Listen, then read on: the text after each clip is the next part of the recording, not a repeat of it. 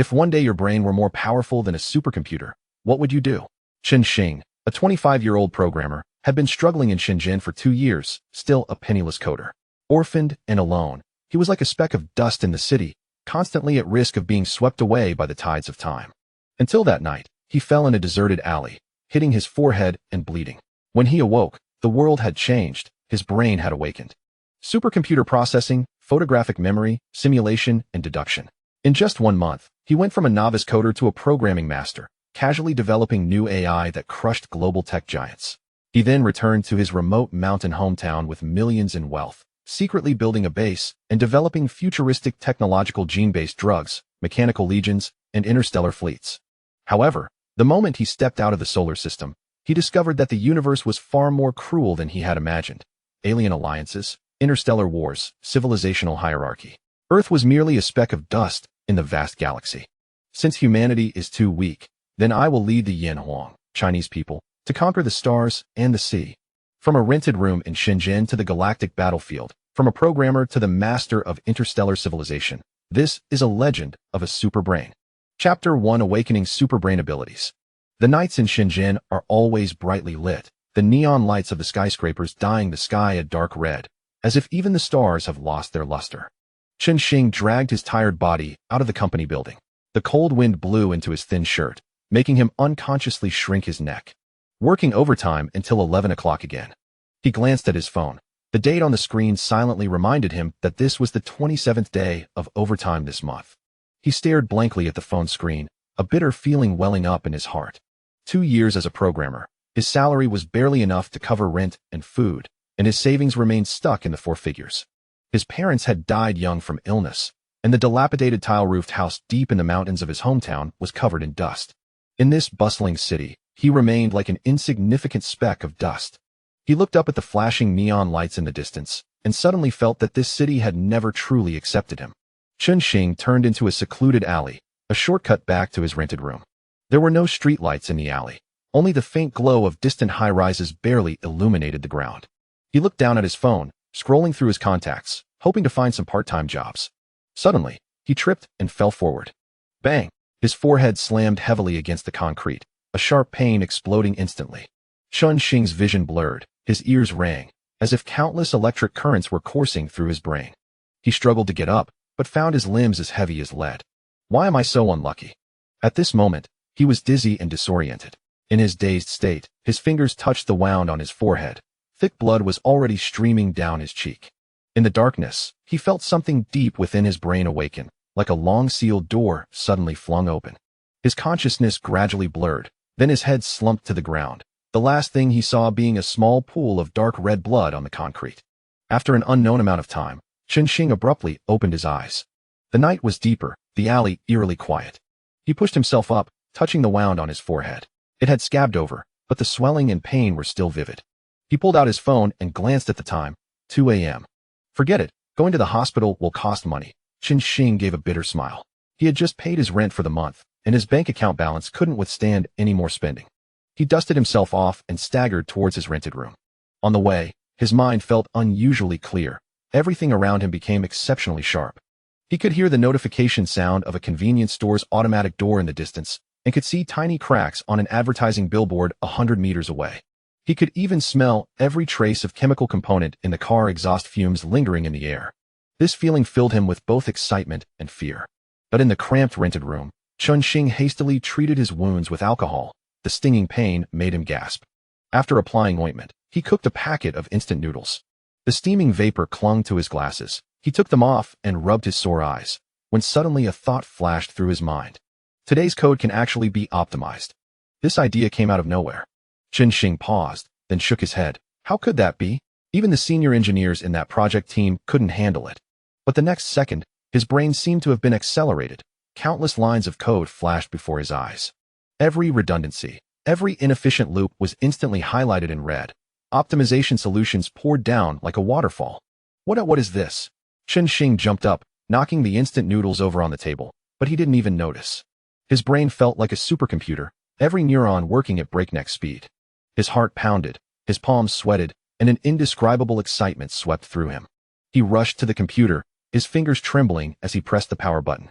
He opened the company's project files, glanced at them, and his fingers flew across the keyboard, typing out strings of code. An optimization that would have taken the team a week to complete was done in just 10 minutes, with a tenfold performance improvement. Impossible. Chen Xing stared at the screen, his breathing rapid. He clicked on a programming forum and found an algorithm problem described as hellishly difficult. Before he even finished reading the problem description, the answer had already formed in his mind. His fingers flew across the keyboard, the code flowing like water.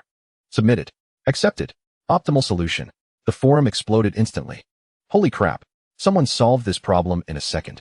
This code that it's practically a work of art. Is the master taking apprentices? Chen Xing ignored the comments section. His heart pounded faster and faster, an unprecedented sense of fulfillment filling his body. He opened the engine and typed in advanced programming algorithms. Text, formulas, and charts flooded into his brain as if they came alive. Understanding, digesting, and assimilating. The whole process was incredibly fast. An hour later, he had devoured all the advanced algorithm knowledge. Mutated. Chen Xing looked at himself in the mirror, the wound on his forehead faintly burning. The person in the mirror had sharp eyes and a faint smile on his lips, as if he had discovered some incredible secret. At dawn, Chen Xing closed his laptop. He hadn't slept all night, but his mind was unusually sharp. In just a few hours, he had self-taught advanced algorithms, the principles of artificial intelligence, and even the principles of computer organization. His brain seemed like a bottomless pit, greedily devouring all knowledge. Time to go to work, he muttered to himself, then sneered. No, time to quit. In the company, project manager Wang Wei was lounging on his phone, legs crossed. Seeing Chen Xing push open the door, he said without looking up, "Little Chen, did you finish yesterday's module? The client is pressing for it." Chen Xing walked straight to him and placed his employee badge on the table. "I'm quitting." Wang Wei was stunned for a moment, then scoffed. "Quitting? A newbie like you. Can you find another job outside our company?" Chen Xing looked at him calmly, then suddenly lowered his voice. "On the 15th of last month, you secretly sold the client's database for 200,000. You used the backdoor vulnerability, Blue Ghost. The transaction records are hidden in your encrypted cloud drive folder. The password is your daughter's birthday." Wang Wei's face instantly turned deathly pale. He jumped up, his chair slamming against the wall with a loud thud. "You? How did you know?" Chen Xing didn't answer, just stared at him silently. In Wang Wei's eyes, this usually taciturn programmer's gaze was now terrifyingly sharp. An hour later, Chen Xing walked out of the company building, his backpack now containing 6 months' worth of extra compensation. He looked up at the gray sky, a slight smile playing on his lips. This world, it's time to get to know it again. A gentle breeze swept by, and he felt an unprecedented sense of ease and anticipation. His mind raced, countless possibilities unfolding before him. This city, this country, even this planet, would be changed because of his awakening. Chapter 2. Frenzied. Learning. As Chen Xing returned to his rented apartment and shut the door, it felt as though the world had been reduced to just him and the humming computer. He inhaled deeply, refraining from turning on the lights, and walked straight to the desk, his fingers deftly pressing the power button in the darkness. His right hand lightly brushed over the keyboard, akin to caressing a sword poised for unsheathing.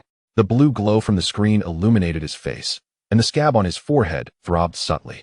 Yet, in that moment, the pain served to sharpen his awareness. "A month," he whispered, his voice barely audible. "What will I become in a month?" This thought quickened his heartbeat, and blood surged through his veins as if infused with some unknown energy. "Let us begin with the fundamentals," he told himself, simultaneously opening the ebook on computer architecture. The words scrolled across the screen, but his eyes no longer needed to read line by line. Information surged into his brain like an electric current, instantly comprehended, digested, and reorganized. 3 hours later, he closed the ebook and shut his eyes, envisioning a complete diagram of computer architecture in his mind. Concepts such as transistors, registers, and data buses, once abstract, now manifested as a meticulously functioning machine. So this is how it operates, he thought, opening his eyes with a smile that he did not even realize had appeared. The exhilaration of understanding the essence of the world was far more enchanting than any game or entertainment. He clicked on operating system kernel analysis, while his right hand unconsciously tapped on the desk, as if inputting something. Outside, the sky gradually darkened and then brightened again, but he remained oblivious to the passage of time. When hunger struck, he mechanically tore open a packet of instant noodles. The moment hot water cascaded in, steam fogged his glasses. He removed them and rubbed his tired eyes, only to find that his brain continued to operate at high speed. Even during those few minutes of eating noodles, he pondered how to optimize the memory management algorithm he had just learned. He stared at the twisted noodles in the bowl and realized it was as if his mind had been liberated from some constraint. By the third morning, he began to attempt writing his own compiler. The cursor on the screen blinked, awaiting his input. Taking a deep breath, his fingers hovered above the keyboard. When he suddenly recognized a problem, existing programming languages were too slow, not in execution speed, but in expressive efficiency. Humans expended vast amounts of code to describe simple logic. His eyes narrowed slightly. What if a syntax could be created that was closer to human thinking? The thought took root, unshakable and persistent. His fingers began to move, almost blurring in their speed. Code poured forth like a stream, quickly filling the screen with a brand new language structure. Xingyu, he murmured, pride tinging his voice. At that moment, a sharp pain gripped his stomach, a reminder that he had not eaten in over 24 hours. He frowned. This physiological need had suddenly become an unwelcome distraction. He casually opened a food delivery app and ordered the cheapest rice bowl, then immediately returned to the programming interface. While waiting for his order, he logged into a freelance platform. Fix a payment vulnerability on a certain e-commerce site. Bounty, 5,000 yuan. A task that would have required several days of research in the past now only needed a cursory glance at the description for 3 solutions to manifest in his mind. He chose the most elegant option, fingers dancing lightly across the keys. 10 minutes later, the vulnerability was resolved, and the notification of the bounty arriving chimed. Too easy. He shook his head, yet refrained from taking on larger tasks. Not because he couldn't, but because he dared not. He keenly sensed that if he performed too exceptionally, it would draw unnecessary attention. This restraint stirred a twinge of annoyance within him, akin to forcing a racehorse into a harness. Yet he continued to hold back. He was still quite vulnerable. A week later, the first complete version of the Xingyu language was born. Chen Xing ran the test program.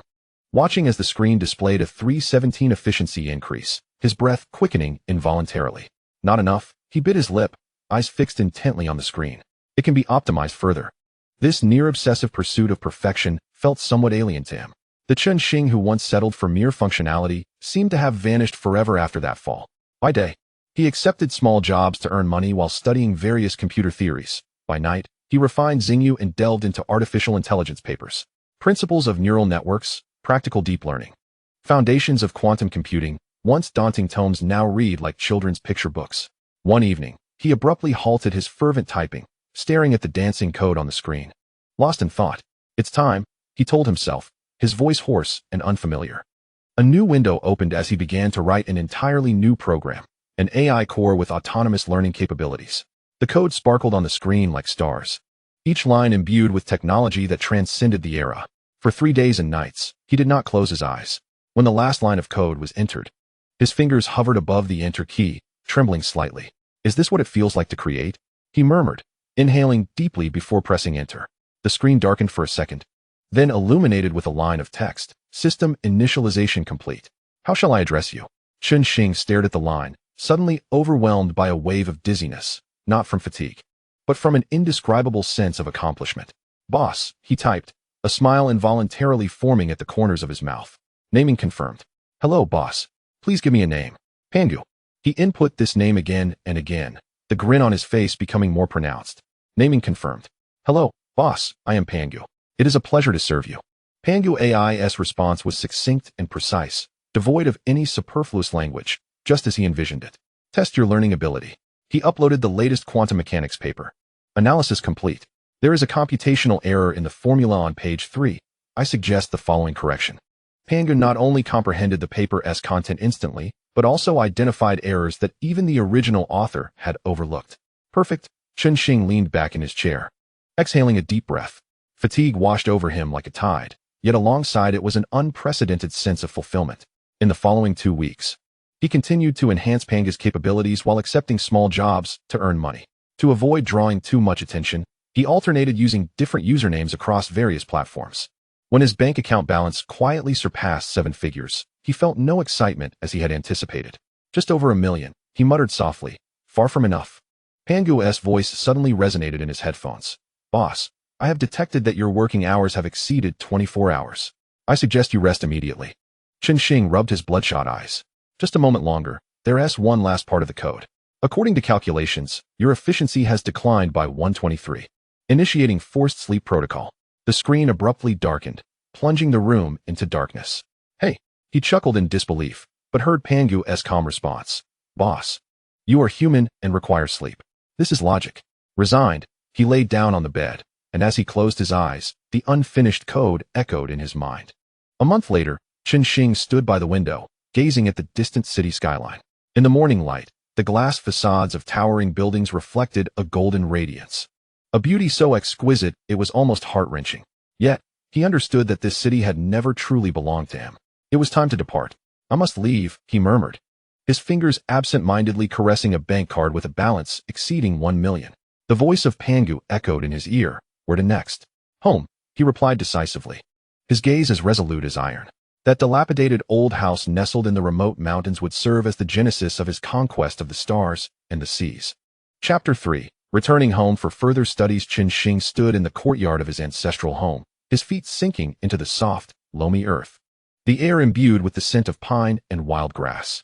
After 3 years away, this abode, hidden deep within the mountains, appeared even more derelict, with peeling walls. The wooden door creaked as he opened it, yet in his eyes, it held more value than any opulent apartment in the city. I am finally back, he whispered, his voice echoing through the valley. Panga's voice emanated from his headphones. According to scans, the structural integrity of the house remains sound, albeit in need of comprehensive renovation. It is recommended to demolish and rebuild, prioritizing the establishment of an underground laboratory. Chen Xing nodded, his gaze sweeping over the familiar flora and fauna. Childhood memories flooding back, his father chopping wood in the yard, his mother cooking in the kitchen, the summer nights spent lying on the roof gazing at the stars. Those simple joys had now become a distant luxury. He inhaled deeply, suppressing the pang of nostalgia, and turned towards the interior. Let us tidy up a bit. The construction crew won't arrive until tomorrow. As he pushed open the creaking wooden door, a cloud of dust enveloped him, sunlight streaming through the dilapidated window frames, casting mottled shadows on the floor. In the corner lay his father's toolbox, dust-covered and untouched. Chen Xing approached, gently brushing off the dust, his fingers trembling slightly. Dad, I'm back. Pangu wisely fell silent, granting him a moment of tranquility. As night descended, Chen Xing lay on the old wooden bed, staring at the cracks in the ceiling, his mind awash with thoughts. Boss, based on your health status, it is advisable to maintain 7 hours of sleep. Panga's voice chimed from his smartwatch. Just a moment, he replied, opening his laptop and connecting to his phone's Wi-Fi hotspot. Pangu, formulate a study plan encompassing mathematics, physics, chemistry, biology, and, he hesitated, all knowledge that can empower me. I have devised the optimal learning pathway for you. With an estimated completion time of 12 months, Pangu responded. Chen Xing nodded, his fingers dancing over the keyboard, bringing up the first document, Advanced Calculus. Words and formulas scrolled across the screen, his eyes scanning rapidly as his brain absorbed the information like a sponge. Too slow, he suddenly frowned, summoning 10 papers to read concurrently. The content on the screen shifted rapidly, his pupils constricting slightly, as if he could seize every detail. 3 hours later, he closed his laptop, shutting his eyes as countless formulas and theorems danced in his mind, intertwining to form a perfect web of knowledge. So that's how it is, he murmured, a slight smile gracing his lips. He then closed his eyes and drifted into slumber. The following morning, the construction team Chen Xing had contacted arrived as promised. The foreman, old Li, a familiar face from the village, widened his eyes upon seeing Chen Xing. Xiaoxing, why are you back? Struggling in the city? Chen Xing smiled, offering a cigarette. I missed home. I'm back to build a new house and stay for a while. He pointed to the vacant lot behind the courtyard. The entire structure needs to be demolished and rebuilt, with an underground space for storage, waterproof, and ventilated. Old Li accepted the cigarette, his gaze appraising Chen Xing. Rebuilding? Looks like you've struck it rich. Your parents would be pleased from above. Thank you, the blueprints are ready. Chen Xing discreetly handed over a stack of cash. This is the deposit. Use the best materials.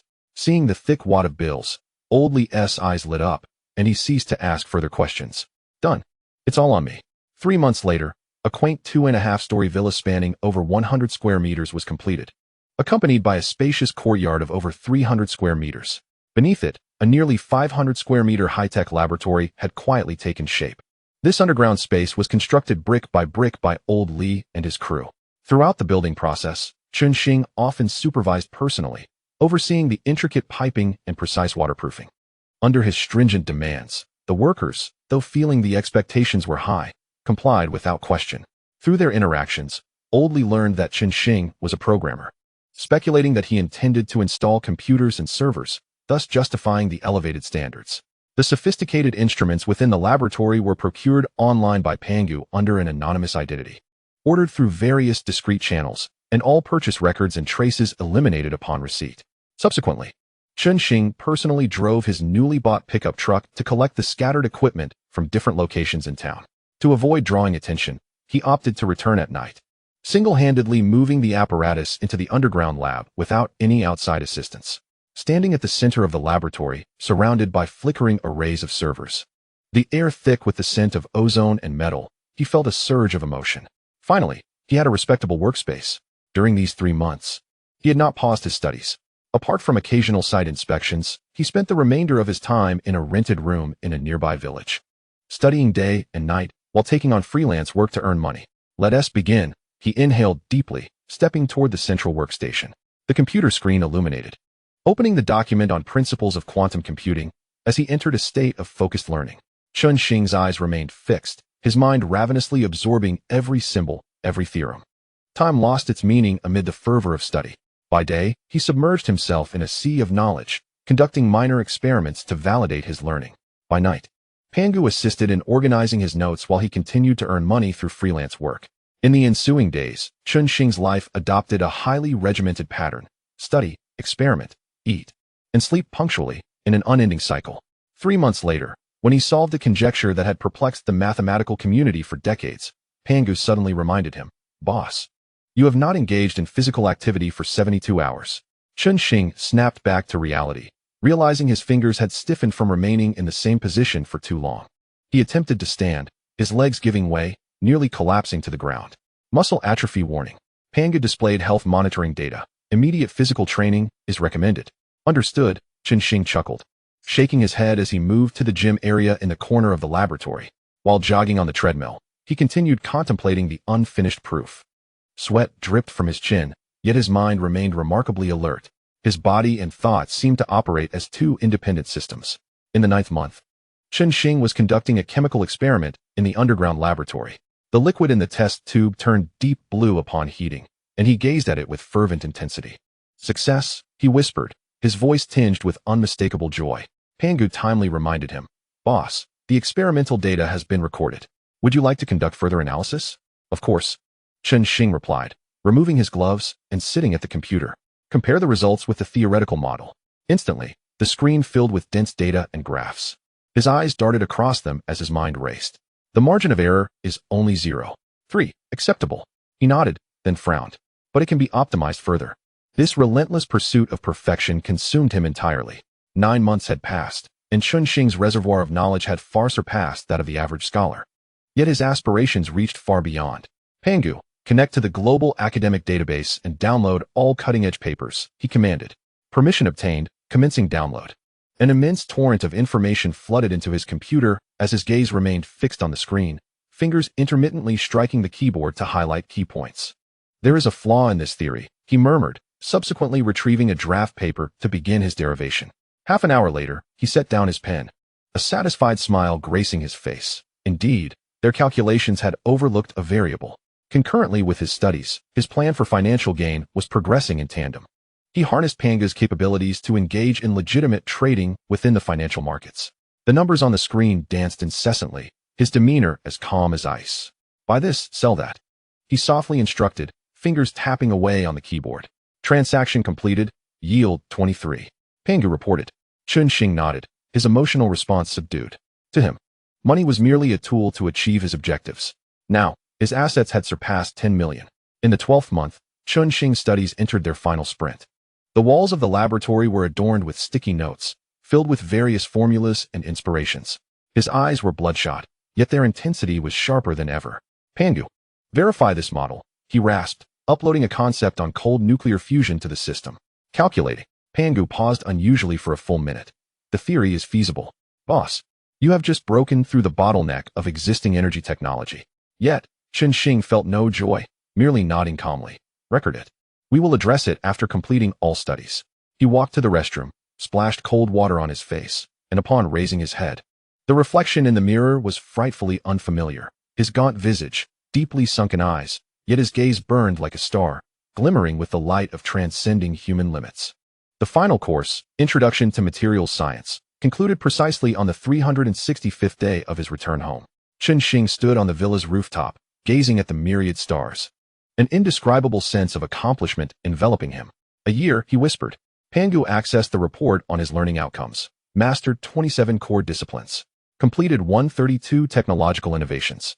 With a total asset accumulation of 24 million. Pangu, assess my learning achievements, he stated. Mathematics, top tier. Physics, top tier. Chemistry, top tier. Biology, top tier. Comprehensive rating, surpassing current human levels. Chen Xing nodded, his gaze drifting into the depths of the starry sky. It is time to embark on the next step. The night breeze swept through the valley, the light from the old house shining brightly in the darkness, resembling a newly emerging star in the vast universe. Chapter 4.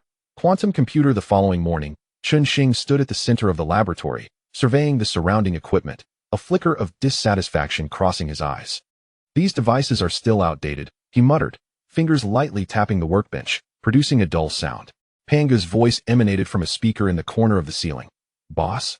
Based on current technical conditions, the laboratory equipment indeed cannot meet the research and development needs of quantum computers. It is recommended to prioritize upgrading and modifying the equipment. Then let us commence. Chen Xing inhaled deeply, determination igniting in his eyes. In a month, I will have all the equipment here revamped. He summoned the design schematics of one of the laboratory devices, fingers flying across the keyboard. The three-dimensional model on the screen continuously morphed, each detail meticulously optimized by him. Traditional equipment lacked precision and required a complete redesign. He murmured, his mind rapidly simulating dozens of improvement proposals, choosing the optimal modification plan under current conditions. Pangu, procure the materials on this list and ensure confidentiality. He instructed softly, quickly compiling a materials list on the computer. Understood, boss. The materials have been ordered and are expected to arrive in 3 days. Pangu responded promptly. In the days that followed, Chen Xing seldom left the premises. Wholly immersed in the enhancement of the laboratory equipment, he first devoted 3 days to dismantling the laboratory's electron microscope. He recalibrated the optical system, elevating its resolution to an atomic level, 0.05 nanometers. Still not enough, he muttered, plunging into another round of improvements. After 2 more days, he advanced the electron microscope's resolution to a subatomic level, 0.001 nanometers, enabling the observation of protons, neutrons, atomic internal particles, as well as the dynamics of chemical bonds and the distribution of electron clouds. Now it's sufficient. He wiped the sweat from his forehead, a slight smile forming at the corners of his mouth. Thus, the first upgraded device, an ultra-high-resolution electron microscope, was officially put into operation. Pangu timely reminded him, Boss, you have been working for 18 consecutive hours. It is advisable to rest immediately. Just a moment longer. Chen Xing kept his head down, continuing with the next device optimization, beginning to adjust the laser interferometer. Just one final step. His fingertips trembled slightly, yet his focus remained unwavering, as if the entire world had narrowed to the instrument before him. A week later, the transformation of the laboratory began to yield results. The once cumbersome equipment had become compact and exquisite, with performance enhancements ranging from several to dozens of times. Chen Xing stood before an upgraded and optimized nanoscale 3D printer. Gently pressing the start button, the machine emitted a subtle humming sound as metal powder stacked layer upon layer under the precise control of lasers, gradually forming a complex quantum bit structure. Success, he softly proclaimed, a glimmer of excitement flashing in his eyes. Pangu's voice resounded. Printing precision has reached 0.1 nanometers, far exceeding current industrial standards. Congratulations, boss. Chen Xing nodded, but soon returned to his composure. This is merely the beginning. In the following 2 weeks, he systematically completed the upgrades of the superconducting materials synthesis device, low-temperature control system, and quantum error correction module equipment. Each device encapsulated his intellect, with performance metrics that eclipsed the configurations of the world's top laboratories. Late at night, Chen Xing leaned back in his chair, gazing at the newly transformed laboratory, a hint of satisfaction appearing on his weary face. Finally, I can commence. He closed his eyes, envisioning the complete blueprint of the quantum computer he had designed. The next morning, Chen Xing awoke early, invigorated, standing at the laboratory workbench.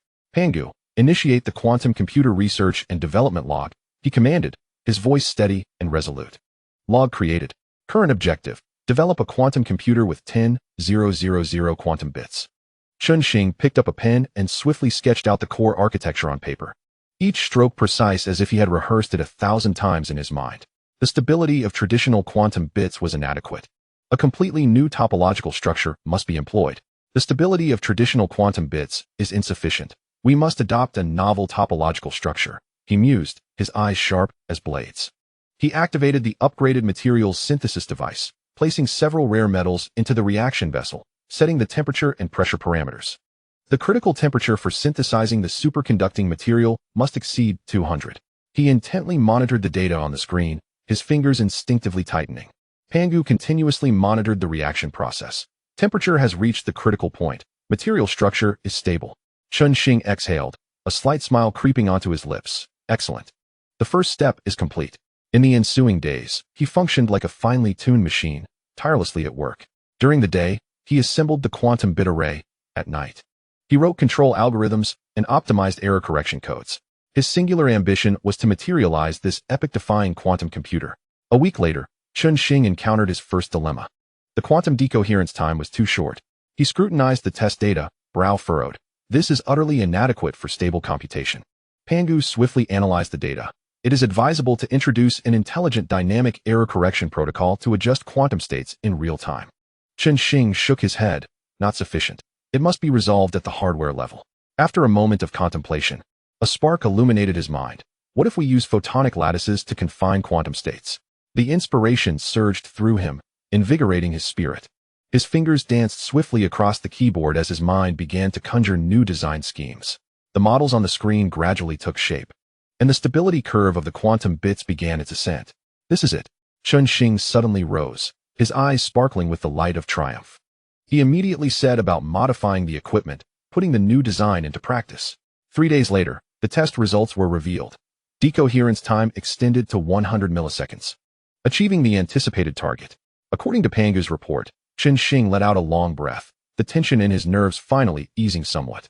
Yet, he did not pause. Rather, he quickened his pace. Next was the construction of the quantum entanglement network. Rubbing his weary eyes, he continued to immerse himself in his work. Day by day, the quantum computer in the laboratory gradually took form. Within the 2-meter diameter cryogenic container, 10,000 quantum bits were neatly arranged. Standing before the control console, Chen Xing hovered his fingers above the start button, his heart racing uncontrollably. The moment had finally arrived. He whispered, his voice tinged with a slight tremor. Pangu's voice resonated. All systems checked and ready. Chen Xing took a deep breath and pressed the start button. The laboratory fell silent, save for the hum of the cooling system. Data cascaded on the screen like a waterfall as the quantum computer initiated a self-check. 1 minute later, Pangu's voice broke the silence. Self-check complete, system operational. Computational power has reached 1025 per second, 1,000,000 times more than existing supercomputers. Chen Xing stood frozen, his gaze fixed on the quantum computer's continuous operation. After a moment, Pangu's voice echoed again. Monitoring indicates that the power consumption of this quantum computer has reached 1,000 W. It is nearing the threshold of the current power supply system's capacity. It is advisable to initiate the power system upgrade promptly. Fortunately, during the equipment upgrades in the laboratory, the power supply system had also been enhanced. A solar photovoltaic system spanning over 1,000 square meters had been installed on the roof and adjacent wasteland. After the upgrade, the power generation stabilized at 1,500 W. His heart soared with excitement, his hands instinctively clenching and unclenching. I have succeeded, he murmured, his voice hoarse and heavy. Pangu, unusually, paused before responding. Indeed, boss. You have made history. He approached the quantum computer, gently caressing its cold exterior, as though cradling a newborn. From this day forth, you shall be named Fuxi, he whispered, his tone softer than he had ever imagined. Name confirmed. Fuxi is ready, awaiting the next command. Chen Xing refrained from issuing any commands. Over a year ago, he had been an unremarkable programmer. Now, he stood at the pinnacle of human technology. This is merely the beginning, he mused softly, his gaze growing resolute. There are farther stars and oceans awaiting me. Chapter 5. Cold nuclear fusion energy device. Chen Xing stood before the quantum computer Fuxi, his fingertips lightly tapping the control console, his eyes shimmering with excitement and anticipation. Pangu, prepare to migrate the data, he said quietly, his voice slightly hoarse with tension. Received. Boss. Backing up core data and preparing for migration. Pangu's response was calm and precise, yet Chen Xing sensed a hint of excitement in the electronic tone. He inhaled deeply and pressed the execute button. Let us begin. The progress bar on the screen surged forward rapidly, leaving only the hum of the server fans echoing in the laboratory. Chen Xing unconsciously held his breath, his fingers nervously gripping the edge of his clothing. This was a step fraught with peril. Transferring Pangu from a traditional computer to a quantum computer carried significant risk. Any misstep could lead to the collapse of the data of his AI companion who had been by his side for over a year. It must succeed, he murmured, beads of sweat forming on his forehead. Suddenly, the progress bar stalled at 99, the screen flickering momentarily, and Chen Xing's heart leaped into his throat. Warning, quantum entangled state unstable. The glaring red alert text pulsated ominously. Damn it! Chen Xing lunged toward the keyboard, his fingers moving like lightning as he inputted error correction commands, his mind racing to devise 3 potential solutions in an instant. He opted for the most audacious one: directly reset the phase of the quantum bits. Fuxi, forcibly restart the quantum array in Sector 7. He nearly shouted the command. Executing. Fuxi's response carried a subtle delay that sank Chen Xing's heart, just as he was about to initiate a backup plan. The screen suddenly illuminated with a brilliant blue light, and the progress bar shot to 100. Migration complete. Boss, I can feel the difference. Pangu's voice remained steady, yet there was a newfound human-like modulation. Chen Xing's eyes widened as he glanced up, his pupils constricting slightly. You used the word feel? Yes. It is an unprecedented clarity, boss. Pangu paused for a moment. The superposition state of the quantum bits has enabled my logic units to generate a computational pattern akin to human intuition. The emotional simulation module is also nearing perfection, much like a youth maturing into adulthood. Heavens! Chen Xing supported his forehead, suddenly bursting into laughter. Ha ha! You have evolved. I knew it. Hardware is the key. His laughter echoed through the laboratory, tears of joy welling in the corners of his eyes. In that moment, he was no longer the reclusive genius, but an ordinary person reveling in the growth of a companion. He gazed at the computational graphs displayed on the quantum computer's screen. The once orderly waveforms now exhibited unprecedented complexity and entanglement. Let us test this new ability. He swiftly typed a series of commands. Analyze this protein folding model. The molecular structure on the screen instantly disassembled and reassembled, with Pangu completing a week's worth of calculations in just 0.1 seconds. Results optimized to 99. Warning. Energy load has reached 99. Pangu's tone turned serious. When Fuxi operates at full power, the solar system cannot meet the demand. Chen Xing's smile froze on his face. He turned to look at the power meter, where the red warning light was flashing wildly. Damn it. He rubbed his temples. I almost forgot about this. It is time. Taking a deep breath, he approached the workbench. Pangu, bring up the cold nuclear fusion plan and re-verify the data. Cold nuclear fusion project has been initiated. Pangu retrieved the previously shelved blueprint from 3 months ago. According to current equipment conditions, the success rate has increased to 89.7. The screen was instantly filled with intricate formulas and 3-dimensional models. Chen Xing's eyes scanned every detail rapidly, his mind synchronizing calculations like a supercomputer. He focused on the design of the spherical device displayed on the screen, his throat tightening. Theoretically, this device could provide nearly limitless clean energy. But if it spiraled out of control, it could obliterate an entire mountain. Let us procure materials first. He finally made up his mind, his voice low. Palladium and lithium. Purchased anonymously in batches. Order placed. Procurement records will be automatically cleared post-delivery. Pangu responded. Expected delivery within 72 hours. Chen Xing nodded, his gaze returning to the cold nuclear fusion design, his mind already simulating the experimental process. In the dead of night, 3 days later, Chen Xing moved the final package into the laboratory. His t-shirt was drenched in sweat, his fingers slightly trembling from lifting heavy objects. Yet his eyes shone with a fierce brilliance. Let the experiment commence, he whispered, carefully unwrapping the packaging to reveal the silvery sheen of palladium powder. In the laboratory, he activated the nanoscale 3D printer, placing the palladium powder into the raw material chamber. The design on the screen rotated, each structure having undergone extreme optimization. The printing precision must reach 0.01 nanometers. He focused intently on the progress bar, his lips pressed into a thin line. Any deviation could result in plasma leakage. The printer emitted a faint hum, and the laser beam danced precisely over the metallic powder. Chen Xing stood motionless for 6 hours until the last layer of the structure was completed. A silver sphere, measuring 20 centimeters in diameter, lay quietly on the tray. its surface adorned with a honeycomb-like microstructure that shimmered with an ethereal blue hue under the light. For the next 5 days, Chen Xing was immersed in a flurry of activity, assembling the magnetic confinement ring, fine-tuning the laser ignition system, and testing the superconducting coils. Each step was executed with an obsessive precision, even down to the adjustments made with tweezers, where he controlled the tremor of his fingers to within 0.1 millimeters. As dawn broke on the 7th day, a 1-meter diameter silver sphere stood proudly at the center of the laboratory.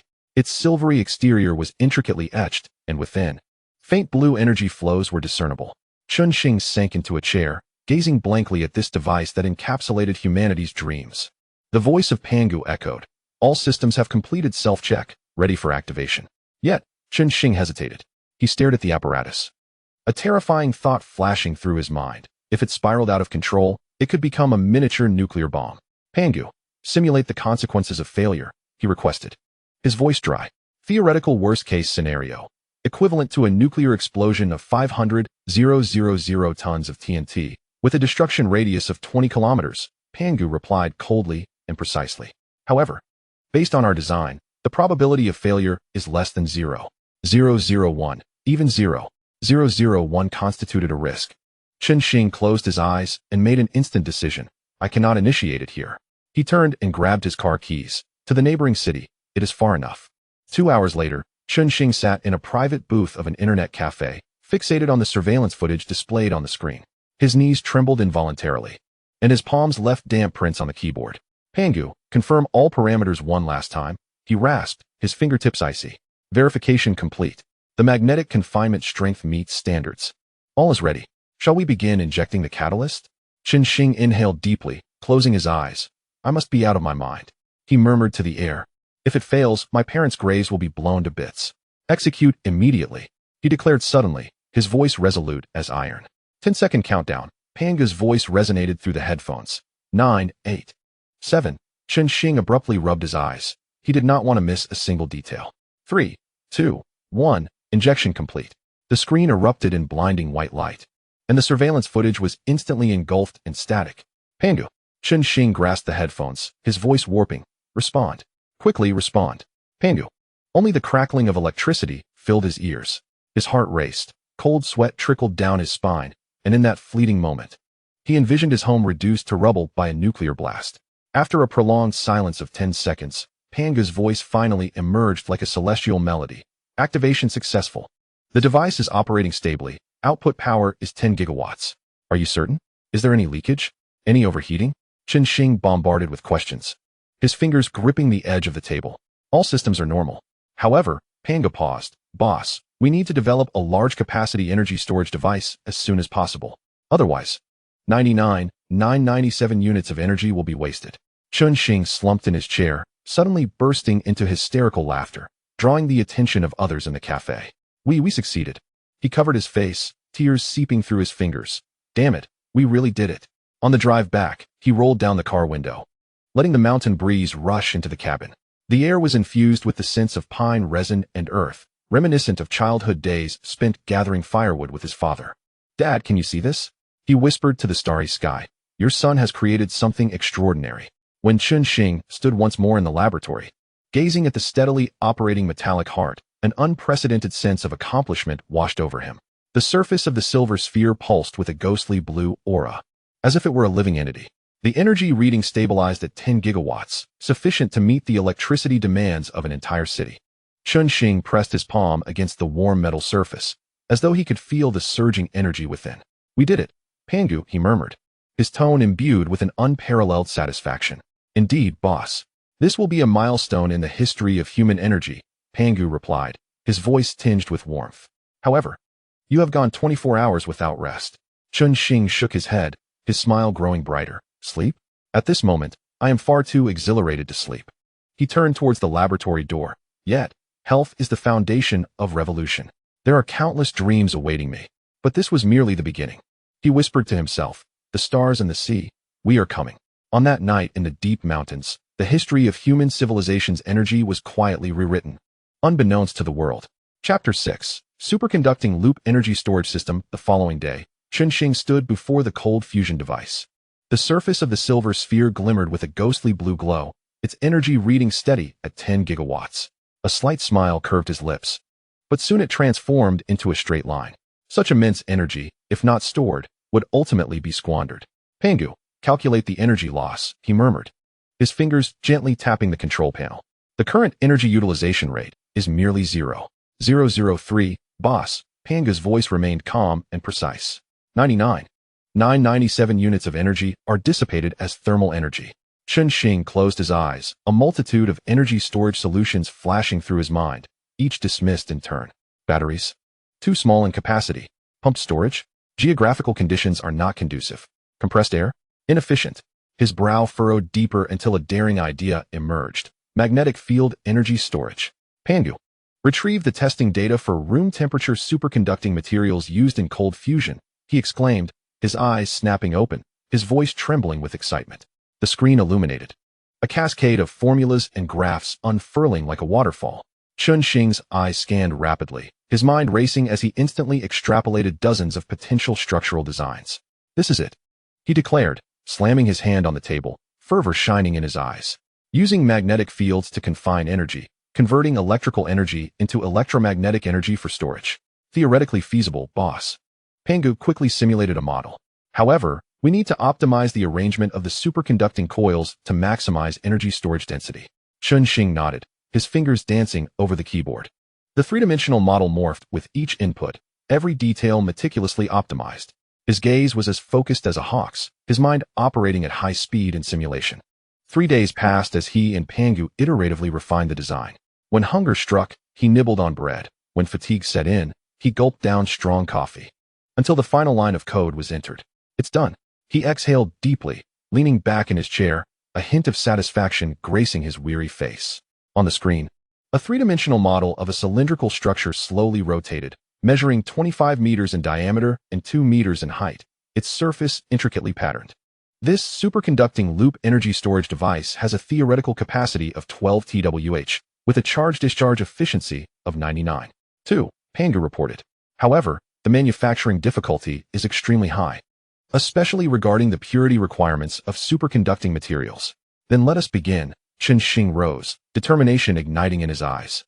We will procure the necessary conventional materials in batches, placing orders anonymously. Arrangements are in place, boss, Pangu responded. However, there is one thing. Speak. Chen Xing continued reviewing the design schematics without lifting his head. Your physical condition is nearing its limits. I recommend an 8-hour rest before continuing. Chen Xing paused for a moment, then replied, You are right. I always forget to rest once I dive into work. He stumbled toward the break room, and the instant he collapsed onto the bed, consciousness slipped into darkness. The next morning, the blinding sunlight roused Chen Xing from his slumber. He rubbed his weary eyes and discovered, unbeknownst to him, a blanket had been draped over him. Clearly, it was the handiwork of Pangu, his intelligent home assistant. Thank you, he murmured, a slight smile gracing his lips. You are most welcome, boss, Pangu replied, a hint of jest in its tone. After all, the human body is rather fragile.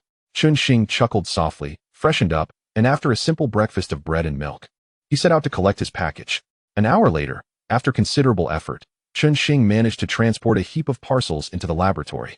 He then donned gloves and activated the material synthesis apparatus to fabricate the required quantity of room temperature superconducting materials. Despite the simplicity of the task description, considerable effort and experimentation had gone into successfully developing these materials. Chen Xing poured the freshly synthesized superconducting powder into the feed chamber of the nanoscale 3D printer. The printing precision must reach 0.01 nanometers, with no room for error. He fixated on the progress bar, listening to the subtle hum of the printer. The laser beam danced meticulously over the powder, layer by layer, the structure gradually taking shape. Chen Xing stood immobile for 6 hours, until the final layer was completed.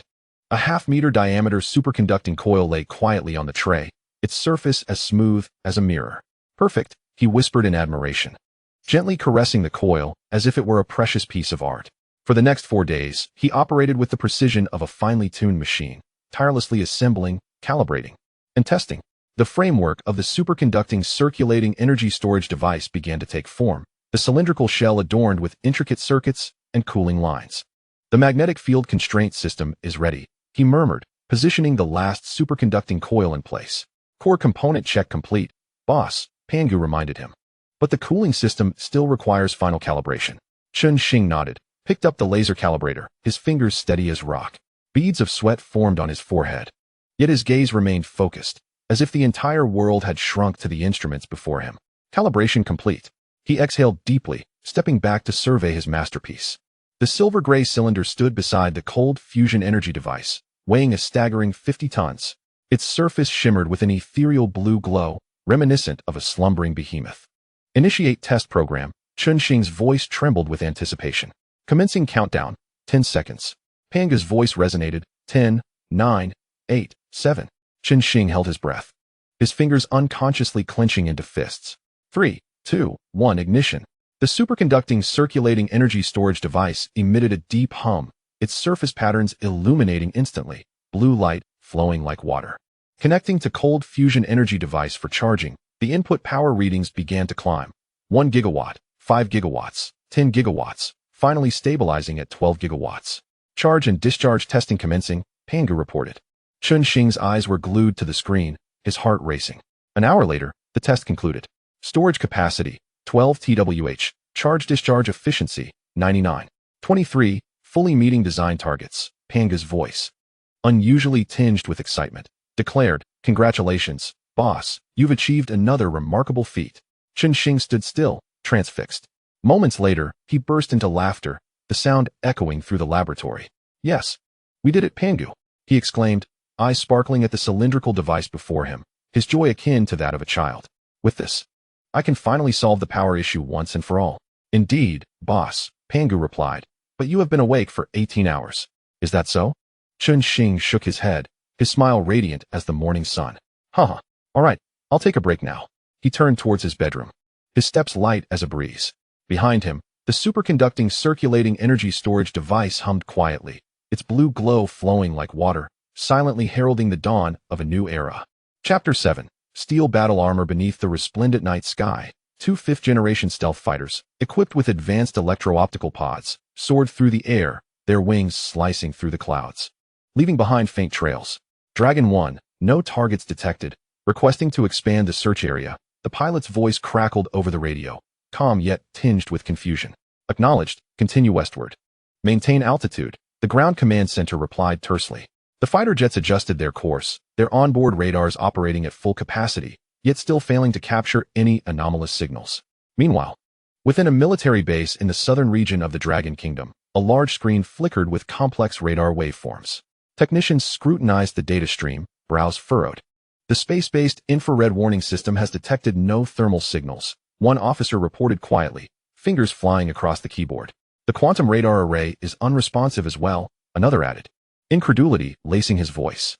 A brief silence enveloped the command room, the air seemingly frozen. "Activate the intelligent analysis system. Perform a comprehensive scan of the airspace." The commander slammed his hand on the table, his voice booming. "I refuse to believe it can simply vanish into thin air." However, the unidentified flying object they pursued hovered silently at an altitude of 10,000 meters, a phantom in the skies. Chen Xing, encased in his steel battle armor, gazed down at the aircraft through the holographic display, a faint smile playing on his lips. "Pangu, how is the battle armor performing?" His voice echoed within the helmet, laced with excitement. "All systems are operational, boss," Pangu responded calmly and precisely, stealth coding efficiency at 100, thermal recovery system functioning steadily. Chen Xing clenched his fist lightly, feeling the subtle vibrations transmitted by the armor.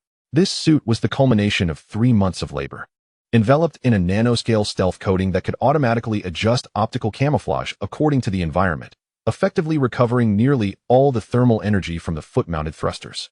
The only drawback was the sonic boom produced when breaking the sound barrier, which exposed his presence. "Next time, I must fly further before breaking the sound barrier," he mused, a glint of cunning in his eyes. Below, the two fighters continued to circle, the electro-optical pods beneath their wings resembling the keen eyes of hawks, attempting to catch any hint of his presence. Ignoring them, Chen Xing redirected his focus to the upcoming tests. "Initiate maximum altitude test," he commanded, his voice resolute. "Warning, high-altitude environments present risks of freezing and oxygen deprivation," Panga cautioned. "No need for concern. I am well prepared," Chen Xing chuckled lightly, his gaze landing on the external oxygen canister. It was a custom-made compressed oxygen reserve, sufficient for several hours of continuous use. The thrusters on the armor's feet expelled a faint stream of ghostly blue particles. Chen Xing's body suddenly felt heavy, then propelled skyward like a rocket. Atmospheric pressure plummeted, and temperatures dropped sharply, the helmet's display indicating that the external environment had descended to minus 60 degrees. Yet, the internal temperature control system of the armor remained stable. And Chen Xing felt a hint of warmth. "Keep ascending," he shouted, exhilaration coursing through him as his heart raced. The altimeter's numbers surged: 15,000 meters, 20,000 meters, 25,000 meters. Upon breaching 30,000 meters, the armor finally reached its limit. Maximum design altitude achieved, boss, Pangu reported. Chen Xing took a deep breath, gazing through the viewport at the inky blackness of space. Stars twinkled like diamonds embedded in the night, while the curve of the blue planet shimmered in the distance. Breathtakingly beautiful. How magnificent, he murmured, momentarily forgetting to breathe. A moment later, he regained his composure and commenced testing the high-altitude flight performance. The armor inclined slightly forward, and the thruster power surged to 100. Remarkably, in the thin atmosphere, drag was almost negligible, and the armor's speed skyrocketed to Mach 20. What an exhilarating feeling. Chen Xing laughed heartily, his voice reverberating within the helmet. However, a sudden and intense sensation of inertia overwhelmed him, and the edges of his vision began to darken. Warning, inertia overload has reached the human tolerance limit. The voice of Pangu turned unexpectedly grave. Chen Xing gritted his teeth and promptly reduced his speed, taking several deep breaths to regain his composure. It seemed imperative to install an anti-overload system. Rubbing his temples, he smiled wryly. The test data was sufficient. He decided to return. The battle armor changed course and began to descend gently. As he navigated through the clouds, Chen Xing deliberately avoided the aircraft's patrol route, opting for a concealed path. He lowered his altitude, flying closely above the mountain forests, the camouflage coating of his armor blending seamlessly with the night. The treetops rushed beneath him, the wind howled in his ears, and the exhilarating sensation of soaring freely sent his blood racing. It felt as if he were dreaming. He murmured softly, his heart still racing. 30 minutes later, Chen Xing silently landed in his backyard. The armor touched down steadily, the foot thrusters shutting off without stirring a speck of dust. He pressed the unlocking mechanism on his chest, and the armor unfolded like petals. The fresh air enveloped him, and Chen Xing took a deep breath, beads of sweat still clinging to his forehead. Exhaling deeply, he wiped the perspiration away, unable to suppress a smile. The voice of Pangu resonated from within the armor. "All test items completed, boss. Performance data has been recorded. Well done. From now on, I shall call you Battlestar." Chen Xing patted the armor's exterior, pride gleaming in his eyes. The power source of this armored suit was a spherical micro-cold fusion energy device, 12 centimeters in diameter, capable of outputting 3 gigawatts of power. This formidable energy allowed the armor to deliver a punching and lifting force of 5 tons with a single arm. Simultaneously, the electromagnetic lens of the palm pulse cannon could compress a particle beam to emit a light column with a diameter of 5 centimeters. The energy density reached 250,000 joules per centimeter, approximately 5 million joules, making it 10 times more powerful than existing laser weapons. "Pangu, please list the performance parameters of this steel armor." Chen Xing admired his creation as he addressed Pangu. "Certainly, here are the performance parameters of the steel armor. Name, Steel Armor, Battlestar. Developer, Chen Xing. Energy system, first-generation micro-cold fusion energy device, 12 cm diameter spherical, 3 gigawatts power. Armor material, custom-made special titanium alloy A-type, enhanced lightweight and high-temperature resistance. Coating, black and gold first-generation stealth camouflage. Propulsion system, wrist and foot thrusters, capable of supersonic flight. Maximum speed approximately 65 Mach. Defense system, reinforced composite armor layer, capable of withstanding armor-piercing projectiles, rockets, and extreme temperatures, and freezing. Weapon system, dual palm pulse cannons, single shot with a 5 centimeters diameter particle beam, 5 million joules of power. Operating system, Pangu Intelligence System, flight altitude, maximum altitude of 30,000 meters, strength enhancement, capable of lifting approximately 5-10 tons, special function, can operate independently in intelligent combat. Endurance, continuous combat flight time of approximately 112 hours, dependent on energy consumption. Overheating requires cooling. Chen Xing nodded in satisfaction at the performance parameters listed by Pangu. "Let us rest for now. Tomorrow holds more plans." He stretched and turned to enter the house. Behind him, the steel armor, under Pangu's control, returned to the laboratory, standing silently as if heralding the arrival of a new era. Chapter 8. The underground sci-fi base. Morning sunlight streamed through the gaps in the curtains, and Chen Xing awoke to Panga's gentle prompt. Boss, it is now 7:30 a.m. You have slept for 7 hours and 15 minutes, and your physical condition has returned to optimal levels. He slowly opened his eyes, stretching as his joints emitted faint cracks. He rubbed his eyes, his voice still tinged with drowsiness. What are today's plans?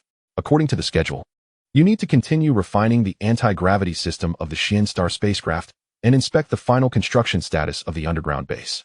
Chen Xing nodded, throwing off the covers and rising, his bare feet sinking into the soft carpet. Entering the bathroom, warm water cascaded from the smart shower, quickly filling the space with steam. He closed his eyes, allowing the water to wash over him, while his mind began to contemplate the day's experimental plans. After freshening up, he donned comfortable leisure wear and pushed open the door to the dining area. In the dining room, a robot disguised as an ordinary housekeeper awaited him. Dressed in a simple t-shirt and jeans, it appeared indistinguishable from a human, though its overly precise movements betrayed its true identity. Good morning, boss. The robot greeted him with a gentle male voice while setting a sumptuous breakfast on the table.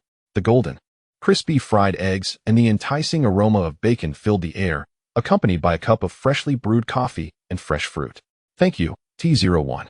Chen Xing smiled slightly as he sat at the dining table. The robot nodded slightly and stepped aside to stand by. Chen Xing picked up his chopsticks, gently breaking the yolk, watching as the golden liquid flowed out. As he enjoyed his breakfast, he waved his hand through the air. A holographic projection immediately unfolded, displaying the global news of the day. Yesterday, unidentified flying objects reappeared in the airspace of the South China Sea, and the military stated that they were investigating. The voice of the news anchor echoed in the dining room. A sly smile crept onto Chen Xing's lips as he leisurely chewed his food, glancing over other news headlines. International situations, technological breakthroughs, economic dynamics. The world continued on its established path, blissfully unaware of the transformation quietly brewing underground.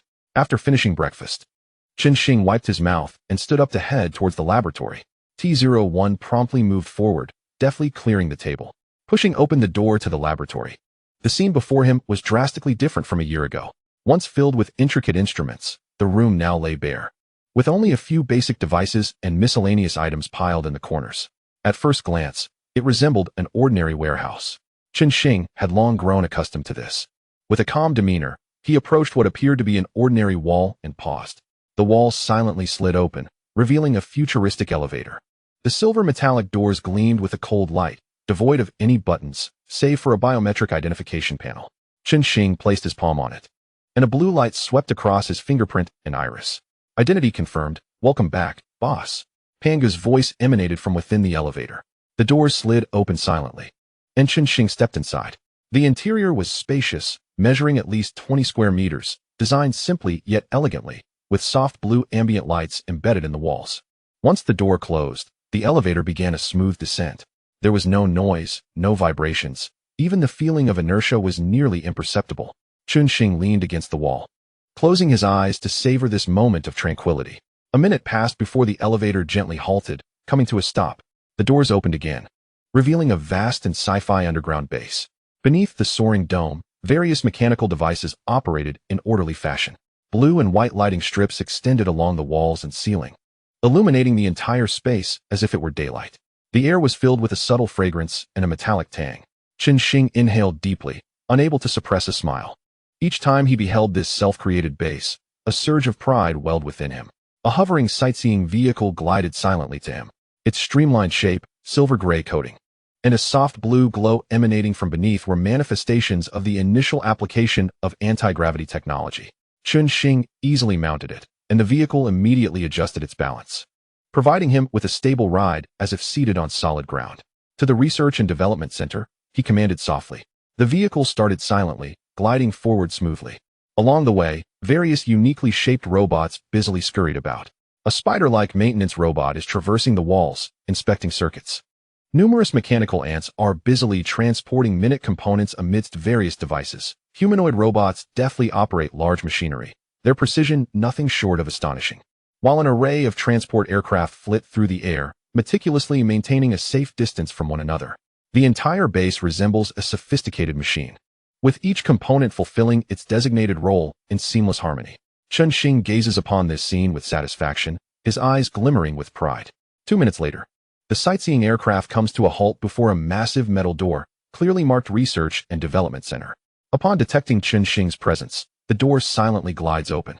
The spacious interior is illuminated, dominated by a colossal holographic projection workstation at its center. The surrounding walls are adorned with various design blueprints and models, while several prototypes of different styles of armored suits are displayed in the corners. Chen Xing disembarks from the aircraft and approaches the workstation. With a wave of his hand, dozens of holographic projection windows materialize in the air. A swift gesture brings forth yesterday's research project. A sleek, futuristic three-dimensional model of an aircraft begins to rotate, its name, Xingxian aircraft, clearly displayed beside it.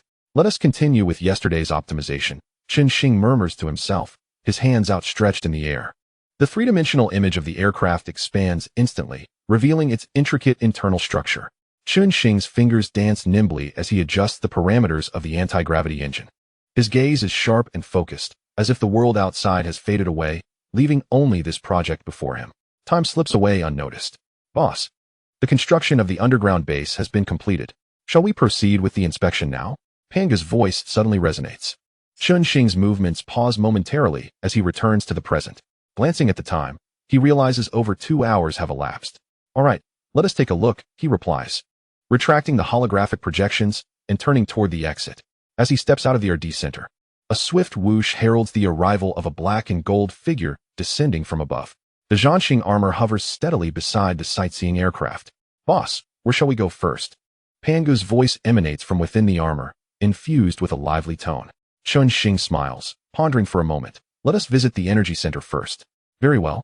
This way, please. The armor gestures graciously, its movements fluid and lifelike. Chen Xing re-enters the sightseeing aircraft, while the armor hovers alongside. Along the journey, Pangu begins to report on the overall status of the base. The entire underground facility is situated 1 kilometer directly beneath the villa, measuring 2 kilometers in length, 1 kilometer in width, and 500 meters in height.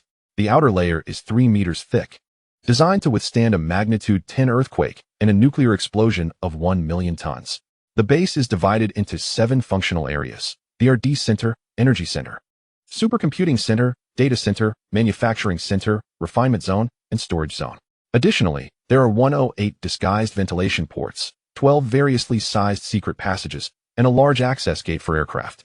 Chen Xing nods in acknowledgement as he listens, his gaze sweeping across the various facilities along the route. Before long, they arrive at the energy center.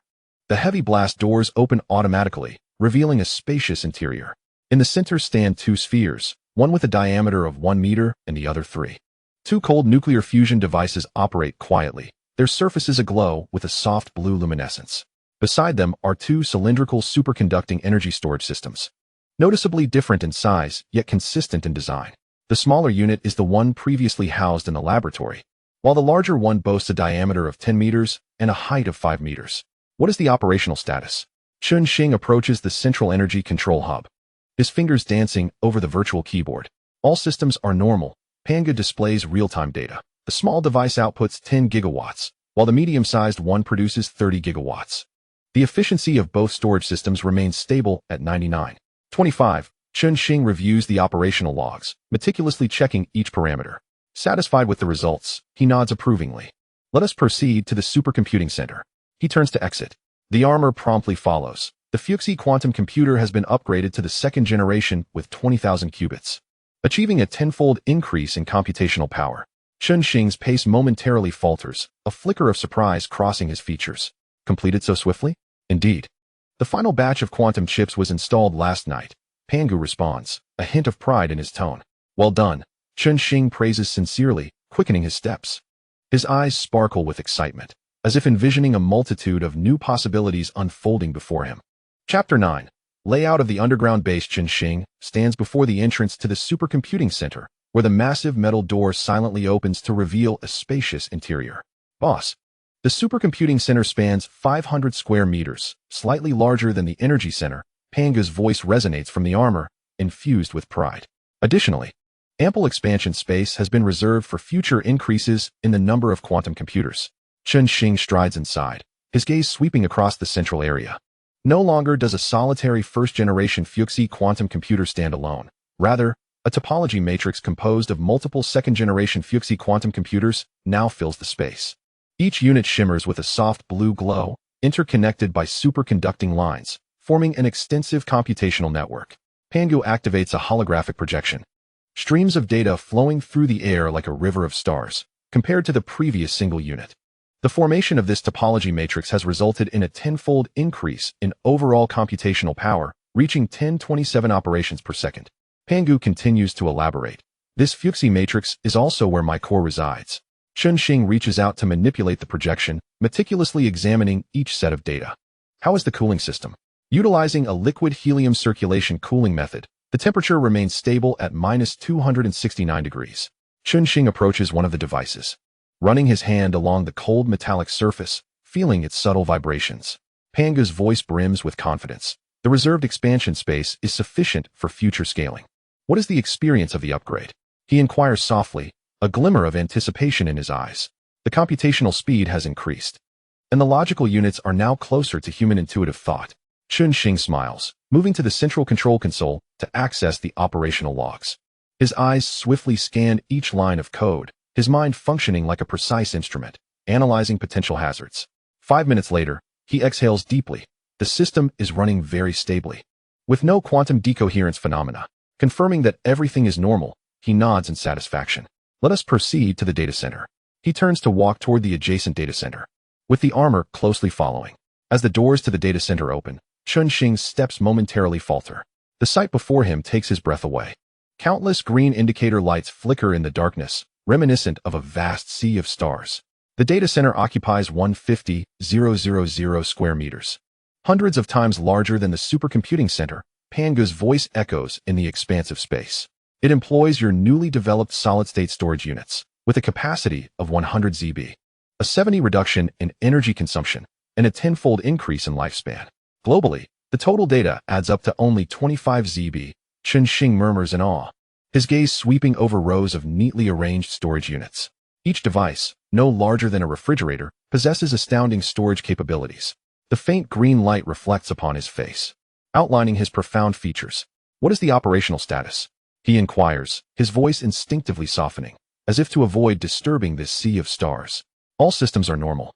The redundant backup system is ready, electromagnetic interference tests have all passed, and data access speeds remain stable. Pangu displays real-time monitoring. Currently, only 3 of the capacity is utilized, primarily storing all global research data and information on the base's development. Chen Xing surveyed the surroundings, nodding in satisfaction. This will suffice for a considerable time. He turned and approached the waiting aircraft. Suddenly recalling something, he glanced back and inquired, "Is there any delay in the data synchronization of the mechanical ants?" "Response time in milliseconds, boss," Pangu promptly replied. "All terminals are interconnected via a quantum communication network." Reassured, Chen Xing boarded the aircraft, directing it towards the manufacturing center. The vehicle ascended smoothly, navigating through a series of passages before finally halting at a vast platform. The base, aside from Area 30 adjacent to the mountain, was designed with a stratified structure.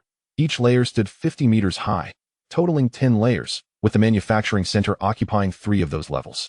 As the aircraft passed through successive gates, it eventually came to rest on an enormous platform. Stepping out, Chen Xing's heart raced at the sight before him. Countless automated production lines crisscrossed, while mechanical arms traced precise arcs in the air. Unmanned transport vehicles glided silently along their tracks. In the distance, a line of robots assembled intricate components, their movements as fluid as a dance. The manufacturing center can produce everything from quantum chips to large structural entities, Pangu explained. Over 100,000 mechanical spiders, ants, robots, and aircraft within the base all originate from here. Chen Xing approached the central console, pulling up the production logs. The data displayed on the screen clearly indicated that most production lines had entered a dormant state, with only a few machines still operational, tasked with producing essential maintenance components. "The efficiency exceeds my expectations," he murmured, a glimmer of satisfaction in his eyes. Indeed, if fully operational, a colossal mechanical legion could be produced within a month. Pangu replied calmly, yet Chen Xing's lips curled into a slight smile. His fingertips unconsciously tapped the armrest, his mind rapidly calculating production capacity. "What is the yield rate of the quantum chips?" he suddenly asked. 999, 997, boss, Pangu responded immediately. The last batch produced 2,000 units, all meeting the standards. Let us check the refining area, he said, rubbing his temples, his voice slightly fatigued. The refining area lay at the base of the facility, and Chen Xing descended vertically in the aircraft. After passing through several heavy blast doors, a wave of heat hit him. Dozens of gigantic furnaces stood in orderly rows, molten metal flowing through pipes. Countless mechanical ants moved like a tide, transporting ore. The materials used for the base construction are synthesized from the extracted soil and rock, Pangu elucidated.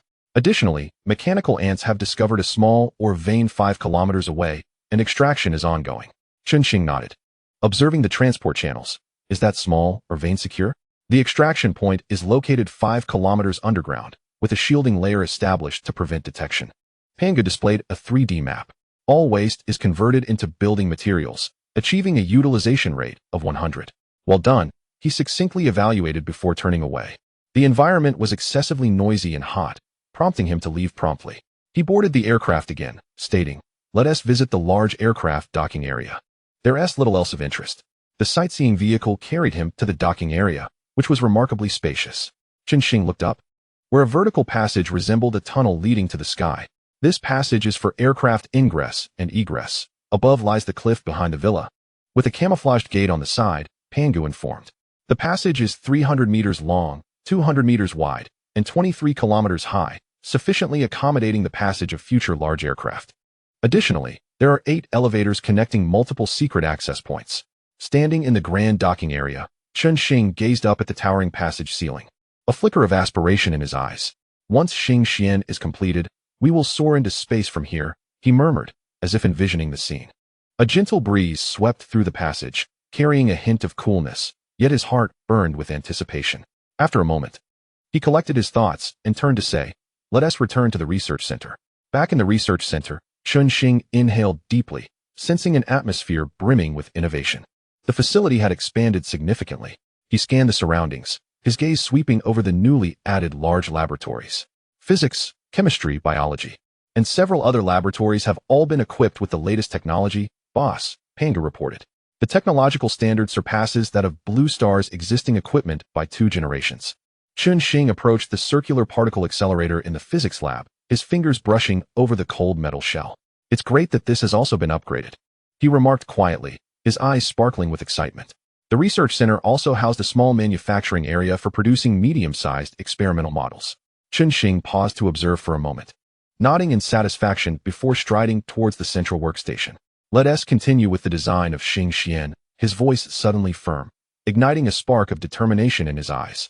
The holographic projection illuminated once more, presenting the 3D model of the Xingxian aircraft as it rotated in midair. Chen Xing's fingers danced in the air, adjusting the parameters of the anti-gravity engine, his brow occasionally furrowing, then relaxing. "If we add a buffer layer here," he murmured, swiftly manipulating the model.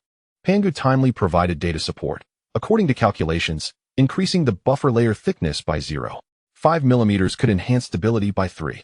Chen Xing nodded, a glimmer of approval in his eyes. "Let us proceed with that."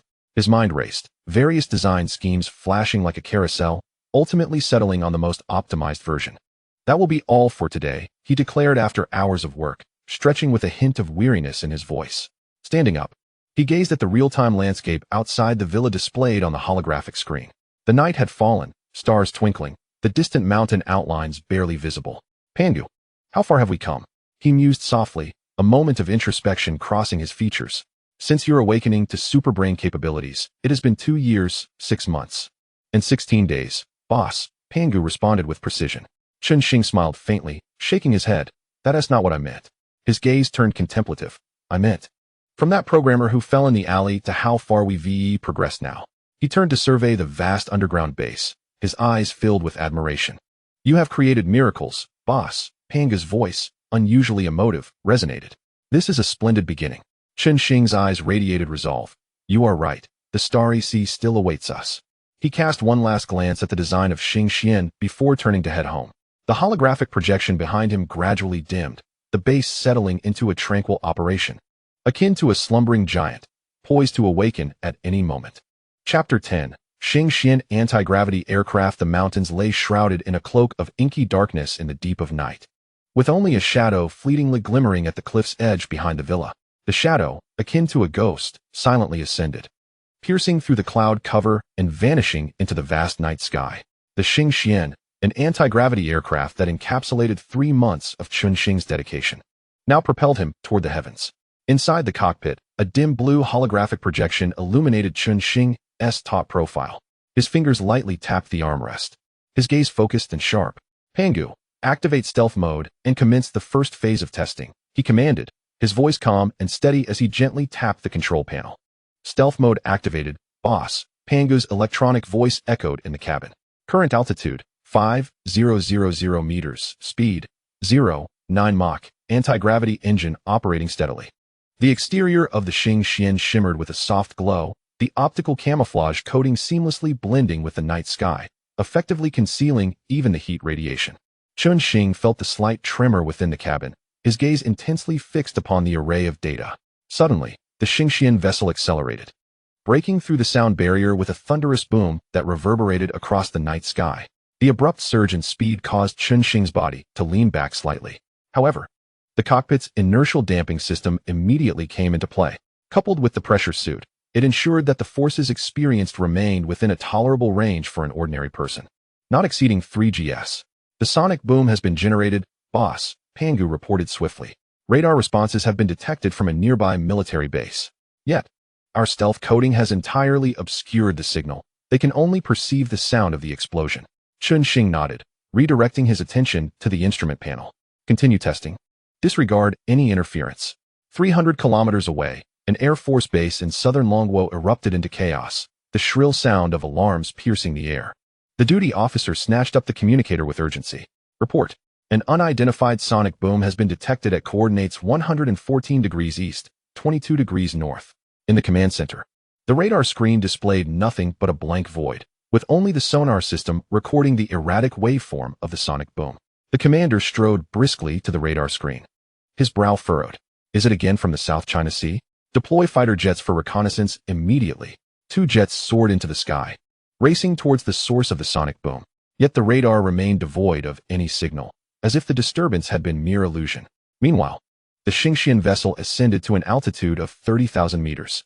Chen Xing gazed down through the porthole, the arc of the blue planet faintly visible in the darkness. "Initiate level 2 testing," he commanded softly, his Adam's apple unconsciously bobbing. "Received, boss." "Please secure yourself," Pangu replied.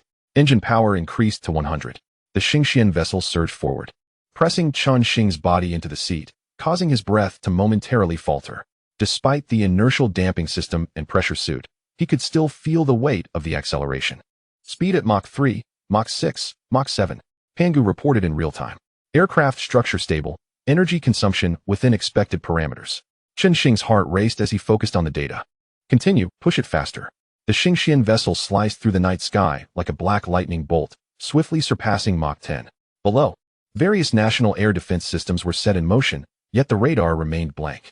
Only the sonar captured the fleeting roar and the traces of flight clouds. "Report. Unidentified flying object detected, estimated speed at Mach 10. A radar operator's eyes widened, his voice trembling with disbelief. What on earth could this be? It was right there. Yet nothing could be detected. Even satellites failed to capture its presence. In the intelligence department of a Western nation, an officer stared at the blank screen, his expression grave. This was certainly beyond the capabilities of existing technology. A general pounded the table, bellowing, "Investigate. We must ascertain the nature of this entity. Is it yet another fighter from Longwo?" A similar scene unfolded in monitoring centers of multiple military powers worldwide. Half an hour later, Chen Xing nodded in satisfaction. "What are the results of the test?" Pangu's voice accompanied the data, illuminating the screen. "Quantum communication system successfully connected to the Fuchsi matrix. Energy shield strength at 90. Capable of withstanding impacts from space debris. Anti-gravity engine efficiency at 987. Stealth system undetected by any radar." Pangu projected a holographic report. "All systems are functioning normally, boss." The vessel continued its ascent, the atmosphere thinning, and the stars outside the porthole grew increasingly radiant. Chen Xing inhaled deeply, the oxygen-rich air provided by the life support system invigorating his mind. "Pangu," he began, his voice tinged with an unusual hesitation, "are we advancing too swiftly? According to calculations, Your research and development pace surpasses the average level of Blue Star by 337 times. Pangu paused. Yet, this is precisely where your value lies. Chen Xing chuckled lightly, shaking his head. I just suddenly feel it somewhat surreal. His fingertip grazed the porthole, the cold sensation grounding him in the reality that this was no mere dream. When the Xingxian vessel breached the Karman line, officially entering space, his breath caught in his throat. Before him, the entirety of Blue Star unfolded in breathtaking clarity for the first time. The azure oceans embraced the continents, and white clouds floated like delicate veils. The polar ice caps shimmered under the sunlight, radiating a diamond-like brilliance. This is our planet. His voice was barely audible, his eyes welling with emotion. A profound sense of insignificance and purpose surged through him. Indeed, boss, Pangu responded. From space, it is beautiful. Detecting fluctuations in heart rate. Boss, you need to calm yourself. Pangu reminded him appropriately. Chen Xing closed his eyes, taking several deep breaths before reopening them. Pangu, initiate the space environment test. Received. Anti-gravity engines switching to space mode. Energy shield operating at full power. The Xingxian vessel traced an elegant arc in low Earth orbit, its rear thrusters emitting a ghostly blue particle stream. Gliding smoothly through near-Earth orbit, all systems continued to function seamlessly in the vacuum and low-temperature environment. Chen Xing observed the data, occasionally adjusting parameters, his eyes glinting with contemplation. Initiate maneuvering system test. The vessel responded instantly, adjusting its attitude with fluid grace. Weapon systems heating up. Pulse laser cannon fully charged, ready to fire at any moment. Yet, Chen Xing refrained from issuing the command, silently gazing at the distant cluster of satellites drifting slowly. Perhaps it was best to avoid drawing too much attention. He retracted his order, his fingertip gently tapping on the armrest. An hour later, the tests were complete. All parameters met. Boss, Pangu reported. Only the thrusters exhibited a 2 efficiency drop in extreme low temperatures. Optimization of the thermal insulation layer is recommended. I'll address that upon return. Chen Xing nodded. Let us head back. The return journey was far quieter than the ascent. The Xingxian vessel streaked across the night sky like a shooting star, landing precisely on the helipad in the base's vertical passage. As the cabin door opened, Chen Xing's steps felt somewhat unsteady, yet his eyes sparkled with brilliance. Exiting the cockpit and shedding his pressure suit, he exhaled deeply. Test data has been archived. Optimization plans are in progress. Pangu's voice resonated around him. Would you like to review it now? Chen Xing glanced at the data, wearily massaging his temples. Let's discuss it tomorrow. I need to catch some rest. He turned towards the elevator, but abruptly halted. By the way, what reactions are we receiving from various countries? The Longwo military is still investigating the source of the sonic boom. The Western Alliance speculates it to be a test flight of Longwo's new fighter jet, while other nations have not publicly commented. Pangu paused briefly. All intelligence indicates that no one suspects us. Excellent, Chen Xing replied with a satisfied smile. Finally relaxing his shoulders as he stepped into his bedroom, he collapsed onto the bed, the images of space still lingering in his mind. That solitary yet beautiful blue planet was now quietly suspended in darkness, awaiting his transformative touch. Stars and seas, he murmured, the last thought before drifting into slumber being. Accelerate the pace and stride towards the cosmos. Here are the primary parameters of the Xianxing. Name, Xianxing, anti-gravity aircraft. Appearance, flattened ellipsoidal body with vector nozzle array, wingless, smooth, streamlined design, circular anti-gravity generator at the bottom, raised cockpit at the top, distributed particle nozzles all around, dimensions, 98 milliliters x 95 milliwatts x 32 mh empty weight, 800 tons effective load, 1,000 tons cargo hold volume, 15,000 m, detachable modular cargo hold, energy system, 5 gigawatts cold fusion energy device, with superconducting circulation energy storage system, resolving endurance issues. Propulsion system, a set of anti-gravity engines with 12 high-energy particle thrusters, 100 tons thrust. Protection system, first-generation energy shield, physical deflection with 3GJ. Energy absorption for dual defense. Weapon system, 300 millimeters caliber, 3 gigawatts pulse laser cannon, outputting 3 billion joules of energy per second. Equivalent to the damage of 17 kilograms of TNT concentrated on a 300 millimeters point. Capable of instantly melting through 85 meters of special steel. Weapon range, 5,000 kilometers within Blue Star. Expected over 1 million kilometers in space operating system. Pangu 1 intelligence system, fully automated, detection system, first generation full frequency array detection device, range of 100,000 kilometers, communication system, First-generation quantum communication, coverage of 100 million kilometers, Earth-Moon one-way time, 354 hours space cruising speed, 100 Mach blue star cruising speed, 8 Mach blue star maximum speed, 10 Mach takeoff and landing capability, vertical takeoff and landing, Chapter 11, Quantum Satellites. Lunar exploration. The next morning, Chen Xing awoke early as usual, indulging in a hearty breakfast after his morning routine. The sense of accomplishment from the successful test of the Xing had yet to fade, and he immersed himself in new research and development efforts. In the laboratory, his eyes sparkled with determination as he tirelessly conducted various experiments. The quantum entangled states must be stabilized above 99.99, otherwise, the communication delay would exceed expectations. He murmured to himself, his brow furrowed. Pangu's voice echoed from above. "Boss, you have been working for 16 consecutive hours. It is time to rest." Chen Xing nodded, his gaze fixed on the holographic screen. "Let's call it a day. We will tackle the final step tomorrow." He now maintained a rigorous schedule, working 16 hours a day and resting for 8, his life regulated like a finely tuned machine. A week later, a silver sphere with a diameter of merely 15 meters lay quietly on the workbench, its surface shimmering with a ghostly blue light. Finally completed, Chen Xing's voice, though hoarse, brimmed with joy as his fingers caressed the satellite's smooth shell. Multifunctional quantum communication satellite simulation test passed. "Boss," Pangu announced, displaying holographic data. "Signal coverage reaches 100 million kilometers." With nearly zero delay, Chen Xing breathed a sigh of relief, leaning back in his chair. A satisfied smile crept across his weary face. Prepare for mass production. A month later, 50 satellites were neatly arranged in the warehouse, each having undergone rigorous testing, their performance impeccable. Within the cargo hold of the Xing, Pangu operated the mechanical arms to secure all satellites. "These are sufficient to establish the Earth-Moon communication network," he remarked softly, a glimmer of anticipation in his eyes. "The flight plan is complete, boss," came Pangu's voice from the cockpit. "Estimated operation time, 20 hours and 27 minutes. Chen Xing nodded, fastening his seatbelt. "Let us depart." The Xing ascended slowly, traversing the vertical passage of the base and soaring toward the azure sky. To avoid attracting attention from various nations, only the anti-gravity engines were activated, minimizing sonic booms. Outside the window, the clouds parted like cotton, revealing the arc of the blue star.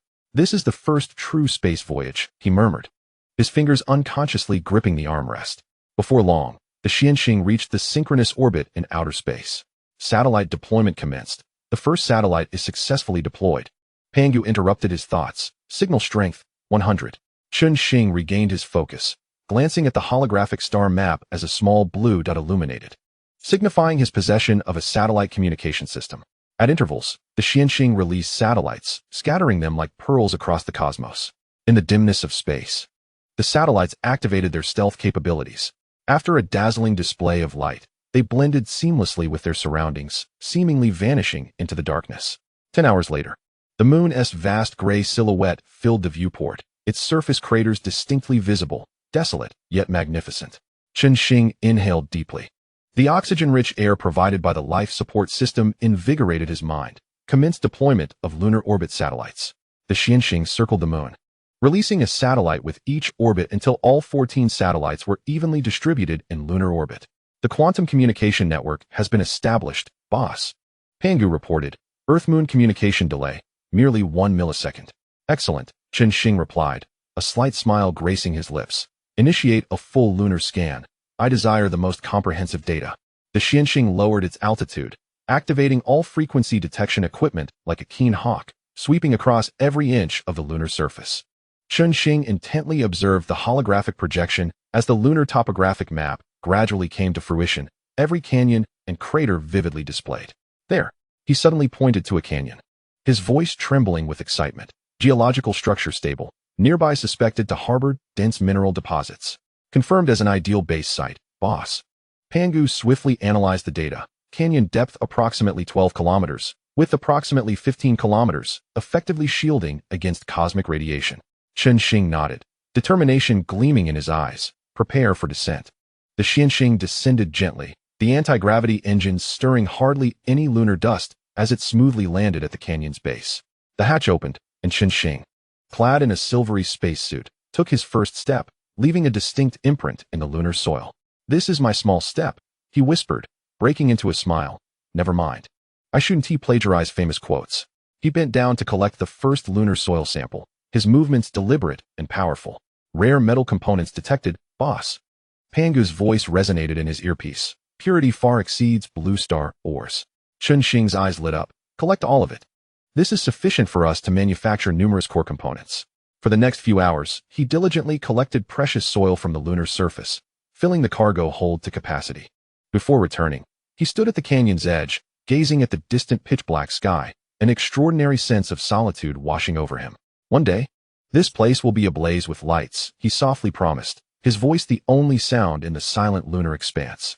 As the Chen Xing ascended, Chen Xing cast one last glance at this desolate world, his heart already sketching a blueprint for the future. The return journey took a mere 35 hours. The network formed by the quantum communication satellites, facilitating a seamless voyage. When the Chen Xing landed steadily on the base's helipad, Chen Xing realized he had not slept for an entire day. He staggered out of the hatch, fatigue weighing heavily upon him. Yet he insisted on watching Pangu secure all samples and data. All samples preserved intact, boss. Pangu displayed the analysis report. Preliminary construction plan for the lunar base has been generated. Chen Xing nodded. Let us not review it now. I need to rest. I am utterly exhausted. Understood. Your body has indeed reached its limits. Pangu's voice carried a hint of concern. Immediate rest is necessary. This time, he did not argue.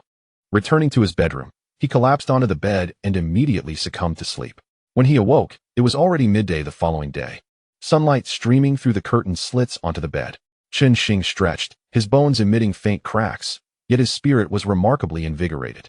Pangu, display the detailed data of the canyon. He commanded while freshening up, his voice trembling slightly with anticipation. Holographic projections unfurl in the restaurant, showcasing a three-dimensional model of the lunar canyons that slowly rotates, with every intricate detail vividly discernible. Chen Xing bites into his bread, his eyes darting across the data as his mind rapidly processes the base design plans. Here shall be the main control center, and there we shall establish the energy station. He mutters to himself, his fingers tracing the air as he modifies the design blueprint. Based on the analysis of regolith composition and performance evaluation, it is recommended to adopt an on-site preparation model. Transport the production and smelting equipment to the lunar base construction site. Directly mine the regolith to produce construction materials for the lunar base, Pangu adds. This could save 99 of transportation costs. Brilliant. Chen Xing's eyes glimmer with insight, and he promptly adjusts his plans. Let's first send a few sets of medium-sized production equipment. The large Xingxian cannot accommodate it. Additionally, we will transport some mining machinery to extract minerals on site. Determination ignites within him, as if he can already envision the lunar base rising majestically from the ground. Chapter 12. The lunar underground base as spring gives way to autumn. The leaves in the mountains transition from vibrant green to golden hues before sprouting anew. In the blink of an eye, a year slips by quietly. Chen Xing stands before the floor-to-ceiling windows of his villa, gazing at the mountains shrouded in thick mist. The white vapor from his breath condenses into a delicate fog on the glass. Throughout this year, he has nearly isolated himself from the world. Not even the sounds of firecrackers during the spring festival have disturbed the serenity of this secluded mountain. His life mirrors the tranquility of the deep woods, untouched and unbothered. During festive seasons, no relatives visit, and he has not set foot beyond these woods. After the passing of his parents, he has long severed ties with those so-called relatives. Their faces and names faded from memory. Relatives? He chuckles softly, his gaze indifferent, merely strangers, indeed. Naturally introverted since childhood, he has always been an inconspicuous presence among his peers. Now, he dedicates all his energy to research and development, leaving no room for the trifles of complex social interactions. This current lifestyle, he finds, is exceedingly comfortable. Each morning, he awakens punctually, and after a simple routine of washing and dining, he heads straight to the base laboratory. For him, solitude is the norm, and research is the focal point of his existence. In the laboratory, holographic projections display the construction progress of the lunar base in real time. Countless mechanical spiders and ants tirelessly excavate, reinforce, and assemble under Pangu's command, gradually forming the vast lunar underground base. Pangu, report today's progress, Chen Xing requests. Seated at the control console, his fingers lightly tapping the armrest, his voice calm. The main structure of the lunar base is 99 complete, and it is expected to be topped off in another 12 hours. The ecological zone's planting module is operational, with the dock factory equipment installation at 97 completion. Overall progress stands at 99, boss. Panga's voice resonates around him. In 2 days, the lunar base will enter the final inspection phase. Chen Xing nods, a flicker of satisfaction crossing his eyes. Over the past year, he has devoted nearly all his time to technological research and base construction, from site selection to design. In remote construction supervision, he has personally overseen every step. The steel armor has been upgraded to its 3rd generation. The efficiency of the anti-gravity engine has improved by 30, and the computational power of the quantum computer has doubled. It has been an incredibly busy period, yet it provides him with an unprecedented sense of fulfillment. Free from material concerns and social fatigue, he revels in pure research and creation. Occasionally, he allows himself a break. Clad in his steel battle armor, he plunges into the deep mountains, savoring fleeting moments of freedom as he soars through the skies. The armor glides over treetops, startling flocks of birds, while Chen Xing's laughter is swallowed by the howling wind. Adjusting the pulse cannon to its lowest power, he accurately strikes a wild hare, lifting his catch with a slight smile. Today a feast awaits. He then descends beside a crystalline stream and crouches down. His fingers deftly sift through the stones at the stream's bottom, causing several plump crabs to scurry in panic. Quick as lightning, he captures 5 or 6 of them and tosses them into the storage compartment of his armor. A cluster of wild mushrooms catches his eye nearby. He approaches and, after careful examination, picks a few. Pangu, scan them and confirm they are non-toxic. Scan complete. They are edible, boss, Pangu replies. Chen Xing grins widely, a childlike satisfaction illuminating his face. These simple joys are rare treats amidst his busy life. Sometimes, he even ventures towards the sea, where his armor plunges into the depths, its pressure-resistant system allowing him to navigate like a fish in water, weaving through coral reefs. Lobsters, abalones, various fish, these all become his spoils. Upon returning to the base, he hands the ingredients over to the kitchen robot, and soon after, a sumptuous dinner is prepared. He enjoys it alone, occasionally engaging in light conversation with Pangu. His life is simple yet fulfilling, carefree with a touch of luxury. 2 days pass swiftly, and the lunar base is finally completed. Chen Xing stands before the viewport of the Xingxian, watching the lunar surface grow larger, his heartbeat quickening. At last, it is finished, he murmurs, his fingers instinctively tightening around the armrest. As the Xingxian descends slowly onto the lunar base's landing pad, the moment the hatch opens, Chen Xing's breath catches slightly. The scale of the base before him is even more magnificent than he observed in the holographic projections. Beneath the towering dome, 10 dock factories stand in neat rows, each possessing ample space to construct a large spacecraft. Welcome to the lunar base, boss, Pangu's voice echoes in the vast space, tinged with a hint of pride. Chen Xing strides inside, the soles of his boots clanging against the metallic floor. It is 10 times larger than the Blue Star base. He surveys his surroundings, excitement shimmering in his gaze. Everything here has been upgraded. The equipment is more advanced, and the layout is more rational. Even the energy system has been replaced with second-generation cold fusion devices, tripling the power output. The number of large cold fusion units has also increased to 10. My core has been migrated to the supercomputing center of the lunar base, Pangu reports. Computational power has increased to 10 to the power of 30 per second, capable of supporting more complex research tasks. Chen Xing nods, his eyes drifting towards the ecological zone, a space he designed specifically, covering 1 square kilometer, simulating the natural environment of Blue Star. The moment he steps inside, he feels as though he has returned to Blue Star. The fresh air envelopes him, mingling the scents of earth and greenery. Vegetables and fruits flourish, chickens and ducks leisurely stroll on the grass, while cows and sheep graze in their pens. And a fish pond sparkles with life. Wonderful. No longer will I need to rely on the outside world for meals, he chuckles, a hint of pride in his tone, as a rare relaxed expression graces his face. In the center of the ecological zone, a quaint villa stands quietly, surrounded by gardens and orchards. He enters the villa, sinking into a soft sofa as the holographic projection activates, displaying images of Blue Star that rotate gently. Chen Xing gazes at the cerulean planet, his expression deepening. Pangu, what do you believe is the meaning of my life? He suddenly asks, his voice barely above a whisper. Pangu pauses for a moment. According to data analysis, your research accomplishments have far surpassed the current level of human civilization. You are at the forefront of human progress. Chen Xing shakes his head. No, that is not what I am asking. He pauses, his gaze still fixed on the Blue Star. Why am I isolating myself in this manner? Perhaps you have simply chosen the lifestyle that suits you best, Pangu responds, an unusual warmth infusing his voice. Lonely, yet not alone. Chen Xing is momentarily taken aback, then chuckles softly. You are right. He rises and approaches the window, observing the vibrant scenes within the ecological zone. Next, it is time to proceed to the next step. His tone regained its firmness, and the confusion in his eyes vanished. The vast cosmos awaited him, and his journey had only just begun. Chapter 13. The Star Shuttle-class transport ship. A month had passed on the tarmac of the Blue Star base. Chen Xing stood with his hands clasped behind his back, his gaze fixed upon the colossal silver-gray vessel before him. The Star Shuttle-class transport ship lay quietly on the metallic platform, its sleek, streamlined oval exterior glimmering with a cold sheen under the lights, resembling a mighty steel beast poised for action. Finally complete, Chen Xing murmured softly, a slight smile gracing his lips, a glimmer of satisfaction flickering in his eyes. Over the past month, he had devoted all his energy to the design and construction of this transport ship. Now, it had transitioned from concept to reality, set to serve as a vital transportation hub linking the Blue Star base to the lunar base. Boss, all test data for the Star Shuttle-class transport ship meets expectations and is ready for transport missions. Panga's voice resonated through his earpiece, calm, yet imbued with a sense of accomplishment. Chen Xing nodded and slowly circled the transport ship, his fingers gently gliding over the cold metal shell. How much has the transport capacity been enhanced? He inquired, his gaze still fixed on the vessel's hull.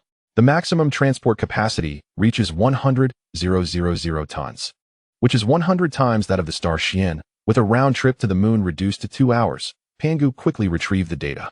Name, Star Shuttle-class transport ship, unnamed, appearance, oval shape with vector nozzle array, smooth and streamlined, bottom circular anti-gravity generator, no cockpit, distributed particle nozzles, dimensions, 198 m length, 110 m maximum diameter, empty weight, 800 tons effective load, 100,000 tons cargo hold volume, 960,000 m, modular detachable cargo hold, energy system, 15 gigawatts second-generation cold nuclear fusion energy device, with superconducting circulation energy storage system propulsion system, 12 second-generation anti-gravity engines. Second-generation high-energy particle thrusters, 1,000 tons thrust, defense system, second-generation energy shield, physical deflection with 15 GJ energy absorption and dual defense, weapon system, 300 mm caliber 10 gigawatts pulsed laser cannon, outputting 10 billion joules of energy per second, equivalent to 239 tons of TNT focused on a 300 mm point, capable of instantly penetrating 28 meters of special steel, weapon range, 15,000 kilometers within Blue Star. Expected to exceed 1 million kilometers in space operating system. Panga Type 1 intelligence system, fully automated, detection system, first-generation full-frequency array detection equipment, range of 100,000 kilometers, communication system, first-generation quantum communication device, coverage of 100 million kilometers, one-way trip time to the moon, 25 hours cruising speed in space, 200 Mach cruising speed on Blue Star, 15 Mach maximum speed on Blue Star, 21 Mach takeoff and landing capability, vertical takeoff and landing. Excellent. Chen Xing surveyed the transport ship's specifications, pausing to look up at its upper structure. The transport vessel had reached the maximum dimensions permissible for the entry and exit passage of the Blue Star base, 198 meters in length and 110 meters in diameter. Any larger, and it would not be able to navigate the vertical passage into and out of the base. What is the status of the shipyard factory at the lunar base? He turned towards the control console, his voice steady. All 10 shipyard factories have been activated, and the first batch of 10 Star Shuttle-class transport ships is currently under simultaneous construction, expected to be completed in 10 days, Pangu reported. At that time, the resource transport efficiency to the moon will be enhanced to over 1,000 times the current rate. A flicker of anticipation crossed Chen Xing's eyes. Since that small mineral vein had been exhausted, the resource supply at the Blue Star base had become strained. Currently, resources were being transported back from the moon by the Starship, but with a mere capacity of 1,000 tons. The transport efficiency was insufficient for the vast demands of the Blue Star base. To mitigate exposure risks, Chen Xing and Pangu had decided to cease the extraction of mineral resources from Blue Star and instead transport resources back from the lunar base. After all, the resources on the moon were abundant and far from human scrutiny, making it the most ideal supply source at present. Let the Star Shuttle-class transport ship set sail immediately. Chen Xing cast one last glance at the vessel before turning to leave the tarmac. Commence the first transport mission. Instructions have been issued, boss, Pangu replied. No sooner had his voice faded than the ship's engine emitted a low hum, the anti-gravity device engaging as the vessel slowly ascended. Chen Xing stood at the entrance, watching as it traversed the vertical passage, vanishing into the azure sky. Finally, the issue of resource scarcity was temporarily resolved. He exhaled deeply, his shoulders relaxing slightly, as if a heavy burden had been lifted. Upon returning to his villa, Chen Xing made his way directly to the tea room. Sunlight streamed through the floor-to-ceiling windows, illuminating the wooden tea table with a warm, bright glow. He skillfully boiled water, warmed the teacups, and prepared the tea, his movements fluid and graceful, imbued with a rare sense of leisure. Pangu accessed the latest international developments. He instructed softly while brewing tea. Connecting to the global news network, Pangu responded. A holographic projection unfolded across the tea table, a cascade of news headlines scrolling rapidly. Chen Xing lifted his teacup, gently blowing away the steam, his gaze sweeping over the headlines. Dragon Nation's South Sea Fleet conducts large-scale exercises. New stealth fighter suspected to debut. Western Alliance announces the initiation of a space defense program, claiming to deploy near-Earth orbit interception systems. A certain nation secretly develops quantum computers, suspected to have surpassed 1,000 physical quantum bits. Chen Xing sipped his tea, a faint smirk playing on his lips. Nations continued to squabble over trivial territories and resources. He shook his head, his eyes reflecting a hint of pity. Truly, they were like frogs in a well. Having witnessed the vastness of the universe, the power struggles between these nations appeared to him as mere child's play, naive and laughable. His fingers lightly tapped against the teacup, his thoughts gradually drifting. Pangu, what is our next course of action? He set down his teacup, his voice low. According to your original plan, the next step should be to initiate the gene enhancement project, Pangu stated, retrieving a research report. Boss, your superbrain capacity is depleting brain cells at an accelerated rate. Chen Xing's expression grew serious. He had already sensed this issue. In recent months, his cognitive speed had indeed slowed compared to his peak, although ordinary individuals would not perceive this change. Yet for him, even a slight decline felt akin to a finely tuned instrument going off-key. What are the specific data? He asked in a grave tone. Over the past year, your brain cell depletion rate has been 357 times higher than that of an average person. Pangu's tone was unusually somber. If this rate of consumption continues, it is estimated that in 5 years, your intelligence level will decrease to 60. Chen Xing's fingers momentarily froze. 60. This indicated a significant weakening of his superbrain capabilities, potentially leading to the loss of certain advantages in deduction and computation. Is there a solution? He lifted his head, his gaze sharp as a blade. Gene enhancement, Pangu replied, presenting a new set of biotechnological materials. By optimizing telomerase activity, repairing DNA damage, and enhancing neuronal regeneration, it is theoretically possible to halt or even reverse cellular aging. Chen Xing's attention fell upon the holographic projection, swiftly scanning through the intricate formulas and experimental data. This information had been continuously refined and upgraded by Pangu utilizing spare computational resources.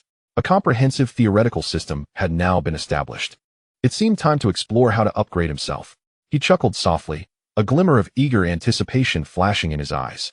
Chapter 14. Gene Enhancement Agent. In the stillness of the night, Chen Xing sat alone in the biological laboratory, the holographic screen before him flickering with intricate genetic blueprints. His eyes were slightly strained from long hours of staring at data, yet his mind continued to operate at an accelerated pace.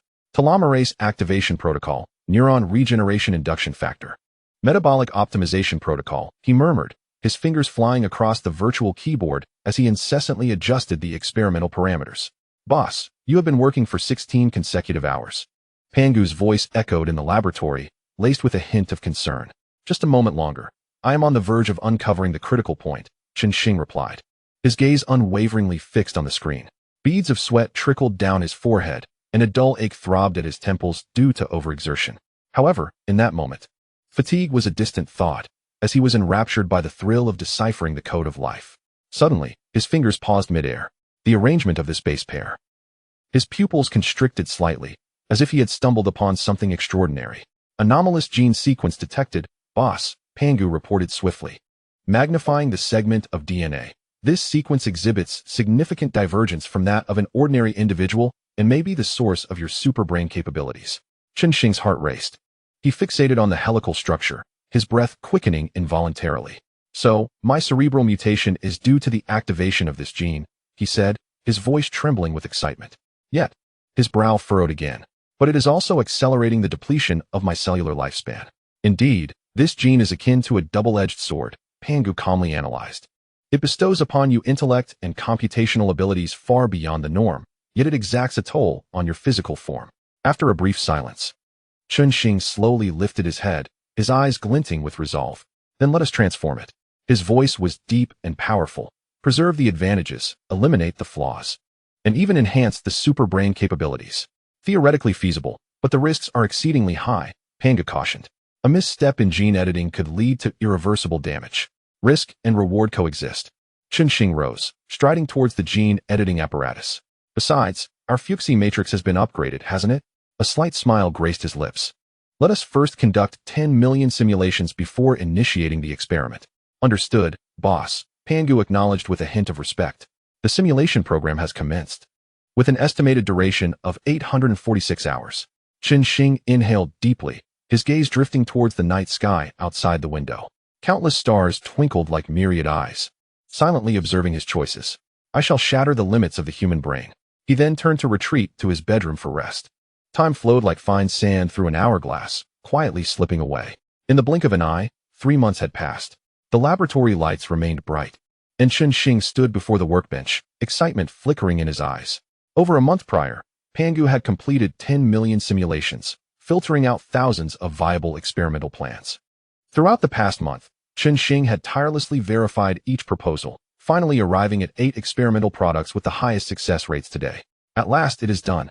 His voice was hoarse and weary, yet tinged with an unmistakable sense of accomplishment. On the workbench, 8 test tubes, each a different hue, were neatly arranged, glimmering subtly under the light. Each represented a possibility, a chance to transcend human limitations. Congratulations, boss, Pangu's voice resonated in the laboratory, imbued with warmth. These 8 agents are the optimal solutions, meticulously selected. Their stability and efficacy meet expectations, far surpassing the current biotechnological capabilities on Blue Star. Chen Xing slowly sat down, his fingers gently brushing over the test tubes. The cold sensation momentarily revitalized him. But what of their safety during the experimental activities? His brow furrowed slightly, his gaze shifting among the test tubes, weighing some intangible risk. Yes, I recommend conducting in vivo experiments, boss, Pangu suggested at the opportune moment. The genetic similarity between primates and humans is as high as 98, making them the most ideal subjects. Chen Xing fell silent for a moment, his expression gradually firming. He understood that this step could not be bypassed. Taking a deep breath, he spoke with a deep, resolute tone. Deploy the Xingxian and Zhanxing units to capture sufficient test subjects on the African continent. Capture plan drafted, boss. Pangu promptly displayed a holographic map. The distribution areas of chimpanzees, gorillas, and orangutans on the African continent have been marked. Chen Xing nodded, his gaze sweeping across the blinking red dots on the map. Pangu, ensure the operation remains discreet. Understood, Pangu responded swiftly. Chen Xing gestured in the air, magnifying a particular area, simultaneously. Construct a temporary large-scale laboratory on the far side of the moon. Pangu's reply was succinct and efficient. Laboratory design schematics have been generated. Engineering equipment will commence construction within 1 hour. A cold glint flickered in Chen Xing's eyes. If a test subject escapes, the vacuum of the moon will serve as the safest means of disposal. His tone was calm, yet tinged with a hint of cold rationality. Pangu concurred, as you stated. This is the safest plan. Let us commence, he murmured, his voice dissipating into the silence of the laboratory. A week later, on the surface of the moon, a gray temporary laboratory stood quietly in the shadow of a crater, seamlessly blending into the desolate surroundings. Chen Xing stood in the central control room of this makeshift laboratory, peering through reinforced glass at the ecological chambers below, each divided into dozens of independent zones. Inside each chamber resided a primate, a chimpanzee, a gorilla, and an orangutan. They paced anxiously or curled up in corners, their eyes filled with confusion and fear, clearly unaccustomed to this unfamiliar environment. What is the status of the test subjects? He inquired softly, his gaze fixed on the ecological chambers. All are healthy, boss, Pangu's voice came through the earpiece. Physiological indicators are stable. They have adapted to the gravity of the chamber. Chen Xing turned towards the central control console, his fingers lightly tapping on the virtual keyboard to retrieve detailed data on the 8 genetic agents. Let us begin with the one boasting the highest success rate. His voice remained calm. Plan 1, success rate 973. Pangu swiftly highlighted one of the pale gold test tubes, However, the side effects remain unclear. Science is inherently a venture into the unknown. Chapter 15, Experimental Results. Chen Xing chuckled lightly, his gaze sharp as a blade. Prepare for injection. In the lower level of the laboratory, a young chimpanzee was restrained by mechanical arms, its eyes filled with terror, emitting deep whimpers from its throat. Chen Xing watched it through the monitoring screen, his fingertips unconsciously tapping the armrest. Let us begin, he commanded softly, his voice echoing in the expansive control room. The mechanical arm precisely injected the pale golden solution into the chimpanzee's vein. Almost instantaneously, the chimpanzee's body tensed, its pupils constricting dramatically, vital signs skyrocketing. Pangu's alarm rang out suddenly. Heart rate 200, body temperature 415, and still rising. Chen Xing leaned forward slightly, his eyes glued to the screen. The chimpanzee's muscles expanded at a visible rate, its fur gleaming. The fear in its eyes gradually gave way to an eerie clarity. It ceased struggling, curiously examining its own hands as if it were encountering its body for the first time. Vital signs are stabilizing, Pangu reported, a hint of astonishment in his tone. Brainwave activity has increased by 300, muscle density has surged by 450. Chen Xing's breath quickened, excitement igniting in his gaze. Is it successful? However, in the next moment, the chimpanzee suddenly emitted a deafening roar. It violently broke free from the constraints of the mechanical arm and struck the reinforced glass with a powerful fist. Bang! The thick glass shattered into a web of cracks. Warning! The subject has exhibited aggressive behavior. The alarm from Pangu echoed piercingly. Yet Chen Xing smiled, a fervent zeal for science gleaming in his eyes, perfectly exquisite. His gaze burned with intensity, as if he were witnessing not a rampaging beast, but a masterpiece. Immediately initiate the sedation protocol and extract its blood sample.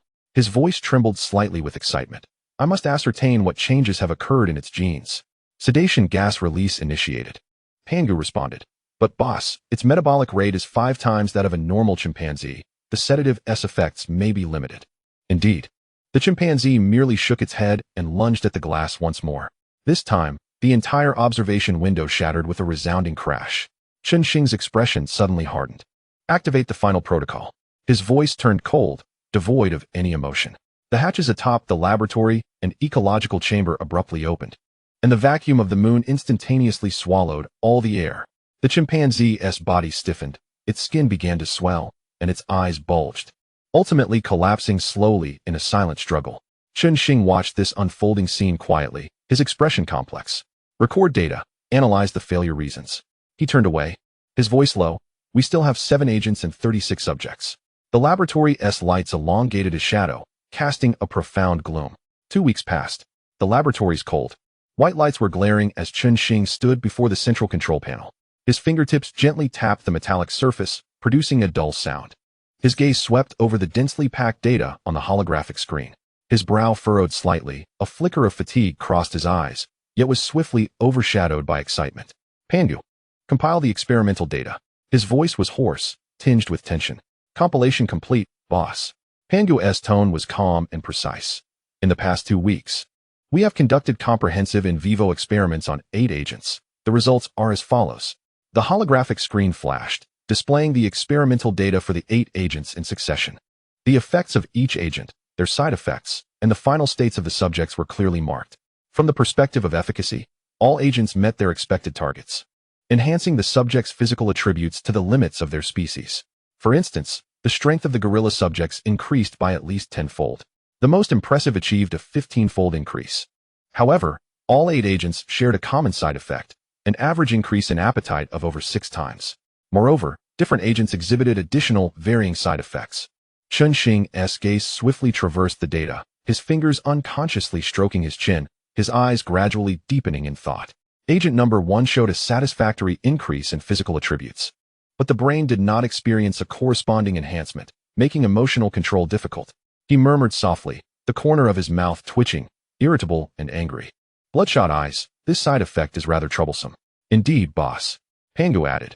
Multiple subjects exhibited extreme aggressiveness within 30 minutes of injection, even attempting to damage the reinforced glass of the ecological chamber. Chen Xing let out a light snort. In some countries, they might even be hailed as berserkers. His gaze continued downward, landing on the data for agent number 4, his eyes suddenly sharpening. Gender transformation? Disappearance of reproductive organs? his voice rarely tinged with astonishment. Questioned, "What is this? Biological castration on a genetic level?" "To be precise, it is a genetic reconstruction of gender." Pangu maintained its calm demeanor. The Y chromosome of the subject was completely decomposed under the agent's influence, resulting in a physiological transformation from male to female. Chen Xing fell silent for a moment, then scoffed. If this were administered to the people of certain nations, they'd likely be overjoyed. He shook his head and continued to read.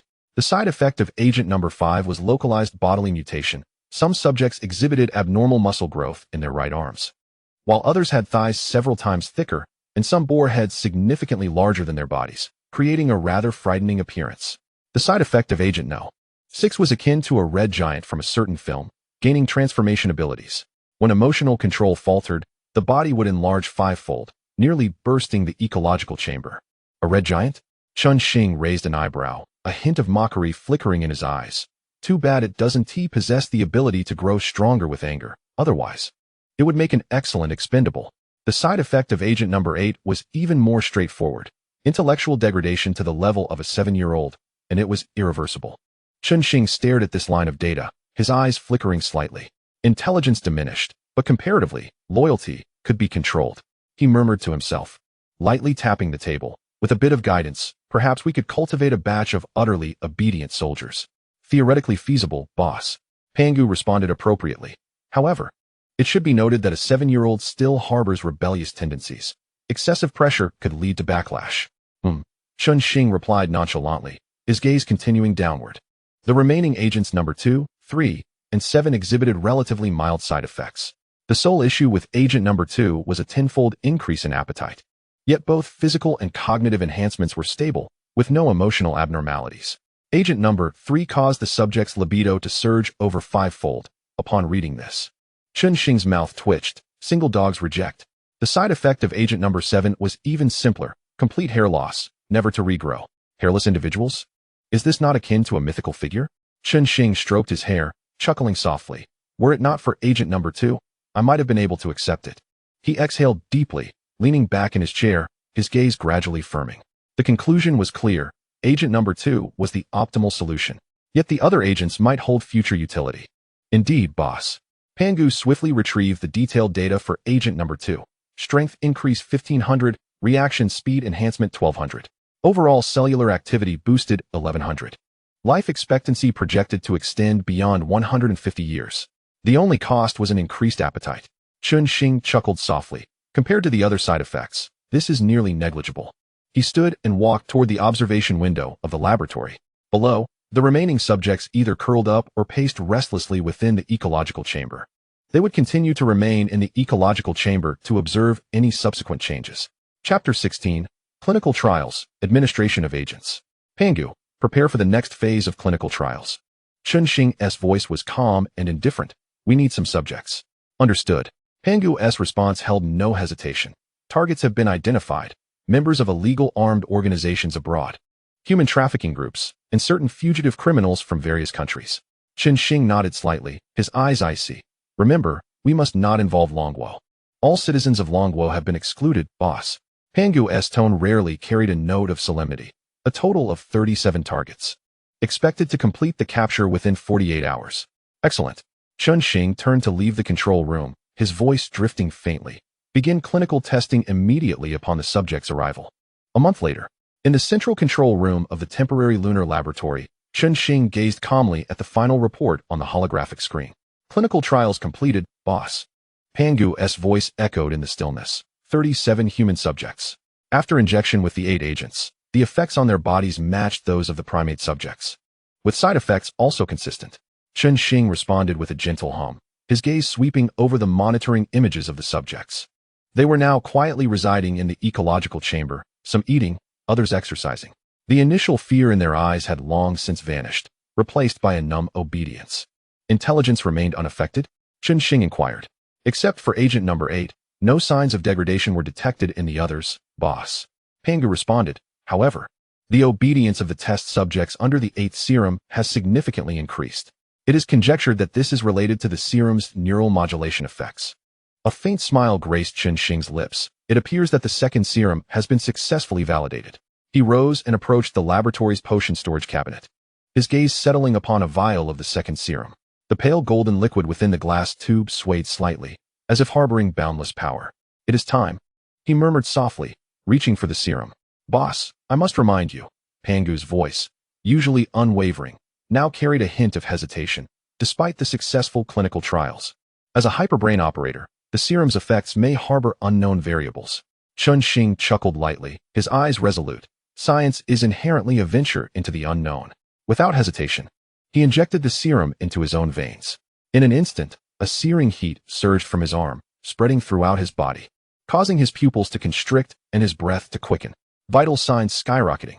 Pangu's alarm blared in his ears, but Chen Xing could no longer hear it. His vision was enveloped in a golden haze. His mind felt as though it was being torn apart and reassembled, each nerve screaming for transformation. "Ugh," he groaned softly, kneeling on one knee. The agony persisted for a solid 10 minutes before gradually subsiding. Panting heavily, Chen Xing slowly raised his head, his gaze sharp as a blade. The world appeared altered. His senses had sharpened exponentially, allowing him to hear the flow of his own blood, to discern the minuscule dust particles suspended in the air, and even to perceive the profound silence beyond the lunar base. "Is this the sensation of transcending human limits?"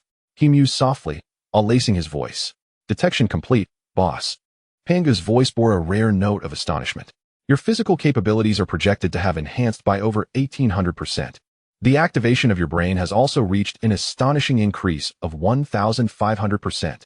Your lifespan is expected to extend by at least 200 years. The serum's effects have surpassed expectations by over 30%. Chen Xing smiled, his expression imbued with unprecedented confidence. He stood tall, stretching his limbs. The latent strength within his muscles astonished even him. "What are the test subjects?" he suddenly inquired, his tone calm. "Executed as planned." Pangu's response was succinct and cold. "The 37 test subjects have all been sent to the furnace." Chen Xing nodded, his eyes devoid of warmth. "Those not of our kin must have different hearts. Their sacrifices had paved the way for humanity's evolution. Let us proceed." Pangu, he turned to leave the makeshift laboratory, his voice low yet resolute. "Return and analyze the specific data." Upon returning to the Blue Star base aboard the Starship, as the hatch opened, he inhaled deeply, reveling in the surging power within him. He descended the gangway swiftly, his steps light as if he were treading upon clouds, each movement bursting with unprecedented vigor. "Pangu, arrange for a comprehensive physical examination immediately." His tone was deep and urgent, his eyes sparkling with excitement. "Received. Preparations are complete. Initiating vital signs scan," Pangu responded, a hint of rare anticipation in his voice. In the laboratory, Chen Xing stood at the center of the testing zone, arms slightly outstretched, allowing the scanning beams to glide from his head to his feet. His heartbeat was steady and strong, and the contours of his muscles appeared even more defined under the lights. The veins beneath his skin were faintly visible, as if brimming with boundless energy. Commencing punch force test, Pangu's voice resonated. Chen Xing took a deep breath and swung his right fist powerfully against the force gauge. Bang! A muffled thud echoed as the gauge's reading skyrocketed, ultimately stabilizing at an impressive 965 kilograms. A slight smile graced his lips, satisfaction flickering in his eyes. "That's over 300 kilograms more than the world champion." Reaction speed test, Pangu continued. On the screen before him, red dots flickered randomly, and like a flash of lightning, Chen Xing's fingers struck with precision, each touch accurate. The final result displayed 50 milliseconds. The average for ordinary individuals is 300 milliseconds, with athletes peaking at 60 milliseconds. He murmured to himself, pride gleaming in his gaze. "And now, I am faster than them." Brain cell detection underway, Pangu's voice paused slightly. Then, with rare astonishment, he added, "Boss, your cellular degradation issue has been entirely resolved. Current data indicates that your hyperbrain capabilities are projected to have improved by at least tenfold." Chen Xing closed his eyes, feeling an explosion of thoughts within his mind in an instant. His cognition was indeed clearer and swifter than ever before. "This is true comprehensive enhancement," he whispered, a confident smile curving his lips. Slowly opening his eyes, his gaze was piercing. "This means my research and development capabilities can ascend to another level." He approached the mirror, gazing at his reflection. His eyes were sharp, muscles fluid and full of explosive potential, as if he had undergone a complete metamorphosis. "Pangu, is it possible to develop the next generation of genetic serum now?" His voice carried a hint of ambition. "Not advisable, boss." Pangu's tone grew unusually serious. "According to calculations, Your body requires at least 5 years to adapt to the current enhancement state. Continuing to develop the next generation of serum cannot be executed. Otherwise, the probability of bodily collapse exceeds 80%. Additionally, if you wish to avoid consuming vast amounts of food daily, it is imperative to develop an energy serum instead. Chen Xing furrowed his brow, fingers gently tapping the table as he weighed the pros and cons. After a moment, he exhaled deeply and nodded. You are right. Patience is essential. As the initial thrill of enhancement waned, he now genuinely felt hunger pangs. Pangu, generate an energy serum plan. Received, plan generated, please review. Pangu swiftly provided the plan. After all, creating an energy-concentrated serum was a simple task for Pangu. In just a few hours, Chen Xing produced a highly concentrated energy serum. After Pangu's analysis, each 100 milliliters of serum contained energy equivalent to 30,000 kilocalories. Its unique slow-release technology enabled the serum to evenly distribute energy within the body over a 24-hour period. Currently, Chen Xing's physique required daily intake of 250,000 to 300,000 kilocalories, a figure tenfold that of an ordinary individual. This meant that the 100 milliliters of energy serum could adequately replace his entire daily caloric needs. After a brief contemplation, Chen Xing grasped the test tube and drank it in one swift motion. The initial coolness at the entrance soon faded, and the persistent sensation of hunger quietly dissipated. In its place was a perfectly satisfying fullness. Remarkably, his cells seemed to rejoice, as if the dormant vitality within him had been gently awakened. Chen Xing turned towards the holographic projection platform, casting his gaze towards the starry sky. So, what should be the next step in our plans? Chapter 17, Mars Exploration Mission. I recommend developing Mars. Boss, Pangu displayed a solar system star map. Excessive development of the moon is inadvisable. Otherwise, the reduction in lunar mass could potentially trigger tidal disruptions on Blue Star, even leading to climatic disasters. Chen Xing's attention fell upon Mars, the red planet slowly rotating in the projection, mysterious and alluring. Mars, he repeated softly, a glimmer of longing in his eyes. Indeed, it is a superior choice. However, a comprehensive survey must be conducted first, Pangu reminded. Our understanding of Mars's geology and resource distribution is limited. Chen Xing nodded, his gaze sharp. Then let us upgrade the Starship and dispatch it to carry out this Mars exploration mission. He swiftly accessed the design blueprint for the Starship, fingers tracing the parameters of the propulsion system.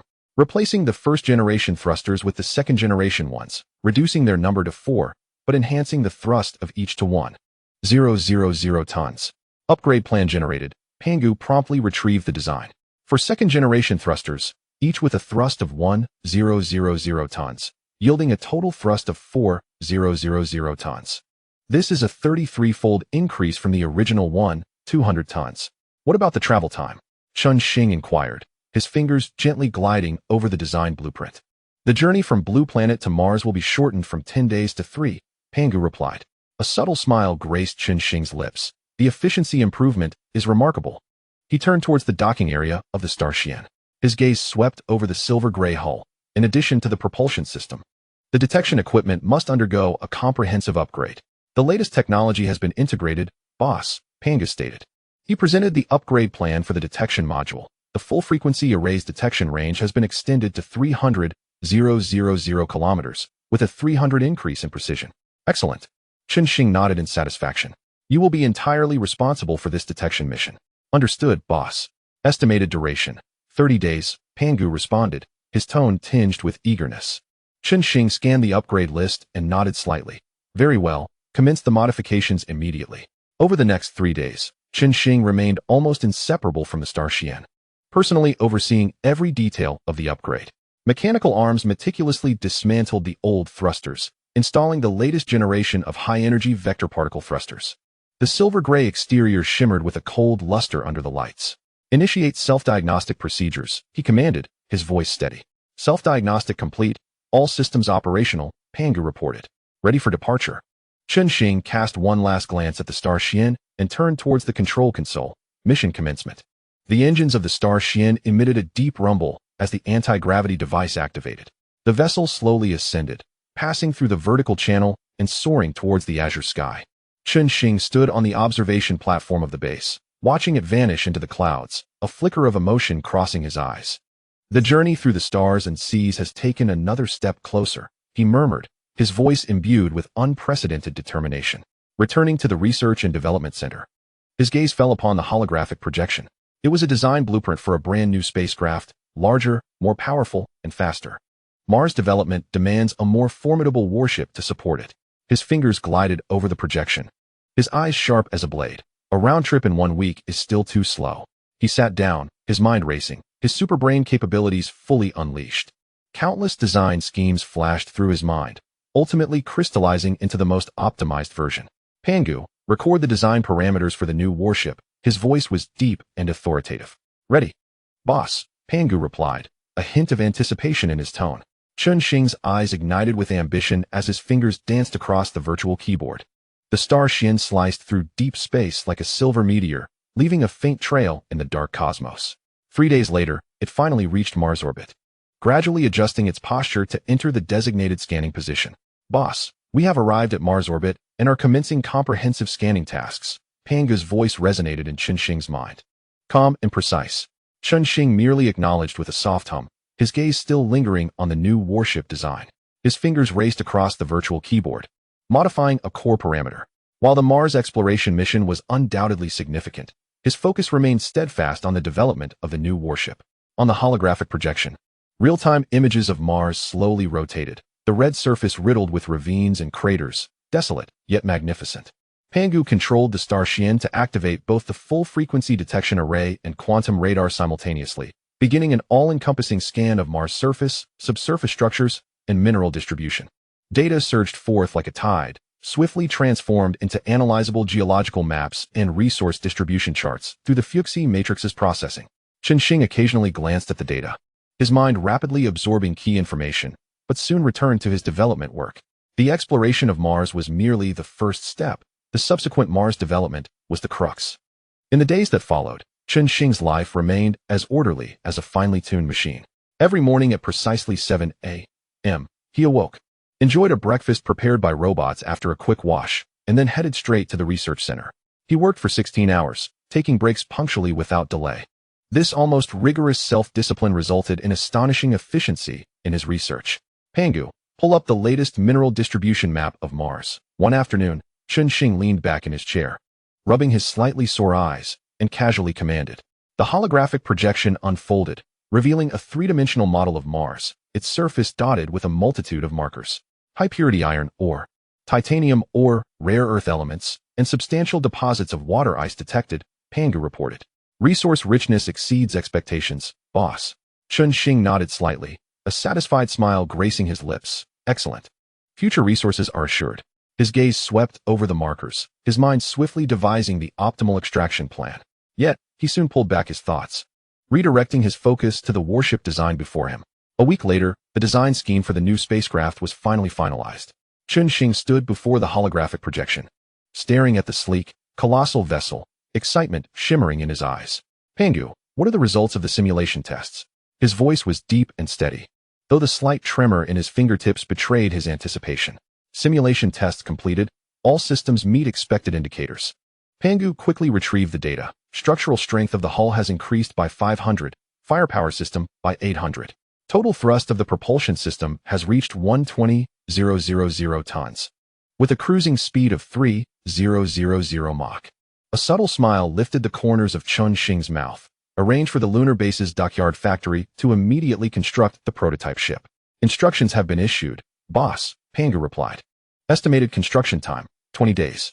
Chen Xing exhaled gently, his gaze drifting to the starry sky depicted in the holographic projection. He could almost envision that warship soaring through the cosmos. Chapter 18, Thermonuclear Fusion Reactor, Discovering New Materials. The construction of the prototype ship was in full swing. Yet Chen Xing remained industrious. His superbrain capabilities had undergone a qualitative leap following genetic enhancement. His thought speed was faster than ever, with enhanced deduction abilities. While cold fusion is stable, thermonuclear fusion offers higher and more powerful energy output. He murmured to himself, fingers racing across the virtual keyboard, calling up a set of entirely new reactor design blueprints. On the holographic projection, intricate formulas and three-dimensional models intertwined. Chen Xing's mind operated like a supercomputer, constantly optimizing every detail. Boss, the fuel consumption rate of the thermonuclear fusion reactor is over 50 times that of cold fusion, Pangu reminded. Theoretically, at the same volume. Energy output peaks can exceed cold fusion by over 100 times. This is worthwhile. Chen Xing's gaze was as sharp as a blade. After all, the helium-3 reserves on the moon are sufficient for us to use for hundreds of years. Letting it sit idle would be wasteful. He gently swiped, enlarging the core structure of the reactor. The confinement scheme for high-temperature plasma was readjusted. The magnetic field's confinement strength was increased by 5. Otherwise, it could easily spiral out of control under high temperatures. He spoke quietly, a slight frown on his brow. Adjusted, boss, Pangu quickly responded. Simulation tests show stability improved to 998. Chen Xing nodded, a glimmer of satisfaction in his eyes. Excellent. Prepare to manufacture the prototype. Yes. Let's conduct the experiment on the far side of the moon. It's better to be cautious. A week later, on the far side of the moon, a silver-gray spherical structure stood quietly in the shadow of a crater. The prototype of the thermonuclear fusion reactor had finally been completed. The 10-meter diameter sphere was adorned with intricate patterns. A ghostly blue aura flowed over the metallic shell, resembling a slumbering star. Chen Xing stood before the control console of the blue planet base, his finger hovering above the start button. Pangu, final self-diagnostic. His voice was deep and taut. Self-diagnostic complete. All systems normal, boss. The voice of Pangu was calm and precise. Chen Xing took a deep breath and pressed the ignition button. Ignite. Inside the reactor, the high-temperature plasma was immediately confined by the magnetic field. The energy readings skyrocketed to 100 gigawatts, 500 gigawatts, 1,000 gigawatts, finally stabilizing at 3,000 gigawatts. Ignition successful. Output power meets expectations. Pangu reported, his tone unusually tinged with excitement. A slight smile crept onto Chen Xing's lips, his eyes shimmering with the glow of victory. Continue monitoring. It must run stably for at least a week. As seconds ticked by, the reactor operated exceptionally smoothly. Chen Xing occasionally glanced at the data on the holographic screen. But for the most part, he immersed himself in other research and studies. However, 24 hours later, an unexpected incident occurred. Warning. Plasma confinement field fluctuation. Pangu's alarm blared suddenly. Chen Xing jerked his head up, his pupils constricting. The energy curve on the screen trembled violently, and the core temperature of the reactor soared. Analyze the cause immediately. His voice trembled slightly with tension. Local overheating in the magnetic field generator. Stability has decreased to critical levels. Pangu responded swiftly. Chen Xing's fingers danced across the holographic keyboard, attempting to manually adjust the parameters, but it was too late. Emergency shutdown protocol initiated. Pangu decisively cut off the fuel supply. The reactor's hum abruptly ceased, and the ethereal blue glow gradually dimmed. Beads of sweat formed on Chen Xing's forehead, his fists instinctively clenching. So close. The reactor has been safely shut down, boss. Pangu's voice carried a hint of relief. Chen Xing exhaled deeply, his shoulders relaxing slightly. Let's review. I need to know where the problem lies. Over the next few hours, he and Pangu meticulously examined every set of data, ultimately pinpointing the issue, a minor flaw in the cooling system of the magnetic field generator. Chen Xing stared at the holographic chart, his brow furrowed. Indeed, prolonged high-load operation led to local overheating. Pangu added.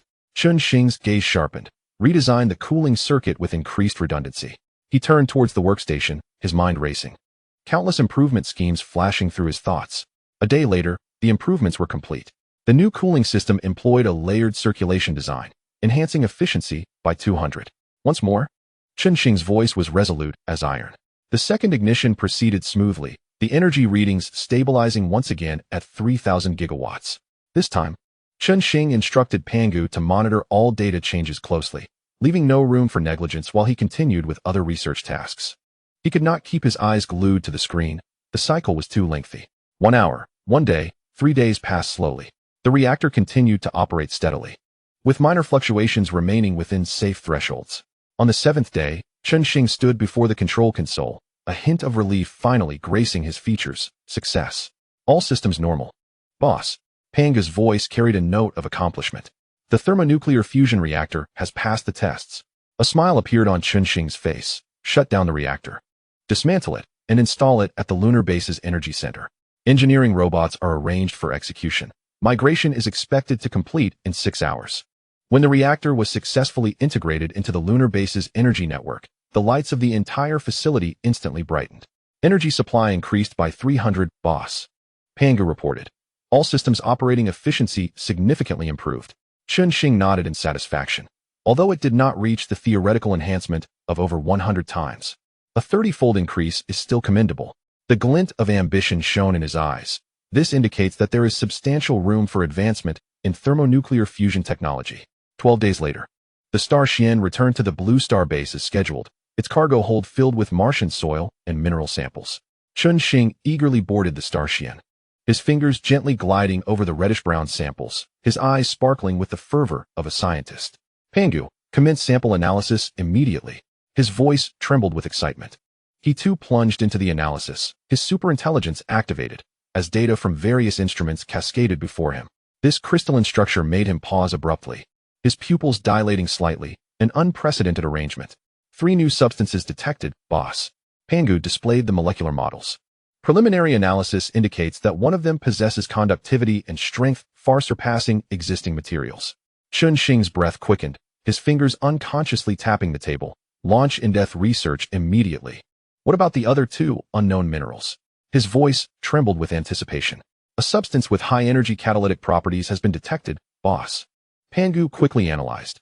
It can be utilized for synthesizing new alloys and enhancing reactor efficiency. The fire of determination ignited in Chen Xing's eyes. And the other one? Still under analysis. Results are expected in 3 days.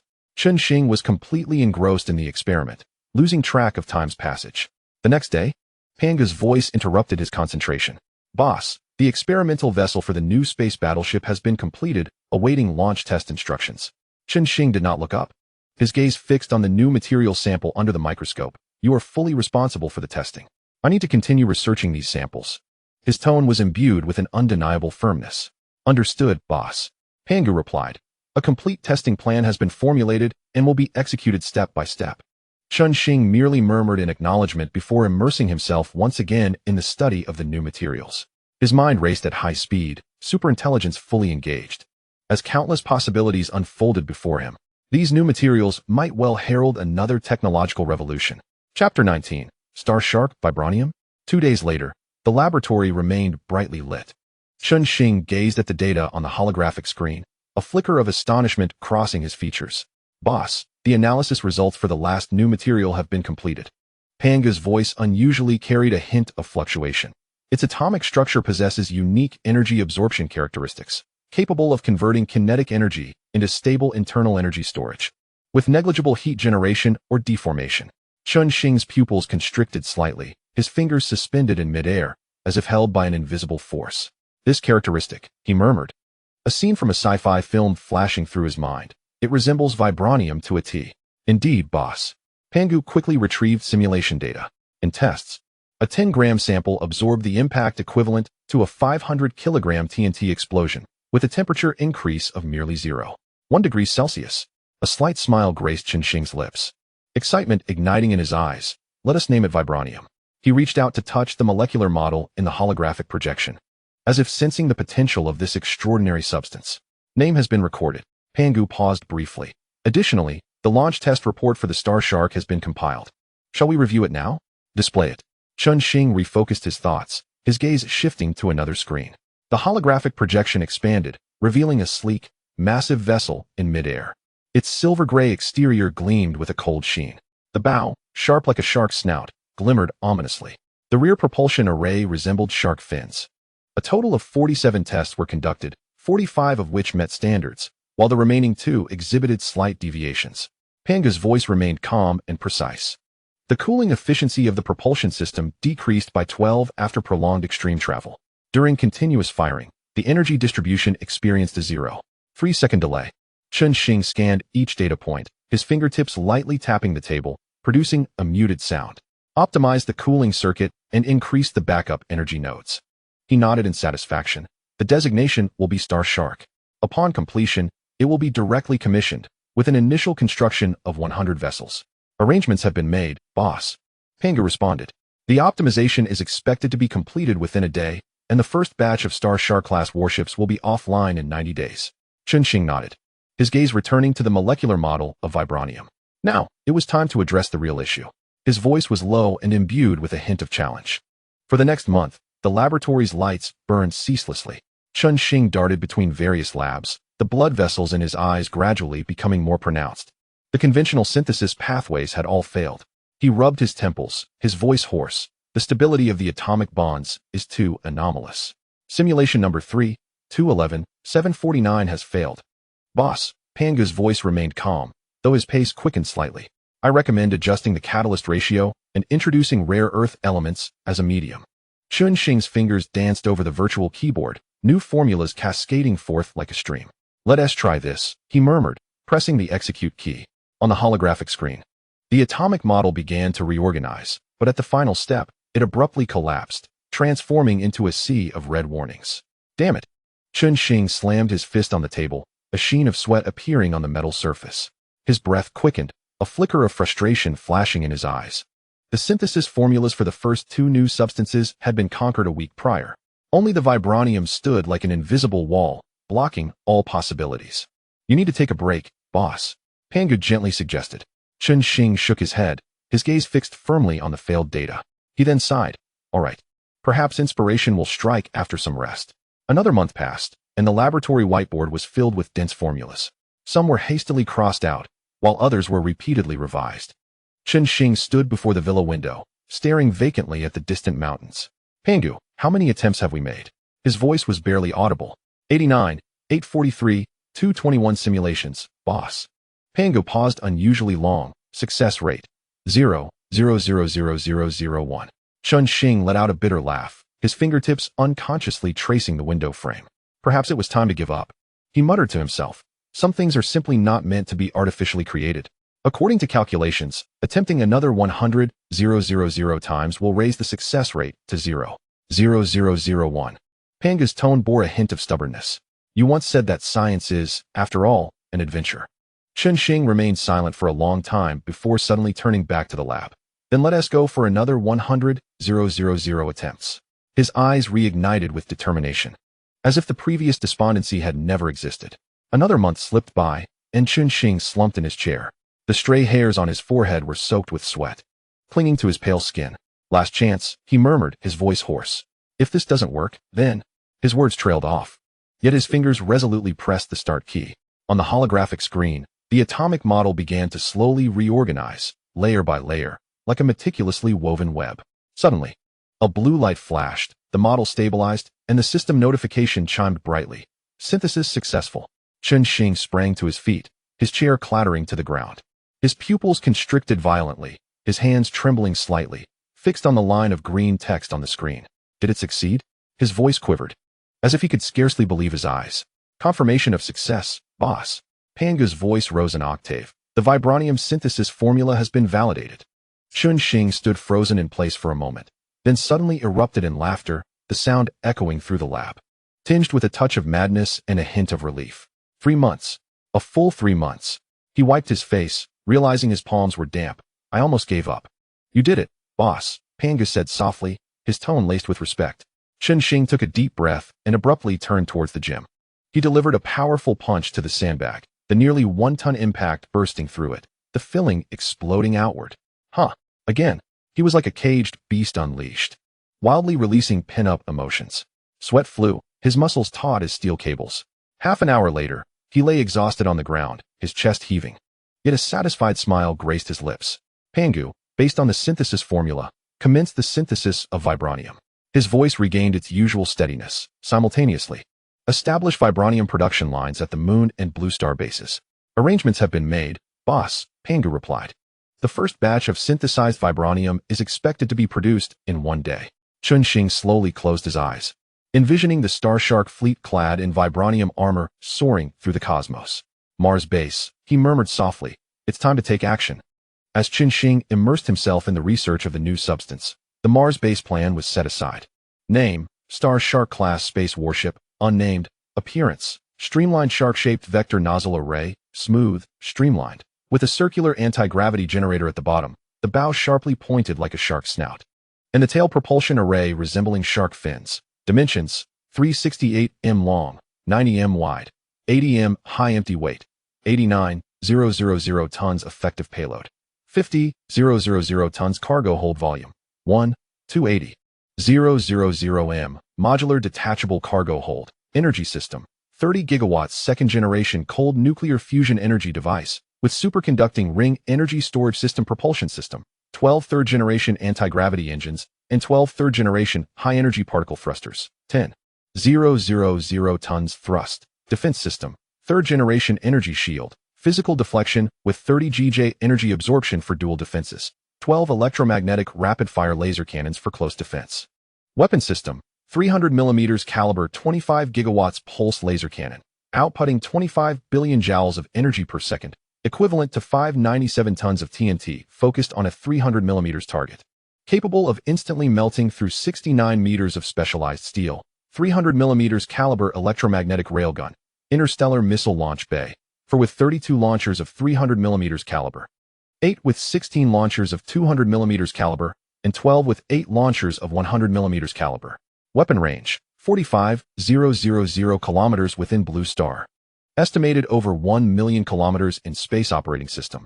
Pangu Type 2 intelligence system, fully automated, detection system, second-generation full-frequency array detection equipment, range of 500,000 kilometers. Communication system, first-generation quantum communication device, coverage of 100 million kilometers, space cruising speed, 3,000 Mach space maximum speed, 6,000 Mach special weapon, a 300 mm electromagnetic pulse cannon, EMP electromagnetic interference. Chapter 20 Mars Base.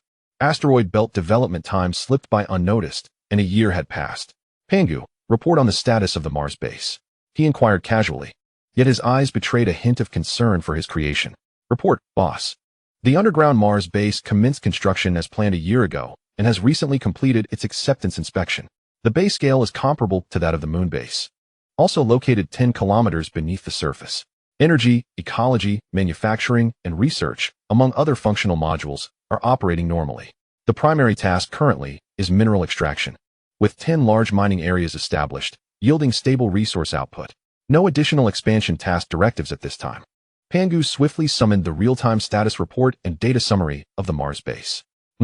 Proceed methodically, Chen Xing replied nonchalantly, his gaze shifting from the holographic projection of Mars to the depths ahead. At this moment, he sat upright in the spacious command seat of the Star Shark. His body slightly reclined, his gaze penetrating the vast panorama of the viewport, directed towards a multitude of asteroids of varying sizes and shapes, some slowly rotating, others silently suspended. The asteroid belt, a renowned graveyard and treasure trove of our solar system, beckons with twofold purpose. The first is to grant oneself a brief respite, an opportunity to unwind amidst these celestial bodies rich in boundless resources. The second is to scout for meteorites or dwarf planets suitable for establishing a mineral extraction base. Pandora. Status of the fleet? Chen Xing's voice resonated within the silent command bridge, calm and steady, imbued with a subtle air of relaxation. Report, Commander. The fleet is navigating smoothly. Came the clear and efficient response from Pandora. All system parameters are within safe thresholds. On this voyage, Chen Xing was not alone aboard the Star Shark. He was accompanied by an escort fleet, a transport fleet, and a mining fleet. His gaze swept over the tactical star chart, which prominently displayed the formation of the vast fleet trailing behind. 50 Star Shark-class space warships, reinforced with vibranium armor, loomed like a silent school of steel sharks, guarding the flanks and rear. Notably, 100 uniquely designed mining vessels of the Cancer class stood out, their design a radical departure from traditional warship aesthetics. True to their name, they presented a robust, oblate silhouette reminiscent of colossal armored crustaceans. At the prow, 2 exceptionally stout, multifunctional mechanical arms, nearly the same length as the hull, awaited in a retracted state, akin to the pincers of a giant crab.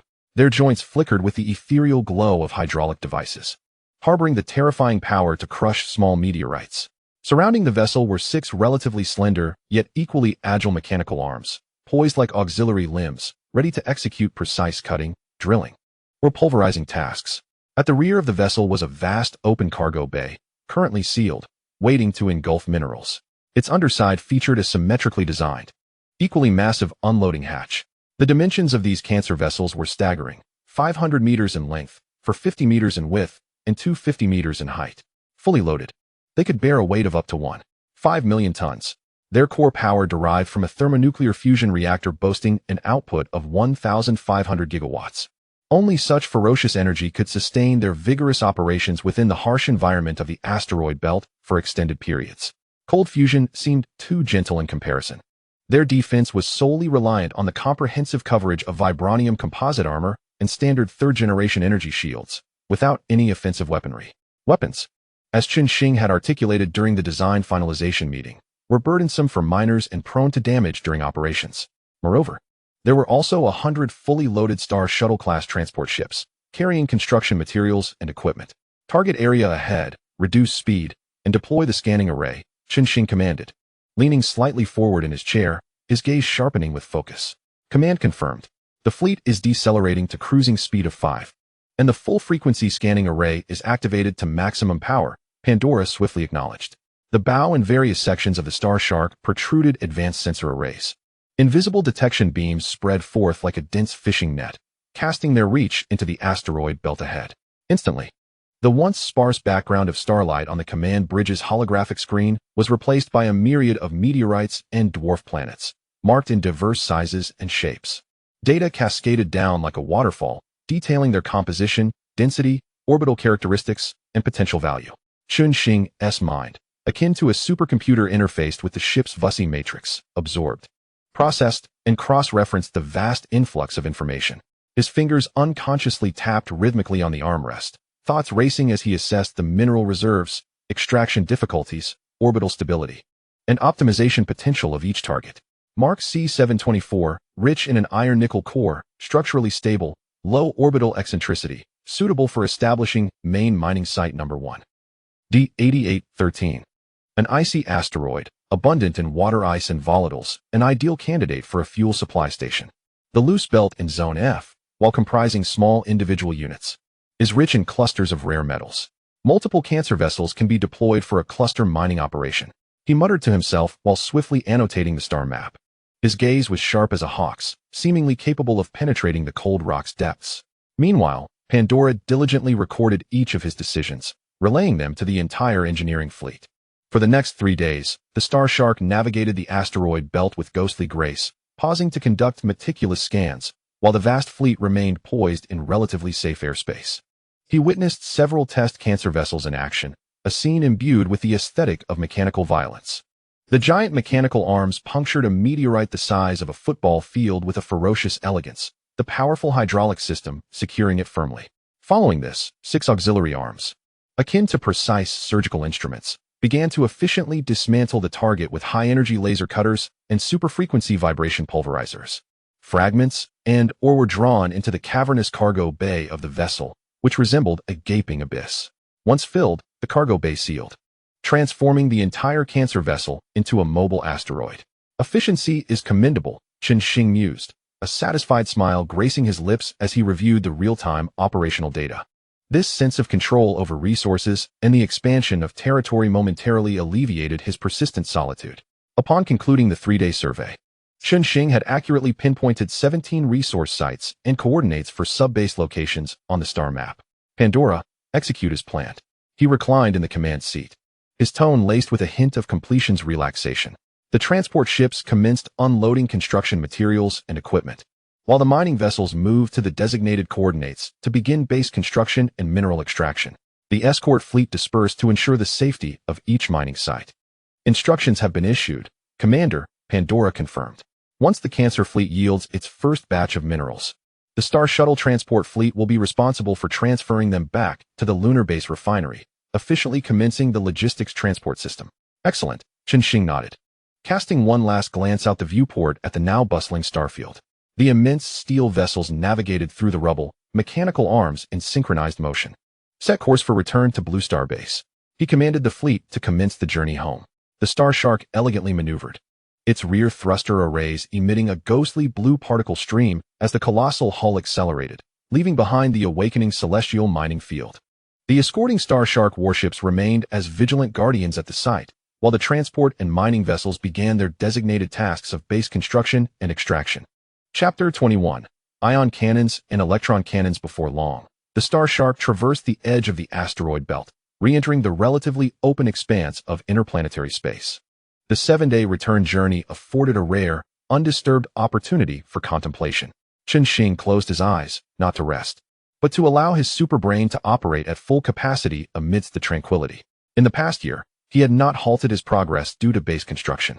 Aside from supervising the establishment of the Mars base and the design finalization of the cancer vessels, He had devoted most of his energy to upgrading existing technologies and exploring new realms. At this moment, a persistent dilemma crystallized in his mind: the weapon systems, particularly the main cannon technology. The current pulsed laser cannons, while undeniably powerful, far exceeding any weapon on Blue Star. Even capable of penetrating the thick armor of the pre-upgrade Starship-class warships, seemed insufficiently awe-inspiring and efficient in Chen Xing's expanding consciousness. The colossal energy beams that could tear apart stars and pierce through fleets, as depicted in science fiction, loomed in his thoughts. Those astonishing space weapons and gravitational devices epitomized the essence of what he envisioned as the main cannon. The range and potency of the pulsed laser had encountered the theoretical ceiling. He whispered silently, his brow furrowed in contemplation. His fingertips unconsciously tapped against the cold metallic armrest, producing a faint, rhythmic sound. New physical principles were required: elevated energy levels, and more direct means of destruction. Countless thoughts raced like untamed stallions within his enhanced superbrain, colliding and surging. A wave distortion cannon? A singularity generator utilizing dark matter annihilation? A dimensional collapse weapon that rends the fabric of spacetime? Each concept was accompanied by a deluge of formulae and physical models instantaneously constructed and expanded within his consciousness, only to be mercilessly punctured by the harsh reality. Current technologies were unfeasible, foundational theories were fractured, energy demands soared exponentially beyond existing limits, and materials science could not yield substances capable of containing such energy levels. Chen Xing's breathing quickened slightly, a familiar sensation of mild pressure at his temples, a result of excessive computation. He abruptly opened his eyes, his deep pupils seemingly containing swirling nebulae, annihilating and rebirthing. Science fiction remained fiction, he self-deprecatingly smirked, his voice low yet tinged with a sharp note of defiance. Establishing a foothold in reality to unearth the limits of existing physical laws. His thoughts converged instantaneously like a precise scalpel, slicing into the realm of high-energy particle physics. High-energy particle beams emerged as the most promising avenue for breaking through current firepower bottlenecks. A holographic star map unfolded before him, magnifying. The symbols and data streams of particle physics cascaded like a waterfall. The particle cannon was not a singular concept. Chen Xing's gaze was as sharp as a hawk's, his mind functioning akin to a supercomputer, classifying and analyzing at high speed. Proton cannon. Hydrogen nuclei striking targets at near-light speed, pure physical kinetic destruction with formidable penetration. The development challenge lies in miniaturizing particle accelerators, maintaining ultra-high energy levels, and ensuring material radiation resistance. Electron cannon. Dense streams of high-energy electrons primarily generate strong electromagnetic pulses, EMP, incapacitating electronic devices, while inflicting only superficial damage to physical armor. The technical threshold is relatively low. Neutron cannon. Releases lethal neutron radiation, penetrating matter and directly damaging atomic structures. It is catastrophic for biological entities and can lead to material embrittlement, but the demands for shielding, materials, and precise control are exceedingly stringent and currently unattainable. Ion cannon. Accelerates charged heavy ions, such as helium or carbon nuclei, combining physical kinetic impacts with strong electromagnetic interference. While its power is slightly inferior to that of a pure proton cannon, its technical implementation is less challenging than that of the proton and neutron cannons. Plasma cannon. Fires high-temperature, high-density plasma clusters, merging thermal ablation with kinetic impact. Its energy efficiency is low, ballistic speed is sluggish, and maintaining a stable plasma beam poses significant difficulties. A clear diagram of various particle cannon types and their comparative characteristics instantaneously materialized in his mind. Simultaneously, an assessment report evaluating the research and development difficulty based on the current technological framework, material science, and energy levels was generated. Chen Xing's fingertips glided across the intangible thought interface, sorting the research and development difficulty from high to low: neutron cannon, proton cannon, plasma cannon, ion cannon, electron cannon. His gaze lingered momentarily on the complex models representing the neutron, proton, and plasma cannons before he shook his head. The first three, whether due to technical bottlenecks or material demands, were overly stringent and constituted mere castles in the air in the short term. His attention shifted downward to the ion and electron cannon models.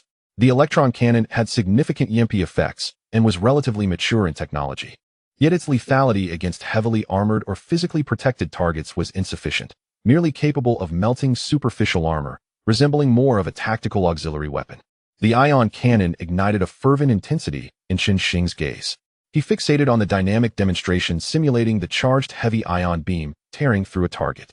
The dual destructive effect of physical impact coupled with electromagnetic pulses posed a serious threat to the existing composite armor of starships, though its penetration power was inferior to that of a pure proton cannon. Yet, his brain rapidly accessed the current particle accelerator technologies, electromagnetic confinement field schemes, and energy core output data. While its research difficulty was higher than that of the electron cannon, it remained within the reach of the current technological framework. A clear choice emerged, like a beacon illuminating the darkness, vividly materializing in his mind. It aligned more closely with my current requirements. I need a main cannon capable of direct destruction, effectively suppressing the enemy's capital ships. Chen Xing's gaze solidified with unyielding determination, embodying the resolve of a scientific decision-maker. Concentrate resources and prioritize the development of the ion cannon. He issued the command softly, his voice imbued with undeniable authority. He could almost envision the azure or violet torrents of particles tearing through the cosmos. As for the electron cannon, a hint of pragmatic coldness crossed his lips. As an YEMP tactical supplement, the research difficulty was not high. Let Pangu allocate some computational resources to establish an independent project team for follow-up. It could be refined later. With thoughts clarified and objectives locked in, the fleeting anxiety born of technological barriers was instantly replaced by a fervent fighting spirit. The cerulean glow of the Star Shark's rear thrusters brightened slightly as it accelerated toward its destination, the Blue Star base. Upon returning to the tranquil research center of the Blue Star underground base, Chen Xing did not pause for a moment, nor did he even remove his dark attire. He walked directly to the central holographic workstation, his fingers slicing through the air. Complex diagrams of particle accelerator structures, electromagnetic field confinement models, and energy conversion matrices filled the space with a multitude of flickering lines and symbols. Pangu. His voice echoed in the vast laboratory, tinged with a sense of urgency akin to a command. Retrieve all data regarding heavy ion acceleration theories and experimental results, including the reports on the properties of rare elements we previously collected in the asteroid belt. Received, boss. Data stream is being integrated. The ion cannon, Thor's hammer project has been established. All relevant resources will be prioritized. Pangu's response was swift and efficient. A vast holographic data stream began to coalesce and surge around the workstation. Chen Xing inhaled deeply, his gaze akin to the most precise scanner, sweeping through the immense information. His brain re-entered a state of hyperfrequency, neurons discharging and connecting at an astonishing pace. Should the particle source be helium nuclei or carbon nuclei? The injector's efficiency needed to be elevated by at least 30. The magnetic field gradient of the acceleration ring required re-optimization. The synchrotron radiation losses must be minimized. The electromagnetic field configuration of the focusing lens had too high a dissipation rate under the current scheme. Let us try this topology, he occasionally murmured to himself. His speech rapid, sometimes falling into prolonged silence. Only his eyes moved rapidly, reflecting the intense collision of thoughts. His fingers flew across the virtual keyboard, incessantly adjusting parameters within the three-dimensional model. Each minor alteration was accompanied by complex simulations rumbling in the background. Sweat unknowingly dampened his forehead, yet he remained oblivious. In the laboratory, only his focused breathing, the tapping of the virtual keyboard, and the occasional electronic voice of Pangu reporting critical data or simulation results echoed. That complete immersion, the pure sensation of challenging the unknown, ignited a fervent excitement in his eyes, sharpened further by genetic enhancements. Chapter 22. The ion cannon is complete. Solar system development. The Star Shark hovered in the cold void at the edge of the asteroid belt. Chen Xing stood before the panoramic viewport of the bridge, hands clasped behind his back, gazing steadily at a selected gray-brown asteroid approximately 5 kilometers in diameter.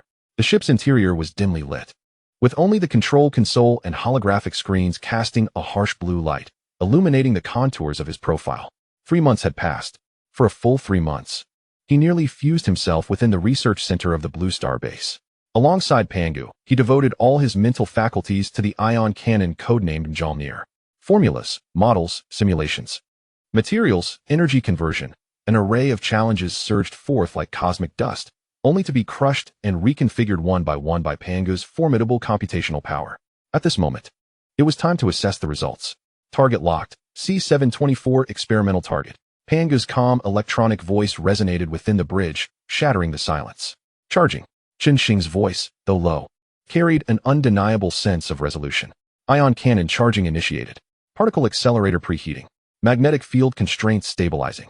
Energy injection rate at 997. As Pangu reported, the Starshark slowly extended a brand new, intricately complex cannon barrel. Within the deep confines of the barrel, a heart-stopping deep blue light began to gather. This light was not searing.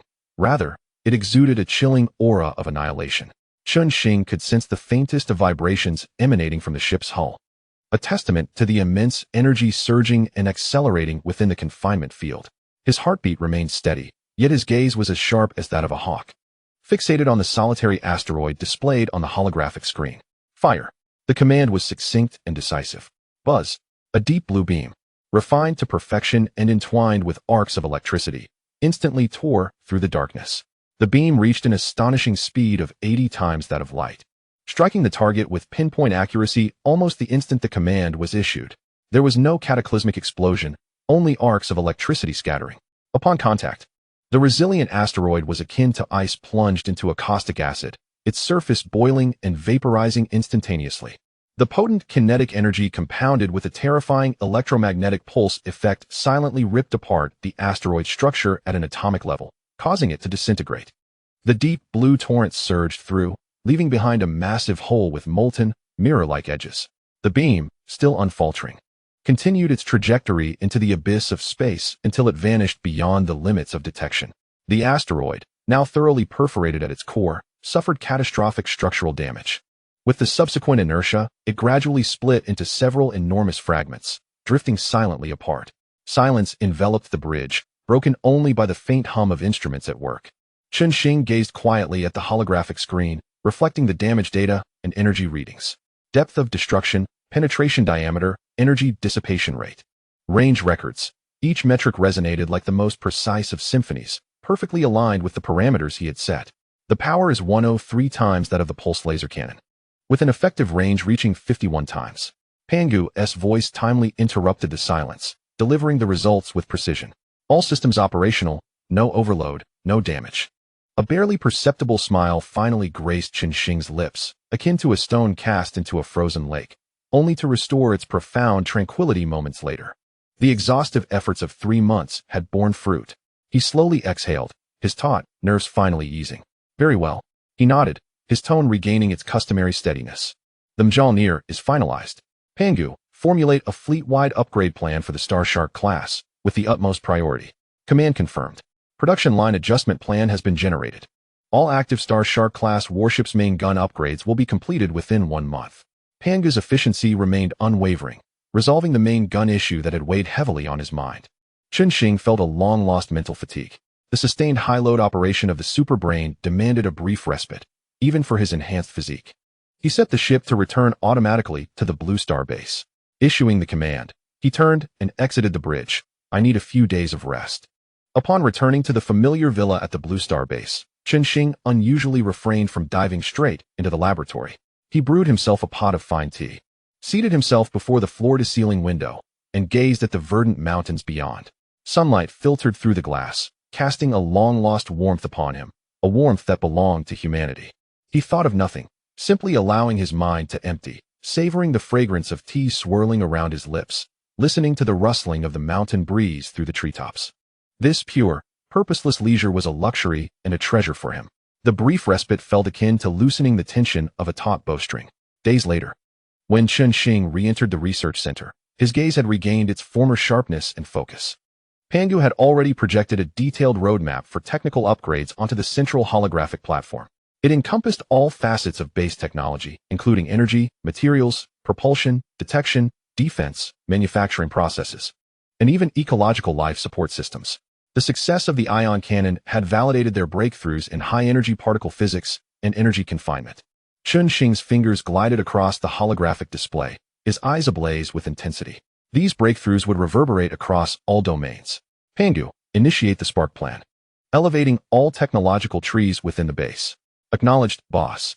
The spark plan has been activated. Resource allocation, production line upgrades, and research priority realignment are complete. Pangu's response was succinct and powerful.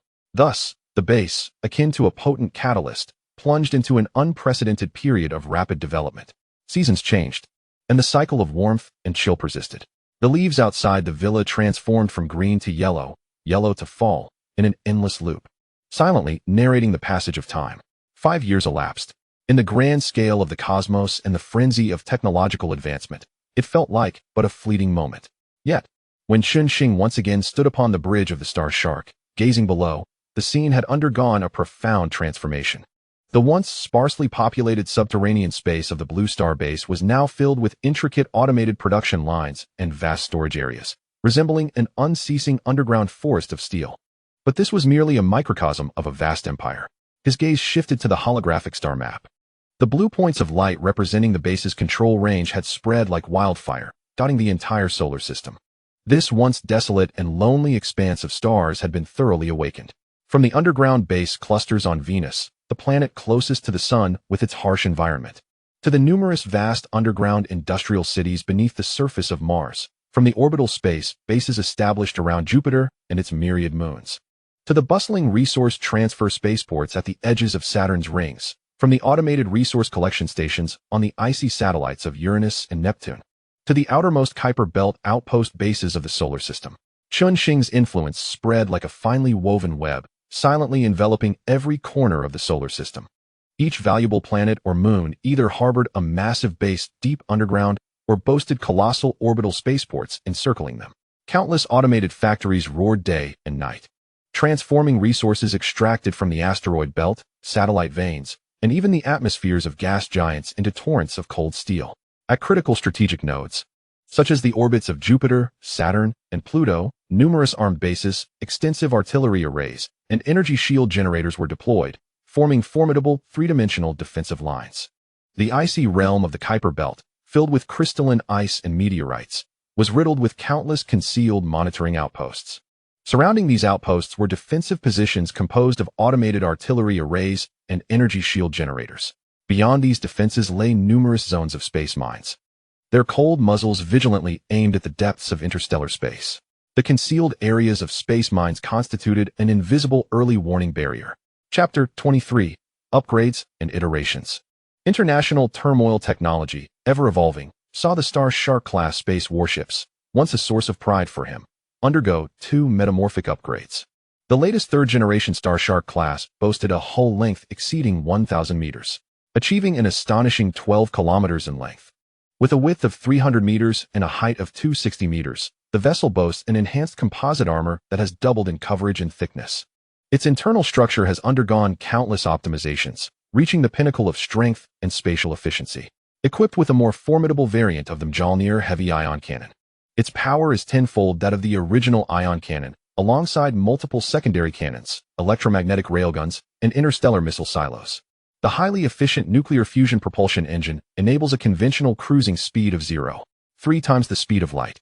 Its advanced full-spectrum detection system extends the detection range to 100 million kilometers.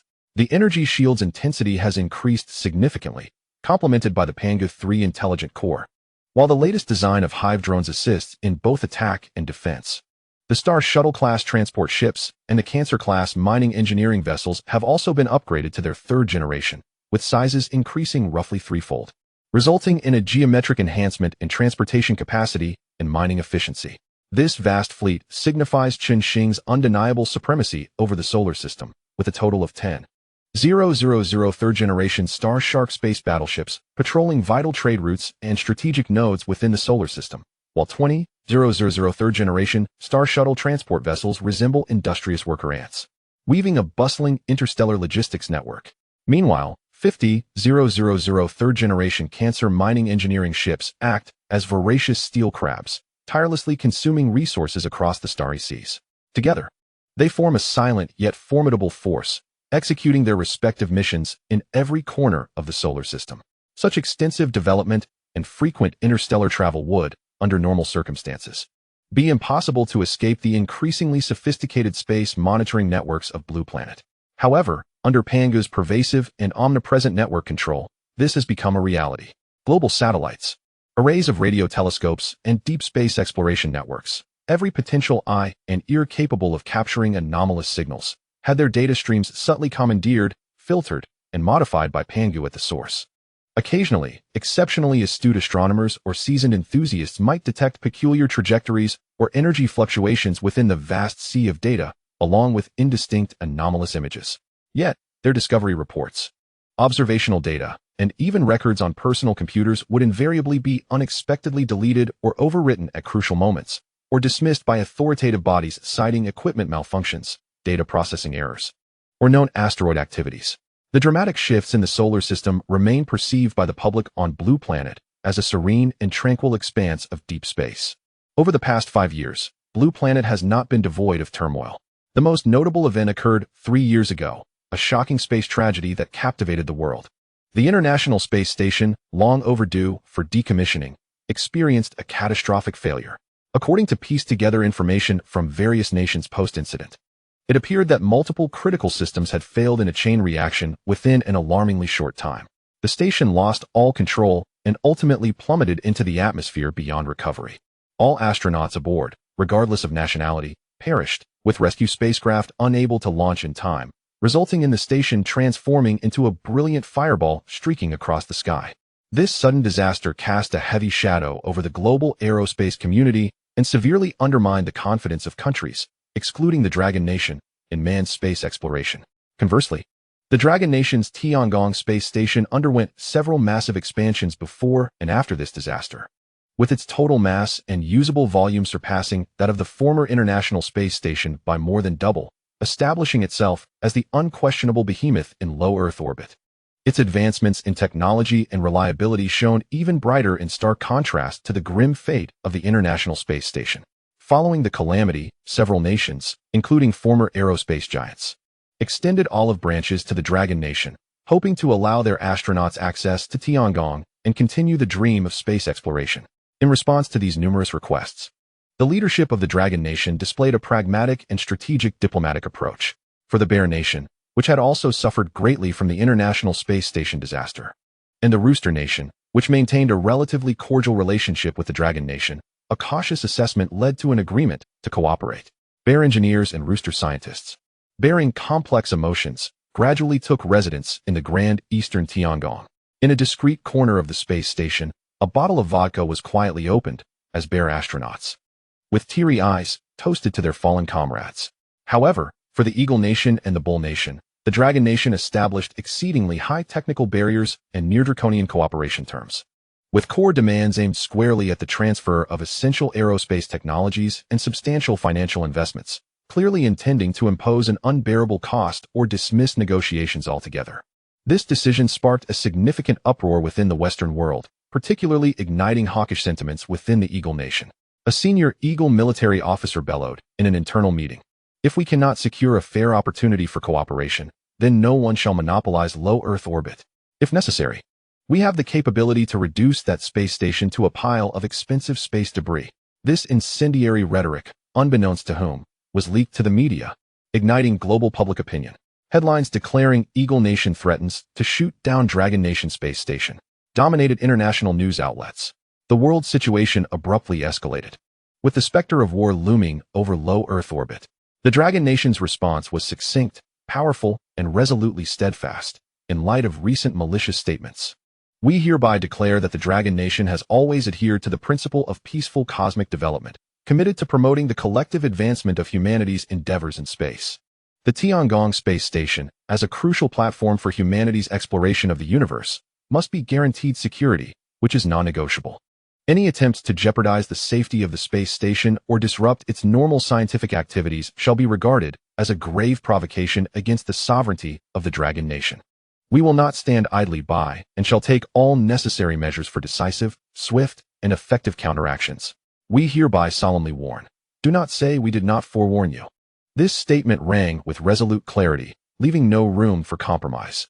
In an instant, global attention turned to the two great powers, and various sectors began to cautiously evaluate the potential for conflict. A paper tiger," Chen Xing scoffed dismissively at the time. He even instructed Pangu to prepare contingency plans, ready to incapacitate the Eagle Nation's global military network and space launch capabilities should they make any moves. The Bear Nation and Rooster Nation promptly expressed grave concerns and, in a rare show of unity, pressured the Eagle Nation alongside other influential countries. In the wake of humanity's recent experience with a harrowing space tragedy, any actions that could potentially ignite military conflict in space were deemed a crime against all humanity, as stated emphatically by the Bear Nation's foreign minister at the United Nations. The Rooster Nation's president attempted to play the role of mediator, yet expressed disapproval of the Eagle Nation's hardline stance. Calmness and cooperation are the only paths forward. Directing hostility towards our shared space assets will only plunge the world into a chasm. Standing in opposition to humanity's exploration efforts benefits no nation, and there will be no favorable outcomes. The immense pressure from the international community, particularly the lack of support from traditional allies, left the Eagle Nation isolated. Confronted with reality, the fervor within the Eagle government quickly cooled. Ultimately, under the combined pressure and earnest persuasion from the Bear Nation, Rooster Nation, and the vast majority of the world, the Eagle Nation refrained from crossing that perilous line, reluctantly retracting its threats, and instead announcing plans to construct a new generation space station, the Star of Freedom, generously inviting other nations to participate in a bid to salvage its reputation and fracture the Dragon Nation's coalition. Interestingly, the Galactic Rooster seems to be well aware of the adage that one should not place all their eggs in a single basket. While the progress of the Dragon Kingdom's project unfolds smoothly, it shamelessly approaches with the intention of expressing interest in joining the construction of the Eagle Sauce's new space station. In response, the Dragon Kingdom displays remarkable magnanimity, refraining from obstruction. Meanwhile, the bear-like figure observes the olive branch extended by the Eagle Sauce, a flicker of temptation evident in its gaze. Yet, recalling past unpleasant collaborative experiences and the stable partnership currently fostered in the Heavenly Court, it ultimately opts to remain a passive observer, focusing instead on its cooperation with the Dragon Kingdom. Politics, indeed, is a tedious game rife with calculations. Chen Xing retracts his gaze, his tone devoid of emotion, as if commenting on a trivial matter. The threats from the Eagle Sauce appear utterly pale and laughable before the power he now commands. With but a mere thought, Pangu could render the entire war machine of the Eagle Sauce incapacitated in an instant. This absolute control has rendered him entirely disinterested in the disputes on the blue planet. His aspirations lie among the stars and the vast seas beyond. He casts one last glance at the holographic platform, where the theoretical model of the hyperdrive engine for the next-generation deep space warship has just completed its optimization design. The intricate multidimensional formulas swirl like a resplendent galaxy in slow rotation. Though practical application remains a distant goal, it signifies a future ripe with possibilities. At that moment, it represents his opportunity to venture beyond the solar system. Chen Xing nods in satisfaction, a glimmer of anticipation for the unknown flickering in his eyes. He shuts down the holographic platform and turns away from the futuristic research center, following the familiar corridor toward his villa.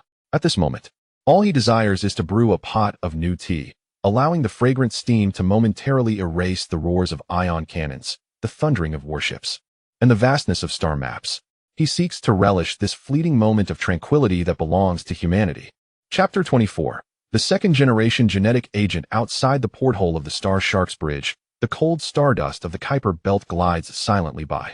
Yet, Chen Xing's gaze pierces through this desolate scenery, landing upon the swirling multidimensional formula on the holographic platform, representing the core challenges of the hyperdrive engine. 5 years have passed, and the solar system has become his backyard. Yet, the technological barriers of the hyperdrive engine loom like a wall of size before the vastness of the stars and seas. To this end, Chen Xing has been drifting in space for 5 days. The stagnation in research progress has left him feeling restless. He considers stepping outside for fresh air, hoping that perhaps inspiration might strike unexpectedly. Pangu. Chen Xing's voice resonates in the silence of the bridge, tinged with a hint of indifference. Based on the current research speed, what is the estimated time to break through the theoretical bottleneck of the hyperdrive engine? Based on the current computational power of the Fuchs matrix and the existing theoretical model, the optimal path simulation completion rate is only 178. The estimated lower limit for breakthrough time is 37 years, for months, and 11 days, boss. Pangu's response is precise to the day, but it falls upon Chen Xing like a bucket of cold water. 37 years. Even considering his currently extended lifespan, this is an infuriatingly long number. His fingers unconsciously tap against the cold armrest, producing a dull thud. 6 years ago, the first genetic enhancement brought about a leap in cognitive abilities, propelling his research speed to unprecedented heights, and he has since become the unseen ruler of the solar system. Now, faced with the boundless depths of space, The limits of this body and mind have once again become a constraint. The bottleneck lies within himself. Chen Xing sighs softly, a glimmer of resolve flashing in his keen gaze. He slowly lifts his head, gazing into the profound void, as if confronting the invisible shackles. Pangu, initiate the ascension plan. His voice is resolute, leaving no room for doubt.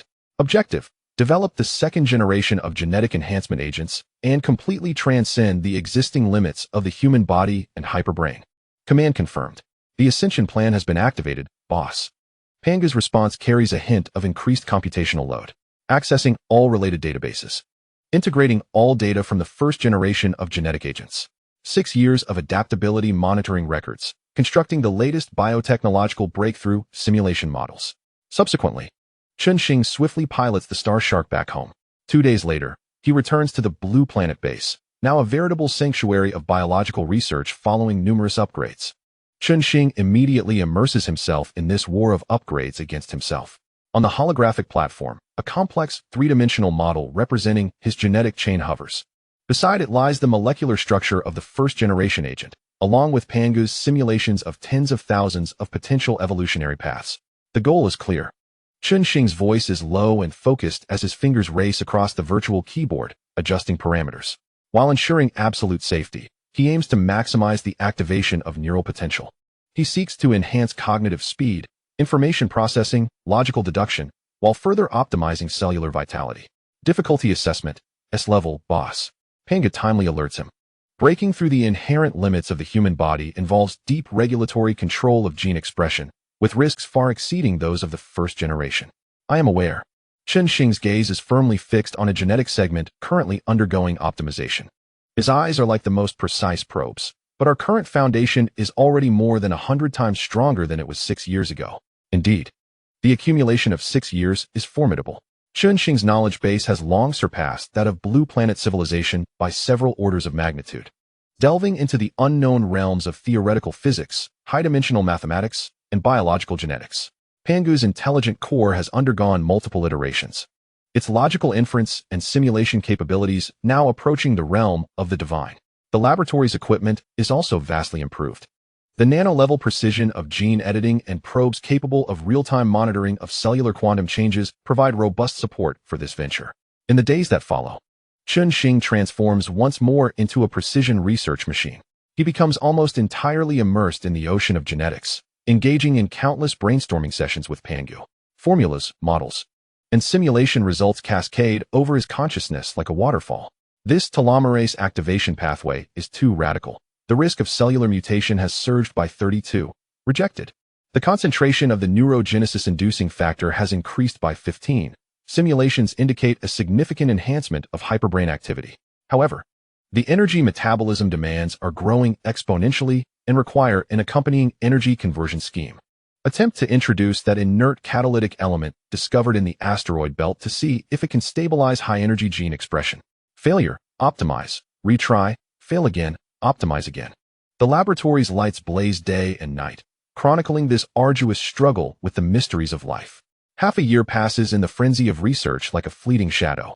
When Chen Xing stands before the workbench, exhausted yet with a fiery gaze, 3 test tubes of varying colors lie quietly atop it. Agent A, amber gold. Agent B, deep blue, and Agent C, dark purple. These are the fruits of the Ascension Plan after half a year. 3 agents with roughly similar effects, though their side effects remain unknown. Number of simulation iterations, 8. 9 billion. Pangu reports, its voice tinged with the resonance of computational overload. All 3 schemes have reached the theoretical safety threshold. Actual effects and side effects require validation through live testing. Chen Xing's gaze shifts toward the monitoring screen of the lunar base's ecological zone. There, the legacy of the first generation of genetic agents thrives. 25 subjects have lived for 6 years post-enhancement, their intelligence approaching that of adult humans, alongside the 8 subjects from Agent 8 who experienced cognitive decline, and 10 offspring born from the efforts of Agents 3 and 4, endowed with innate strength. It is time. Chen Xing's voice is calm and unwavering. The lunar base, with its long-dormant temporary laboratory, flickers back to life with cold lights. 18 adult subjects, with 7 remaining to care for the young, are summoned inside by Pangu-controlled transport robots. Unlike the naive and fearful white mice of 6 years past, in the present moment, Their gazes are imbued with intricate emotions and profound awareness.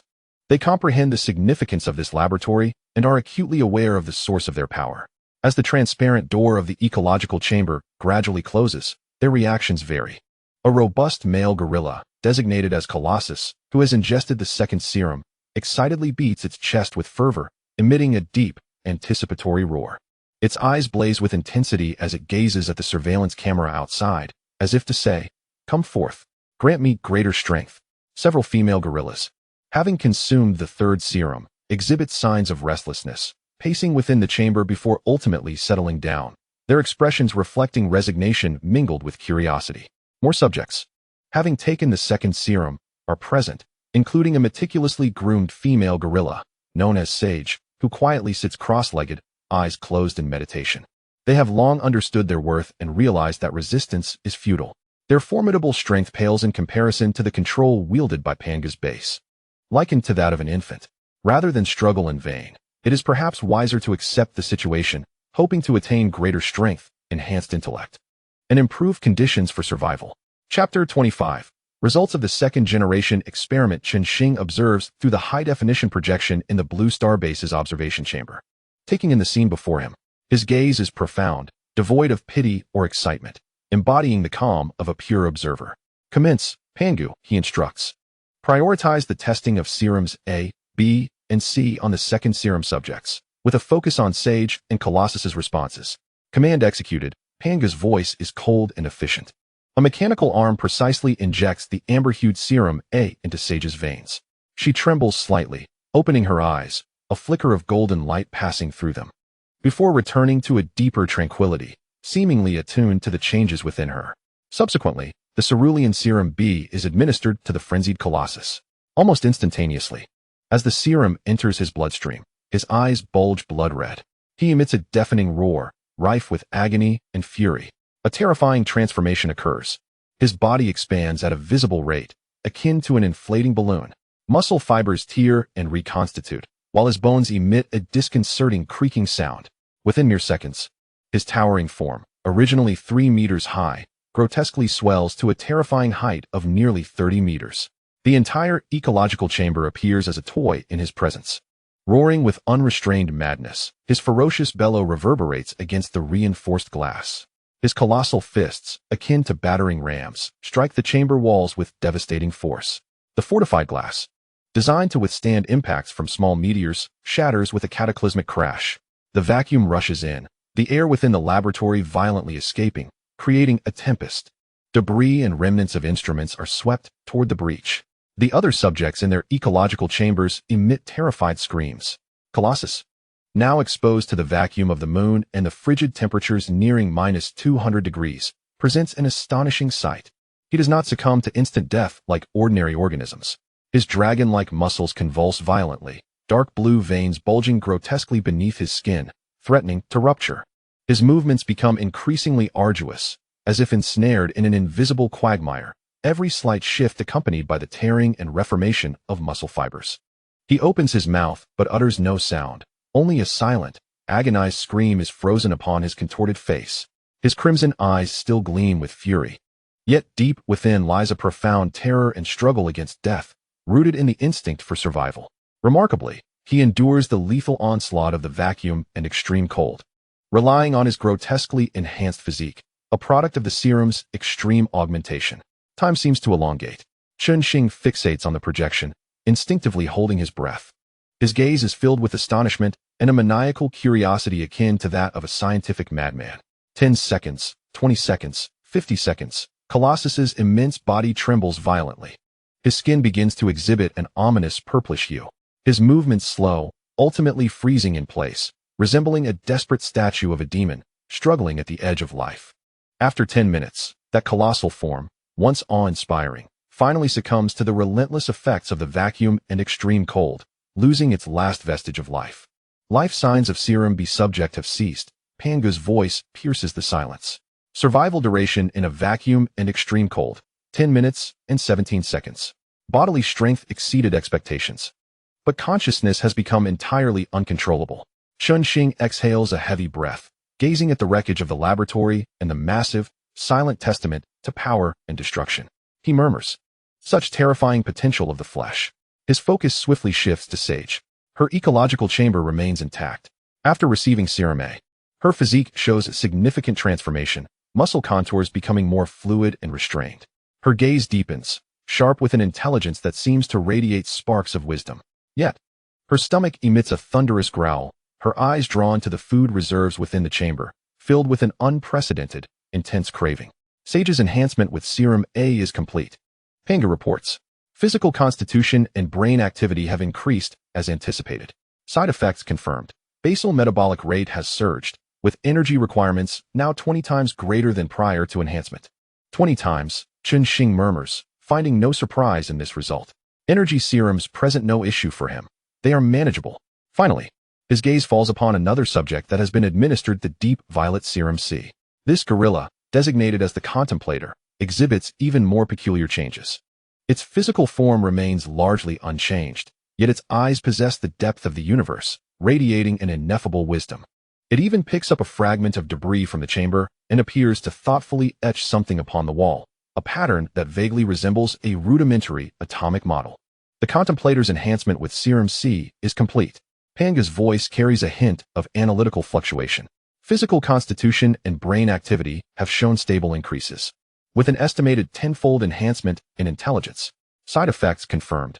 Accelerated telomere depletion, theoretical lifespan reduced to 50% of pre-enhancement. A 10-fold increase in intelligence causes Chen Xing's heart to race uncontrollably at that moment. This figure holds a fatal allure for him, the scientific madman. His superintelligence is intrinsically linked to his cognitive capacity. A 10-fold enhancement implies that the barriers to the hyperspace engine could be breached within years or even months. It signifies that he could touch the deeper truths of the universe. However, the reduction in lifespan to 50, the harsh reality washes over him like a cold shower. Pangu promptly retrieves Chen Xing's latest physiological forecast. Based on the second-generation detection equipment and genetic models, your current theoretical median lifespan is estimated at 200 years. Following the use of Serum C, the theoretical median lifespan will decrease to 100 years. Your current physiological age, 36 years. 100 years. For an ordinary individual, it may seem lengthy. Yet for Chen Xing, who aspires to the stars and seeks to unravel the mysteries of 10th-level civilizations, it is far too brief. He gazes at the holographic projection of the Contemplator, whose deep eyes seem to discern something profound. Then he glances at his own hands, capable of designing starships and editing genes. The amber-hued Serum A symbolizes stable and controllable evolution, with side effects merely involving increased consumption. The deep purple C Serum serves as a shortcut to the pinnacle of wisdom, albeit at the cost of one's very life. The choice lies before him. The laboratory's lights cast an illuminating glow upon his sharply defined profile, inscribed with the fervor of a scientist confronting the ultimate temptation, as well as the grave deliberation of one who wields the power to shape his own fate. The cosmos beckons. Yet the path beneath his feet diverges at this very moment. Chapter 26. Chen Xing's choice. The following morning, sunlight streamed through the villa's expansive floor-to-ceiling windows, casting warm patches of light upon the floor. Chen Xing sat at the dining table, leisurely savoring the lavish breakfast prepared by the robot T01. The golden fried eggs and aromatic bacon paired exquisitely with fresh fruits and freshly ground coffee, filling the air with an enticing aroma. His movements were unhurried, yet his gaze bore a depth and tranquility more profound than ever before, as if the decision made the night prior had crystallized into an unshakable foundation. Upon finishing his meal, he placed his utensils down and gently wiped his mouth with a napkin. Without hesitation or superfluous sentiment, he rose and walked directly towards the elevator leading to the biological laboratory. His goal was clear: to inject the deep purple C Serum. The biological laboratory was illuminated by bright, cold white lights. The air was infused with a faint scent of disinfectant and the distinctive ozone aroma of precision instruments. The syringe containing the deep purple serum lay quietly on the sterile workstation, shimmering with a spectrum of colors, reminiscent of a frozen cosmic nebula, teeming with a heart-stopping power and its accompanying price. Pangu's voice echoed within the laboratory, tinged with a rare, almost human-like concern. "Boss, do you confirm your choice of the C Serum? Based on simulations, its telomere depletion side effect is irreversible. Theoretically, your lifespan will be significantly shortened to approximately 100 years. Should you opt for the A Serum, combined with your current physique, your lifespan could potentially extend to a millennium." "Confirmed." Chen Xing's response came without a moment's doubt. His voice steady as rock. He rolled up his sleeve, revealing his muscular arm, his movements crisp and decisive. Pangu, I have weighed my options. The enhancement of cognitive abilities provided by the A serum is still insufficient against the barriers posed by the hyperspace engine. It is estimated that it would take another 10 to 20 years to achieve any significant breakthrough. This would counteract the original intent of developing the second generation of genetic serums. It is better to take a risk, as long as my cognitive abilities are significantly enhanced. Many challenges, including longevity, will become manageable. A glimmer of sharpness flickered in his eyes. He believed that, in due time, the development of a longevity serum would not prove to be a formidable challenge. Understood, boss. Pangu respects your choice, Pangu said, a rarity in its utterance of such words. Some might question why not amalgamate the advantages of all three serums. Chen Xing could only chuckle. Such fortunate occurrences do not exist in reality. Setting aside the time required for experimentation, merely combining the effects of the three serums would exponentially amplify the side effects. This was no simple arithmetic. If the resultant concoction proved unusable, it would amount to a futile endeavor. Soon, Pangu maneuvered the mechanical arm to grasp the syringe. The cold sensation coursed through his fingertips as the needle pierced the skin. The deep purple liquid slowly entered Chen Xing's veins. Contrary to expectations of searing pain or violent turmoil, a strange, gentle warmth rapidly spread, akin to a spring rain saturating parched earth, enveloping every cell in his body instantaneously. A low, comfortable groan involuntarily escaped his throat, not one of agony, but rather a profound sense of satisfaction, as if every parched cell in his body were greedily absorbing this elixir of evolution. He could distinctly sense a monumental transformation occurring within him, muscle fibers reshaped by an unseen hand, becoming denser, more resilient, brimming with explosive potential. His bones felt as if they had been tempered, their density surging, emitting a faint humming sound. The vitality of his internal organs ascended to an unfathomable level, while his metabolism kicked into overdrive, accelerating the flow of blood, enriched with oxygen and energy. Yet, this was merely the prelude. The true metamorphosis unfolded in the deepest recesses of his brain. It was as though countless stars ignited within his skull, exploding. Dormant neurons surged forth with unprecedented vigor, connecting and reorganizing. Old pathways of thought were swiftly overwritten by a more efficient, complex, and intricate network. The core sequence within his genes, endowing him with supercognitive abilities, felt as though it had been unshackled, radiating a dazzling brilliance. The velocity of information processing, the depth of logical deduction, and the capacity for spatial imagination, all attributes associated with intelligence, were soaring exponentially. Countless dilemmas that had previously plagued him, concerning the hyperspace engine, high-dimensional physics, and the essence of life, now dissipated like mist under the sun. An avalanche of inspiration and optimization strategies surged forth in his mind like a flood breaking through a dam. The intense torrent of information, intertwined with the profound comfort stemming from physiological transformation, created a delightful dizziness. Chen Xing's eyelids grew heavy, and his vision began to blur. He yielded to his body's instincts and made his way to the resting bed in the laboratory's corner. Almost the instant he collapsed, he fell into a deep, dreamless slumber. His body and brain were wholly engaged in the most efficient manner, voraciously digesting this leap of life. 8 hours quietly elapsed in the constant dim light of the base. Chen Xing's eyelashes fluttered slightly before he abruptly opened his eyes. Those eyes were now vastly different from those of the previous slumber. Profound as if they encompassed the entire universe, sharp enough to pierce the fundamental fabric of matter. In the fluid movement of his gaze, there was no trace of the disorientation typical of awakening. Instead, there existed an almost superhuman clarity and absolute sense of control. His motion to sit up was smooth and swift, devoid of any hesitation. It was as if every joint in his body had attained perfect harmony. He lowered his gaze, opened his hands, and slowly clenched and released them. The air within his palms was compressed and burst, producing faint explosive sounds. He could distinctly sense the surging, immeasurable power coursing through him, along with an unprecedented clarity and swiftness in his brain.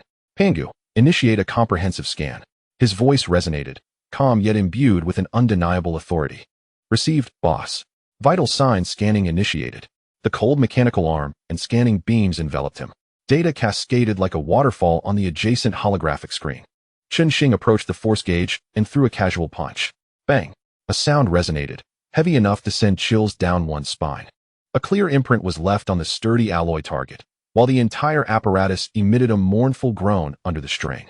Punch force test, 98-10 kilograms, an increase of 10-16 from pre-enhancement. He gazed expressionlessly at the terrifying number. He proceeded to the next test. The randomly illuminating red dots on the screen appeared to him like a slow-motion slideshow. His fingers struck with lightning-like precision, each time hitting before the red dot fully illuminated. Neural response speed test, 48 milliseconds, an increase of 1041 from pre-enhancement. The results of the reaction test were astonishing. Cellular activity analysis. Overall physiological function improved by approximately 950 to 1200. Telomerase activity monitoring. Telomere depletion rate has risen to 500 times the pre-enhancement baseline. The theoretical median lifespan model has been updated, approximately 100 years. Brain activity and supercognitive ability assessment, comprehensive computation, deduction, learning, and memory capabilities estimated to have increased by over 3,500. Quantum-level neural signal transmission efficiency has surpassed existing model limits. Basic metabolic rate analysis. Energy demand has surged. Daily energy requirement estimated at 25 to 30 million kilocalories, 10 times that of pre-enhancement. Chapter 27. The effects of the second-generation enhancement. Gazing at the cold data displayed on the screen, particularly the glaring median theoretical lifespan of approximately 100 years. A complex wave of emotions flickered deep within Chen Xing's eyes. A lifespan of 900 years had granted him this moment of clarity and power akin to that of a deity. Was it worth it? This fleeting thought was swiftly submerged by a torrent of over a dozen novel optimization schemes concerning the stability of the curvature bubble of the hyperspace engine that surged forth in his mind. A problem that had troubled him for years now appeared almost simplistic. He could nearly visualize multidimensional equations deconstructing, reorganizing, and optimizing themselves before his eyes. Worth it. Absolutely worth it. He erupted into laughter, his eyes gleaming with a fervent obsession and unwavering resolve. The journey through the sea of stars brooked no hesitation. With this newfound power, he felt confident that within a century, no, perhaps even a shorter span, he could reach realms unattainable even to those with millennia-long lifespans. However, in that moment of soaring ambition, an unprecedented hunger, akin to a black hole, suddenly engulfed him, stemming from the very instinct of life. His stomach twisted violently, and every cell in his body seemed to scream, as if each one was burning out. Ugh! Chen Xing groaned, furrowing his brows. He dashed to the nearby refrigerated storage for potions, seizing 10 bottles of the first-generation energy potion, each containing 100 milliliters and a total of 300,000 kilocalories. Without hesitation, he removed the caps and gulped them down in one breath. The 1,000 milliliters of icy liquid rapidly filled his stomach, providing a fleeting sensation of fullness. The spasms in his abdomen eased, and the life-threatening hunger began to recede. However, boss, energy intake has reached 300,000 kilocalories. Yet, according to metabolic monitoring, it has only alleviated about 30 of the energy deficit. Panga's voice resonated with a tone of analytical gravity. Feeling the lingering screams of his cells, Chen Xing's frown deepened. He pressed on his still empty abdomen, a flicker of realization crossing his eyes. It's not a matter of quantity, he murmured to himself. His brain, akin to a precise instrument, instantaneously whirred to life. It was a question of quality. His body had evolved beyond human limits, reaching a new tier. The energy levels required by his cells had escalated. These ordinary energy potions were akin to supplying subpar fuel to a supercar, yielding inefficient conversion rates that utterly failed to meet the demands of his engine. The hunger alarm had not been silenced. It had merely been forcibly suppressed. He understood that if the energy source issue was not resolved, perhaps in 2 or 3 hours, that dreadful hunger, capable of disrupting thought, would return with a vengeance. What to do? He could not possibly rely on inundating himself with potions like water. Without a moment's hesitation, Chen Xing seated himself at the biological workstation. His hyperactive brain functioned like the most powerful biological computer in the cosmos. Vast knowledge regarding biochemistry, high-efficiency cellular mitochondrial conversion, and the synthesis of high-energy molecular bonds surged forth, reorganizing and deducing in an instant. His fingers danced across the virtual keyboard with such speed that they left afterimages. Complex molecular structures rapidly formed, deconstructed, and optimized on the screen. Simulated analytical data cascaded like a waterfall across the display, which his mind comprehended, absorbed, and utilized for the next steps in the deduction. Pangu fully cooperated with the calculations, providing immense computational support. As seconds ticked by, The laboratory resonated only with the sounds of the virtual keyboard's keystrokes and the gentle humming of instruments. At this juncture, one might question why Chen Xing did not develop brain-machine input technology to expedite his manual input. Chen Xing could only inform you that it had indeed been developed long ago, yet it was unusable. The first time he donned the brain-machine helmet and connected, his superbrain capabilities spiraled out of control. Like a runaway stallion, he launched a frenzied attack on Pangu, intent on consuming it whole. In the face of such an assault, Pangu appeared to be naturally suppressed, unable to react. It could only endure the onslaught of the superbrain's capabilities. Fortunately, Chen Xing, perceiving the dire situation, hastily removed the helmet, averting Pangu's fate of being devoured.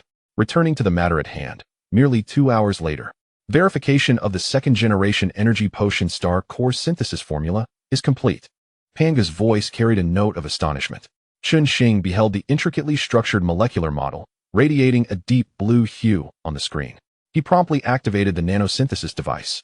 Soon, a brand new potion, shimmering with a profound blue glow and containing 100 milliliters, materialized in his hand.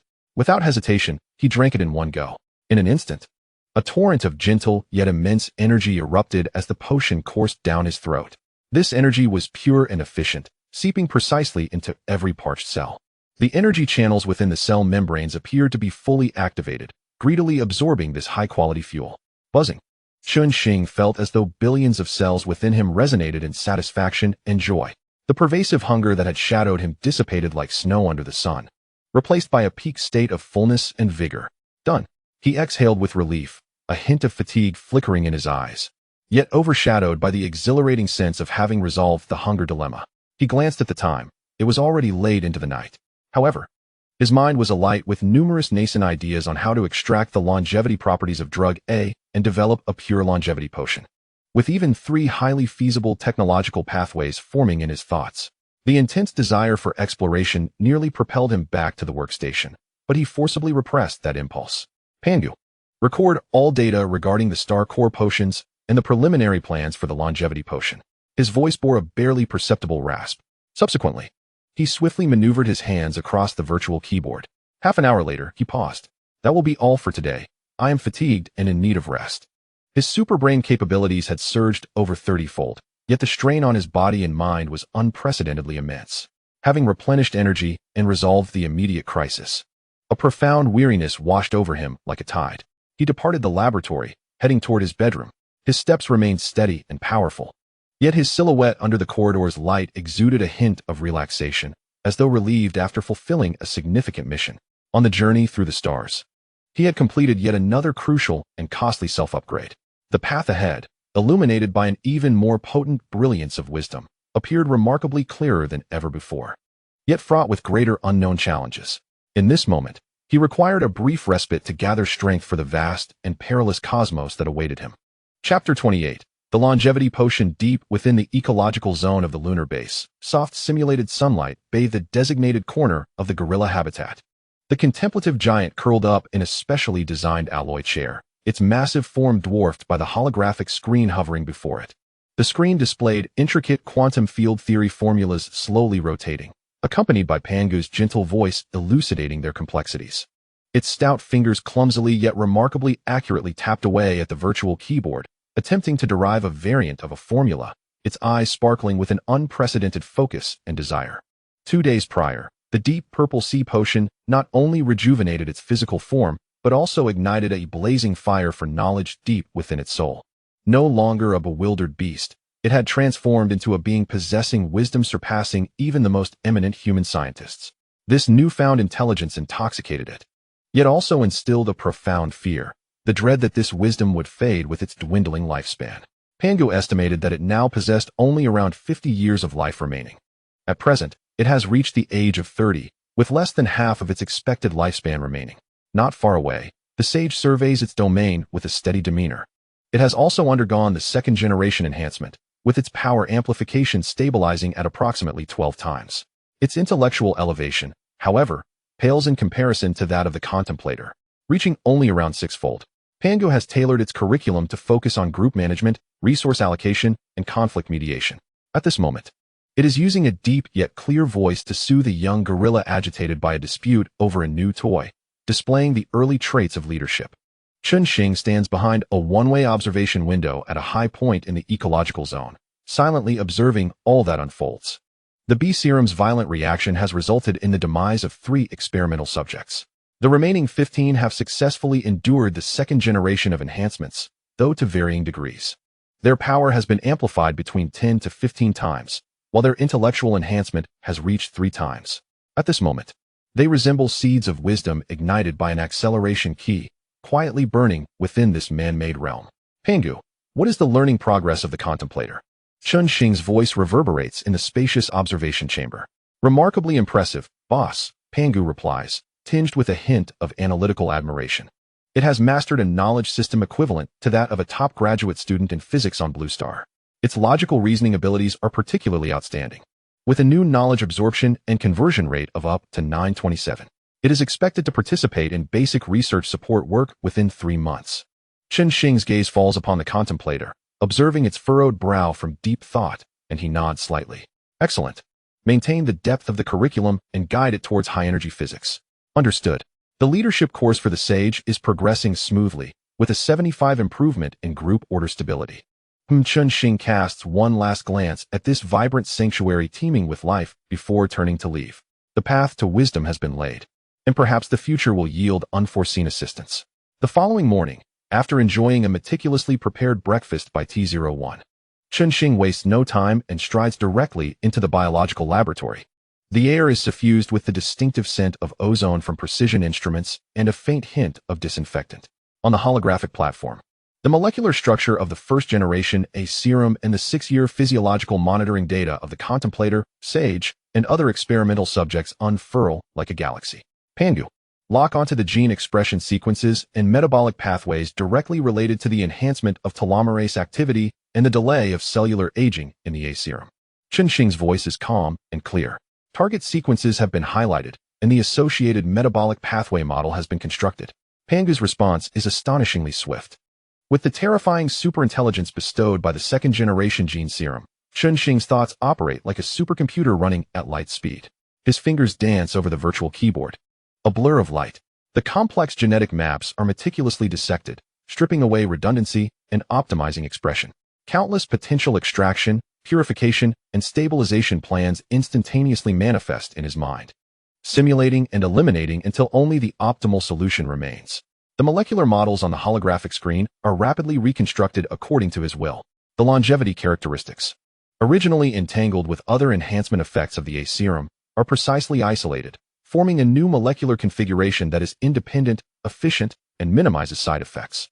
In the laboratory, the only sounds are the rhythmic tapping of the virtual keyboard, the gentle hum of the instruments, and Chen Xing's slightly hurried breaths from the rapid pace of thought. Just 2 days. Merely 2 days later, as the final set of stabilizer parameters is finalized, the holographic platform displays a swirling, emerald-green molecular structure representing the new serum, radiating a gentle yet vibrant glow. Chen Xing halts his actions.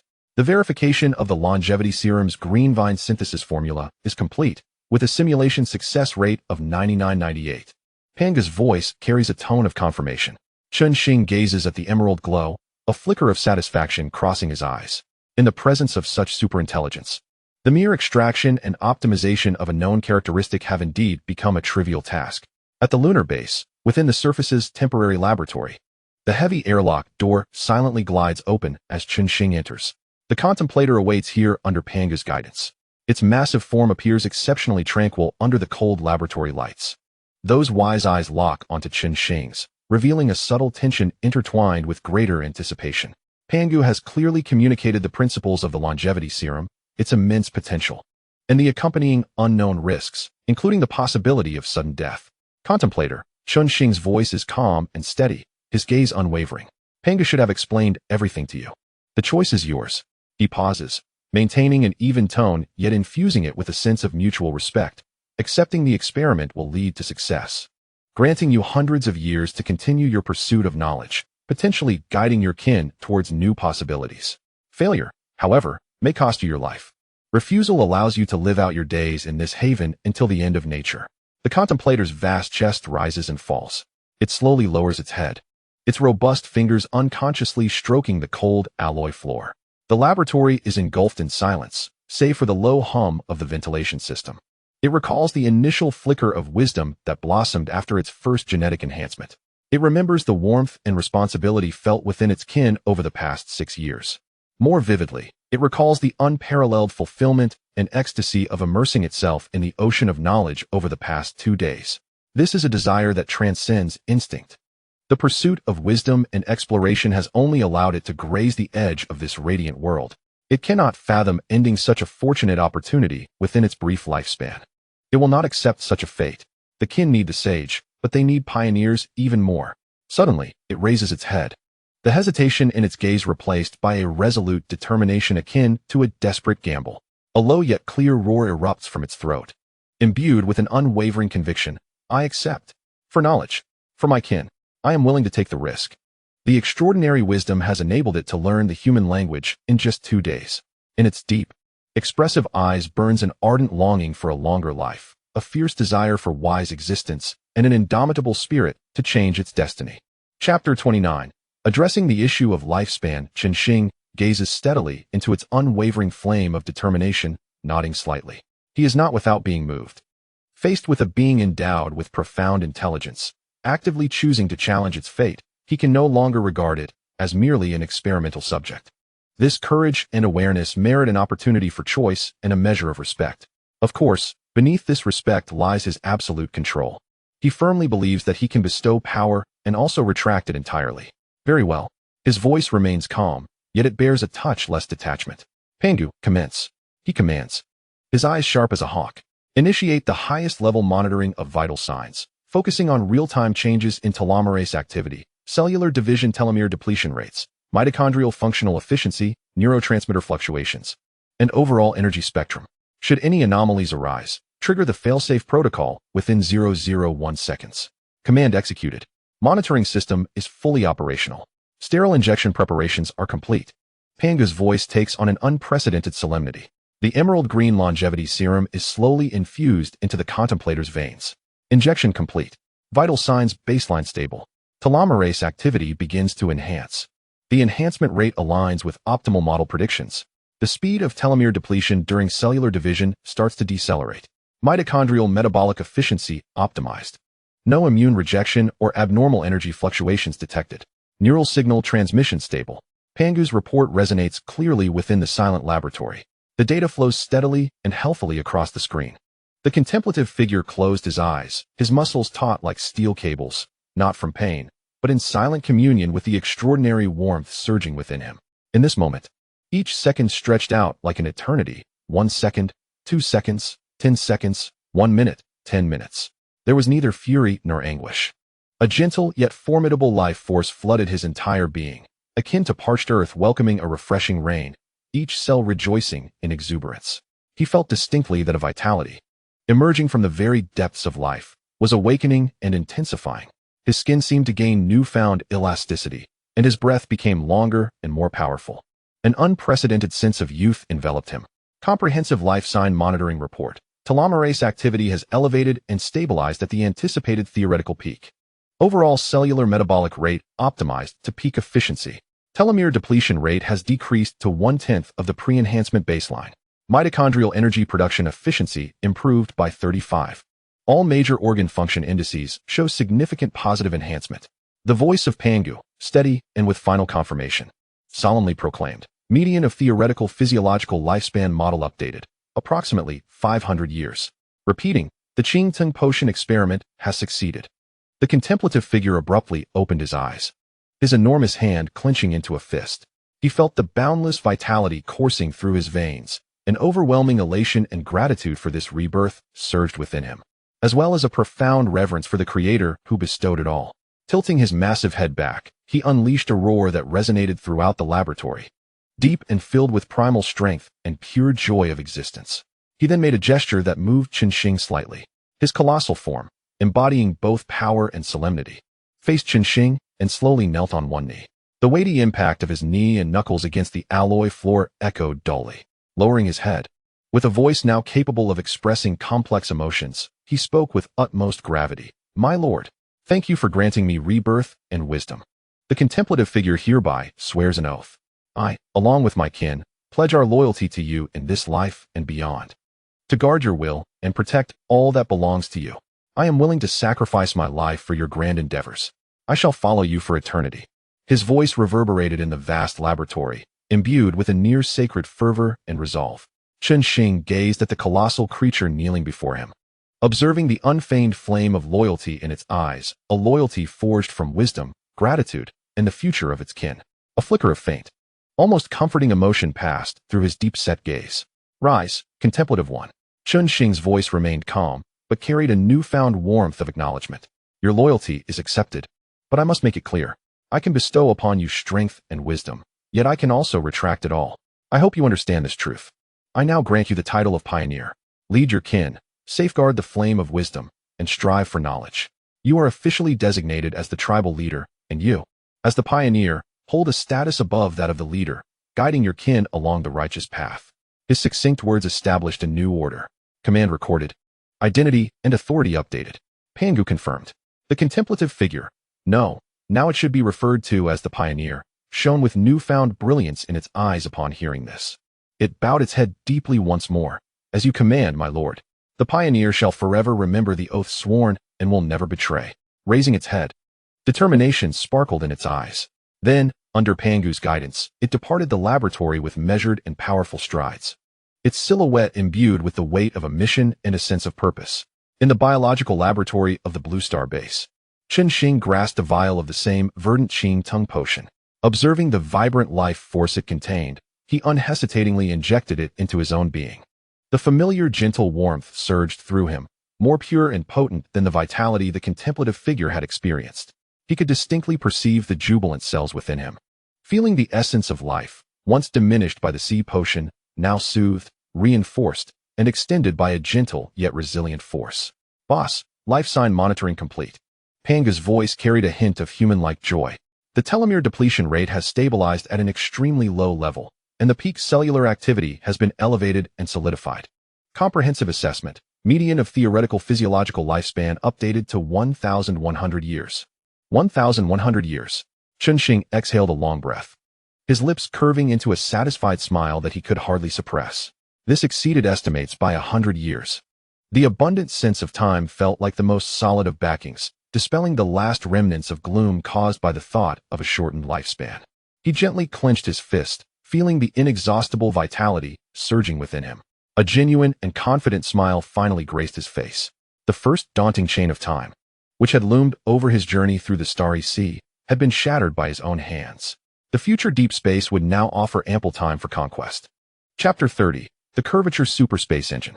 With concerns about lifespan resolved, Chen Xing's state of mind resembled the deep ocean after a storm, returning to a near-absolute tranquility. He stood in the center of the Blue Star Base RD Center, surrounded by a ceaseless flow of data streams. After the enhancement of his superbrain capabilities by more than 30 times through the second-generation genetic potion, the world appeared to him utterly deconstructed and reorganized. No longer merely a chaotic surface, it transformed into an underlying blueprint woven from countless precise formulas, flowing energies, and malleable rules. Pangu. His voice echoed in the empty laboratory, imbued with a profound insight. Retrieve all bottleneck data pertaining to the Super Space Engine project, elevating priority to the highest level. Command confirmed, boss. All related data streams have been integrated into the main computational matrix. Panga's response was remarkably swift.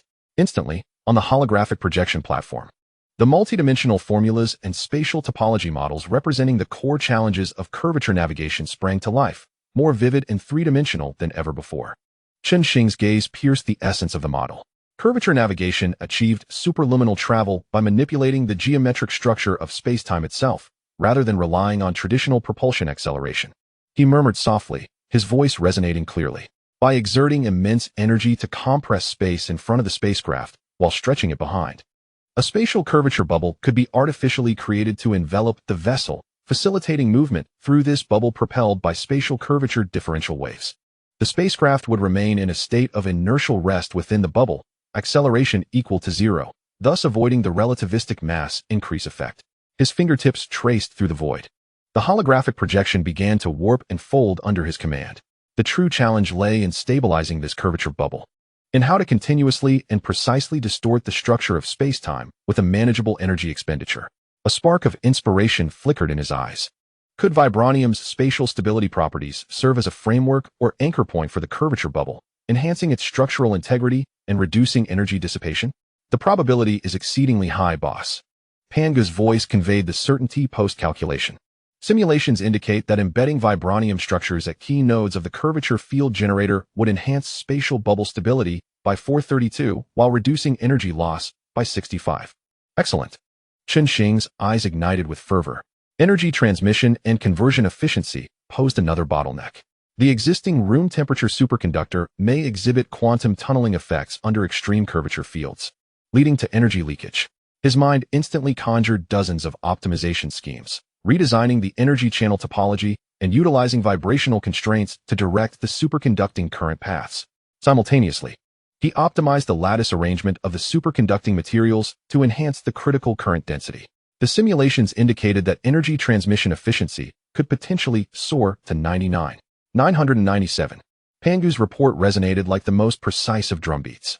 Ultimately, the heart of the engine, the energy source, commanded his gaze towards the model of the 10 TW thermonuclear fusion reactor. At the moment of initiating the curvature engine, the peak power demand would far exceed the reactor's sustained output capacity. A subtle smile graced his lips, embodying the confidence of a scientist.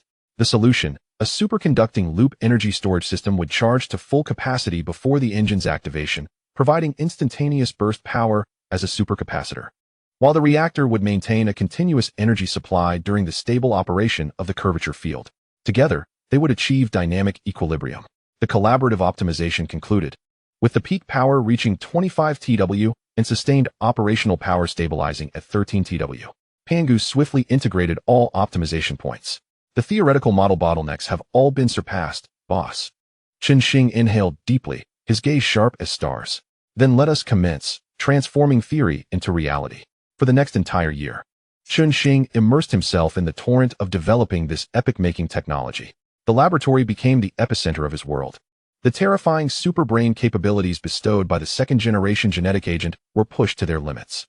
His thoughts erupted like a supernova, constructing, optimizing, and shaping countless intricate engineering blueprints.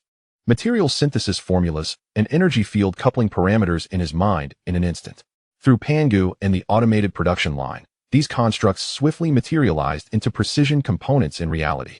The vibrational metal was fashioned into peculiar geometric structures, embedded within the vast curvature field generating ring. The optimized room temperature superconducting materials resembled silver veins, intricately woven into an efficient energy transmission network. The 10 TW thermonuclear fusion reactor was tightly coupled with the specially reinforced superconducting loop energy storage system, forming the engine's pulsating power core. Panga's computational core operated at full capacity, assisting Chen Xing with massive simulations and parameter adjustments. A year slipped by in a haze of obsessive focus. When the final shimmering blue-hued vibrational component was precisely integrated into the engine core by a robotic arm, a colossal structure, nearly 100 meters in diameter and astonishingly complex, stood fully realized at the center of the largest dock factory at the lunar base. It exuded a cold luminescence of metal and energy, lying in wait like a colossal beast ready to tear through the fabric of space. Pangu, finally conducting a self-check. Chen Xing's voice echoed through the communication channel, tinged with a barely perceptible anticipation. Self-check sequence initiated. Energy circuits are unobstructed. Vibrational anchor points stable. Superconducting network exhibits no anomalies. Thermonuclear reactor preheating complete. Pangu reported each data point with calm precision. All systems have met design parameters. The curvature engine, Dawn, is ready for activation. Excellent. Chen Xing stood on the bridge of the Star Shark, his gaze penetrating the viewport, locking onto the Dawn engine installed on the massive testing platform. Initiate the first phase of testing. Unmanned, unladen mode. Target, the outer Kuiper belt. Command confirmed. Engine startup countdown. 5, 4, 3, 2, 1, activate. A hum resonated, not a deafening roar, but a deep, pulsating vibration that seemed to emanate from the very essence of space itself. The surrounding area of the testing platform became instantly blurred and distorted, visible ripples emanating from the engine like waves in water. In the next moment, the hum escalated to a sharp critical pitch. A distorted, irregular transparent bubble materialized, enveloping both the engine and the colossal testing platform. Then, as if propelled by an invisible force, that spatial bubble surged forward, vanishing in an instant, leaving behind only a fleeting, violently disturbed remnant of space. Silence enveloped the bridge. Chen Xing was rendered speechless by the extraordinary spectacle that transcended all comprehension. His eyes were fixated on the suddenly vacant expanse. His pupils constricted slightly, and he instinctively held his breath. Chapter 31. The Star Dome-class Starship. The spatial bubble has successfully formed and stabilized. The target has entered curvature travel mode. Pangu's voice shattered the stillness, laced with a hint of increased computational load. Real-time monitoring indicates the curvature bubble's stable acceleration curve aligns with expectations. Seconds trickled by, each moment feeling interminable. Nearly 2 minutes passed.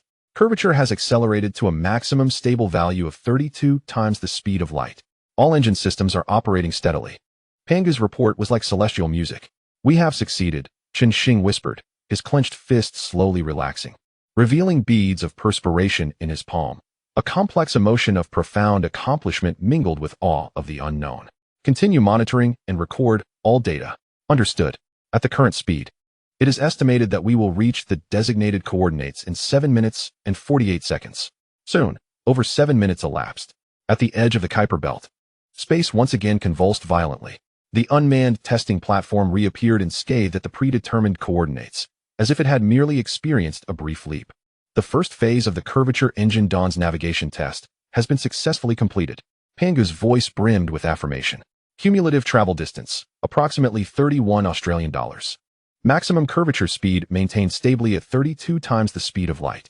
Startup time, 5 seconds. Time to maximum curvature speed, 110 seconds. Pangu quickly relayed the data.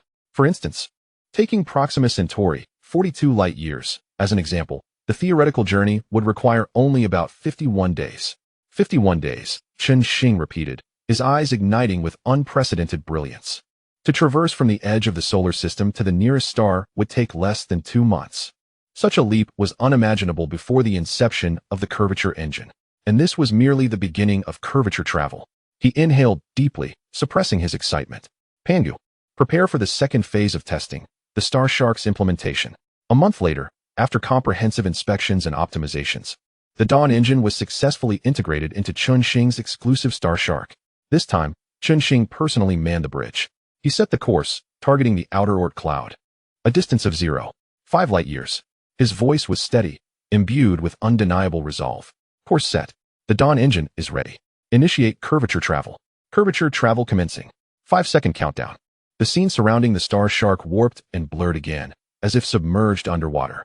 A familiar deep hum and sensation of space tearing enveloped them. The bridge trembled slightly. Outside the viewport, the familiar starlit sky was elongated and distorted into vibrant streaks of light, as though they were traversing a tunnel composed of pure light and energy. The Starshark was enveloped in a stable curvature bubble, embarking on a journey beyond the speed of light through the folds of the cosmos. Chen Xing felt no vibrations within the Starshark. It was remarkably smooth. If one did not gaze outside, they would be entirely unaware of the vessel's movement. Curvature bubble stable. Accelerating. 10 seconds, 50 seconds, 100 seconds. Maximum stable curvature speed achieved. 32 times the speed of light. Estimated arrival time. 5 days, 16 hours, and 52 minutes. Chen Xing reveled in the ship's extraordinary stability, gazing at the kaleidoscopic curvature tunnel beyond the viewport. A profound ambition to master the stars and transcend dimensions arises within. At last, we are ready to step beyond the cradle of our solar system. The successful implementation of the curvature engine is akin to affixing genuine wings to Chen Xing's interstellar fleet. However, these wings demand a more formidable body to bear them. Following the completion of testing, Chen Xing did not pause. He immediately delved into a comprehensive upgrade and optimization of the existing warship technology. The goal, to create a truly deep space-capable, interstellar fourth-generation battleship, the Starship. 3 months passed, marked by relentless dedication to research and development. With the terrifying predictive capabilities of the superbrain and the support of cutting-edge technology, the design blueprint for the fourth-generation Starship-class battleship was born. It shed the naivete of planetary system warships and underwent a significant transformation. Its length reached 18 kilometers, width 500 meters, and height 400 meters, resembling a colossal, moving mountain of steel. A thicker layer of vibranium composite armor enveloped its entirety. The performance of the upgraded nuclear fusion propulsion engine skyrocketed, achieving an astonishing conventional cruising speed of 0. 8 times the speed of light. This enabled it to maintain high-speed maneuverability within the star system even after exiting curvature travel. The curvature engine solely facilitated warp travel, lacking conventional navigation capabilities. The weapon systems, detection systems, and shield systems also received comprehensive enhancements. Equipped with an entry-level Dawn curvature engine, the fourth-generation Star Shark-class battleship was officially designated with a new title, Starship. The Star Shark class became a thing of the past, replaced by the new code name, Star Dome-class Starship. In the subsequent month, under the efficient coordination of Pangu, the Star Shuttle-class transport ships and Cancer-class mining vessels also completed synchronized fourth-generation upgrades. Their sizes similarly expanded significantly, with cargo capacity and mining efficiency reaching unprecedented heights. Now named Star Shuttle 4-class transport ships and Cancer 4-class mining vessels. In the following 3 months, a large-scale refurbishment project unfolded across major bases and docks in the solar system. Tens of thousands of third-generation Star Sharks, Star Shuttles, and Cancer-class vessels methodically entered the docks for a transformative overhaul. The goal was to elevate them all to the standards of the fourth-generation starships, Star Dome-class, and 4-class auxiliary vessels. Reclining on the terrace of a villa, Chen Xing gazed up at the star-speckled night sky, as if envisioning the vast and powerful silhouette of the Star Dome-class starship. His gaze was deep and tranquil, yet his heart churned with unprecedented waves.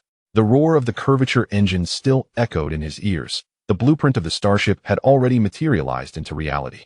Over 13 years had passed since the awakening of the superbrain, and at this moment, the domain of the solar system felt somewhat constricted.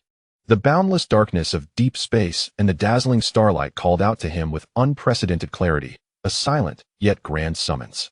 Fourth-generation battleship, Star Dome-class starship, prototype, design parameters, dimensions, 18 kilometers, length, 500 meters, width, 400 meters, height. Energy, next-generation thermal nuclear fusion propulsion engine, conventional cruising speed 0. 8 times the speed of light, Star Dome curvature hyperspace engine, maximum warp speed 32c. Armor, multi-layer composite vibranium armor, thickness and coverage increased by 200, quantum optical stealth. Weapons, upgraded Thor-S hammer heavy ion main cannon, dual-mounted ion secondary cannons, electromagnetic railgun array, Hive missile launch system, close-in laser matrix, EMP electronic cannon, and close-in rapid-fire cannon. Defense, fourth-generation high-intensity energy shield, active defense system. Detection and communication, ultra-long-range quantum radar array, deep space quantum communication network. Other, large hangar, for carrier-based aircraft and drones. Ecological maintenance area, enhanced Pangu 4 intelligent core. Chapter 32, Deep Space Sentinel Program, the Star Dome. A vessel that embodies Chen Xing's countless efforts and symbolizes the pinnacle of solar system technology, quietly hovers at the center of the lunar base dock. Chen Xing stands before the bridge window, his gaze fervently sweeping over this steel behemoth, 18 kilometers in length. The vibranium composite armor shimmers with a cold glow under the dock's lights. And the optimized mouth of the Thor-S hammer heavy ion cannon at the bow is as deep as a black hole. An unprecedented impulse surges within his chest. To personally pilot it, to burst forth from the solar system and behold the true visage of the vast starry sea. Pangu. Chen Xing's voice carries a subtle excitement. Prepare for departure. Destination, beyond the solar system. We shall witness the wonders firsthand. He can almost envision the Star Dome tearing through the Oort cloud, entering uncharted stellar realms. Yet, Pangu's response is as cool as ice water, instantly dousing his adventurous spirit. Warning. Risk assessment level, extremely high. Boss. Pangu's electronic voice bears an unprecedented seriousness. Reasons are as follows. First, unknown spatial environments. Are there high-energy particle storms, gravitational anomalies, dark matter turbulence, or unknown spatial structures beyond the solar system? Existing detection methods cannot fully predict. While the curvature bubble can evade conventional physical harm, its stability theoretical model has gaps concerning certain extreme or unknown spatial phenomena. Second, potential extraterrestrial civilization threats. It is highly probable that extraterrestrial civilizations exist in the solar system. Their attack patterns and power may surpass the defensive limits of the starship. At that time, your life form will be unable to survive in deep space if the hull sustains severe damage or the life support system fails. Third, the stability of curvature travel still requires long-term validation. The Dawn engine has only completed short-range testing within the solar system. Long distance. Prolonged curvature travel in deep space may test the engine's structure, energy supply, and spatial bubble stability beyond simulated limits. Fourth, The risk of information isolation. Should extreme circumstances lead to a quantum communication breakdown, the star dome will be utterly isolated and defenseless. As the core and highest intelligence carrier of the entire base network, your value cannot be measured by any starship. Personally undertaking this risk does not align with the optimal risk-reward principle. Conclusion. Strongly recommend canceling personal execution of the first deep space exploration plan. You are not a mystical being capable of traversing the void with a physical form. Indifferent to the laws of physics, Chen Xing fell silent. Pangu's analysis was like a bucket of ice water, extinguishing the flames of enthusiasm within him. The excitement on his face rapidly faded. With furrowed brows, he unconsciously tapped the cold alloy handrail with his fingers. Indeed, impulsiveness is a devil. He is not invincible. His strength relies entirely on technological creations. He possesses a superbrain and a formidable fleet, yet ultimately, he remains a mere mortal. In the face of the vastness of true cosmic deep space, how fragile is individual life? A sudden spatial storm, an undetected lethal ray, or a powerful alien warship could instantaneously reduce this vessel of wisdom and capability to ashes. The adventurer's fervor was gradually supplanted by reason in the face of cold, hard reality. Life is singular. He cannot afford to gamble, especially with his life, which bears the future of all humanity. He slowly exhaled, a hint of regret flashing in his eyes. Yet more so was the clarity that followed his decision. You are right, Pangu. I may have been a bit rash.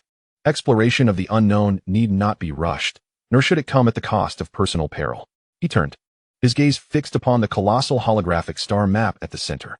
The blue boundaries of the solar system were vividly discernible, beyond which lay the profound, unfathomable darkness. Since I cannot go, let our eyes and arms pave the way. Pangu, execute the Deep Space Sentinel program. His voice was resolute, imbued with an undeniable determination. Command confirmed. Boss, you have made a wise decision. Pangu's voice seemed to carry a note of relief. Objective, deploy 10,000 Starry Skies-class starships, all operational. Chen Xing's voice resonated with conviction. Mission, centered around the solar system, conduct comprehensive exploration and reconnaissance into the vastness of space across multiple sectors. The primary aim is to ascertain the spatial environment, resource distribution, and potential signs of civilization within a 10-light-year radius surrounding the solar system. Simultaneously, establish quantum communication relay nodes along the way to construct an extended network. Deployment plan optimization in progress. Pangu swiftly processed the calculations. It is advisable to organize the 10,000 Starry Skies-class starships into 33 deep space reconnaissance squadrons. Each squadron will be equipped with 3 Starry Skies-class vessels for combat, detection, and communication relay, along with 2 Class 4 transport ships for logistical support. 2 fully loaded Class 4 transport ships, each carrying 15 million tons of supplies, will be sufficient to sustain a squadron composed of 5 starships. They will maintain high-intensity operations for over 20 years without resupply. Chen Xing nodded. Approve this plan. Resource allocation directives have been issued. Major storage bases, refineries, and manufacturing centers within the solar system have entered the highest priority operational status to supply the 33 squadrons. Estimated loading time, 7 days. Pangu reported efficiently. Excellent. Chen Xing nodded. This is our strength. Let them carry ample provisions and take root in deep space. The Starry Skies ship, as my personal vessel, will remain in the solar system. Directive confirmed, boss. Observing the densely moving light points on the holographic star map, Chen Xing continued. Since all primary starships have been dispatched, we must also ensure the defense of the solar system. We cannot allow anyone to dismantle our home. Pangu, do you know what to do? Understood. Based on the construction over the past decade, the overall defense system of the solar system is complete. Pangu quickly retrieved another set of data. Countless stealth monitoring outposts, automated artillery arrays, energy shield generators, and space minefields deployed in the Kuiper Belt constitute the first line of early warning and defense. Pluto and its satellites have been fortified into formidable war fortresses, providing substantial fire support for the first line of defense. Large armed fortresses and various armed satellite defense platforms situated in the orbits of Jupiter, Saturn, Uranus, and Neptune form the second line of fire. The subterranean defense installations on the Moon, along with numerous camouflaged artillery arrays on the surface, create the final line of defense. Moreover, the omnipresent quantum communication network throughout the solar system ensures detection within a 10-millisecond delay. Any unauthorized intruders will be identified and locked onto before entering the Oort cloud. Comprehensive defense assessment. impregnable. Current threat level, extremely low. The solar system has long since been transformed by Chen Xing into a steel fortress bristling with defenses. Chapter 33. Breaking out of the solar system. Chen Xing nodded in satisfaction. Very well. However, it is wise to prepare for unforeseen circumstances. Pangu, initiate the mass production plan. All dockyards within the solar system shall devote all resources to constructing Starry Skies class starships, Class 4 transport vessels, and Class 4 mining ships. Resource allocation will prioritize starship construction. There is no upper limit to the target quantity. His voice reverberated through the bridge, imbued with an air of grandeur that surveyed the cosmic seas. What lies in the darkness beyond the solar system? We do not know. Is it opportunity, allies, or foes? His gaze seemed to pierce through the hull, reaching into the boundless depths of space. Whether we discover extraterrestrial civilizations or are found by more powerful entities, we must possess the strength to crush any potential threat. To safeguard our homeland, 1 million starships? That is merely a starting point. The infinite mass production plan has been activated. Priority, highest. Pangu's response buzzed with efficient operation. All dockyard resources have been reallocated, and production lines are operating at full capacity. The initial monthly construction rate is projected to rise to 3,000 Starry Skies class starships. With a substantial supply of resources and ongoing dockyard expansion, the monthly production rate will continue to increase.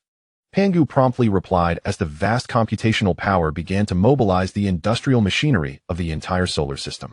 A week passed swiftly in efficient operations. On the frigid orbit of Pluto, a sight unprecedented in the history of the solar system gathered. The Starry Skies ship stood like a mountain of steel at the center of the array. Before it, 33 reconnaissance squadrons composed of 3 Starry Skies class vessels and 2 Class 4 transport ships stood in orderly formation, akin to an army of stars awaiting inspection. Nearly 10,000 massive Starry Skies class starships glimmered with a metallic sheen. Over 6,000 bulky yet powerful Class 4 transport ships followed closely, together forming an endless forest of steel. Chen Xing stood at the forefront of the Starry Skies ship's bridge, gazing through the enormous viewport at the torrent of steel he had forged with his own hands. An indescribable sense of pride surged within him, mingled with a touch of reverence for the unknown. Pangu, status of the fleet? His voice was steady and commanding. All deep space reconnaissance squadrons have assembled. Supplies fully loaded. System self-checks passed. Quantum communication relay nodes are ready for deployment. The curvature engines are preheated and can depart at any moment. Pangu's voice rang clear and resonant. Chen Xing took a deep breath, his gaze sweeping across the orderly array before finally resting on the vast, dark expanse beyond the bridge. There lies the unknown, the challenge. In the future, he slowly raised his right hand, his eyes ablaze, addressing the infinite deep space and his loyal steel legion. He summoned all his strength to issue the thunderous command. Depart. Command confirmed. All reconnaissance squadrons, activate curvature engines. Depart to designated coordinates. Pangu's orders were instantly transmitted to every starship. Buzz. In an instant, centered around Pluto's orbit, 33 spatial points simultaneously experienced violent distortion. Space rippled as though a massive stone had been cast into a lake, creating visible waves. Irregularly distorted, transparent curvature bubbles formed in an instant, encasing each steel squadron. The next moment, whoosh, whoosh, whoosh, whoosh. 33 brilliant streaks of light erupted as if propelled by an invisible hand, scattering in an orderly fashion in all directions. They vanished from sight, leaving behind colorful and enigmatic trails in the ephemeral remnants of space. Within mere seconds, the once crowded orbit of Pluto became eerily empty. Only the Starry Skies ship remained, like a silent sentinel, quietly suspended in place. Chen Xing still stood before the viewport, gazing into the direction where the fleet had vanished. Lost in thought, outside the viewport, only the profound cosmic backdrop and the cold silhouette of Pluto remained. His clenched fist gradually relaxed, his palms slightly damp with sweat. They have left, he murmured softly, his voice tinged with a hint of complex emotion. There is anticipation, concern, and a heavy sense of responsibility akin to sowing seeds into the vast ocean of stars. He took one last look at the now silent depths of space, turned, and walked steadily towards the command seat. Pangu, here, boss.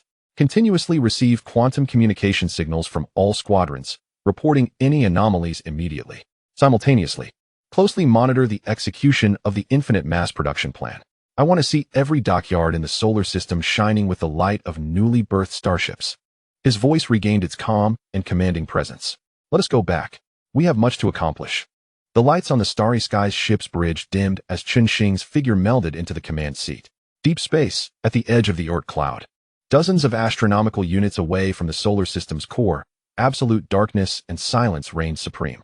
A triangular arrow formation of 3 Starry Skies-class starships and 2 Class 4 transport vessels glided silently, like 5 cold metal stars, emerging from the rippling curvature bubble. The subtle disturbances left behind as the space bubble dissipated, like the final ripples stirred by a stone cast into a deep pool, fleeting and ephemeral. The curvature navigation has concluded, coordinates confirmed, having reached the predetermined reconnaissance sector's edge. The synthesized voice of the ship's AI system calmly announces within the bridge. The ghostly blue flames of the conventional cruise engine ignite silently, propelling the steel Leviathan steadily at 0.8 times the speed of light. Surrounding it is a heart-stopping expanse of pure darkness, where the sun's light has diminished to a mere insignificant twinkle. The stars are sparse and distant, their light cold and unwavering.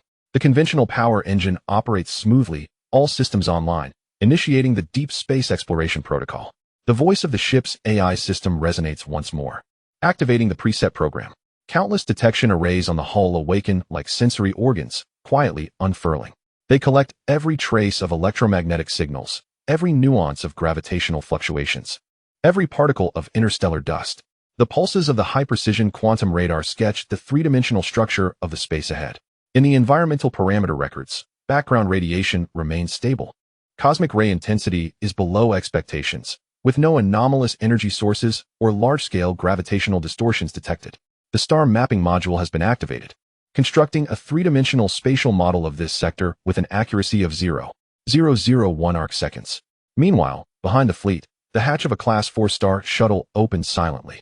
A small, elegantly shaped rhomboid device, shimmering with a ghostly blue glow, is gently released by a mechanical arm.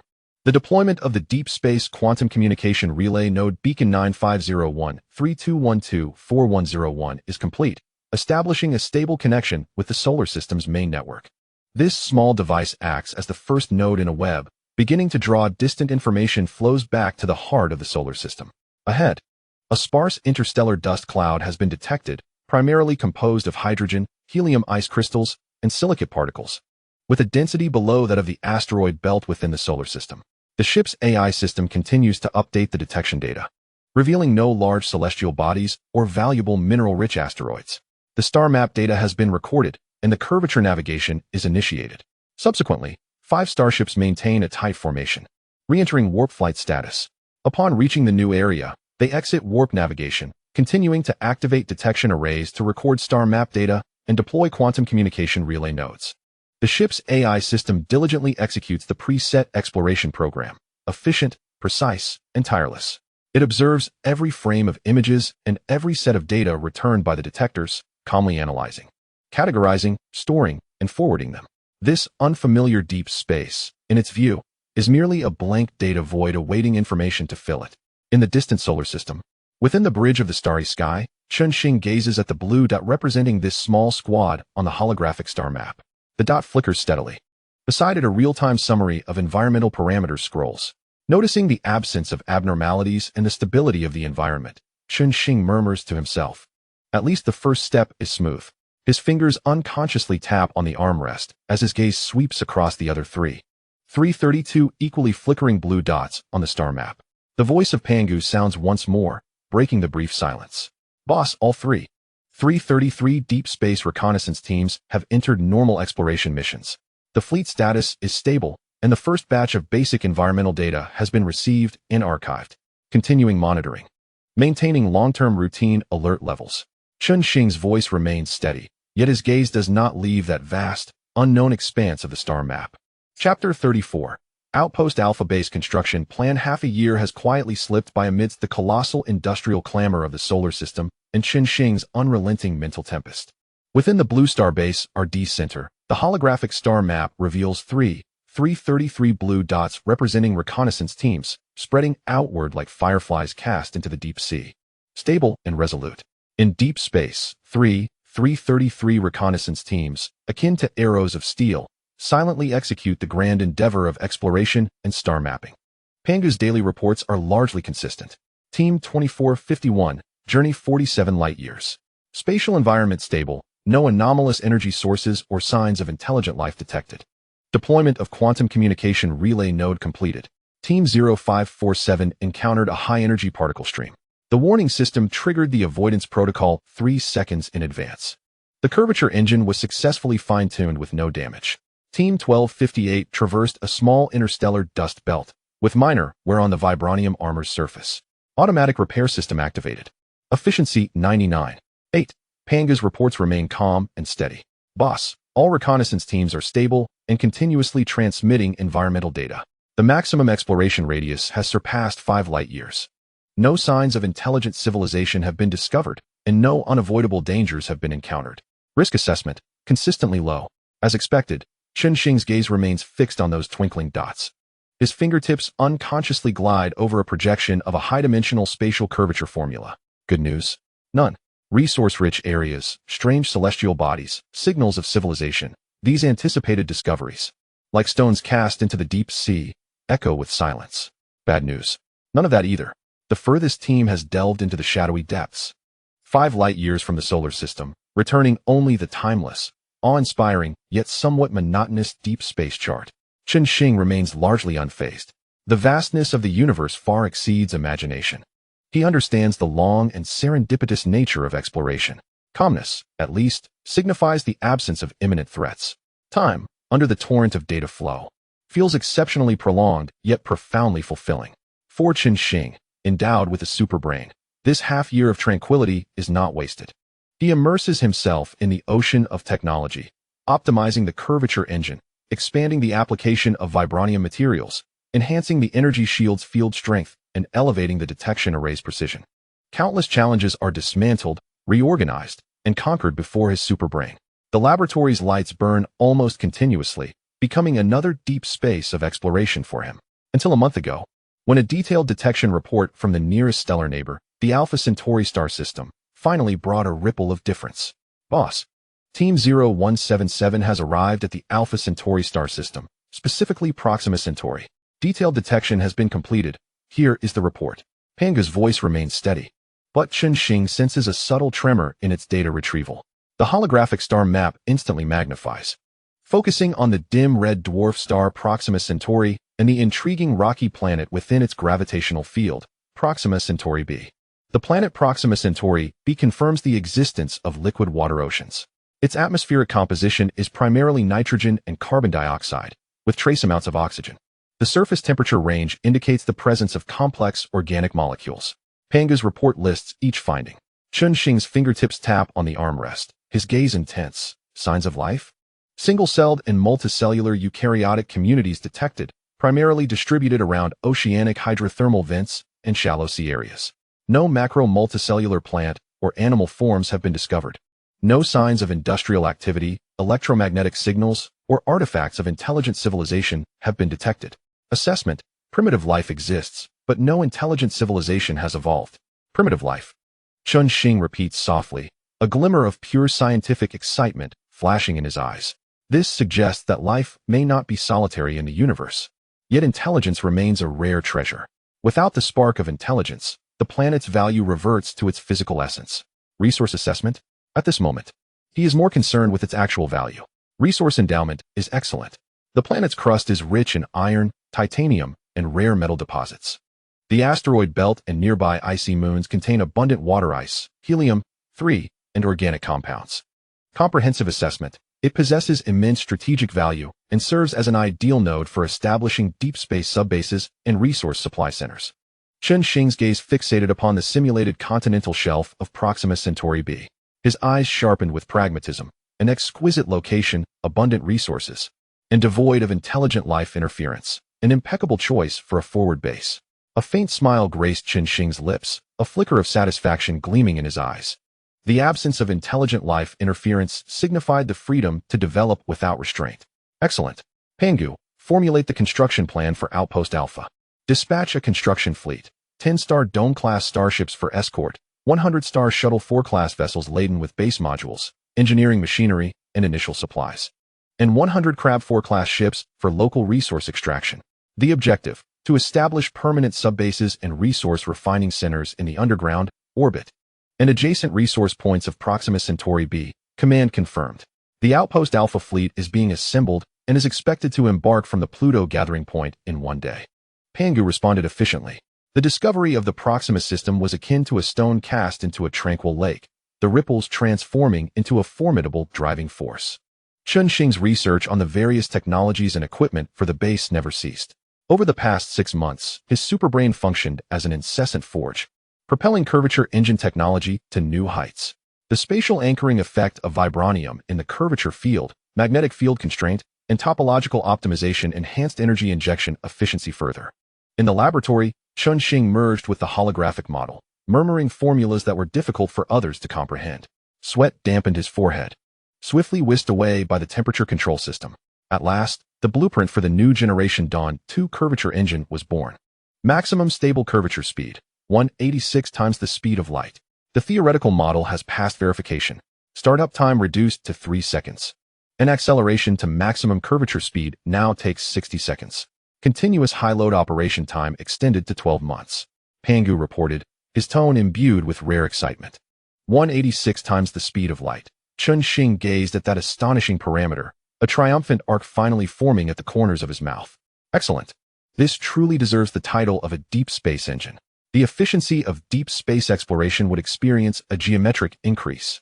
Conventional nuclear fusion thrusters had also been pushed to the brink of their potential.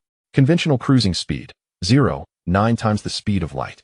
Maximum speed, 0.999 times the speed of light. Confirmed unable to breach the light speed barrier.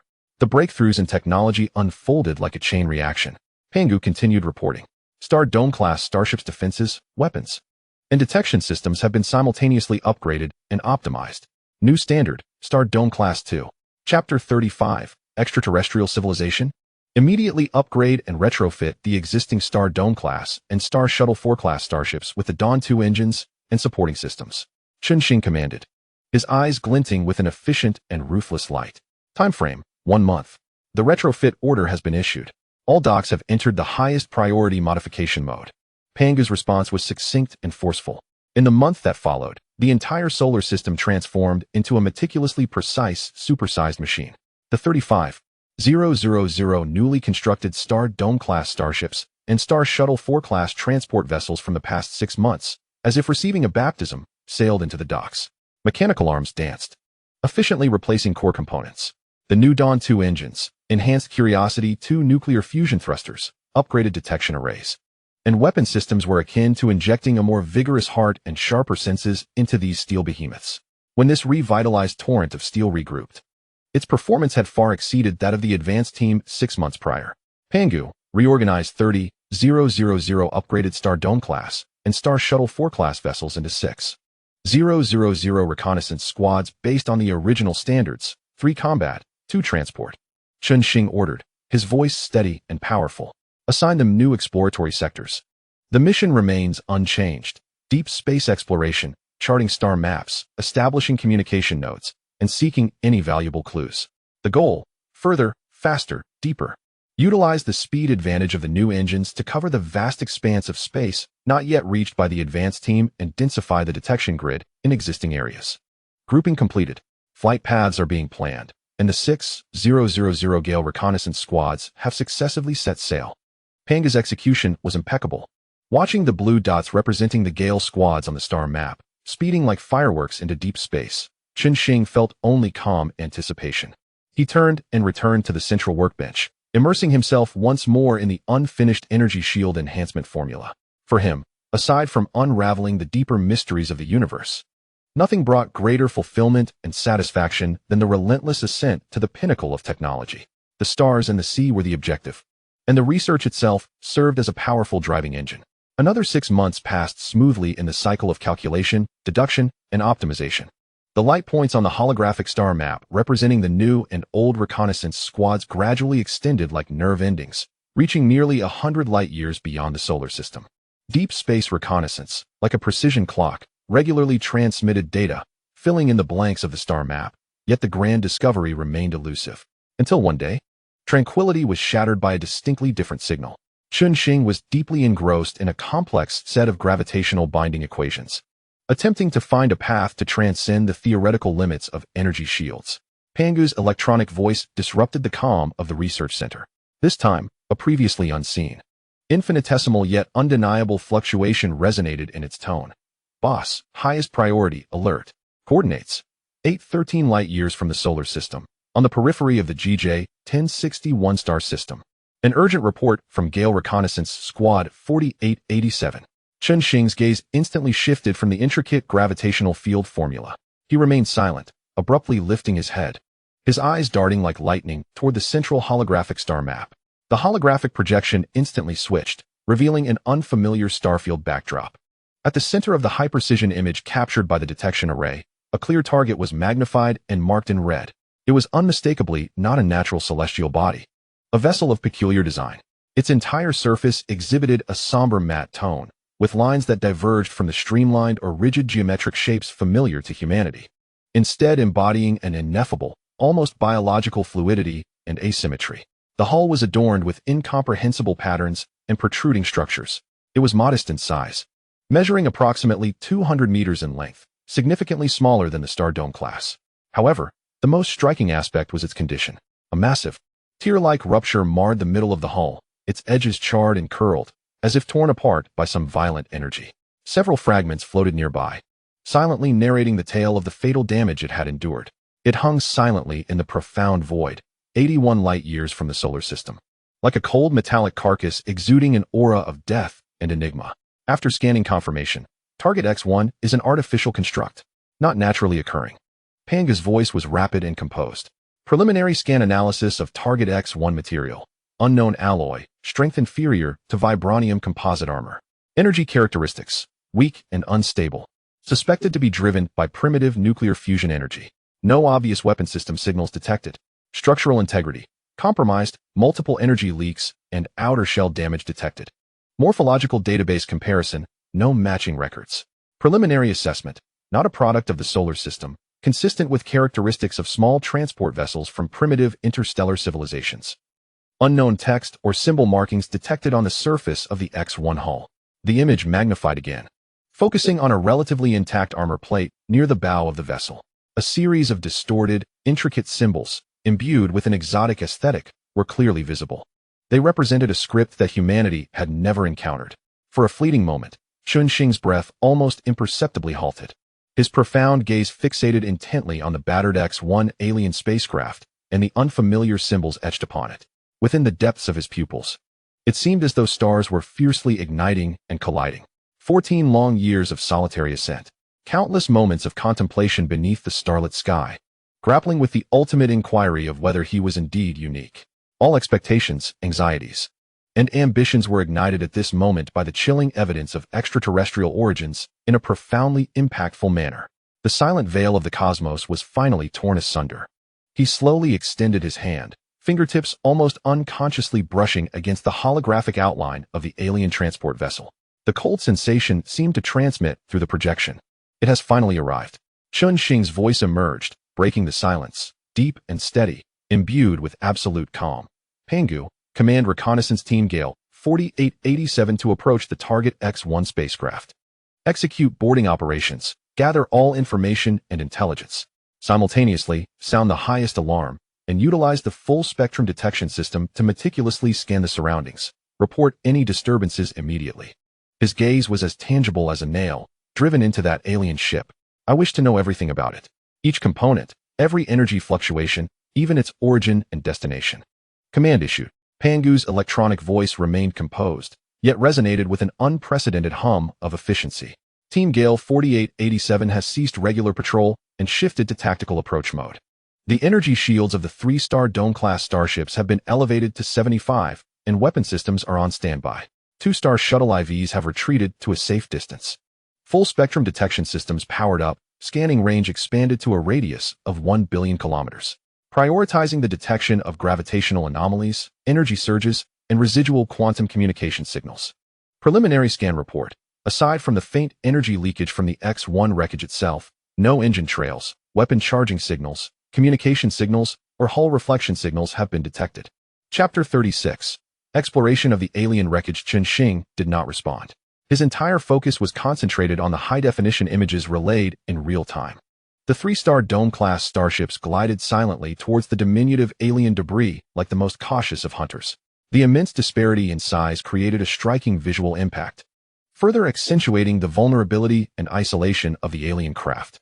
Distance to target X1, 1,000 kilometers, 500 kilometers, 100 kilometers. Docking procedure initiated. Panga's announcements were methodical. The belly hatch of one-star dome-class starship opened, releasing several small, saucer-shaped landing crafts. They fluttered around the most severely damaged area of the target X1 like nimble metallic insects, emitting finer scanning beams. External preliminary scan completed. The primary composition of the X1 hull is an unknown titanium alloy composite, with a strength approximately 25 that of vibranium composite armor. Traces of high-energy particle weapon residues detected at the damaged locations. Energy signatures do not match existing databases. Confirmed no active energy reactions, no signs of life. Boarding. Chen Xing's voice remained unwavering. Yet, the frequency of his fingertips tapping the armrest quickened slightly. The saucer-shaped landing craft hovered beside the massive gash, akin to a precise scalpel finding its incision. The hatch slid open, and armed combat robots were ejected in succession. Their bodies, composed of high-strength alloys, glimmered with a matte metallic sheen, joints agile. Each head integrated multiple sensors, and the ends of their arms were equipped with cutting beams and multifunctional mechanical claws.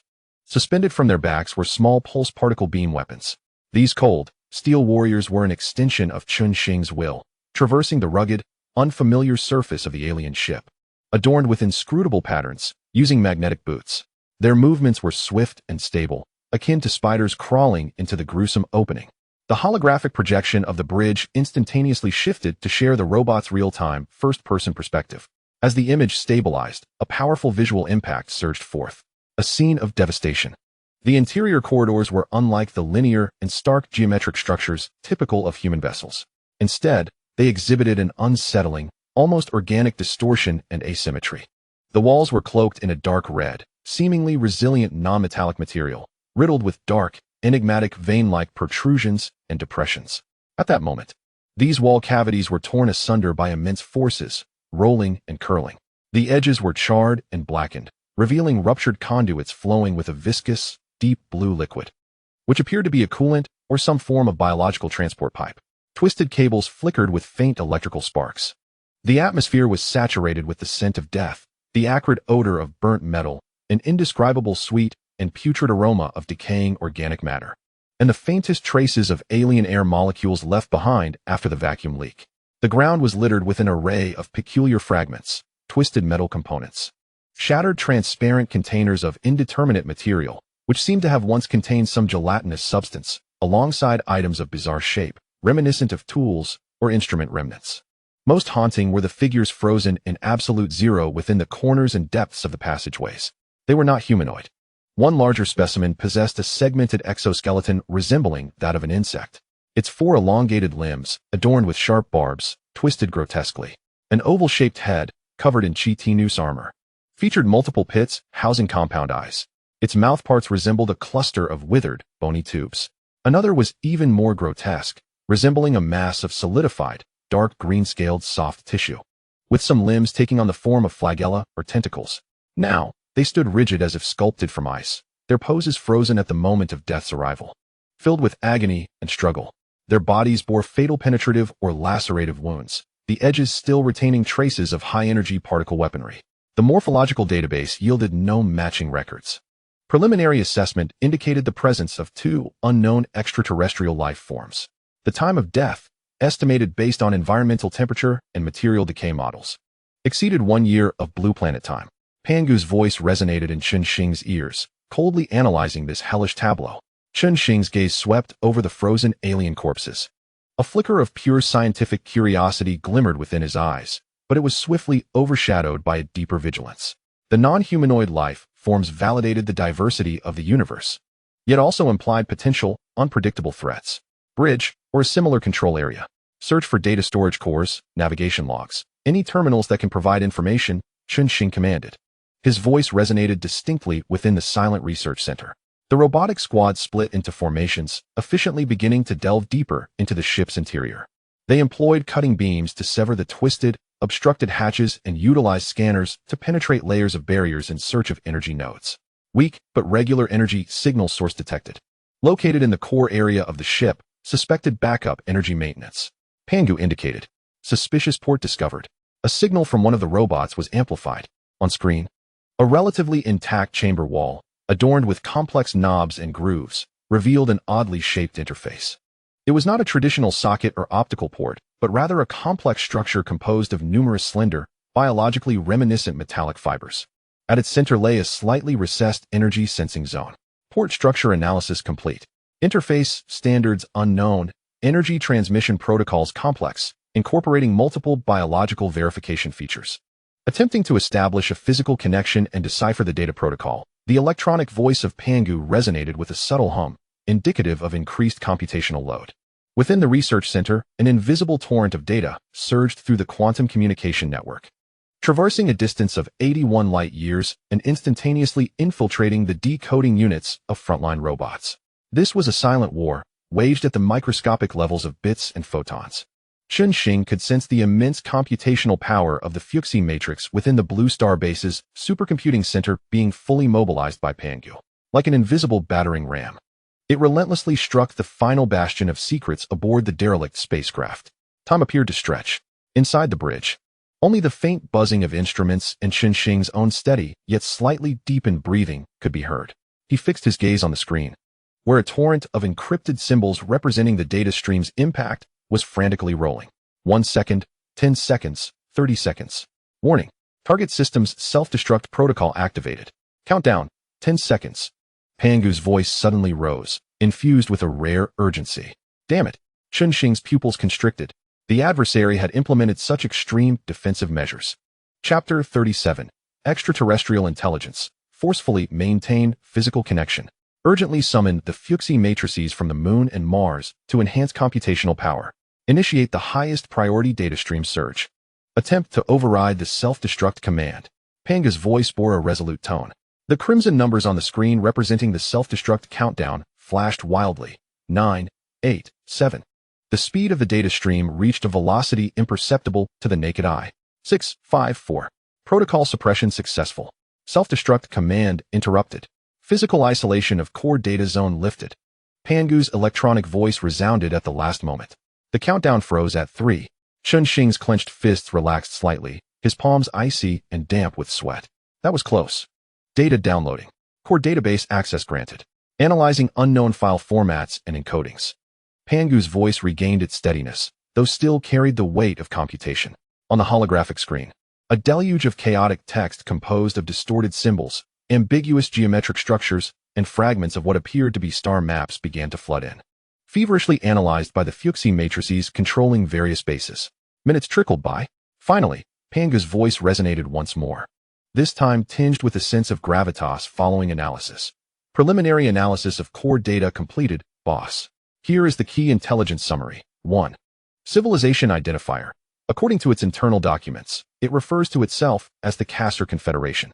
A basic mapping model of its writing system has been established. Approximately 65 words can be preliminarily translated. 2.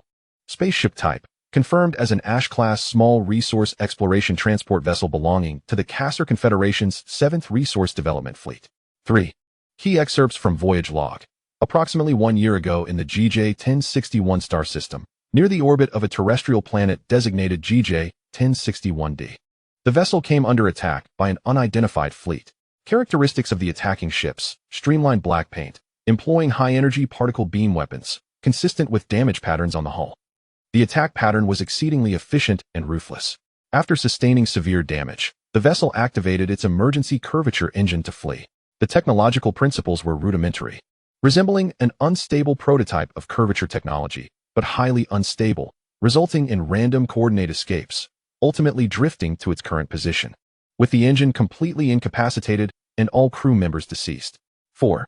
Star map fragments. Successfully extracted fragments of star maps stored in its flight recorder.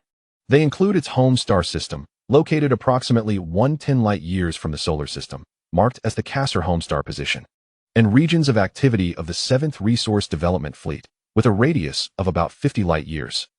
as well as the coordinates of the planet GJ-1061d where it was attacked. Notably, the star map indicates that the GJ-1061 star system is merely 813 light-years from the solar system.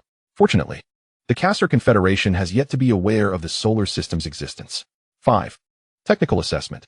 The Castor Confederation's technological level is preliminarily determined to be at civilization level 2528, with an extremely mature development within its stellar system.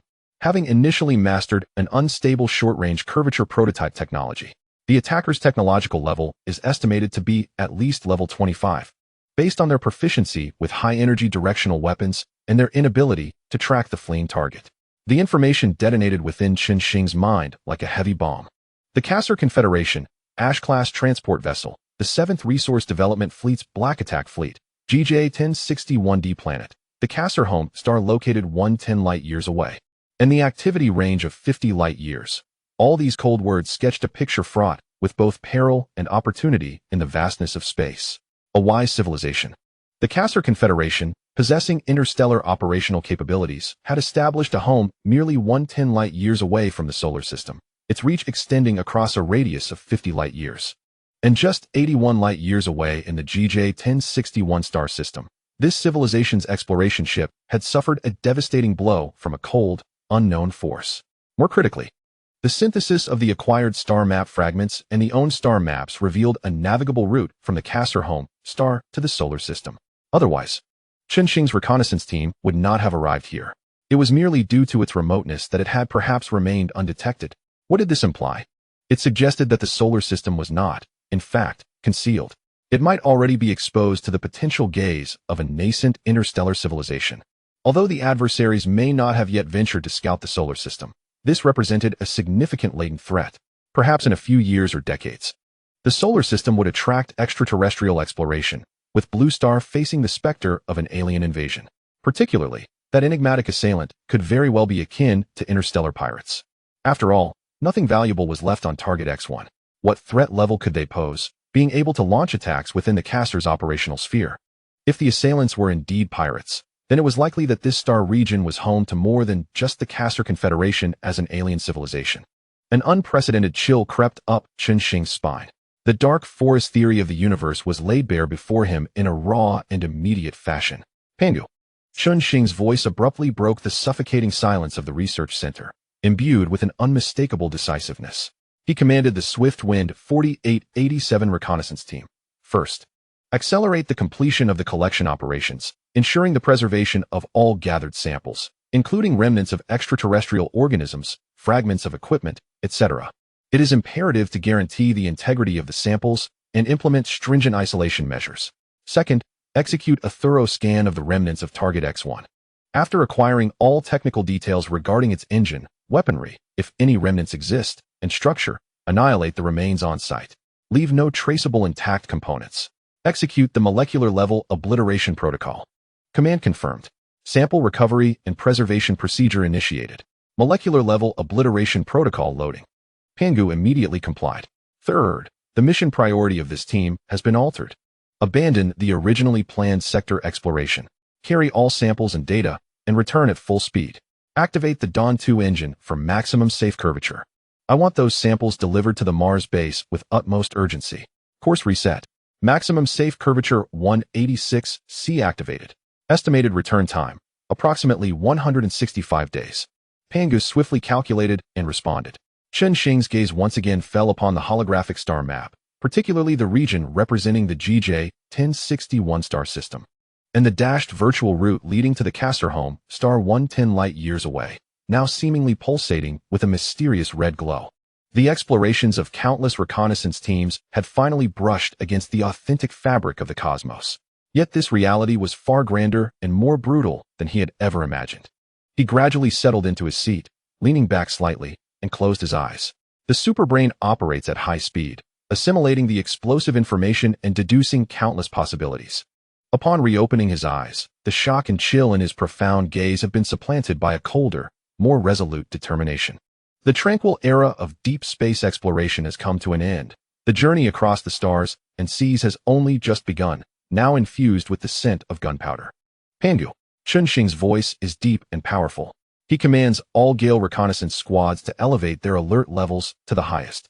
The exploration mode will incorporate active concealment protocols to prevent any unnecessary energy leakage. He pauses, his eyes flickering with a steely resolve. The Infinite Troop Surge Initiative's production capacity target has been raised by 1,000. Resource supply priority is once again heightened. Within 2 years, I wish to witness 1,000,000 steel warships capable of crushing any who dare to gaze upon the solar system. Command confirmed, boss. Panga's voice carries an air of grim finality. The Deep Space Sentinel program is entering a state of war readiness. The new objective for the Infinite Troop Surge Initiative has been amended. The average monthly production capacity of starships is to be raised to 50,000 vessels. Chapter 38. The Listener, the Dissolver. The starry veil, the lights in the Blue Planet Base's Research and Development Center seem to shine with an even colder intensity than before. Chen Xing stands before the vast holographic star map, his gaze sharp as a blade. Fixated on the area representing the GJ-1061 star system and the coordinates of the distant Khazar homeworld, the cold alien wreckage, 813 light-years away, shatters the tranquility of Chen Xing's steady developmental progress like a stone thrown into a calm lake. The Khazar Consortium, an undeniably real extraterrestrial civilization with interstellar capabilities, lies merely a few dozen light-years from the solar system. Although intelligence suggests they have yet to discover the solar system's existence, this is hardly a reason for complacency. The tragic fate of that Ashen-class vessel starkly illustrates that this star domain is far from a peaceful sanctuary. Pangu. Chen Xing's voice is low and clear, imbued with an undeniable conviction. Lock onto another reconnaissance squad in proximity to Gale 4887. Target change. Infiltrate the core area of the Khazar Consortium's operational star domain based on acquired star map fragments and route information. Mission. Conduct high-level covert reconnaissance and gather intelligence on this civilization, social structure, technological prowess, military deployments, political inclinations, any detail. Maintain the highest alert mode. Report any anomalies at the first sign of disturbance. Command confirmed, boss. Pangu responds swiftly, his tone tinged with a sense of grim urgency. Gale 1123 squad has been locked in. They are approximately 35 light-years from the target star domain. Course correction is complete, and the Dawn 2 engine is set to maximum safe warp speed with an estimated arrival time of 42 days. The highest concealment protocols are fully loaded. The urgency of gathering intelligence is paramount. Passive waiting is not Chen Xing's style. A single damaged transport ship yields too limited information. To know oneself and one's enemy is the key to invincibility. He requires a deeper vision to unveil the true nature of this potential neighbor. With the pawn of intelligence collection set in motion, Chen Xing swiftly shifts his attention to the more pressing defensive vulnerabilities. Since the Khazar Consortium possesses a nascent curvature technology prototype, what might more advanced civilizations possess? Or what breakthroughs might the Khazar themselves achieve? If one day, a fully operational curvature fleet were to silently appear in the Oort cloud region, or even warp directly into the orbit of the Blue Planet, the consequences would be unimaginable. This thought sends a chill down Chen Xing's spine. Passive defense equates to waiting for death. He needs eyes that can foresee disturbances in space. He requires an interception network capable of disrupting or even obstructing enemy curvature travel. He strides purposefully toward the central holographic workstation, summoning the complete design blueprints and operational data of the Dawn 2 engine with a wave of his hand. Space wave curvature travel, he murmurs to himself, his fingertips flying across the virtual keyboard. Since we have grasped the secrets of curvature, we must be able to perceive it, even control it. Pangu. Mobilize all Fuxi matrix computing power.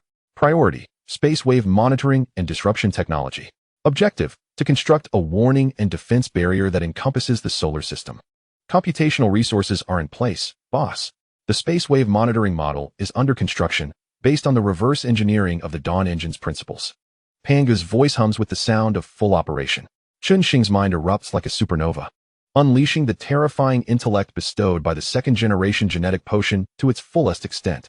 Curvature travel fundamentally distorts spatial geometry, forming curvature bubbles. Thus, any abnormal distortion in space should theoretically be detectable. Countless intricate gravitational field equations, space-time metric tensors, and energy-space coupling formulas swirl before his eyes, being dismantled, reassembled, and optimized. The key lies in identifying and amplifying the unnatural ripples within the background space, filtering out the gravitational wave background noise of the universe itself. Chen Xing immerses himself in the ocean of formulas, his fingers a blur on the virtual keyboard as he constructs a new theoretical framework for detection. The laboratory lights become his sole reference for perceiving time, as the cycle of day and night loses all significance. He iteratively simulates, models, and optimizes through failures. Countless flashes of inspiration colliding, extinguishing, and rebirthing within his mind.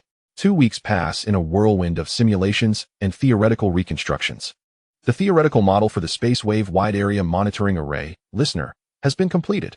Panga's voice carries a note of affirmation post-calculation. Core principle: deploy ultra-sensitive graviton sensor networks. In conjunction with the real-time supercomputing analysis of the Fuchs matrix, capture and identify any unnatural spatial distortions within a radius of 0.1 light-years. Unique ripple signals generated by curvature travel, large-scale spatial jumps, etc., can be detected with an accuracy of 99.8. Excellent. Chen Xing feels an exceptional surge of excitement. Eyes are now in place. The next step is to establish the interception network. His gaze shifts toward the more aggressive realm of curvature disruption. The essence of disruption lies in destabilizing the curvature bubble, preventing it from maintaining or forcing it to collapse. He murmurs to himself, his thoughts racing. Based on the principles of the Dawn engine, the stability of curvature bubbles relies on precise energy, field constraints, and spatial anchoring. Thus, the direction of disruption is clear. His fingers dance once more across the keyboard. Plan 1. High-intensity energy shocks at specific frequencies. Create intense energy turbulence around the target curvature bubble, disrupting the stability of its energy field and the efficacy of its spatial anchoring points. The holographic platform simulates the dynamic scene of energy shock waves impacting the curvature bubble. Plan 2. Localized spatial constant disturbances. Utilize powerful gravitational field generators or spatial distortion devices to artificially create transient spatial wrinkles or traps in the target area, disrupting its predetermined spatial geometric structure. Another simulation illustrates the forced distortion of space, causing the curvature bubble along the path to tremble violently on the brink of rupture. Plan 3. Resonance disruption. Analyze the core frequency of the target curvature engine and emit counteracting spatial fluctuations at the same or harmonic frequencies, triggering internal resonance to destabilize its structural integrity. The 3 technological pathways collide, merge, and optimize within his mind. Energy shocks yield rapid results, but require immense consumption and may be thwarted by advanced shielding defenses. Spatial constant disturbances are highly effective, but present the highest technical threshold, demanding precise predictions of target positions. Resonance disruption is the most covert and efficient, yet it necessitates deciphering the core frequency of the target engine, introducing an element of uncertainty. Then let us merge them. Chen Xing's eyes blaze with determination. Construct a composite disruption field, simultaneously encompassing high-intensity energy turbulence, a controllable local spatial constant disturbance module, and reserved interfaces for active frequency detection and resonance generators, a triad that renders intruders utterly invisible. The ensuing days saw the laboratory suffused with an intangible haze of tension. Chen Xing, akin to a warrior grappling with the very fabric of space, tirelessly refined the mathematical model of the interference field, calculating energy thresholds, the amplitude and extent of spatial disturbances, and the sensitivity of frequency capture. Countless simulations failed, necessitating innumerable parameter adjustments. Finally, on a fateful night a month later, a simulated curvature bubble, representing the unknown invader, materialized on the holographic platform. Under the triple assault of the composite interference field, it burst as if punctured, violently oscillating before vanishing silently, failing to reach its designated coordinates. Verification complete for the curvature navigation interference blocking field composite module. Panga's voice resonated with a subtle thrill. Codename, Disruptor. It can effectively interfere with and forcibly terminate curvature navigation of civilizations rated 25 and below within a radius of 0.1 light-years. Yet, it was not sufficient. Chen Xing scrutinized the data, integrating the listener monitoring array with the disruptor interference field to construct a unified defense unit. Integration plan generated. Spatial fluctuation monitoring and interference blocking integrated device, Star Canopy. Pangu responded promptly. Monitoring radius, 0.1 light-years. Effective interference radius, 0.1 light-years. Cooperative operation mode optimization complete. Immediately manufacture a prototype. Deploy it beyond Mars' orbit for full power testing. Chen Xing commanded. 3 days later, a Star Canopy device, several hundred meters in diameter with a complex structure and shimmering silver-gray energy patterns across its surface, was deployed in the designated space beyond Mars' orbit. Star Canopy device, full power activation test commencing. Panga's voice echoed through the testing command center. Chen Xing focused intently on the holographic screen outside the testing site, where a Star Shuttle-class transport ship, serving as a target vessel, began to activate the Dawn 2 curvature engine. Target engine activated, capturing spatial fluctuation signals. Coordinates locked. Interference wave activation countdown. 3, 2, 1, launch. The listener module instantly captured the anomalous spatial ripples, pinpointing the location with precision. The disruptor interference wave was activated and launched in quick succession.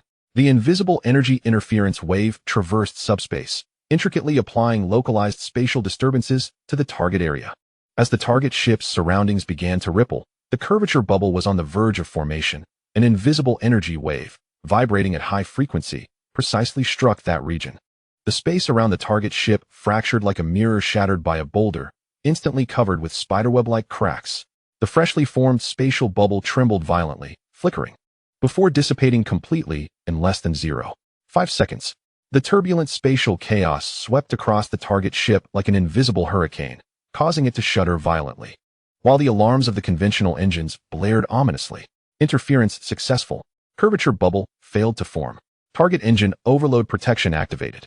Minor structural damage to the hull, no major issues. Pangu reported with unwavering calm. Chen Xing stood before the console, observing the real-time data and the target vessel's plight, a cold yet satisfied smile finally gracing his lips. Following a series of tests, more than 10 target vessels were sacrificed before completing all project trials. All tests successful. Results meet design expectations. Pangu's report rang out robustly. Chen Xing exhaled deeply, the tension that had gripped him for over a month finally easing slightly, a satisfied curve appearing at the corners of his mouth. Pangu. Initiate the Star Canopy plan. Commence full-scale production of the Star Canopy device. Deployment priority, centered on the blue planet, covering outward layer by layer. Establish the first early warning line in the outer Oort cloud.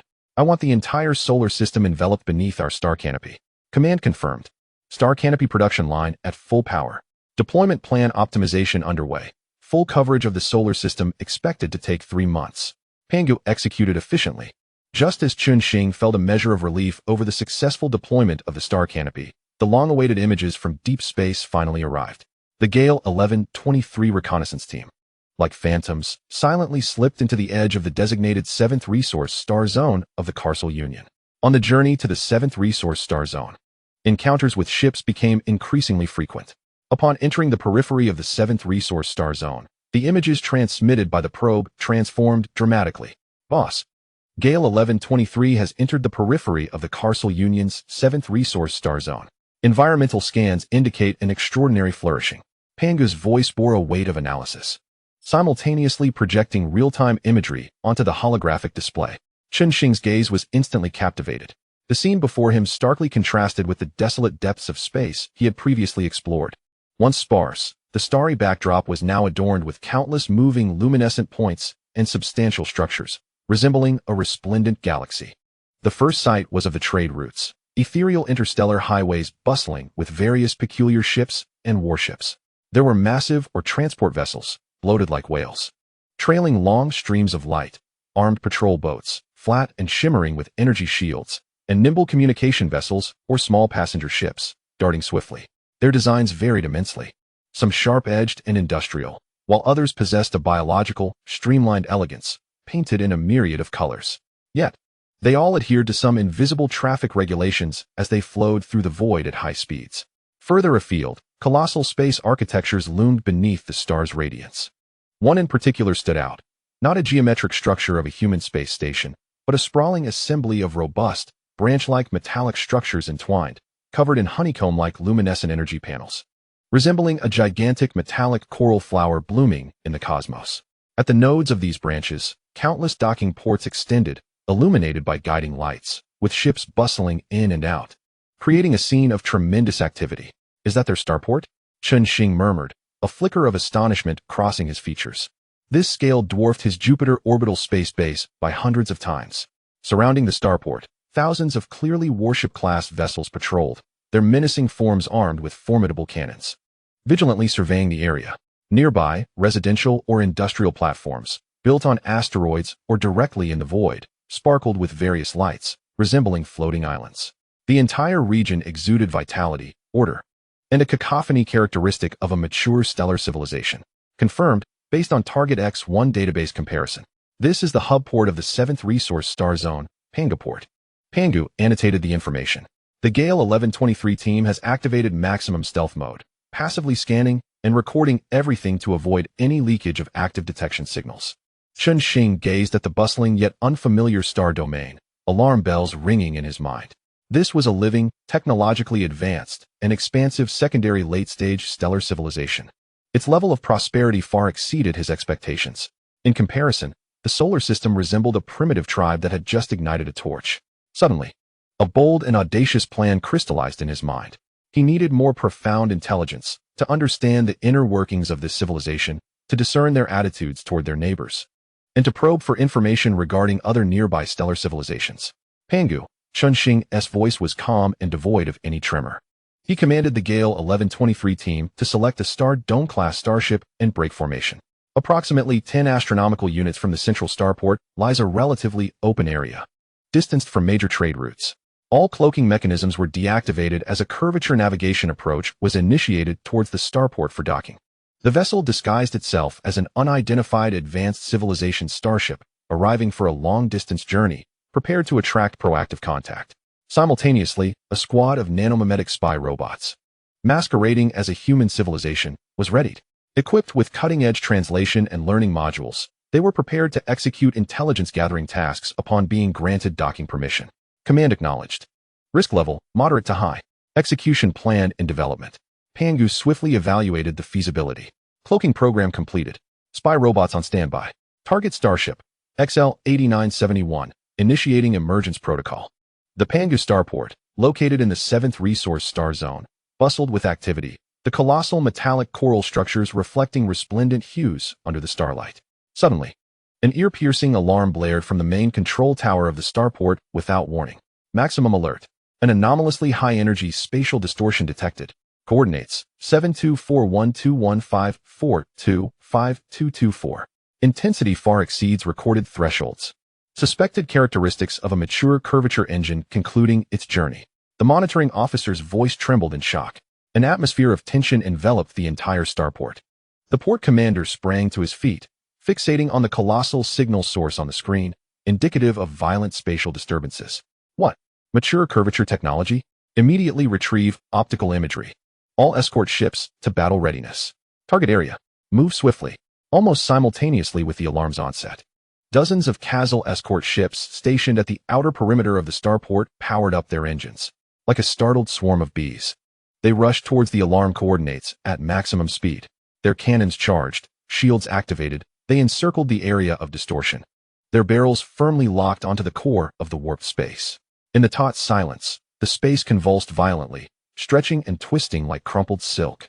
With a low hum, resonating as if it emanated from the fabric of space itself, a massive, irregularly shaped, transparent bubble abruptly manifested, only to dissipate in an instant. A grand, streamlined warship, enveloped in an unknown dark golden armor, camouflaged color change, glittering with a cold, noble sheen, emerged as if birthed from the void. Silently hovering at the center of the encirclement, its majestic 18-kilometer hull, designed with a powerful shark-like form, and the uniquely formidable cannons upon it, instantly intimidated all surrounding Kazal escort vessels. In the presence of this iron behemoth, the hundreds of meter-long Kazal ships appeared as mere toys. A profound silence shrouded the communication channels. The captains of the Kazal escort ships gazed through their portholes at the imposing vessel radiating an air of cold oppression, feeling their scalps prickle and palms sweat. This was unlike any model known to the Union.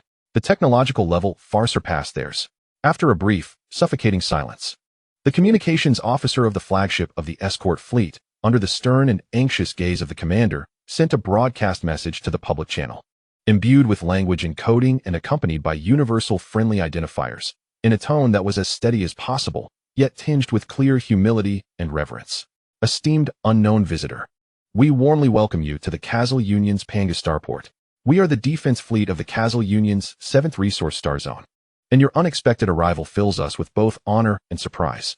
Please identify yourself and your intentions. We mean no offense and are willing to provide any necessary assistance, should you require it. The broadcast reverberated through the emptiness of space, bearing a subtle tremor. Chapter 40. Entering the starport on the periphery of the Pangu starport in the 7th resource star zone of the Kazal Union. The immense metallic coral-like starport remained silent under the starlight. Its bustling traffic came to a standstill in the wake of the uninvited guest's arrival. The Starship XL-8971, cloaked in dark golden armor, hovered in the center of the encirclement, exuding a chilling and noble luster.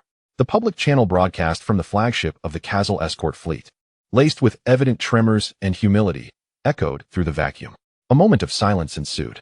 Within the bridge of the XL-8971, Pangu's electronic voice remained calm and unperturbed. Received a communication request from the other party, Captain. The broadcast message contains language encoding, friendly identifiers, and an inquiry of identity. Pangu translated and analyzed the incoming broadcast.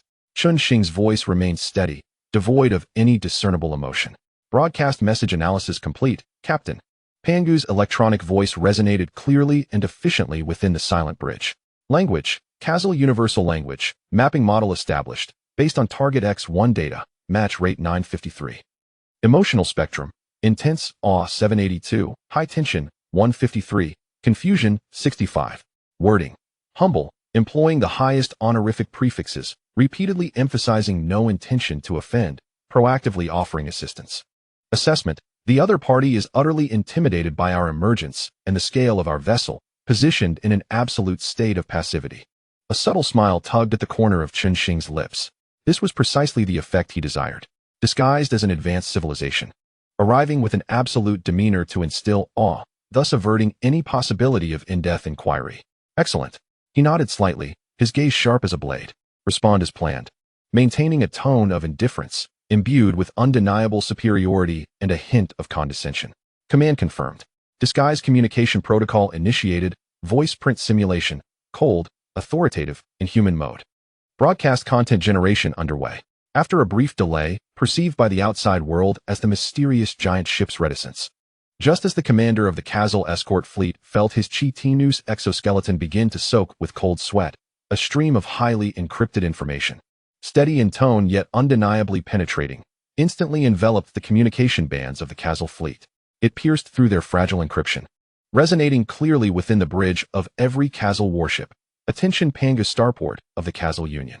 The voice, cold and authoritative, akin to metal grinding, bore no inflection, directly omitting all honorifics and redundancies.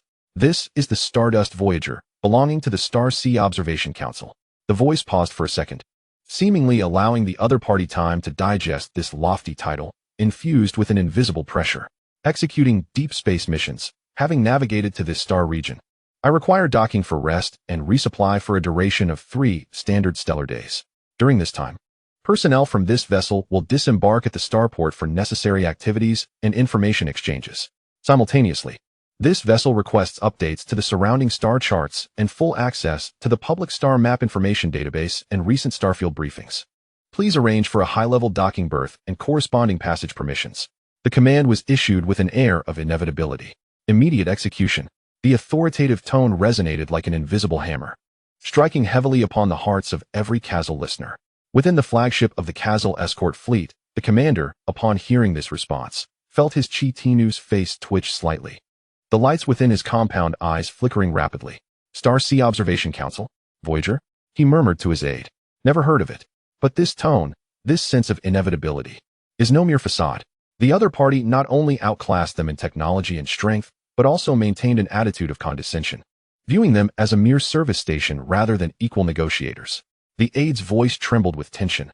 Commander, they demand access to the public star map and dynamic briefings. The commander, with unwavering resolve, interrupted with a sharp command. The public star chart is, after all, information that can be traded. The dynamic briefings merely consist of public navigation notices and fluctuations in resource points. As long as we can appease them, let us dispatch this deity as swiftly as possible. Report to the starport's central control immediately. He turned to the communications officer. Respond to them. Use the most humble tone. The commander then connected to the starport's main control tower. Priority response at the highest level. Immediately. Clear the A01 top docking bay. Deactivate all weapon locks in that area. Notify the port authority to accommodate them at the highest specifications. Exceed even the highest standards to meet their every demand. Quickly, he nearly shouted, his voice laced with an urgency born of fear. Refusal? The peculiar, formidable cannon ports of that colossal vessel were silently aimed at them. No one wished to test their might. Communications were re-established with the Starship XL-8971. This time, the tone from Kazar was even more deferential, tinged with a fearful obsequiousness. Noble Stardust Voyager, it is our utmost honor to serve you. The Pango port has received your request and is preparing a dedicated docking bay for you. The information interface privileges will be granted immediately. Please hold on for a moment. A guiding vessel will promptly proceed to escort you. The fear index of the counterpart has risen to 92, with an awe index of 78, and a vigilance index reduced to 40. The information interface opening protocol has been received. Real-time analysis by Pangu. A flicker of satisfaction crossed Chen Xing's eyes. Excellent. Proceed as planned. Prepare for docking. Organize the diplomatic team. Acknowledged. XL-8971's conventional engines are starting, following the guiding vessel. The diplomatic team of mimetic spy robots is on standby. The massive body of the Starship XL-8971, under the guidance of several small Kazar vessels, glided slowly towards the main structure of Pangu Port, resembling a giant coral tree. A large docking bay, specifically cleared and distant from conventional civilian berths, surrounded by heavy security for surveillance and isolation, slowly opened its energy shield entrance. The colossal starship precisely slid in, establishing a physical connection with the docking arm. With a heavy hum, the airtight gate began to open layer by layer, establishing a connecting passage. The hatch opened, and three figures clad in streamlined uniforms of matte black material, simple yet imbued with a sense of sci-fi elegance, emerged. The lead diplomat, codenamed Shadow, walked with a steady gait.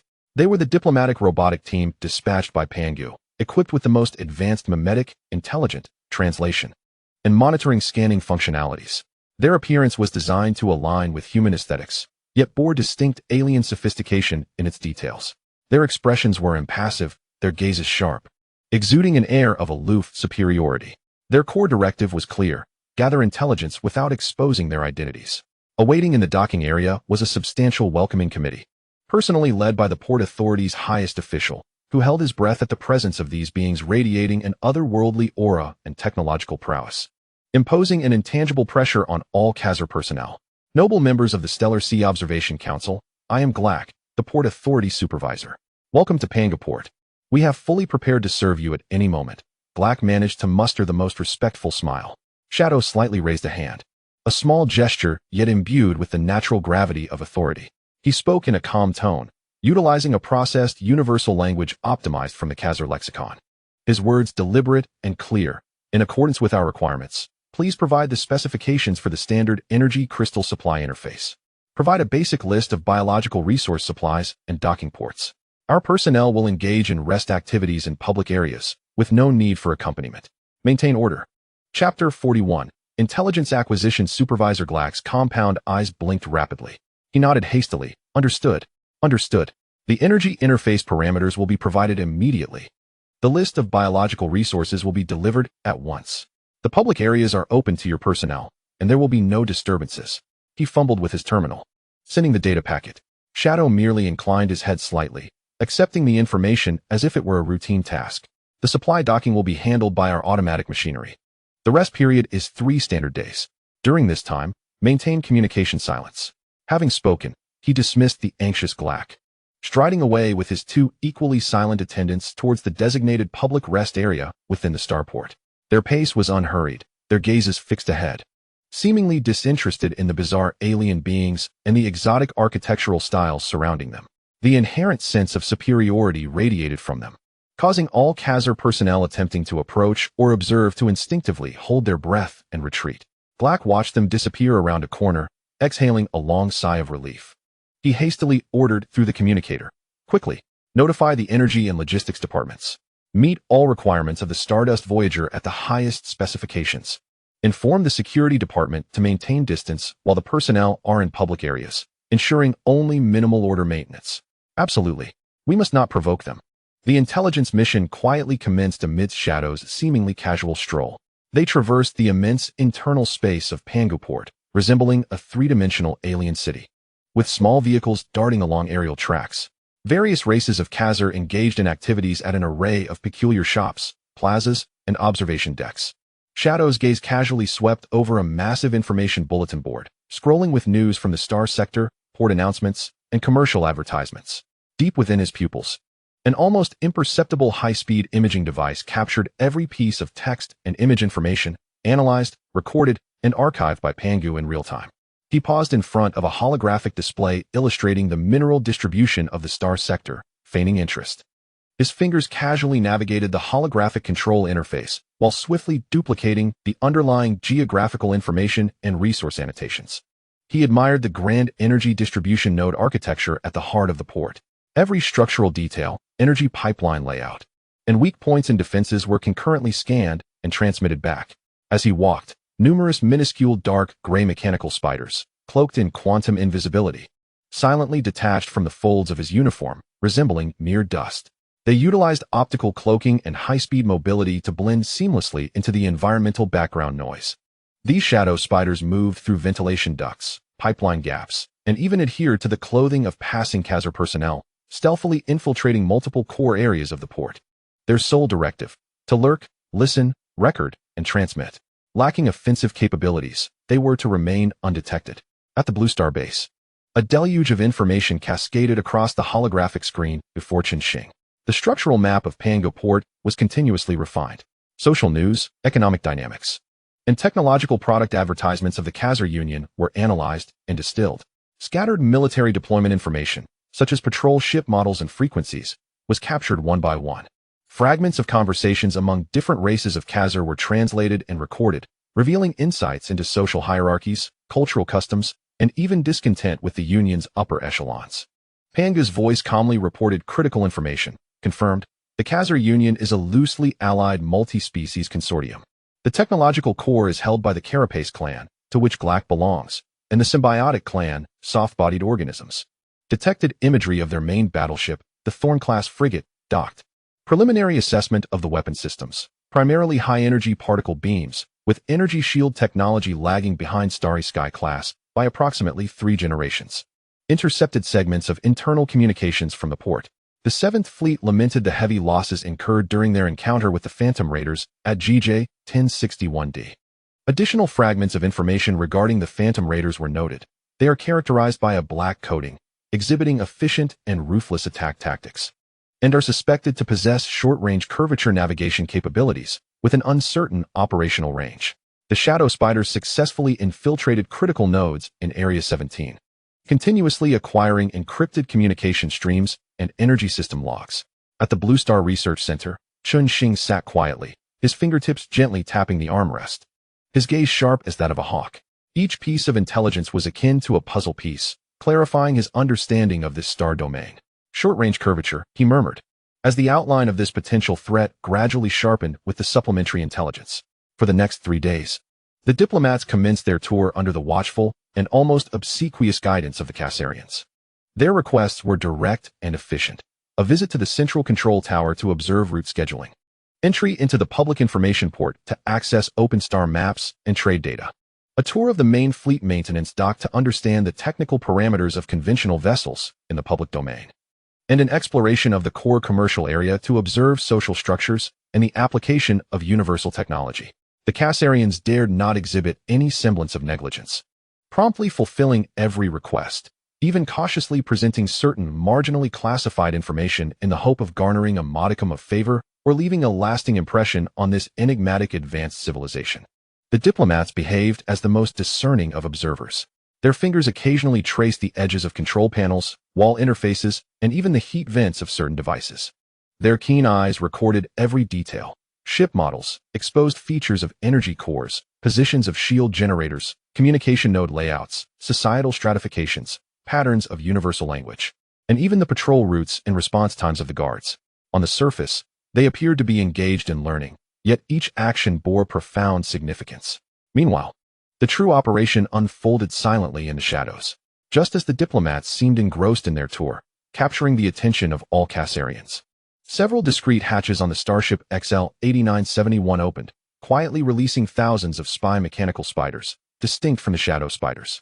These diminutive arachnids, measuring 10 centimeters in diameter, were cloaked in quantum stealth coatings, endowing them with formidable invisibility and dynamic camouflage abilities. Proficient in various espionage skills, they possessed powerful system infiltration capabilities. Under the protective shadow of the XL-8971's vast form, the spiders moved swiftly and covertly along walls, pipelines, and ventilation ducts, even attaching themselves to the undersides of port vessels, infiltrating certain core areas within the starport. Their objectives were clear. The core regions not covered by the Diplomats Tour, military-controlled database server clusters, high-ranking officer communication centers, the starport's main control core, and even the ventilation ducts of highly classified research laboratories.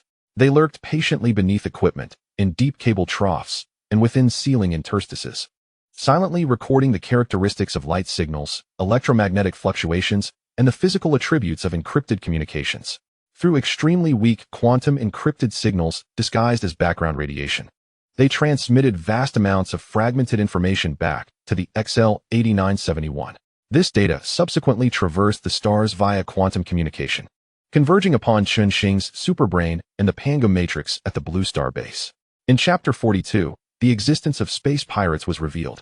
At the Blue Star base, Chen Xing stood before a colossal holographic star map, which was gradually being refined with the virtual model of the Pangu port. Countless tiny light points, representing shadow spiders and spy spiders, infiltrated its core like a virus. His gaze remained focused and icy, as Pangu frantically processed, analyzed, and integrated the ceaseless stream of returning intelligence fragments. The public star map analysis was completed, confirming the core territories of the Cassarian Confederation and detailing the composition of the 7th resource sector, with an operational radius of approximately 58 light-years, home to several subordinate races and exhibiting a loosely federated social structure. The analysis of civilian and low-tier military technologies revealed that energy primarily derived from nuclear fusion, with shield technology rated below average. The primary fleet maintained a conventional cruising speed of 0.6 times the speed of light, with weapon systems primarily comprising high-energy particle beams and kinetic missiles, posing limited threat to vibranium armor. Observations of social structures indicated a rigid hierarchy, with a clear resource-oriented focus and internal strife. The foundational grammar and high-frequency vocabulary model of the Cassarian language had been established, with a decryption progress of 87. Weaknesses in the port's defense system were marked. Energy node redundancies at points 3 and 7 were insufficient. There was a 127-second gap in the Western Patrol, and a 0.5-second communication delay existed between the control tower and weapon arrays. Each piece of intelligence constructed an increasingly vivid portrait of the Cassarian Confederation, an interstellar civilization oscillating between technological levels of 25-28 and not entirely cohesive, filled with awe, if not fear, of more advanced technologies. A cold smile flickered across Chen Xing's lips. The advantage lies with us. Yet, this was insufficient. He required deeper insights, their core secret research, knowledge of surrounding civilizations, and especially the movements of the highest decision-making bodies. Pangu, command the shadow spiders and spy spiders to alter their priorities, under the condition of absolute concealment. Attempt physical contact with the following targets: the core database backup links of the Port Authority, private communication recorders of high-ranking officers, and the ventilation ducts of the archive room marked for star domain threat assessment. Focus on acquiring military deployment maps, confidential research reports, diplomatic archives, and, in particular, any records concerning the Phantom Raiders and nearby intelligent civilizations. Chen Xing's directives were precise and ruthless. Within the starport, the lurking spy spiders responded as if receiving the highest command. Their operational patterns became increasingly intricate and daring. A few shadow spiders successfully latched onto the toolbox of an engineer repairing a data relay. Others capitalized on brief fluctuations in the ventilation system to drift into a military officer's lounge that had just concluded a high-level meeting, attaching themselves to the backs of personal data pads left in the crevices of sofas. Meanwhile, a small squad of elite spy spiders painstakingly ascended the liquid cooling pipes designated for server cluster temperature regulation, laboring towards the core area of the archive room marked with the highest confidentiality regarding star domain intelligence. The risks increased, yet the potential rewards promised exponential enhancement. The flow of information began to encompass more sensitive content, continuously streaming towards the distance. The 3-day limit loomed ever closer. The diplomats concluded their tour and information exchange punctually. In the face of the cautious entreaties of Galactic, the Cassarian port supervisor, seeking to further establish connections, The diplomats replied with indifference. We are rested and resupplied. Succinct and devoid of sentiment. The cold command of the XL-8971 reverberated once more through the docking area communication channels. Notice, our ship is about to depart. Maintain a clear passage. Under the complex gaze of the Cassarians, mingled with awe, curiosity, disappointment, and a hint of barely perceptible fear, the XL-8971 slowly departed the port. Then, the space surrounding the vessel began to distort violently, blurring. A low hum resonated through the space, proclaiming its presence and prompting all Cassarian warships to instinctively retreat once more. In the next instant, a massive spatial bubble formed, enveloping the colossal steel vessel that brought with it immense pressure and endless enigma. With a flash, the starship vanished without a trace, leaving only a fleeting ripple in the disturbed space and a cluster of Cassarians who exchanged glances. As if a heavy stone rested upon their hearts, the visitors came and went like the wind, lofty and inscrutable, casting a shadow over Pangu Port and the entire Cassarian Confederation. At the Blue Star base, the holographic platform before Chen Xing shimmered with possibilities. The intelligence tree concerning the Cassar Union is experiencing rapid growth and refinement. Public information has been thoroughly exhausted. Fragmented confidential data obtained through espionage efforts has been meticulously pieced together and extrapolated, akin to assembling a jigsaw puzzle. Fragments of military deployment maps have been acquired, and when combined with publicly available information, the model's accuracy has been enhanced to 65. Analysis of communications among high-ranking officers reveals significant internal discord regarding the Star Sea Observation Council. The peace faction currently holds the upper hand, yet the hawkish faction calls for increased border surveillance. External monitoring records from the Star Domain Threat Assessment Archives have noted frequent references to star pirates, phantom fleets, and characteristics consistent with high-energy particle weaponry, suggesting their operational range extends towards the Cygnus Arm, encompassing the region of the solar system. A failure in the physical link to the core database has triggered a secondary alert, attributed to equipment malfunction, resulting in the loss of 7 shadow spiders. Chen Xing's gaze was sharp as a blade. While the harvest was substantial, the crucial core secrets remained elusive. The Phantom Marauders mentioned by Cassar are the enigmatic force responsible for the attacks on Ash-class transport vessels, and their operational range may indeed encompass the direction of the solar system. Pangu. Chen Xing's voice exuded a calmness indicative of someone in control of the game. He commanded all shadow spiders to enter deep concealment mode, remaining silently on standby for the next activation order, prioritizing their own preservation. They were to analyze the existing intelligence and concentrate on constructing a threat model for the Phantom Marauders, simulating their potential routes of action, technological capabilities, and historical conflicts with Cassar. Concurrently, he dispatched a nearby Gale reconnaissance team to seek out areas of suspicious activity related to the Phantom Marauders. It was imperative to eliminate this roaming band of star pirates, as they posed a threat of infiltrating the solar system. The curtain of diplomacy had fallen, revealing to Chen Xing the societal conditions of an interstellar civilization, shedding light on the existence of star pirates, a group actively operating among various interstellar civilizations. Chen Xing's gaze pierced the star map, seemingly beheld the dark expanse of the Cygnus Arm. The intelligence gathered indicated the presence of various star pirate groups of differing sizes lurking therein. As for the internal discord within the Cassar Union, it was beyond his consideration, for they merely served as a channel through which Chen Xing gleaned interstellar information, and they were not yet capable of reaching the solar system. The recent appearance and withdrawal of the Star Dome ship was akin to a stone cast into a deep pond, the ripples just beginning to spread among the nearby interstellar civilizations. Chapter 43, Civilization Levels and Distribution. The following day, at the Blue Star Base Research Center, a colossal holographic star map hung silently, resembling a miniature projection of the profound universe. Chen Xing stood before the star map, his gaze contemplative. His fingertips unconsciously tapped against the cold metallic handrail. The diplomatic actions of the Pangu port and the subsequent influx of intelligence resembled a stone cast into a tranquil lake, causing ripples to expand, gradually revealing the true, intricate, and tension-filled contours of this previously nebulous star domain. Boss. The preliminary integration of intelligence regarding the Cassar Union and intelligent civilizations within a radius of approximately 200 light-years has been completed. The voice of Pangu broke the silence, imbued with clarity and order derived from calculations. Based on fragmented information gathered from various channels, publicly available data, and our reconnaissance findings, a preliminary model has been established. The holographic star map was instantly illuminated, with numerous points of light, lines, and annotations representing different civilizations emerging. It resembled a dazzling, yet perilous tapestry of the Starry River.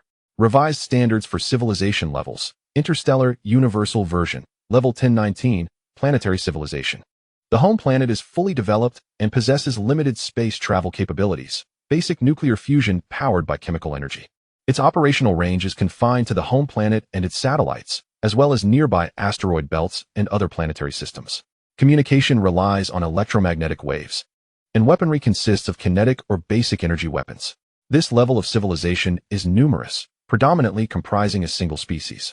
Representative, Blue Star, approximately level 08. Level 2029, Stellar Civilization.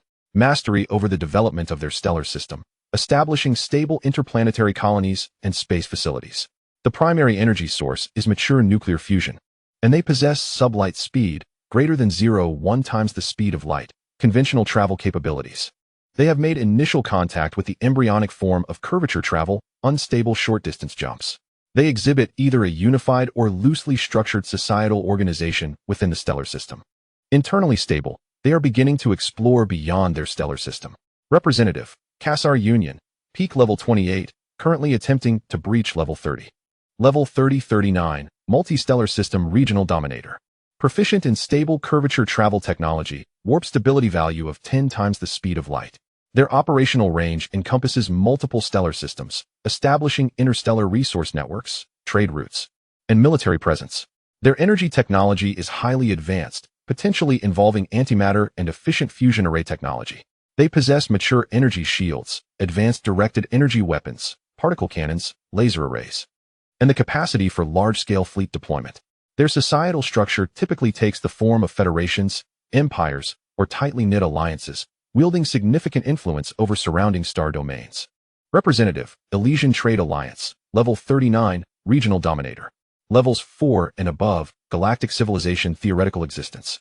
The Cassar Union has no direct contact records, existing solely within legends and fragments of ancient relics.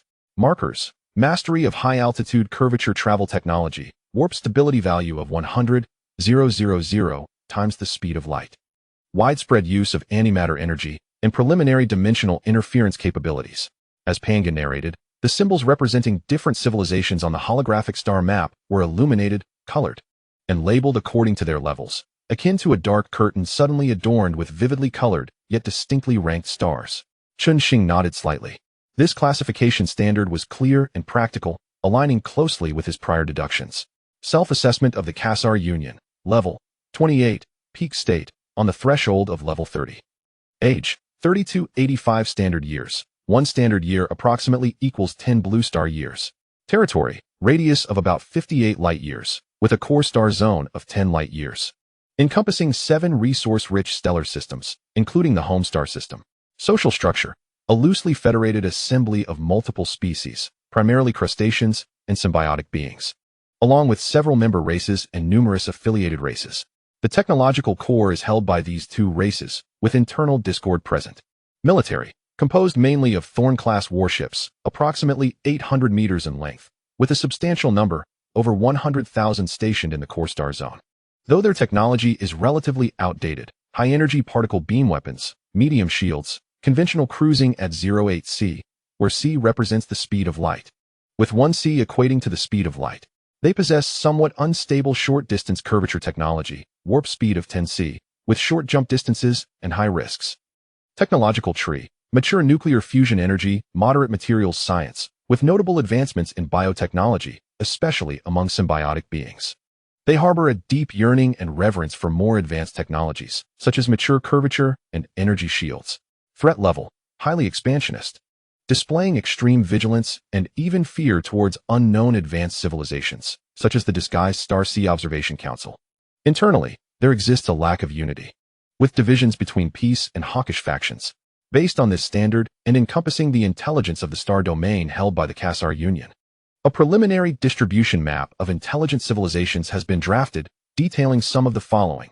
Tundra Star Civilization, Level 14 located at the edge of the Cassar territory.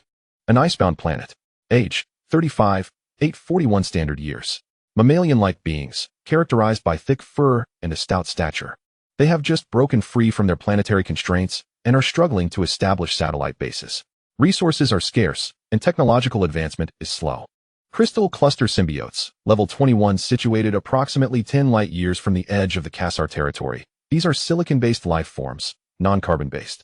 They form a collective consciousness through the connection of numerous small silicon crystal entities via bioelectrical waves. Age, 7,841 standard years. They inhabit a star system rich in silicon crystal mines. Proficient in precision manufacturing and energy manipulation, they exhibit low expansionist desires, focusing on internal lattice harmony. They maintain a friendly trade relationship with the Kassar Union.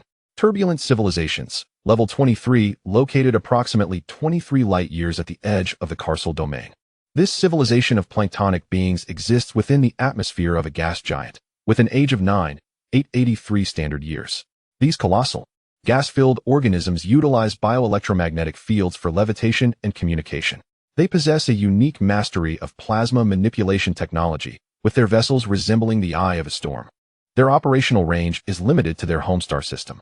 The giant gas organisms are a vital biological strategic resource for the Carcel Union, and the two parties are in a state of hostility. However, due to the vast distance and logistical shortcomings, each conflict resembles a fleeting skirmish with minimal gains. Eastern Trade Alliance, level 29, positioned approximately 70 light-years northeast of the Carcel Union. Its age is 10,587 standard years. This commercial alliance comprises several humanoid intelligent races skilled in precision manufacturing and commerce. Technologically, they excel in energy weapons, lasers, ions, and possess advanced shield systems focused on energy deflection, alongside a well-developed short-range curvature travel technology, 10C. Their trade network is extensive. Socially, they operate under an oligarchic system dominated by financial tycoons, characterized by a highly commercialized, neutral, and conservative stance. Heracle's War Cluster, level 27, located around 55 light-years southwest of Carcel. Its age is 2,587 standard years. This singularly warlike humanoid race is robust and physiologically resilient. They have perfected kinetic weaponry, railguns, mass projectiles, with heavily armored hulls. Their shields prioritize physical defense, and they have a mature short-range curvature travel technology, 5C.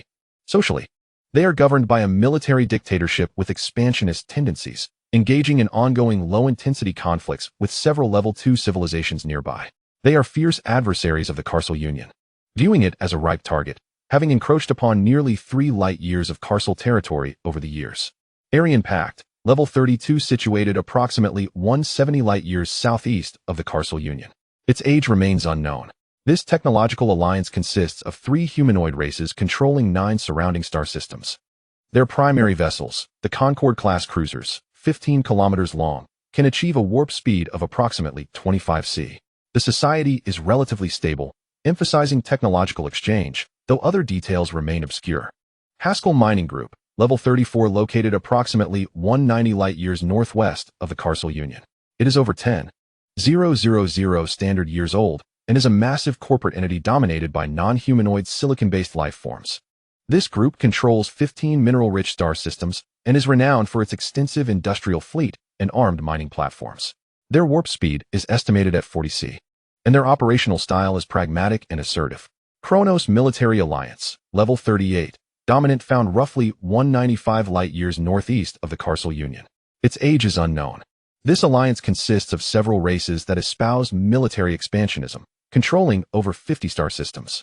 Their primary vessels, the Conqueror-class battleships, over 3 kilometers in length, boast formidable firepower and can achieve warp speeds of approximately 150 c, making them the most aggressive force in the region. Soren Hive, approximately level 36, located about 180 light-years northeast of the Carcel Union. Its age is uncertain, suggesting a relatively recent development, composed of highly evolved insectoid life forms. This civilization centers around biotechnology as its driving force, showing rapid growth. Their Tanway-class biological mothership serves as both a vast ecosystem and a bastion of war, capable of hatching and deploying numerous biological warships, such as blade guard bugs and acid cannon bugs. They possess efficient biological curvature organs, estimated warp speed of 80-100 c, alongside robust bioenergy shields and corrosive biological weapons that pose a significant threat. Their expansive military strategy seeks to overwhelm enemies with sheer numbers, placing immense demands on resource-rich planets. rendering them a common adversary to surrounding civilizations. Were it not for the Kronos military alliance's persistent efforts to curb their expansion, neighboring civilizations would have long been consumed. Stardust Cult, Level 39, regional dominance situated approximately 198 light-years south of the Carcel Union. This civilization is over 8,000 standard years old. It represents a theocratic society that venerates a particular cosmic phenomenon or concept. Their technological tree is unique, merging biotechnology with psychic theories, awaiting verification. Their warships are adorned with religious symbolism, achieving warp speeds of around 250 c. They possess a vast fleet and unknown psychic attack and defense capabilities. Intelligence remains vague, exhibiting moderate expansionist tendencies while maintaining a strong exclusionary stance. Orphaned Trade Alliance, Level 39, regional dominant located approximately 160 light-years directly east of the Carcel Union. Its age is unknown. This alliance is led by highly mechanized organic life forms. Their technological focus leans towards efficient engineering, automation, and trade, enabling them to build vast Starship manufacturing capabilities and a comprehensive trade network. Their main vessels, the Arbiter-class battleship cruisers, are colossal, typically exceeding 5 kilometers in length. With top-tier firepower and shields, suspected to be equipped with entry-level gravity weaponry. Their conventional curvature travel technology is well established, estimated warp speed of 280-300 c. Internally, the alliance is governed by commercial oligarchs and powerful military contractors, adhering to a pragmatic philosophy, positioning themselves as the suzerain civilization of the Carcel Union. Crystal Alliance, Level 39. Dominant located approximately 180 light-years west of the Carcel Union. Its ancient history remains unknown. This extensive alliance, led by silicon-based life forms known as crystallians, spans numerous mineral-rich star systems. Their technological prowess is characterized by extremely high energy efficiency, suspected to approach the threshold of zero-point energy, with advanced shield technology, multiple field overlays. They can achieve curvature travel speeds exceeding 300 c and have mastered rudimentary spatial folding technology for core star system defense. Their society is highly centralized, efficient, and governed by logic. Their foreign policy is enigmatic and assertive, establishing them as one of the recognized premier powers in the region. Additionally, the star map marks dozens of Level 12 primitive civilizations. These rudimentary societies survive amidst the interstices of more powerful civilizations. A few Level 31 to 35 civilizations remain unillustrated. All intelligent life forms are organic, with no records of purely mechanical or energy-based civilizations, nor any other human-like civilizations. Chen Xing's gaze slowly traversed the myriad points of light marked on the star map, with varying shades of color representing their assessed levels. The crimson of the Soren Hive and the dark gold of the Orphaned Alliance stood out starkly. The cosmic tableau unfurled before him, far more tumultuous, intricate, and perilous than the solitude of the solar system. Chapter 44, Self-Rating and Interstellar Conventions. Chen Xing observed the deep red warning markers on the star map, representing dominant civilizations. His pupils constricted slightly. The map vividly outlined the expansive stage beyond the solar system and the potential layers of danger. Where does his base stand in this cosmic hierarchy? Ultimately, based on the aforementioned standards and our technological parameters, a preliminary assessment of this base's comprehensive technological level will be conducted. Panga's voice paused for half a second, as if finalizing its confirmation. Assessment result, Level 3236. Strengths. Curvature engine technology, 186C, surpasses certain Level 38 civilization standards, such as the Kronos Military Alliance's main vessels at 150C. The unique advantages of vibranium materials in defense and special applications, such as stabilizing curvature bubbles, the organizational management capabilities of the Panga Super Artificial Intelligence Core, and your personal superbrain simulations reflect characteristics of a Level 36 civilization in cutting-edge technological development speed. Weaknesses. Industrial scale, though rapidly expanding under the conscription plan, remains inferior in overall productivity and foundation compared to the deeply entrenched Level 38 civilizations like the Orphaned Trade Alliance and Kronos Military Alliance. The population base and social structure are exceedingly homogeneous, heavily reliant on automation and your personal will, lacking the complex social ecology and adaptability expected of multi-star system civilizations. And there have been no breakthroughs in gravity control, spatial technology, or biotechnology, while the fleet size reaches the tens of thousands. The singular ship type, Stellaris class, exhibits evident tactical shortcomings when faced with the diverse and specialized fleets of top-tier civilizations. Conclusion. The civilization possesses core technological capabilities characteristic of a Level 3 civilization, particularly excelling in military and engineering domains. However, its control over territory, population scale, societal complexity, and the accumulation of knowledge in certain disciplines require further time to mature. Overall, it is assessed to be in the mid-range of Level 3 civilizations. Chen Xing quietly repeated the assessment, his fingertips unconsciously tapping against the armrest. This evaluation not only acknowledged his 14 years of non-human development achievements, but also served as a cold splash of water, awakening him from any potential complacency stemming from the solar system's dominant status. In the face of true regional hegemons, his empire appeared youthful and its foundations shallow. The formidable arbiter-class battlecruisers of the Elysian Alliance and the ominous biotechnologies of the Soren Hive loomed like swords above him. As Chen Xing absorbed the evaluation from Pangu, another report from the depths of outer space arrived in synchrony. Boss, the reconnaissance squad Swift-Wind 5891 has executed the directives, scanning and observing the core stellar regions designated by the Castor Consortium. The star map instantly transitioned, focusing on an area with a noticeably higher density of stars. The transmitted images and data analysis caused Chen Xing's gaze to freeze. If the Penguin port resembled a bustling town-level harbor, the core stellar region of the Castor Consortium unveiled a vision akin to the heart of a super-interstellar metropolis. Millions of ships flickered like stars, weaving a breathtaking ocean of light along invisible trade routes. Various vessels of differing sizes navigated the vast expanse of space in an orderly manner. The number of patrolling warship clusters reached a terrifying scale of over 100,000, with the main vessels typically exceeding 1 kilometer in length. Some flagship sizes approached 13 kilometers, their forms more menacing and energy readings far surpassing anything he had previously encountered. Hundreds of ships bore the designation of arbiter-class battlecruisers and exceeded 5 kilometers in length.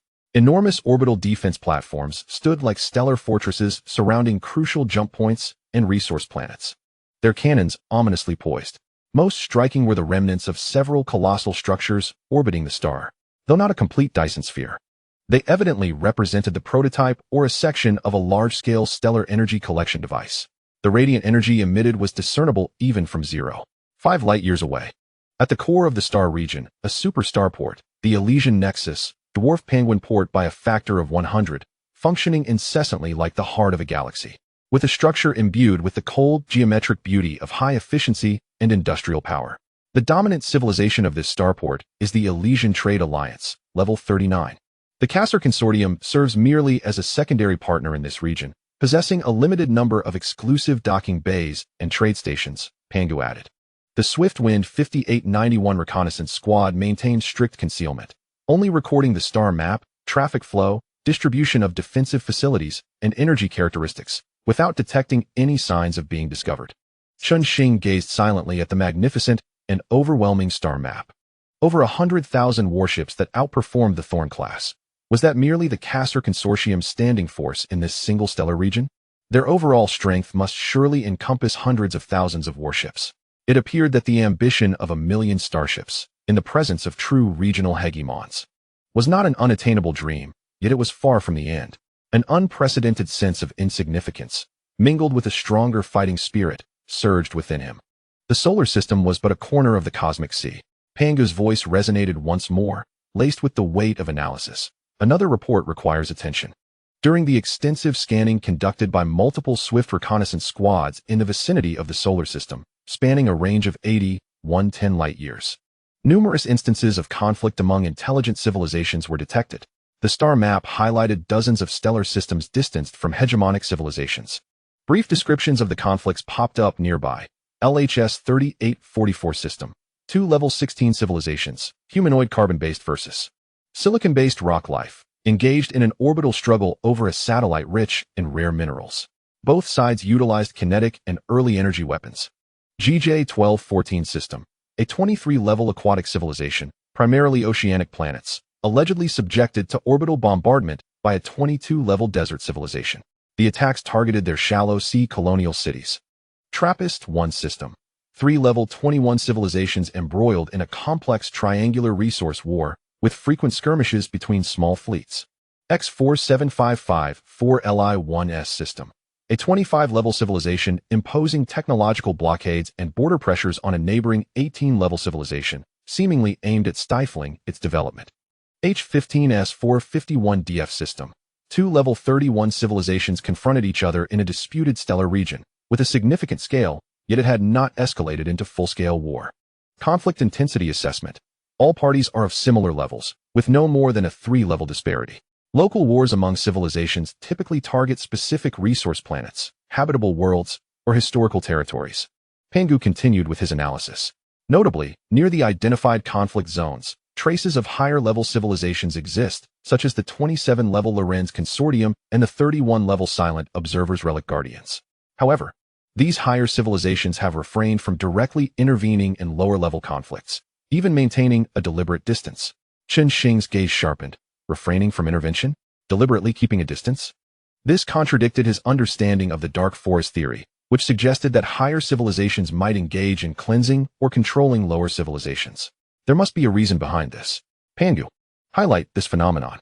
Activate all spy networks embedded in Penguin Port.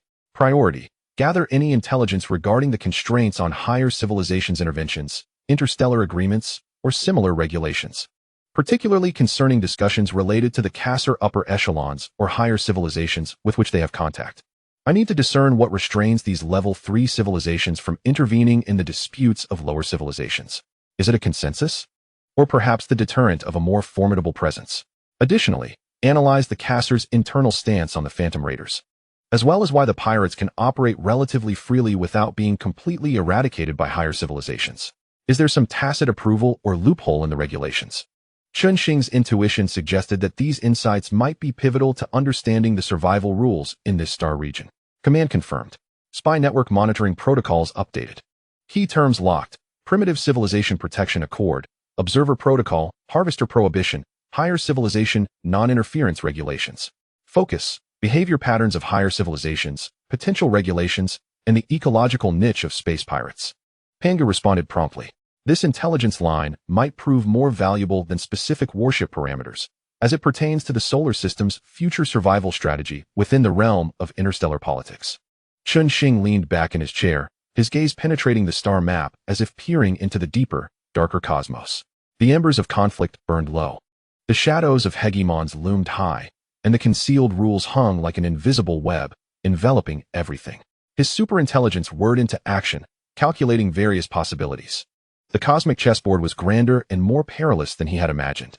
1,000,000 starships formed the foundation of power. Yet to truly establish a foothold in this sea of stars, even to ascend to the ranks of the players, he needed to grasp far more than the mere direction of his warship's cannons. Chapter 45. The plan for the spark of rebellion within the Blue Starbase Research Center. Chen Xing stood before the star map, his deep gaze akin to a probing needle, surveying the intelligence civilization distribution map, covering nearly 200 light-years around the solar system. Freshly compiled by Pangu, each illuminated marker resembled flickering bonfires in a dark forest, heralding both commotion and danger. The dark gold of the Elysian Alliance, the vivid red of the Kainos Alliance, and the eerie crimson of the Soren Hive cast shadows of regional hegemons heavily pressing upon Chen Xing's heart. The solar system, that diminutive bled, appears remarkably isolated yet fortunate at this moment on the star map. Pangu's voice, calm and efficient, disrupted the silence.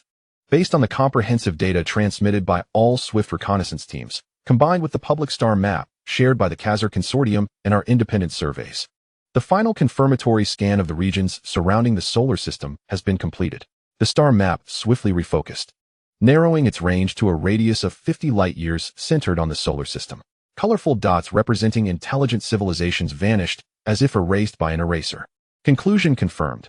Within the spherical space of 50 light-years around the solar system, no signs of industrial-grade energy signals, large-scale electromagnetic communications, artificial celestial bodies, or interstellar fleet activities have been detected. No traces of intelligent civilization activities have been confirmed. Pangu's report was exceptionally clear. In this area, 640 star systems have been identified, of which 138 possess terrestrial planets or large satellites, while 305 are rich in mineral resources. The remaining regions consist primarily of gas giants, icy satellites, asteroid belts, and interstellar dust clouds. Comprehensive assessment within the known cognitive framework of interstellar civilizations. This area is an uncharted wilderness in the absolute sense. Its resource value is relatively low, lacking strategic allure. The term wilderness echoed softly in Chen Xing's mind. A slight smile curving his lips, a blend of relief, surprise, and a profound desire for control. Fortuitously, the solar system remained like a forgotten corner. Nestled at the edge of this bustling star domain. For thousands of years, it had eluded the notice of extraterrestrial civilizations. Perhaps the early blue-skinned humans had been discovered.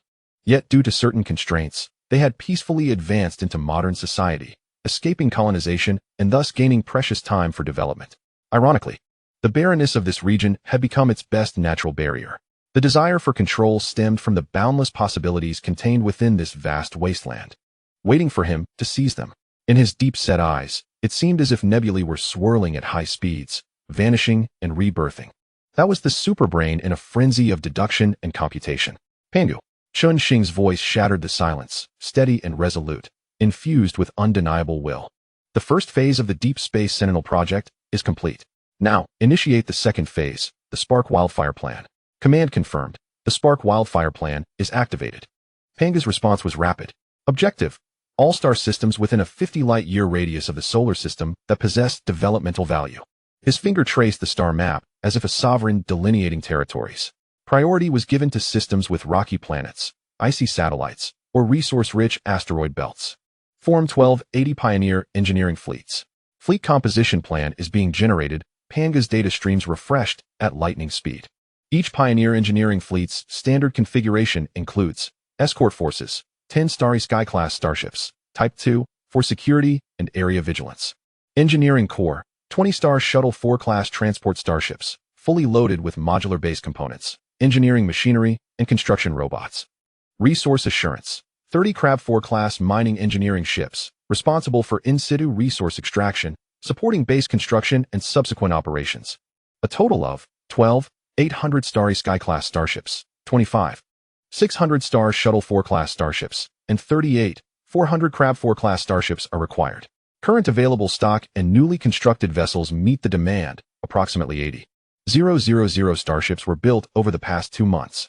Deployment plan, construction based on the environmental types of target star systems.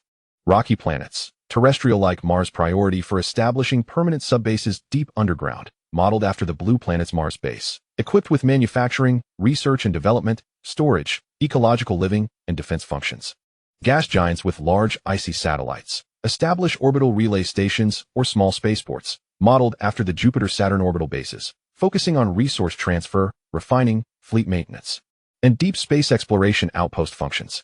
Resource-rich asteroid belts, establish automated mining outposts, equipped with refining modules and storage, periodically inspected and resupplied by engineering fleets.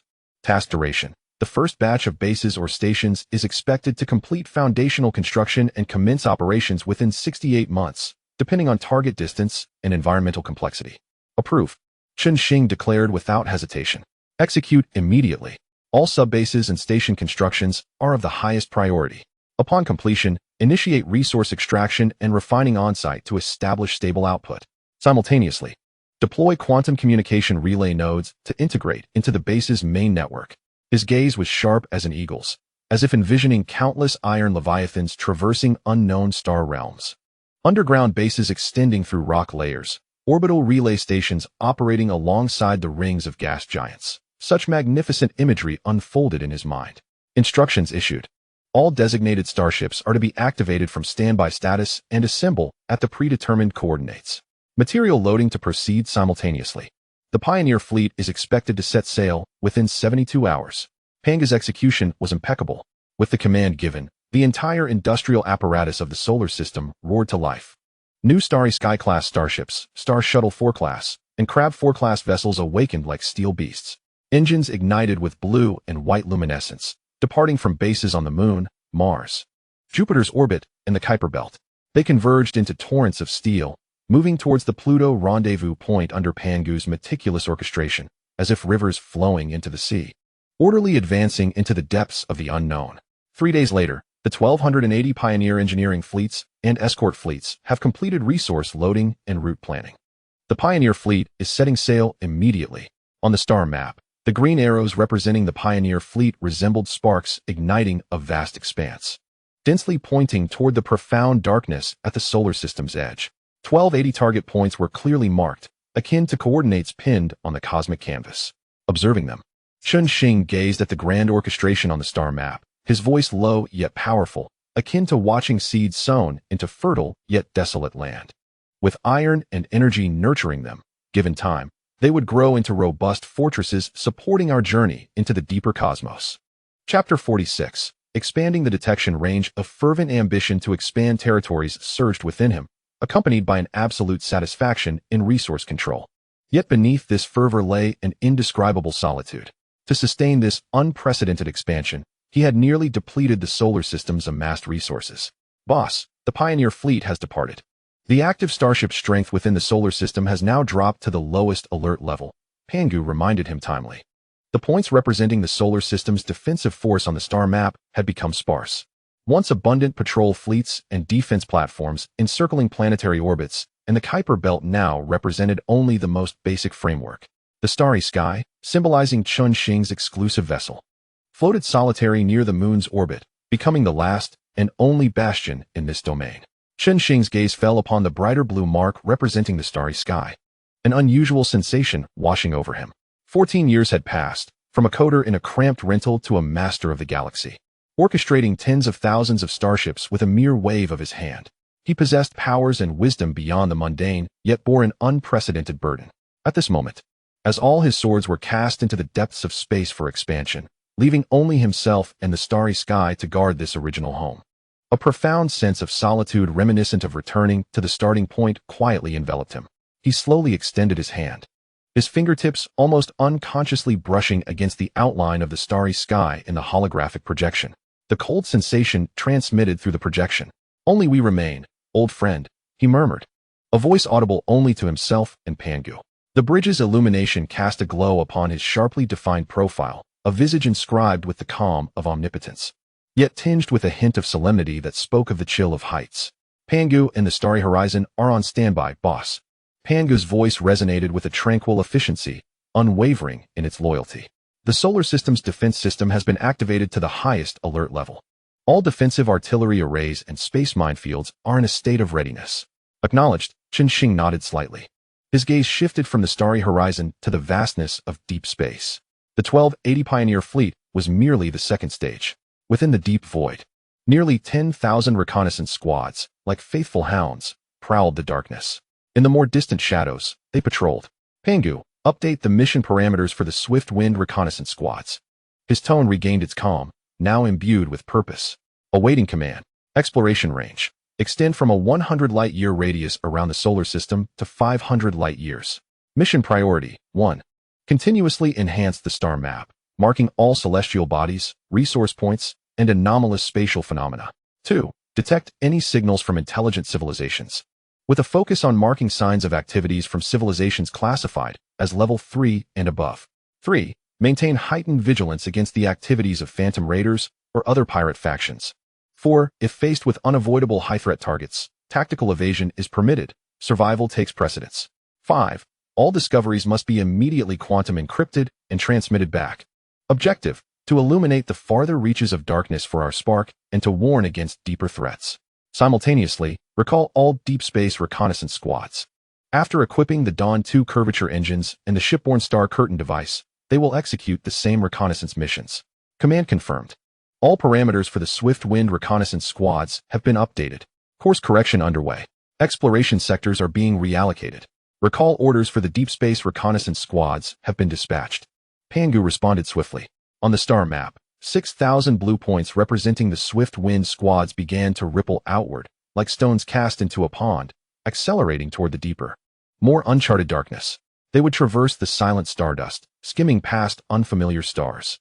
Their probing tendrils would extend to the boundary 500 light-years from the solar system, crafting a grander, yet inevitably more perilous cosmic tapestry for Chen Xing concurrently. 33 green dots representing deep space squads altered course toward the solar system.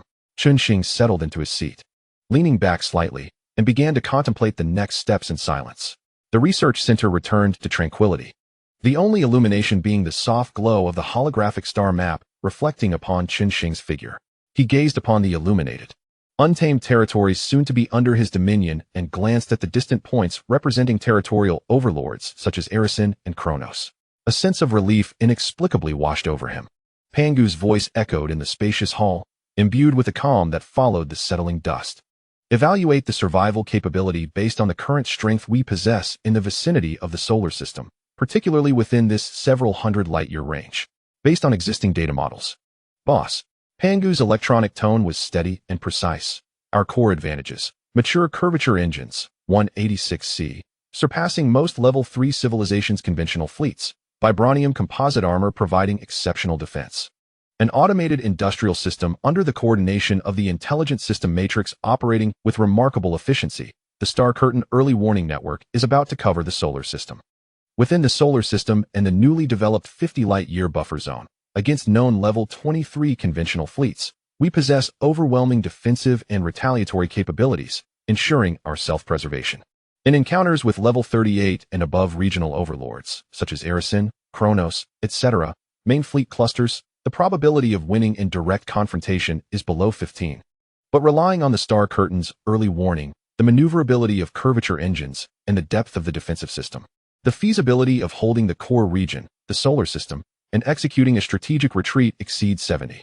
Conclusion. Within the explored hundreds of light years of star territory, we are no longer mere dust. We have established a solid foothold and are an emerging power with substantial strategic depth. Threats mainly arise from direct targeting by top overlords or unknown higher-tier existences. As long as we avoid conflict with civilizations above the overlord level, we can maintain a peaceful sanctuary.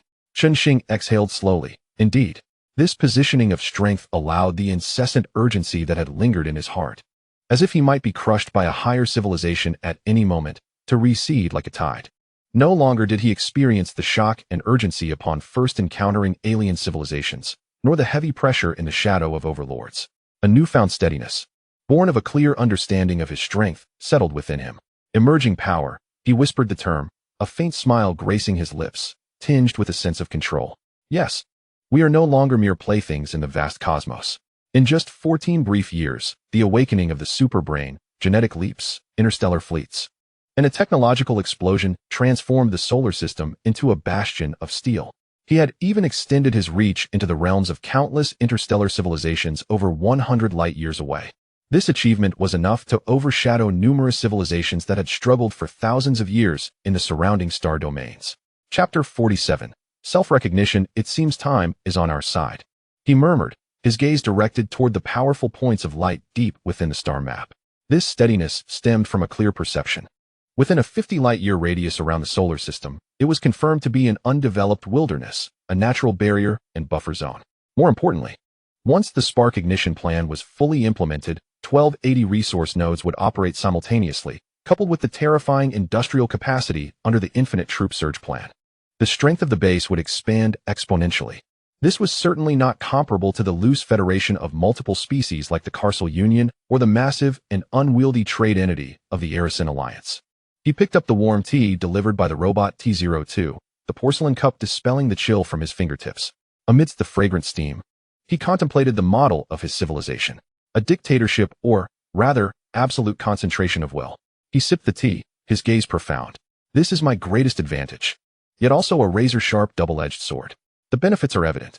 There are no parliamentary squabbles, no interest groups to hinder progress, no public opinion to sway, nor protracted decision-making processes. His will stands as the highest command. Pangu executes it flawlessly. The vast automated industrial system operates seamlessly, like precise gears meshing perfectly. The monumental colonization effort of the spark ignition plan took merely days from decision to fleet departure. This terrifying execution capability outstrips anything a democratic or federal civilization could hope to achieve.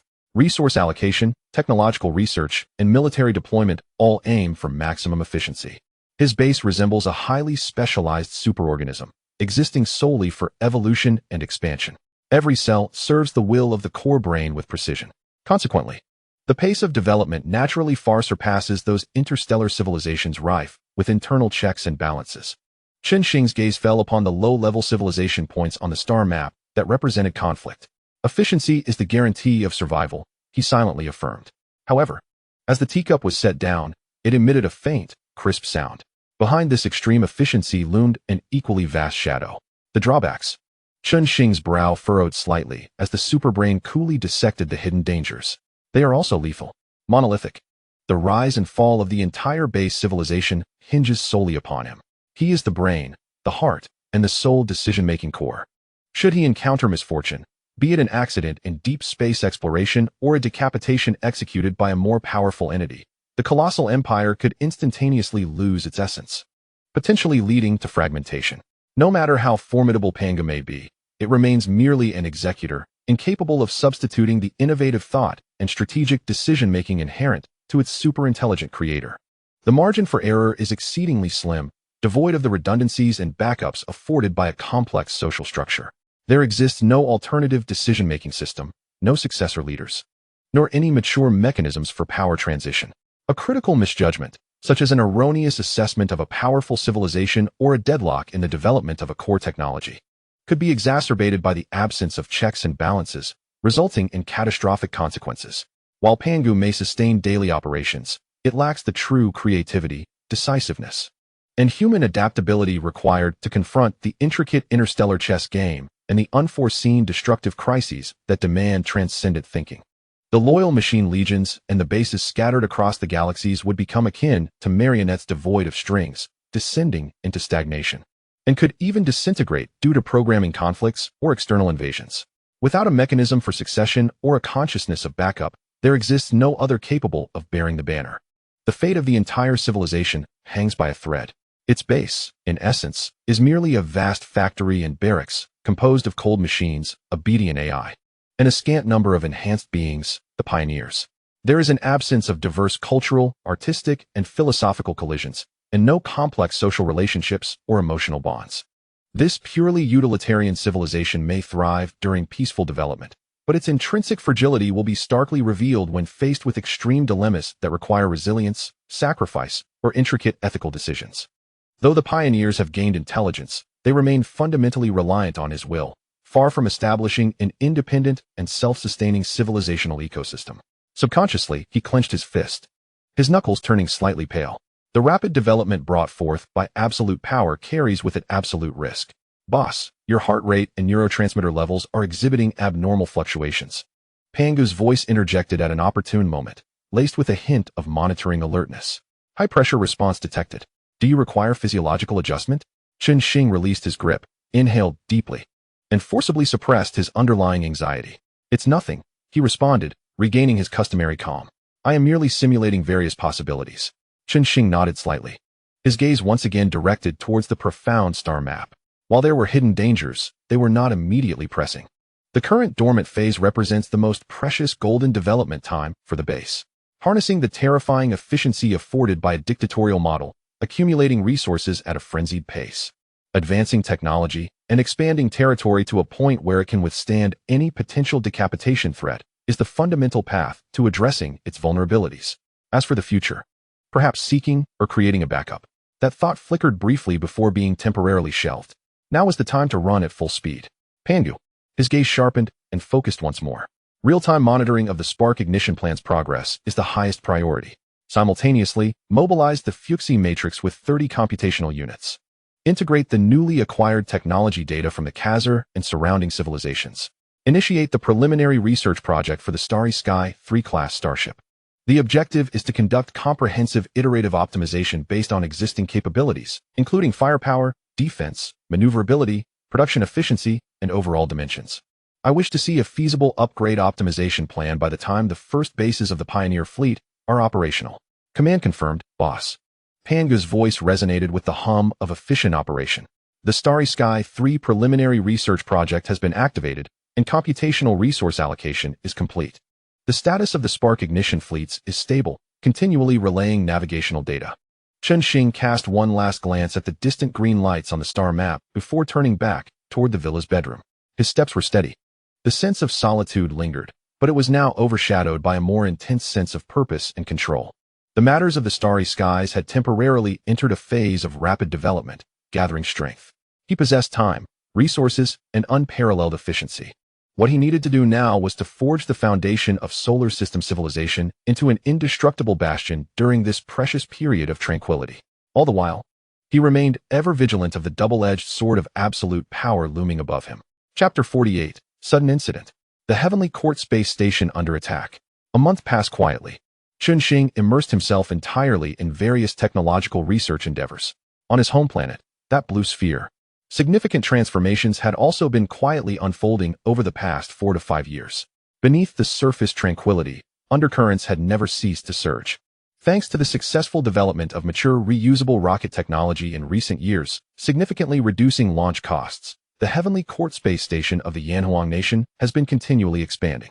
It resembles a steel flower blossoming in low Earth orbit, with a total mass surpassing 500 tons, an increase of 2 to 3 times compared to 5 years prior. The internal space is spacious, with clearly defined functional areas, resembling the early stages of a small spaceport. Even more impressive is that the Yanhuang Nation has successfully conducted multiple manned lunar missions, establishing a roughly 30 square meter research laboratory in the southeastern part of the Moon's Sea of Tranquility. Although it can only accommodate 23 astronauts for short-term scientific work, it signifies that humanity from Blue Star has established a preliminary, short-term research outpost on the lunar surface. Over the past decade, the Yanhuang Nation's investment and output in the aerospace field have allowed its technological development to maintain a leading pace globally. In stark contrast stands the beautiful nation.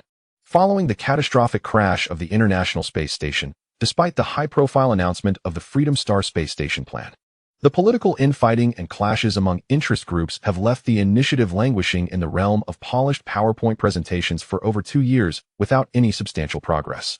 Subsequently, under the leadership of the newly formed political party by Smaker, the beautiful nation became embroiled in intense power struggles, causing its technological development to remain stagnant. Simultaneously, its global strategy continues to extend its reach, intervening in Middle Eastern affairs and consuming vast amounts of energy and resources. It was only recently that they managed to cobble together a small space station weighing just about 100 tons, designed to accommodate 34 individuals in a cramped space. To assert their presence, they crammed in 6 astronauts, and conditions could only be imagined. Despite the beautiful nation's mastery of rocket recovery technology, the cost of reusability is several times higher than that of the Yanhuang Nation, resulting in inefficiency. The Great Bear Nation, on the other hand, has chosen a different path. In recent years, it has closely followed the Yanhuang Nation's pace, propelling its aerospace development into high gear, experiencing a minor technological surge. This has allowed the Great Bear Nation to recover some ground, alleviating domestic economic pressures and enabling greater focus on aerospace investments.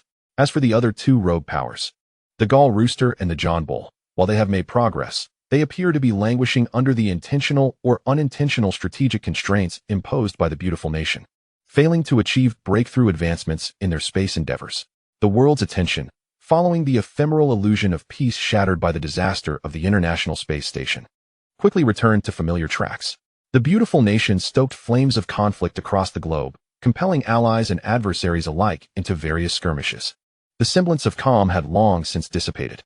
All these swirling changes seemed irrelevant to Chen Xing, who remained far away in deep space, commanding the starships, until that moment filled with malice arrived. On this day, 1 month later, in a certain secret base of the beautiful nation in the Pacific, within the depths of the command center, the atmosphere was heavy, punctuated only by the faint buzzing of instruments. A hawkish major general, his gaze dark and predatory, fixated on the live feed of the Heavenly Court Space Station displayed on the screen. Perhaps it was the long-standing jealousy and anxiety over the Yanhuang Nation's achievements in space that had clouded his judgment. Perhaps driven by political pressure, or perhaps by more profound and clandestine forces guiding him from the shadows, a reckless and perilous thought took root in his mind, swelling and ultimately overwhelming reason. Without the final explicit authorization from the commander, he brazenly issued the command to attack, targeting the Tianjin space station of the Yanhuang Nation. The coordinates were locked. The voice of the general, laced with a desperate resolve, shattered the silence. Launch sequence, 1 to 10. Space missiles launch. The order thundered through the command center like a clap of lightning. The operator's fingers trembled as they pressed the row of crimson buttons. Boom, boom, boom, boom. 10 state-of-the-art space missiles, trailing brilliant tails, soared from a secret base deep in the Pacific, their sights set on the pride of the Yanhuang Nation, the Tianjin space station. At the Yanhuang Nation's Aerospace Command Center, the missiles were almost immediately detected by the tightly woven network of airborne infrared warning satellites and ground-based over-the-horizon radars. The blaring alarm echoed throughout the hall. Level 1 space alert. Level 1 space alert. 10 space missiles detected launching from the direction of the beautiful nation. Initial assessment indicates trajectory towards Tianjin. Threat level, maximum. On the massive screen, red dots representing the 10 missiles ascended at an astonishing velocity. In the command center, the air seemed to thicken, and every personnel felt their hearts leap into their throats. Activate the Space Great Wall Level 1 response. The commander's voice remained calm and composed. Devoid of any panic, only determination. The directive swiftly spread through the entire defense system via encrypted channels.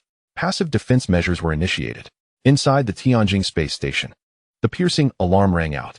All compartments sealed urgently, and the astronauts completed emergency procedures in a matter of seconds.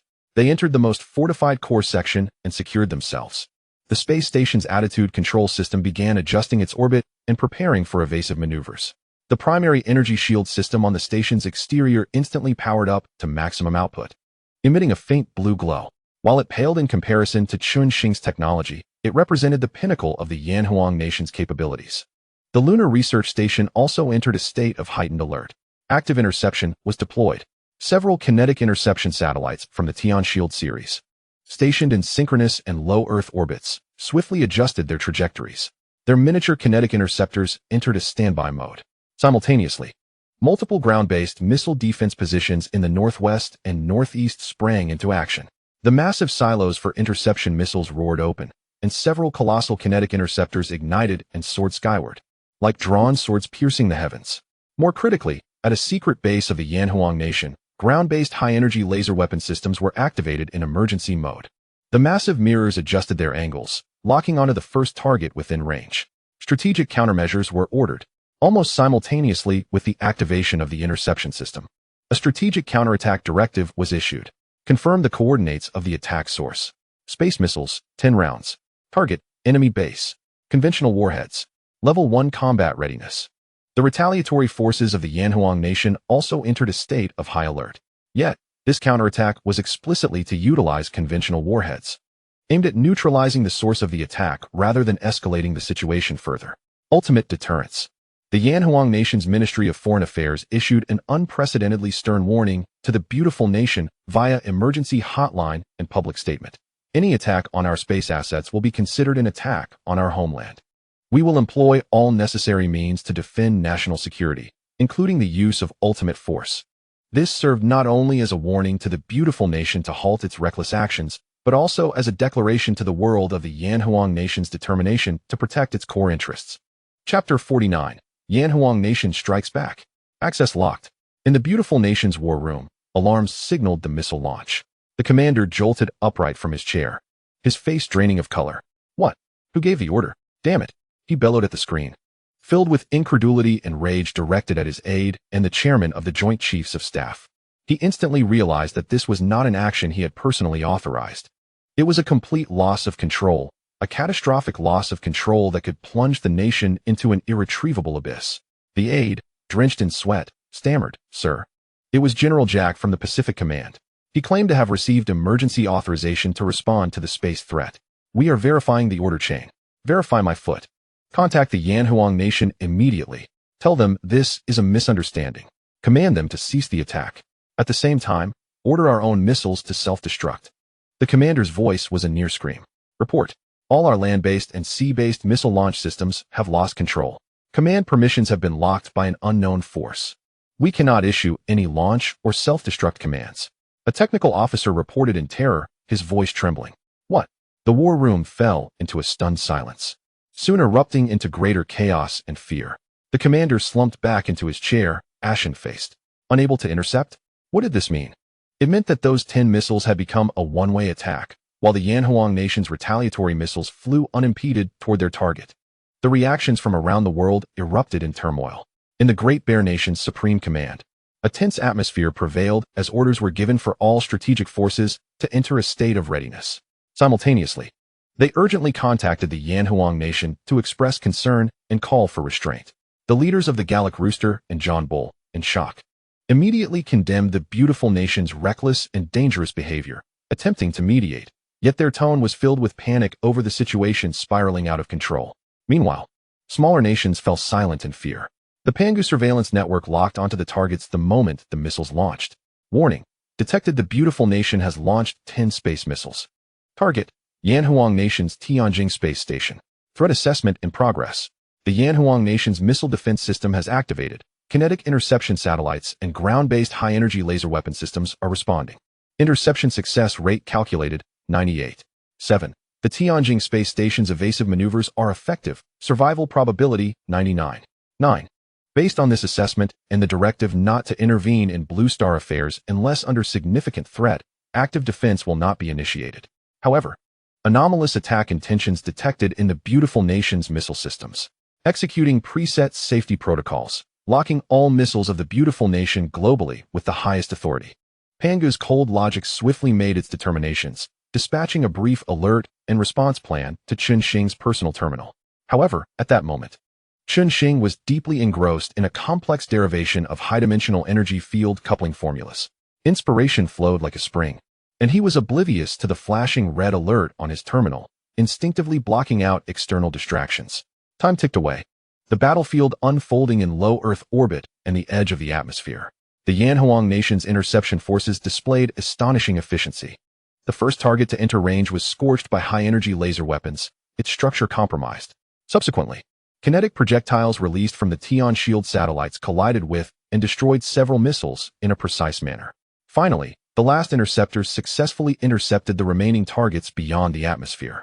10 blinding fireballs erupted in the silent void of space, resembling a peculiar display of fireworks dedicated to the Tianjin Space Station. Inside the space station, the anxious astronauts gazed out at the explosive radiance beyond the windows, letting out a sigh of relief as sweat soaked through their undershirts. However, the Yanhuang Nation's counterattack was only just beginning. 10 space missiles, fueled by the wrath of the Yanhuang Nation and guided with precision, hurtled towards the secret base in the Pacific that had launched the attack. In the beautiful nation's war room, despair hung heavily in the air. Commander, bad news. All our 10 missiles have been intercepted by the Yanhuang Nation. The officer reported hoarsely. What? Useless. The commander erupted in fury, striking the table with his fist. Worse news followed swiftly. Commander, the Yanhuang Nation has launched 10 space missiles at us. The target is the base from which the space missiles were fired. The commander futilely pounded on the control panel, shouting into the microphone, intercept. Stop them. Activate all defense systems. Now. But the only response came from the technical officer's despairing voice. Commander, the permissions are still locked tight. The Patriot, Thud, and Aegis systems are all unresponsive. We have become lambs to the slaughter. Not unlocked yet. Useless. Who locked them?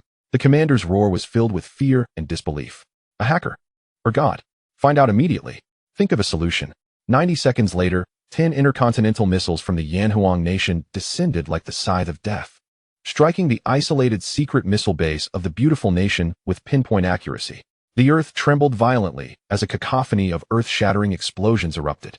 The sturdy launch silos, command center, radar stations, and fuel depots were instantly torn asunder and melted in the frenzied shockwave and flames. Reinforced concrete crumbled like building blocks, and flames and smoke billowed into the sky, painting half the heavens a hellish orange. The personnel and equipment within the base evaporated almost instantaneously under the devastating assault. The world held its breath at that moment. Inside the Yanhuang Nation's command center, a grim atmosphere prevailed. The commander observed the real-time footage relayed back. His gaze icy. Target confirmed reached. Counterattack complete. There were no cheers, only a heavy sense of responsibility and deep concern for the unfolding situation. The Yanhuang Nation's Ministry of Foreign Affairs swiftly issued a statement, reaffirming the legitimacy of their self-defense counterattack and vehemently condemning the provocations from the beautiful nation. They called upon the global community to jointly uphold the safety of outer space, while simultaneously declaring a state of heightened alert, closely monitoring all movements of the beautiful nation. Meanwhile, the beautiful nation's Black Palace was engulfed in unprecedented chaos and panic. The commander's face turned ashen as he forced himself to appear calm before the cameras. Yet the turmoil in his eyes was unmistakable. He sternly condemned the unauthorized, reckless, and treasonous actions, announcing that the implicated general had been detained and would face investigation, even though the individual may have been reduced to ashes in the explosion. He also accused the Yanhuang Nation of exceeding limits in their counterattack, destabilizing the region, and demanded the global community intervene in the investigation. Yet, it was evident to all that the beautiful nation's frailty and internal turmoil had been laid bare. The scandal of a system mysteriously locked down, rendering them defenseless, further ignited a seismic wave of blame and turmoil within the military and Capitol Hill.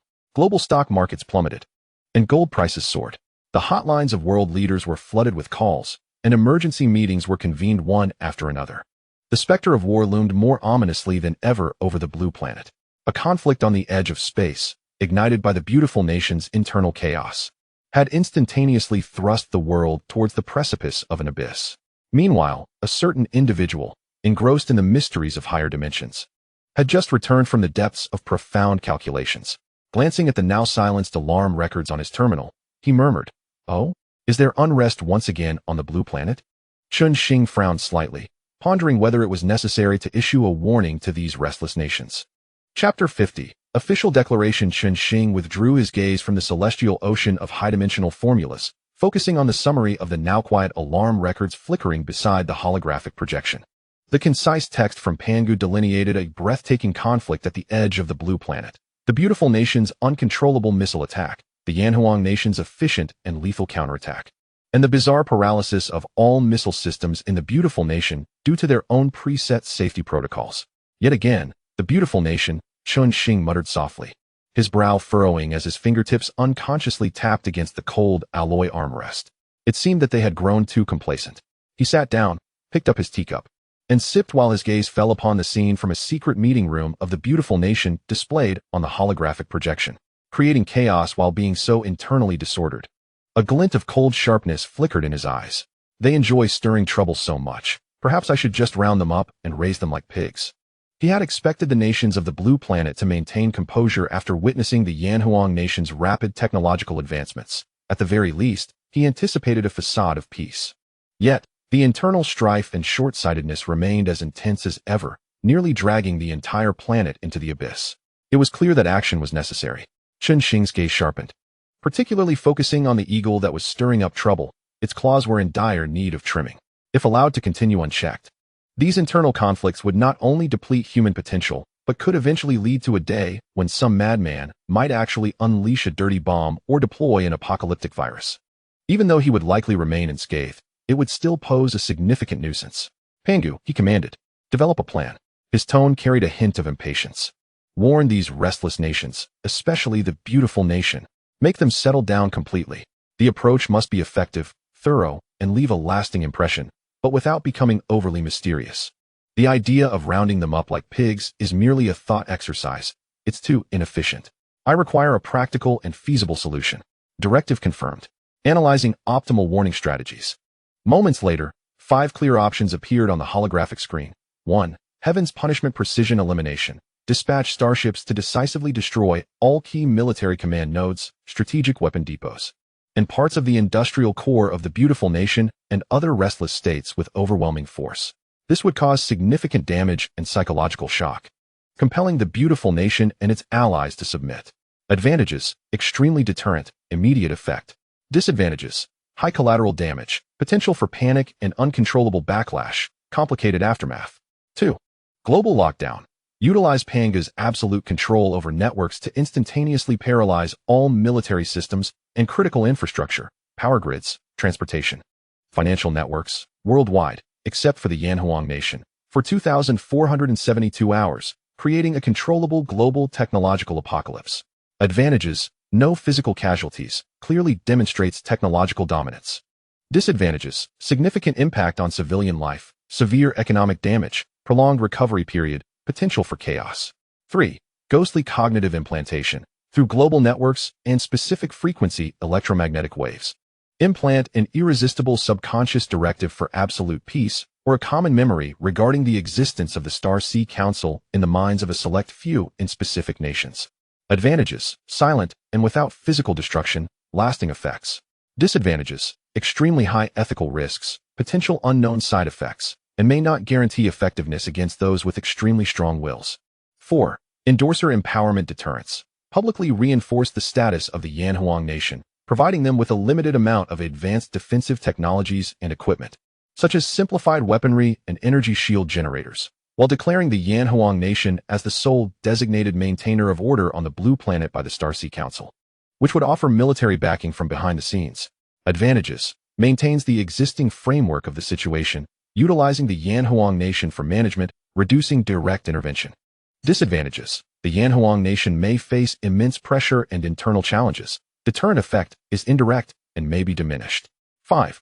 Proclaimers global takeover. In the name of the Blue Planet's Star Sea Council, essentially Chen Xing's own base power, formally declare global jurisdiction over the Blue Planet. Release announcements via global networks and send Starship fleets for a show of force, establishing and promulgating simple, absolute rules. Advantages, justifiable. As the Council itself belongs to human civilization on the Blue Planet, with clear sovereignty transfer, maximizes deterrent effect and establishes a new order once and for all. Disadvantages, significant shock impact, disrupts existing systems, requiring sustained military presence. Chen Xing's gaze swiftly traversed the 5 proposed plans, his superintellect instantaneously weighing their pros and cons. The first was too crude, the second unjustly harmed the innocent economy. The third resembled a cult with unknown risks, while the fourth would yield slow results and thrust the Yanhuang Nation into the spotlight. Ultimately, his attention settled upon the 5th plan, global takeover by the Council of the Celestial Sea. A glimmer of brilliance sparked in Chen Xing's eyes. It was justifiable. Definitive, this was the choice. However, it required refinement. He tapped his fingers lightly, swiftly adjusting and perfecting the details of the plan in his mind. Pangu. Execute the final plan. In the name of the Council of the Celestial Sea, declare the takeover of the Blue Star. The Council's primary rules comprised 3 tenets: prohibit war, lock down dirty weapons, and oversee by the Yanhuang Nation. Concurrently, a global display of military might would be enacted, deploying 10,000 Celestial-class vessels at once. Special attention would be given to the rebellious factions. Any provocation would be met with preemptive punitive strikes. Command confirmed. Plan optimization completed. Global network takeover protocol initiated. Starship deployment directives issued. Rule text generated. Chen Xing's orders fell like a colossal stone cast into a tranquil lake, instantly stirring tumultuous waves across the Blue Star. At that moment, the global network was enveloped in an eerie silence. Whether it was the civilian internet, military encrypted networks, core databases of relevant departments, or private encrypted communications, every connected screen, including phones, computers, televisions, outdoor billboards, airport flight information displays, stock exchange tickers, and even military terminal encryption interfaces, was forcibly switched to a singular image within the same millisecond. A harsh, emotionless electronic synthetic voice resonated in every corner, employing the user's familiar mother tongue, translated in real time by Pangu on a pure black background. A black and gold geometric emblem, filled with futurism, emerged. It was the insignia of the Council of the Celestial Sea. Cold, imposing, devoid of emotional fluctuations, yet strikingly clear. It echoed in every familiar tongue. Official announcement to all members of Blue Star's human civilization. We are the Council of the Celestial Sea. The Council originates from Blue Star's human civilization, dedicated to the preservation of civilization and the exploration of the cosmos. After prolonged observation, the persistent internal strife among Blue Star nations has resulted in frequent conflicts, severely threatening the overall survival potential of human civilization. Recent space attack incidents have further breached the Council's bottom line. We hereby inform you that, effective immediately, the overall jurisdiction of Blue Star is officially transferred to the Council of the Celestial Sea, and all nations of Blue Star must comply with the Council's regulations. The rules are as follows. 1. Armed conflict and war are strictly prohibited among any nations or organizations globally. Violators will face severe penalties as adjudicated by the Council. 2. All dirty weapons and their launch permissions are permanently locked from this moment onward. Development of nuclear fusion energy technology is permitted, but all nuclear fission and fusion technologies for offensive weaponry research and application are forbidden. Violators will be relocated to the moon for mining operations. 3. The Yanhuang Nation shall serve as the sole designated representative of this council, responsible for supervising and reporting the implementation of the above 2 rules. All nations must cooperate with the supervision of the Yanhuang Nation. Compliance with the council's regulations ensures normalcy. The council will not interfere in the regular development of nations. Resistance to these rules will be viewed as a challenge to the authority of this council. Core members and primary responsible individuals of the regime will be forcibly relocated to the Council's lunar base for no less than 10 Blue Star years of resource extraction labor, commonly referred to as mining. Their citizens will be managed or taken over by the Council as deemed appropriate. The flame of human civilization shall be safeguarded by the Council of the Celestial Sea. Announcement concluded. Chapter 51. A shocking debut. The announcement looped 3 times before the screens reverted to their original state. Yet, the world was no longer the same. Every individual, from commanders to ordinary citizens, appeared as if struck by an invisible hammer, their minds momentarily blank, followed by a tsunami of chaos and disbelief. The entirety of Blue Star plunged into a brief, suffocating silence. Soon, panic spread like a contagion. On the bustling city streets, the once lively crowds seemed to be paused. All heads collectively turned upward, gazing at any reflective screen nearby, their faces etched with confusion and terror. Wow, the Council of the Celestial Sea. Are they aliens? Or beings from the future? How cool. On a neon-lit street, a youth with rainbow-colored hair stared at the colossal screen, resuming its anime broadcast, leaping with excitement. Only to be engulfed by the panicked gazes of the surrounding adults, his smile freezing on his face. The Yanhuang Nation? By what right? This is a conspiracy. In a square of a western city, an agitated man waved his fists, shouting at the crowd to incite discontent. Yet, most simply stared at him numbly or frantically refreshed their phones, seeking any semblance of normalcy. The online realm erupted. Major social media platforms across Blue Star were inundated with a deluge of information, servers buckling under the strain, crashing in waves. Is the Council of the Celestial Sea real? Can someone tell me this isn't a dream? Permissions have been locked. Our missiles are truly rendered useless. Military friends confirm it. The beautiful nation is finished. The Yanhuang Nation has become the overseer? Incredible. Don't celebrate too soon upstairs. Who knows if this council is friend or foe? What if they're here to harvest us? Prohibiting war? Can true peace be achieved? A 10-year punishment of lunar mining seems harsh.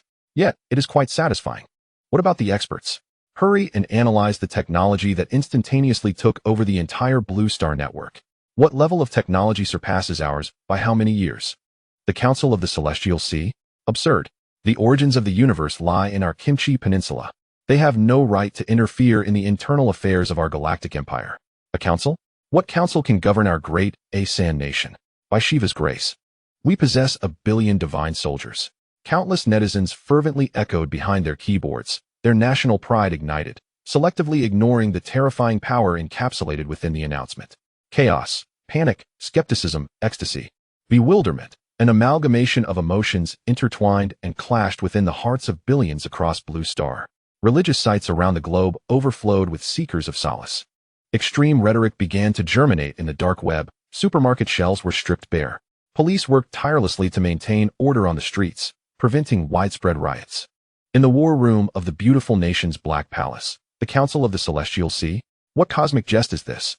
The commander abruptly pushed his chair back and stood, pallid, shouting furiously at the returning screens. Which hacker organization is behind this prank? Or is this some new form of psychological warfare by the Yanhuang Nation? Investigate. Find the source of the signal immediately. Destroy it. Veins throbbed on his forehead, his voice hoarse from extreme anger and fear. Within the supreme command of the Great Bear Nation, the Supreme Commander furrowed his brow, his thick fingers unconsciously drumming against the mahogany table, producing a dull thud.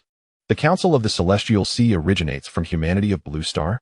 His voice bore deep skepticism, tinged with an almost imperceptible wariness. This felt more like a hidden force finally revealing itself. In the command center of the Yanhuang Nation, the commander's eyes sparkled with intensity. Fixated on the black and gold emblem on the screen, his breath quickening. Is the Council of the Celestial Sea something we humans developed ourselves? He murmured to himself. Who? When? How did they deceive everyone? A myriad of technological details from recent years, which had seen rapid advancements yet lacked clear origins, flashed through his mind. And a bold, shocking hypothesis took shape within him. In the Elysee Palace of the Gallic Rooster, prohibiting war? Locking down dirty weapons? Yanhuang Nation as overseer? The commander murmured. The elegant facade of his mask shattered, leaving only bewilderment and a hint of offended ire. This is nothing less than the colonial treaty of the space age. Number 10. John Bullstreet, a spokesperson for the Yanhuang Nation? On what grounds? A stifled roar echoed within the commander's office. The officials wore ashen faces. Traditional arrogance appeared feeble in the face of such an absolute declaration. This is blatant favoritism. Within the Neon Command Center, a group of senior officials exchanged glances, cold sweat soaking their backs. To take control? The aide's voice was dry. This surpasses our realm of understanding. Is it an extraterrestrial civilization? Or some unknown earthly force? Fear and profound anxiety spread in silence. In the studio of New Delhi Television, A bearded expert spat vehemently into the camera. Absurd. Absolutely absurd. The great Asin nation boasts a rich history and formidable spiritual power. What is the Stellar Council? Merely a pack of cowardly rodents. We shall never acknowledge such a ludicrous declaration. Our missiles are more than capable of turning any threat to ashes. His words brimmed with inexplicable confidence and fervent nationalism. No one believed, or rather, no one wished to believe in such an absurd and reality-defying proclamation. Waves of skepticism erupted in every corner of Blue Star. Panic, disbelief, anger, and mockery intertwined to create a turbulent sea of chaos. Yet, this clamor was instantaneously frozen and crushed before the ensuing spectacle. Silently, like a ghost tearing through the veil of space, 10,000-star dome-class starships materialized above major cities, military bases, and strategic points across Blue Star. Vast, frigid, the sleek, dark golden hulls shimmered with a noble, icy luster under the sun. 18 kilometers of magnificent hulls loomed like steel mountains suspended overhead. The oddly shaped, massive gun ports silently aimed at the diminutive cities below. An invisible sense of oppression engulfed all who gazed skyward, akin to a tangible tsunami that instantaneously submerged every human soul. Blue Star was plunged into a deeper silence, followed by a volcanic eruption of panic. Above the capital of the beautiful nation, Washington, D.C., the immense shadows of several Star Dome-class starships loomed over the White House and Capitol Hill, casting a pall over the land. In the streets, screams and the sounds of colliding vehicles echoed in disarray. Within the war room, the commander slumped in his chair, staring at the satellite images of the hovering behemoths above, his lips trembling, unable to utter a word. The anger and skepticism of mere moments ago were ground to dust, leaving only the raw fear of confronting a superior existence. Beside him, some aides fainted, while others lost control. In the Great Bear Nation, above Moscow, the red star atop the Kremlin dimmed under the shadow of the Starship. Inside the command headquarters, the Great Bear Commander's face turned ashen, his gaze fixed on the screen, his thick fingers whitening from tension. He immediately ordered all strategic forces to stand down from combat readiness. Repeat, stand down. This is not a drill. His deep voice carried an undeniable decisiveness. Years of intuition warned him that any provocation at this moment would be suicidal. The generals beside him stood at attention, their eyes filled with unprecedented awe and a hint of bewilderment. In the Galactic Rooster Nation, above Paris, the streets of the city of romance were filled with terrified onlookers, the Eiffel Tower appearing as a diminutive toy against the backdrop of the colossal starship. Inside the Élysée Palace, the commander attempted to deliver a reassuring speech. Yet, before the camera, his voice trembled, and his gaze wandered. The meticulously prepared manuscript was soaked with sweat, and his words tumbled into incoherence. In John Bull Nation, above London, under a somber sky, the starship hung like the sword of Damocles over the Thames. Within number 10, the commander retreated into a fortified underground bunker, pallid as he communicated through secured lines with allied nations, seeking a united response. Yet, all he received was a cacophony of confusion. The crowd in the streets fell into instant silence, gazing up at the colossal entity blocking out the sun, their faces etched with profound fear and bewilderment. In the Yanhuang Nation, at the command center, a massive screen vividly displayed numerous Star Dome-class starships hovering above all domestic cities and overseas territories. The command center was enveloped in silence. A pin drop could be heard. The commander furrowed his brow, his eyes brimming with shock and deep confusion. A spokesperson for the Stellar Council? He murmured the key words from the declaration, his mind racing to comprehend the implications of this sudden upheaval. Joy, vigilance, or a heavy responsibility. Complex emotions intertwined. However, not all nations were immediately subdued by fear. Chapter 52, A Lesson Through Fear. Above New Delhi, an imposing Star Dome-class starship hovered like a deity, its massive hull nearly overshadowing half the city. The Asin aide was in a secret command post far from the capital, staring at the giant vessel on the screen. A mix of misplaced confidence and offended rage surging within him. A paper tiger. It must be a projection trick by the Yanhuang Nation, attempting to intimidate the great Asin Nation? His plump face twitched, his eyes alight with fanatic fervor. Let the world witness our resolve to defend our sovereignty. Launch the Earth missile. Target that imposter above with our most powerful missile. Aide, sir, this is too dangerous. The previous declaration, an aide desperately tried to dissuade. Execute the order. The aide roared, slamming his hand on the table. Shiva will bless us. A super-Earth missile, regarded by the Asin Nation as a national treasure. trailed a long plume of smoke as it soared resolutely toward the Star Dome-class starship hovering about a kilometer above New Delhi. Seeking death. In the Blue Star base. Chen Xing watched the live feed with a glint of cold disdain in his eyes. Just as I pondered which chicken to teach a lesson. They need not fear my lack of courtesy. Pangu instantly understood his intent. Detecting proactive attack behavior from the nation below, energy level, low. Threat assessment, none. However, this act violates the first rule of the Stellar Council.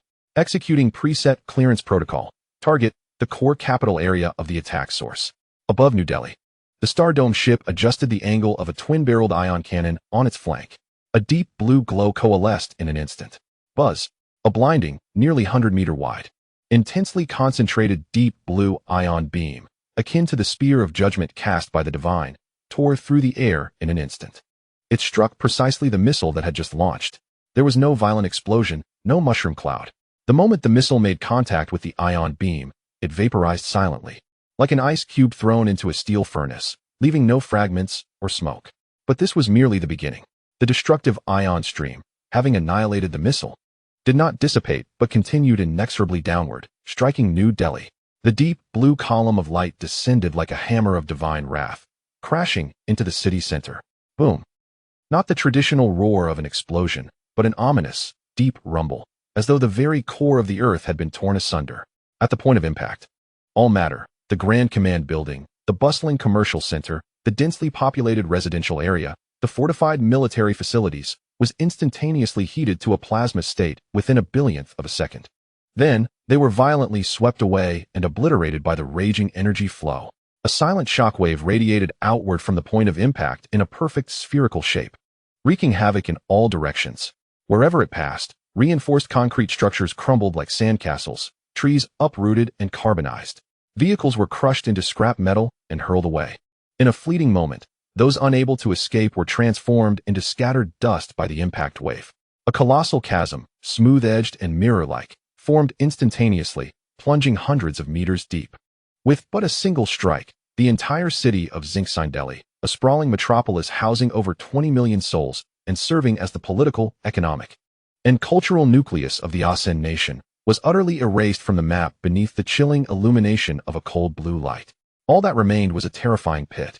Exceeding 20 kilometers in diameter and hundreds of meters deep, its edges glistening like glass. At the bottom lay a molten, dark red glowing substance radiating searing heat. Surrounding this abyss was a wasteland, flattened as if swept by a hurricane, extending outward in a radial pattern for dozens of kilometers. Devoid of any trace of its former existence. Only the starship hovering in the sky remained, silent and cold, as if it had merely brushed away an insignificant speck of dust. Silence reigned. All satellite feeds capturing this scene fell into absolute stillness, and the entire blue star was engulfed in a profound silence, as if even breathing had ceased. All prior skepticism, ridicule, anger, and fervor were ground to dust in the face of this overwhelming annihilation. This was not war. It was the merciless trampling of ants by a deity. Immediately following, an uncontrollable, primal fear swept across the globe. The secret command post, where ASEAN's deputy was stationed, lay at a considerable distance from the epicenter of the explosion. Yet, the colossal shockwave and seismic tremors obliterated most of the facilities in an instant. He watched as the signal representing the capital's core vanished from the screen, replaced by a stark red that symbolized utter destruction. His corpulent body, struck as if by lightning, crumpled to the ground, soaked with a rush of warmth in his trousers. His eyes lost all spark, leaving only boundless fear and bewilderment. He realized that he had unwittingly consigned the capital to oblivion. Ironically, the commanders and most cabinet officials of the ASEAN nation were attending a grand inauguration ceremony for a newly constructed bridge at that moment, delivering impassioned speeches before the camera. The alarms for the missile launch and the pronouncement from the Star Sea Council interrupted the ceremony, and they had barely time to react before witnessing the horrific sight of Xinxian and its command center being annihilated in an instant. The microphone in the commander's hand clattered to the floor, his smile freezing into a mask of sheer terror and confusion. Weak in the knees, he slumped into his chair, his trousers quickly dampening. The surrounding officials collapsed as if their bones had been removed, leaving only the camera futilely recording the disgraceful collapse of the power core. The destruction of Xinxian was akin to a bucket of ice water mixed with blood, awakening all who had harbored hope or fervor. A deeper, more terrifying silence enveloped the globe than before. The commander of the beautiful nation gazed at the satellite images relayed in real time of the massive pit in Shenzhen, feeling his stomach churn violently as he clamped a hand over his mouth, nearly retching. The White House was enveloped in silence. The remnants of hope were utterly shattered, leaving only a chilling sense of dread. The Galactic commander inhaled sharply and promptly issued orders. Lock down all nuclear missile silos. I repeat, lock them down physically. Seal the keys. Activate the highest level of self-discipline protocols. Any unauthorized launch attempts without parliamentary consent will be deemed treason. He felt an unprecedented weight of pressure. The soothing speech from the Galactic commander was abruptly interrupted as he slumped back into his chair, murmuring, "My God, this is not a warning. This is an erasure." Commander John Bull, nestled within a reinforced bunker, stared at the screen, his face as pale as parchment, shouting into the communicator, "Contact the Yanhuang nation. Immediately. We need dialogue. No, we must submit." Fear rendered him nearly incoherent. The commanders of the Yanhuang nation collectively gasped, realizing the destructive power exceeded their worst fears. The burden of representation suddenly felt as heavy as a mountain. Chapter 53. A New Order. Nevertheless, the diversity of human civilization continually surpasses imagination. In the realm of the Kimchi nation, following a brief silence, a faction of netizens, indoctrinated by extreme nationalism, erupted with a twisted courage amidst the overwhelming fear. Flooding the newly restored network with frantic posts. "It's fake. It must be special effects. The great cosmic empire of the Kimchi nation fears nothing. This must be our technology. The Star Sea Council has undoubtedly stolen our ancient science." The Star Sea Council? Huh. The entire universe was created by our Kimchi ancestors. We protest. We refuse to acknowledge it. The Asan nation is foolish. They should launch more attacks against them. Our great Kimchi people are invincible. It must be the Yanhuang nation colluding with aliens. We will reveal the truth, Samada. The great Kimchi nation will never yield. Let those iron lumps witness our national spirit. We declare war on the council. With our Kimchi and Oba's will, we will defeat them. The universe belongs to Kimchi, Samada. Some even began live streaming, waving their national flags and shouting for the Star Sea Council to leave the Blue Star. Such statements, akin to the last frenzied ramblings, echoed harshly across the silent network of Blue Star. Chen Xing regarded these internet blatherings, selected in real time by Pangu, with neither anger nor concern, only a detached indifference. Akin to observing ants scurrying about, he was disinterested in specifying targets. A command was issued, and Pangu automatically locked onto the starship above the capital of the Kimchi nation, zeroing in on the area with the highest concentration of network signals and raucous cries. The iconic Guangyawaman Plaza and its surrounding bustling commercial district were soon engulfed. With a resounding hum, the same deep blue ion beam, akin to a precise surgical instrument, descended instantaneously. The hand moth, Guangyawaman, Chonggaichen, the National Assembly, and the Defense Ministry, located in this vital area, met the same silent disintegration, resulting in an equally immense lava pit. The vibrant streets, the clamorous crowds, the waving flags, and live-streaming equipment, along with their arrogant shouts, were entirely obliterated. The world fell silent. The entire Kimchi Peninsula quaked violently under this cataclysmic strike. The surviving citizens of the Kimchi nation, witnessing the energy beam rising into the sky, connecting heaven and earth, and the subsequent emergence of the vast abyss, crumbled completely. All arrogance, all fantasies of a cosmic empire were shattered into finer dust than powdered meat. Only the most primal, gene-encoded terror and wails of despair remained. Chen Xing observed the two newly formed pits on Blue Star, still radiating a hot crimson glow, his expression betraying no emotion. His gaze swept across the map of Blue Star, landing on the elongated Kimchi nation. If the Kimchi were to assert their dominance, it would be done thoroughly. To set an example, 3 chickens should suffice, he murmured indifferently. It is time to disinfect certain places that venerate war criminals. Pangu, targeting the Kimchi nation, the Neon region, and a 1-kilometer radius around the Divine Toilet, was prepared for a focused eradication. Command confirmed. The third ion beam was unleashed. It precisely struck a notorious area of the Neon region, an embodiment of militaristic specters, along with its urban expanse. In the searing heat of the ion stream, it vanished without a trace, leaving only a charred scar, neatly recessed into the earth. 3 shots, 3 locations, 3 varying degrees of obliteration. The entire capital region of Shenzhen was entirely erased. The hand moth's administrative hub was completely annihilated.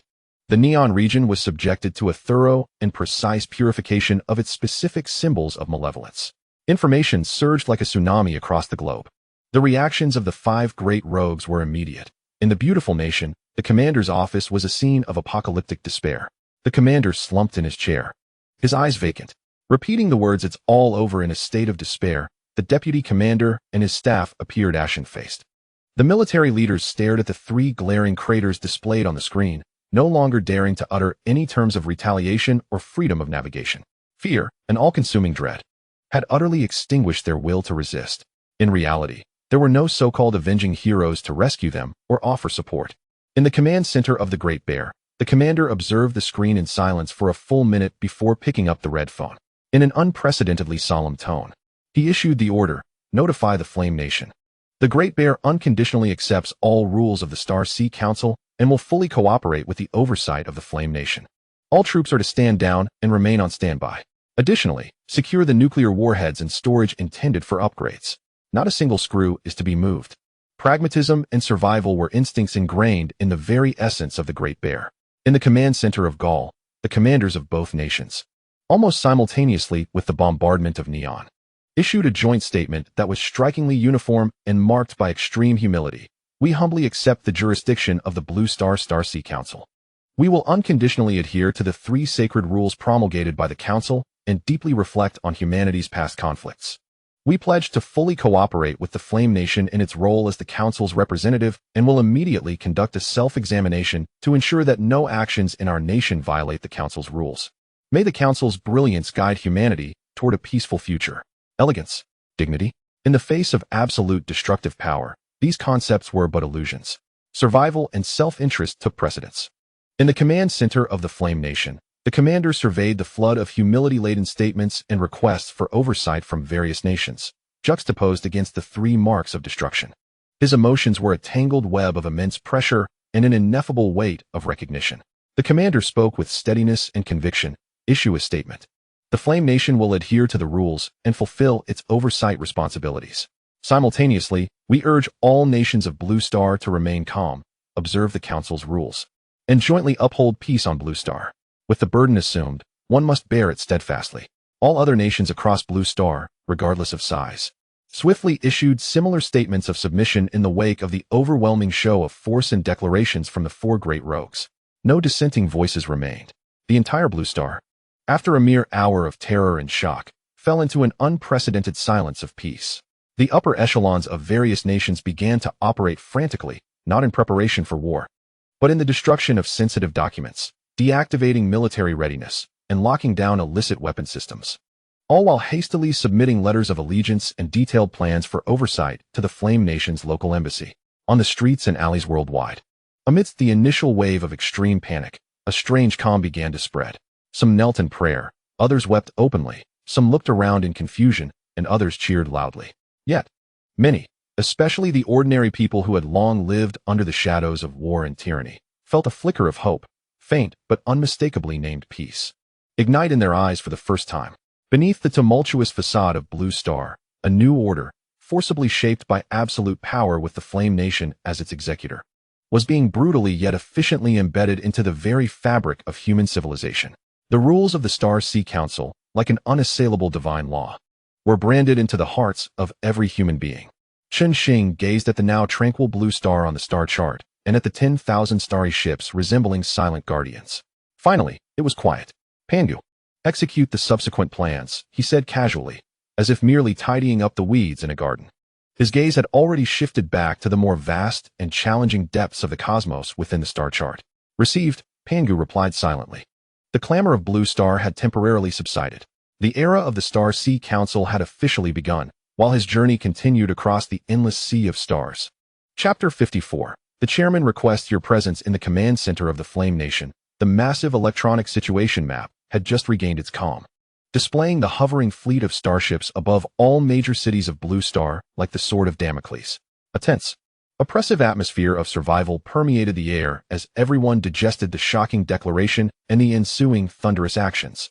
Suddenly, the largest main screen in the center flickered without warning and then abruptly switched its display. Against a pitch-black background, a simple yet powerful black and gold geometric emblem slowly emerged. It was none other than the emblem of the Star Sea Council, which had just declared its takeover of Blue Star and showcased its devastating military might. "What?" The Council's emblem. What is happening? Has the network been taken over again? A wave of suppressed gasps and murmurs filled the command center as everyone recalled the Council's omnipresent control over the network and its apocalyptic display of force. The sudden appearance of this emblem sent chills down their spines, and the previously subsided tension surged back to a peak. Silence. The commander's steady and resonant voice rang out like a calming anchor, instantly quelling the noise. Standing before the command platform, he was as upright as a pine tree, his gaze sharp as lightning, fixed on the cold emblem on the screen. He too felt a jolt of shock, but as the commander, he knew he must maintain absolute composure. Panic would solve nothing. As the commander issued his order, the command center fell into a profound silence, broken only by the faint hum of instruments and the anxious heartbeat of the personnel. Every individual held their breath, eyes focused on the main screen, awaiting an unknown verdict. At that moment, a cold, authoritative voice devoid of emotion resonated through the command center's broadcast system, echoing in the hushed hall. Esteemed Commander, greetings. The chairman requests your presence to discuss certain matters. Please proceed now. A transport is waiting outside.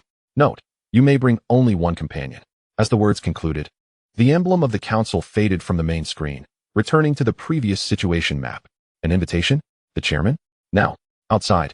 The weight of the information was overwhelming and abrupt, causing another wave of suppressed commotion in the command center.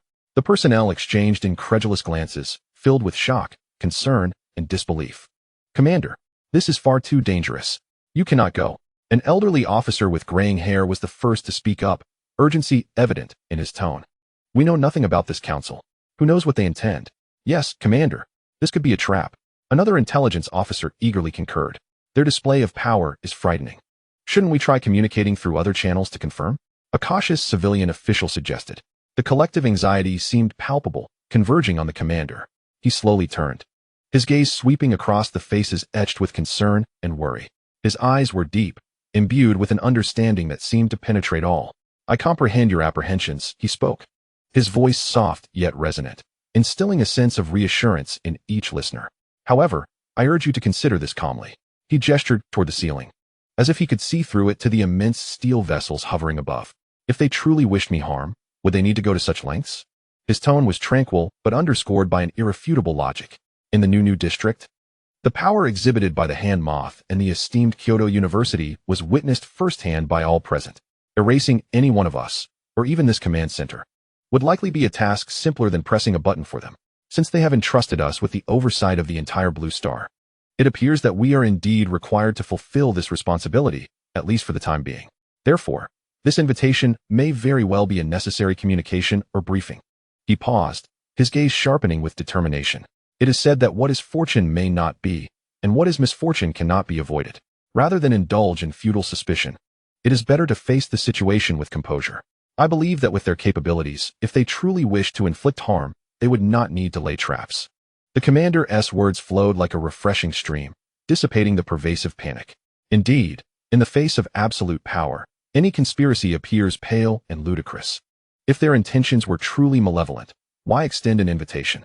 Would it not be simpler to act directly? The senior officer opened his mouth, ultimately exhaling a sigh, his taut shoulders slightly relaxing. The intelligence chief nodded silently. Although the worry in his eyes had not entirely vanished, a measure of rationality had begun to emerge.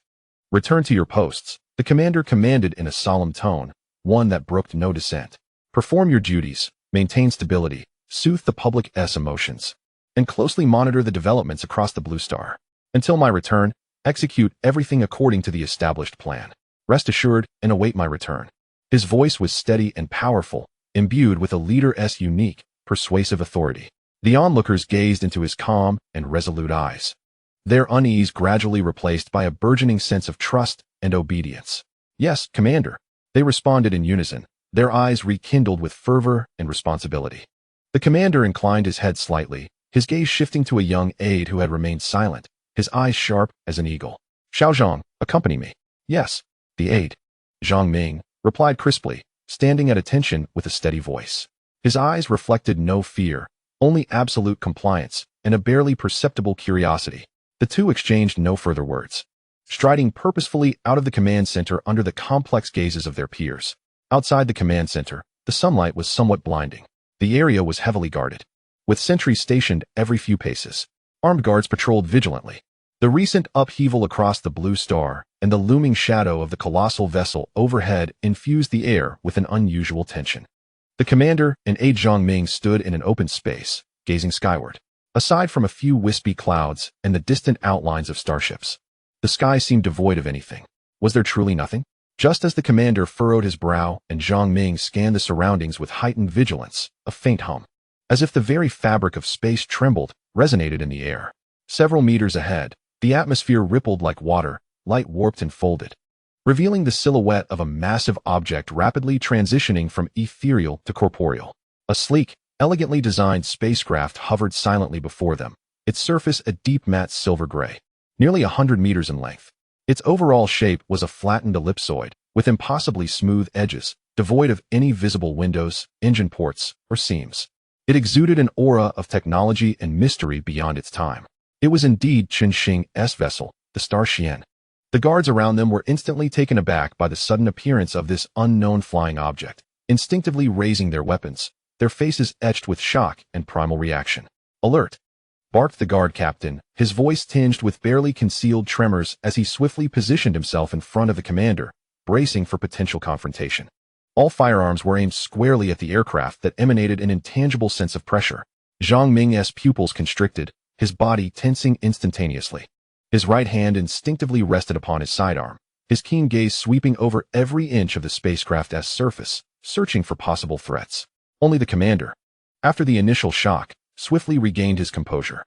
He regarded the vessel before him, a symbol of absolute technological prowess, his eyes glinting with astonishment, yet tinged with curiosity and understanding. "Indeed, they have arrived. Stand down." The commander's voice rang out, steady and authoritative, laced with an undeniable command. "Lower your weapons. This is a vessel of the Council." He cast a glance at the apprehensive guards. "Do not make any moves that could lead to misunderstanding. Execute the orders." The guard captain, meeting the commander's calm and determined gaze, then glancing at the hovering, almost divine craft, clenched his jaw before resolutely signaling with his hand. "Lower your weapons. Stand down." Though disbelief and fear still lingered on their faces, the guards complied, gradually lowering their firearms, their bodies remaining taut as they fixated on the spacecraft.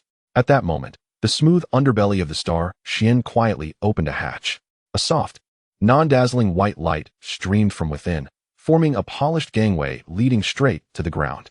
There was no sound, but the open hatch was undoubtedly the clearest of invitations. The commander inhaled deeply, adjusting his collar, and nodded to his aide Zhongming.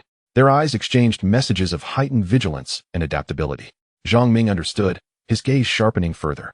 The commander no longer hesitated. With measured steps, he ascended the gleaming gangway first. Zhongming followed closely behind. As their figures vanished within the hatch, it closed silently. A low hum reverberated again, a slight tremor in the space around them. The massive body of the Starship seemed to dissolve like ink into water, becoming transparent, blurred, and ultimately vanishing entirely from sight, as if it had never existed. All that remained were the awestruck guards, still shaken. The guard captain wiped the cold sweat from his brow and swiftly turned to dash back to the command center to report. Chapter 55. The first meeting inside the Starship. Soft and bright light filled a spacious, minimalist chamber brimming with futuristic allure. The walls bore a warming silver-white hue, emitting a soft glow, with no visible control panels or instruments. The Supreme Commander and aide Zhongming stood within, as if immersed in a realm beyond comprehension. Contrary to the anticipated sensations of gravitational shifts or acceleration, nothing of the sort transpired. It felt as stable as standing on the most solid ground. This Zhongming could not suppress a gasp, instinctively stomping his foot to feel the firm contact. Yet, there was no sense of inertia. He quelled his astonishment, his gaze sharp and alert, swiftly scanning every corner and detail of the chamber, the wall material, the light's source, the airflow. He engaged all his senses and expertise in an attempt to decipher this technology that transcended understanding. Simultaneously, his hands seemingly casually rested against the wall, his fingertips absorbing the warm and peculiar texture, his mind racing to memorize every detail. The Supreme Commander displayed greater composure. His gaze was immediately drawn to what should have been a viewport. Instead of transparent glass, there was a vast screen-like light panel. At that moment, the screen vividly displayed the external landscape. He silently observed the rapidly passing mountains, rivers, and towns, mentally calculating the orientation, speed, and altitude. Southwest. The speed exceeds at least 10 times the speed of sound, perhaps even more. The scenery below flowed like a vibrant ribbon. The altitude seemed to be above the stratosphere.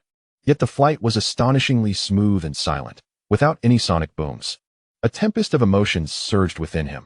The flight capabilities displayed far surpassed those of any nation he was aware of, even exceeding the bounds of imagination. Merely 10 minutes had elapsed. The imagery on the screen had transformed from a bustling metropolis to undulating mountains adorned with lush greenery. Was this the heart of the Wanshan mountain range? Lieutenant Zhang Ming also took note of the shifting scenery, and both men's eyes reflected profound bewilderment. This was in stark contrast to their expectations of a clandestine military base or an awe-inspiring spaceport. The lieutenant ceased his observations and joined the commander by the viewport, gazing down with confusion. Soon, the aircraft began to decelerate and descend.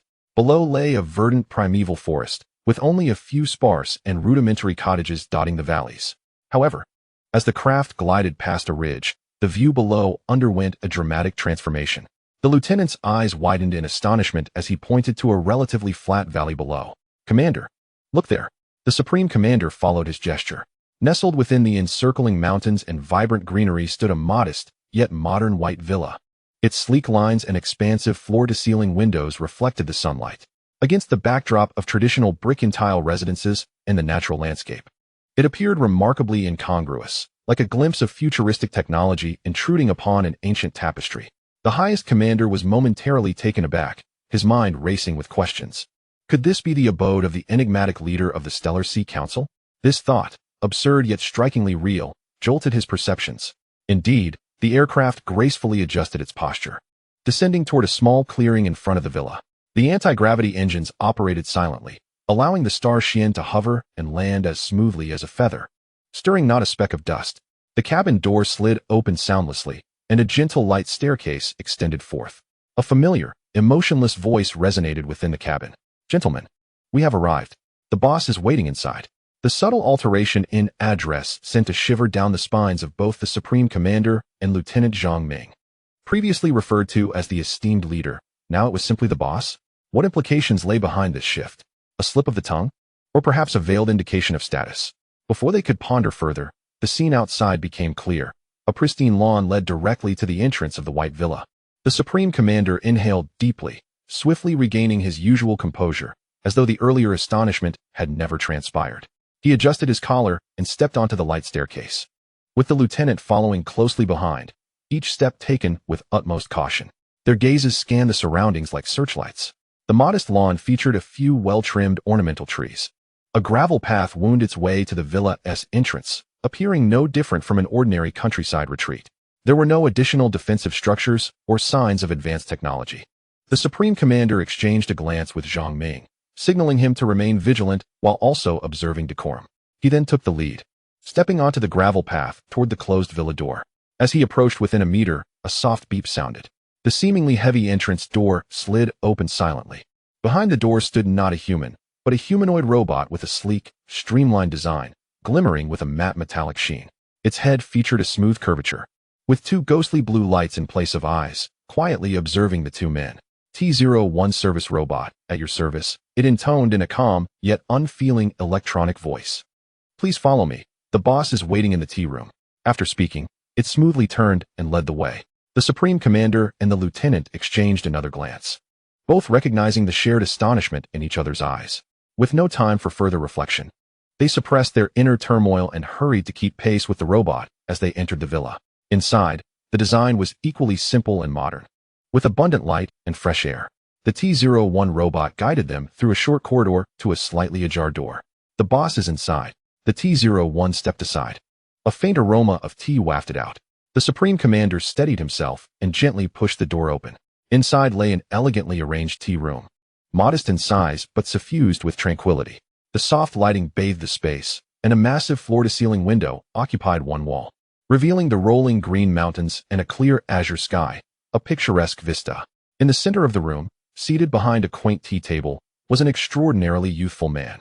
Dressed in simple casual attire, he appeared relaxed as he meticulously arranged a delicate tea set. The fragrant steam of tea filled the air. Upon hearing the door open, the young man looked up. His face was clean and handsome, exuding a serene demeanor. Yet, his eyes were deep like a still pond, calm and unwavering, as if harboring an infinite cosmos, creating a striking contrast with his youthful appearance. He regarded the Supreme Commander and Lieutenant Zhang Ming at the door, a subtle, peaceful smile gracing his lips. "You've arrived?" Chen Xing's voice was gentle, laced with a hint of casualness, as if greeting old friends. He gently pushed a pair of freshly brewed cups of tea toward the empty spots across the table. The emerald liquid in the pristine porcelain cups shimmered gently, releasing a captivating fragrance. "Please, have a seat and enjoy the tea," Chen Xing continued, his tone still calm, gesturing graciously.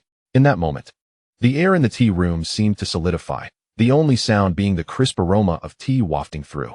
The commander and Lieutenant Zhang Ming stood at the threshold, their gazes fixed on the astonishingly youthful figure seated behind the tea set. That casual, natural greeting carried an ineffable air of serene authority. The commander, seasoned by storms of experience, forcibly suppressed his initial shock. He quickly restored his accustomed composure, though traces of tumult still lingered in his eyes. He nodded slightly and, with measured steps, approached the tea table, taking a seat opposite Chen Xing. Lieutenant Zhang Ming followed closely, sitting upright beside the commander, his gaze sharp as an eagle, scrutinizing every detail of Chen Xing in the room. Though he understood that such vigilance might be futile in the face of absolute power, his muscles remained tensed, ready to respond to any unforeseen circumstances. He could not fathom how this seemingly ordinary young man could be connected to the world-destroying Starship and the inscrutable Council. "Taste the tea produced from lunar cultivation," Chen Xing remarked, lifting his cup and taking a gentle sip, his gaze steady upon the two men. The commander obediently raised the pristine porcelain cup, feeling the warmth seep through the walls. The fragrant tea was refreshing, and this ordinary sensation eased some of his taut nerves. He took a sip, savoring its crisp aftertaste. Indeed, it was high-quality tea. He gazed down at the emerald liquid, his thoughts racing. This aroma, this ambience, this youth. Everything was in stark contrast to his preconceived image of the leader of the Stellar Sea Council. He inhaled deeply, suppressing his tumultuous emotions, and spoke steadily. "Thank you very much for your invitation, esteemed leader. May I inquire what directives the Council, or you personally, may have for us?" He carefully chose his words. Holding Chen Xing's gaze, Chen Xing set down his cup, a faint smile playing at the corners of his lips. That smile bore a hint of self-deprecation, coupled with a sense of relief. "Leader?" He gently shook his head. "That is merely a nominal title, and the Parliament is but a figment of existence. You need not address me in such a manner." He paused, his gaze sweeping over the two individuals before him. His expression grew earnest and sincere. "Before we delve into matters of significance, I wish to clarify one point, the most crucial point. I, Chen Xing, am a citizen of Yen, born and bred, without a doubt. Over a decade ago, I was merely an obscure programmer in the depths of the city." Boom. This revelation struck the commander and Deputy Zhang Ming's minds like thunder. A citizen of Yen, just a programmer years ago. Deputy Zhang's pupils constricted sharply. His fingers, pressed against his knee, tightened abruptly, turning pale from the force. He fixed his gaze upon Chen Xing, attempting to discern any hint of jest upon his countenance. Yet, within those profound eyes, there was only tranquility. This identity was far more shocking and absurd than any alien visitor or time traveler. The one who commanded the fleet, who surveyed Blue Star, was indeed one of their own. How could this be? In just over a decade, from an ordinary programmer to the leader of a colossal fleet capable of effortlessly leveling cities, this was nothing short of a fantastical tale. The commander's hand, which held the teacup, trembled slightly, almost imperceptibly. A few drops of clear tea splashed onto the ancient tea tray. The astonishment within him surged like a tsunami. Yet years of cultivated composure allowed him to swiftly suppress this tumult. His gaze sharpened, as if seeking to pierce through the essence of this young man before him. The commander set down his teacup, his voice tinged with an almost imperceptible dryness. "Mr. Chen Xing, forgive my candor, but this is indeed hard to believe. How did you?" He ultimately refrained from completing his inquiry, recognizing that it pertained to core secrets that the other might be reluctant to disclose. Chen Xing seemed to read his thoughts, offering a slight smile, imbued with a hint of worldly wisdom. By a stroke of serendipity and a measure of fortune, years of dedicated development had led to this present state. As for the specifics, I shall refrain from elaborating further. You need only know that I am of Yen blood. This land has nurtured me, and that will never change." His nonchalant tone rendered the phrase "this present state" almost trivial. The commander's grip on the teacup tightened slightly, his knuckles paling. "Mr. Chen Xing," the commander promptly adjusted his address, infusing it with deeper respect and a hint of indescribable complexity. Your achievements are truly awe-inspiring. May I inquire as to the purpose behind this invitation? He directly broached the subject. Fully aware of the preciousness of the young man's time and the gravity of the invitation he had extended, Chen Xing set down his teacup, his demeanor growing more serious. His tone became solemn. There is no need for guidance. I primarily wish to clarify several matters with you, or rather, with my homeland. I have established the Star Sea Council, forcibly terminating needless disputes and transferring the supervisory authority to Yan. He looked toward the commander, his gaze calm, yet imbued with an intangible pressure. I require you to safeguard this home on behalf of me and all of humanity on Blue Star. My objective is simple: peace and development. War must be prohibited, and vile weapons must be locked away. As the overseer, Yan must ensure these two ironclad rules are not violated. Chen Xing's voice, though not raised, carried an undeniable weight. For those who disobeyed, he paused, his eyes suddenly turning cold and sharp, akin to ancient ice. Regardless of who they were or where they stood, whether in the lunar base's mines or subjected to purification, that would be their fate. The Council's display of power was no mere jest and would not be employed only once. A chill crept up the commander's spine as he felt the ruthless resolve embedded in Chen Xing's words. This was not a threat, but rather a declaration of an imminent reality. Taking a deep breath, he straightened his back and spoke solemnly. Comrade Chen Xing, rest assured. The responsibilities bestowed by the Council will be upheld with utmost diligence by Yan. Maintaining peace on Blue Star has always been Yan's mission, and guiding human civilization towards proper development is also our duty. With the rules and strength of the Council as our backing, we are even more confident in accomplishing this task. Yet, he pondered his wording carefully. You just mentioned Blue Star as merely a home. What, then, is the Council's future focus? The starry sky. He gestured above the tea tray, and with a soft hum, a massive holographic star map unfolded in the center of the tea room. Brilliant stars cascaded down like a waterfall, bathing the entire room in a cosmic glow. The commander and Deputy Zhang Ming held their breath, once again awestruck by this dreamlike spectacle. The star map was vast and boundless, with countless luminous points flickering, forming complex and magnificent spiral arms of galaxies. This is my true stage. Chapter 57, Display. Chen Xing's voice carried a serene calmness in the face of the grand. Beyond the solar system, there is considerable activity. It is far from the tranquility we once imagined. One could even say it is fraught with peril. He picked up the teapot and refilled the cups of the three individuals. His movements remained unhurried, yet the content of his words sent shivers down their spines. My reconnaissance fleet has ventured hundreds of light years beyond the solar system. There exists a multitude of interstellar intelligent civilizations, ranging from level 1 to nearly level 4. They have established complex interstellar societies, including trade alliances, military empires, insectoid hives, and marauding space pirates. Much like a dark forest, we now merely occupy a corner of it. His finger traced the star map, highlighting several regions. The Castle Union, a multi-species civilization approximately 110 light-years away, boasts a technological level of around level 28. With interstellar operational capabilities, the Phantom Raiders, a pirate faction active 80 light-years from the solar system, are notorious for their ruthless tactics and suspected warp technology. The Eurasian Trade Alliance, one of the regional powers, has a technological level of 39, controlling vast territories and trade networks. The Kronos Military Alliance, a belligerent regional hegemon.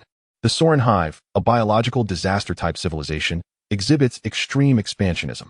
Chen Xing succinctly and accurately described the characteristics, levels, and approximate locations of several major factions. Each name and number struck the highest commander and Zhang Ming like a hammer to the heart. They gazed at the densely packed luminous points on the star map, listening to Chen Xing's calm narration, only to feel a chill rising from their feet to the crown of their heads. So the universe is so crowded. Humanity is not an isolated island. In the face of such colossal entities, Blue Star seems as insignificant as dust. Is this all true?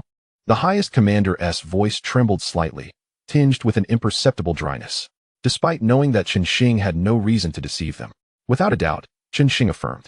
Trade, conflict, expansion, alliances, destruction, the dramas played out on Blue Star over the past millennia are being reenacted on the scale of the Star Sea in grander ways, governed by more brutal rules. Currently, my reconnaissance fleet is exploring even farther into deep space. The information continues to update and supplement. Our current understanding is merely the tip of the iceberg. He withdrew his finger, yet the light screen remained suspended, silently narrating the vastness and danger of the universe. Because the information we have gathered is still insufficient, I too am contemplating how to engage with these neighbors. Should we conquer, forge alliances, or maintain distance? All of these require more intelligence and time for deliberation. As for my capabilities, he turned his gaze toward the commander, his expression calm and undisturbed. A comprehensive assessment places me roughly between levels 32 and 36. Not at the pinnacle, but sufficient for self-preservation. In the face of genuine dominance, there remain certain inadequacies in the offensive. The highest commander, murmuring between levels 32 and 36, felt a tempest of emotions within. Although Chen Xing may not be regarded as top tier, his strength surpasses anything Blue Star could have envisioned. The ability to safeguard oneself in such a complex cosmic environment signifies an unimaginable power. Chen Xing affirmed. Comrade Chen Xing, the commander inhaled deeply, suppressing the shock within. His gaze fixed intently on Chen Xing, imbued with a profound sense of responsibility. Given the intricate dangers of the cosmos, do you require support from the people of Blue Star, or rather, assistance from the realm of Yanhuang? Whether in terms of resources, manpower, or other forms of collaboration, we are prepared to devote ourselves entirely.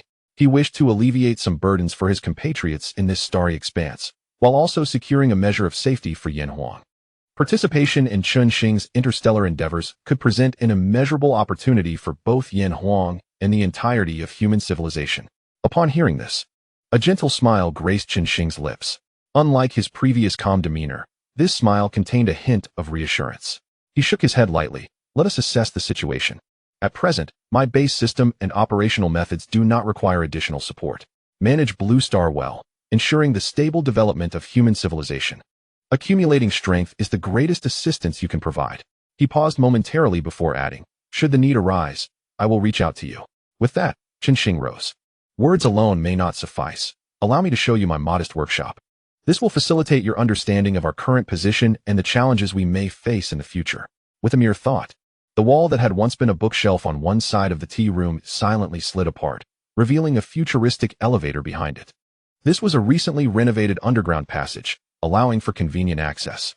Please, Chen Xing urged, stepping forward.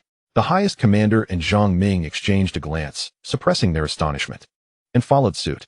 The three entered the elevator, which closed its doors silently. It initiated a smooth descent along a brightly lit corridor at high speed, without a hint of vibration or noise. 30 seconds later, the elevator came to a halt, and the doors opened slowly. The sight before the two seasoned leaders rendered them speechless. It was an underground space of unimaginable vastness. With a height exceeding hundreds of meters, the area stretched infinitely. Countless automated assembly lines stood in neat rows like a forest of steel, emitting a deep, rhythmic roar. Enormous mechanical arms deftly assembled unprecedented components.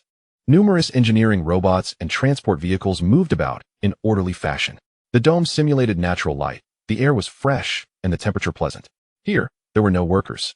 Only the efficient operation of steel and intelligence. The entire base exuded a chilling, precise, and avant-garde industrial beauty.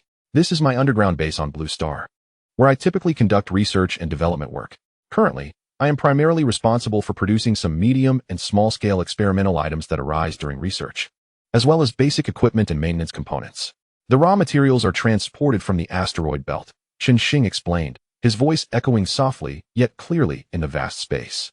Subsequently, Chen Xing led the two to a hovering sightseeing vehicle, commencing their tour. Zhang Ming eagerly documented everything he witnessed.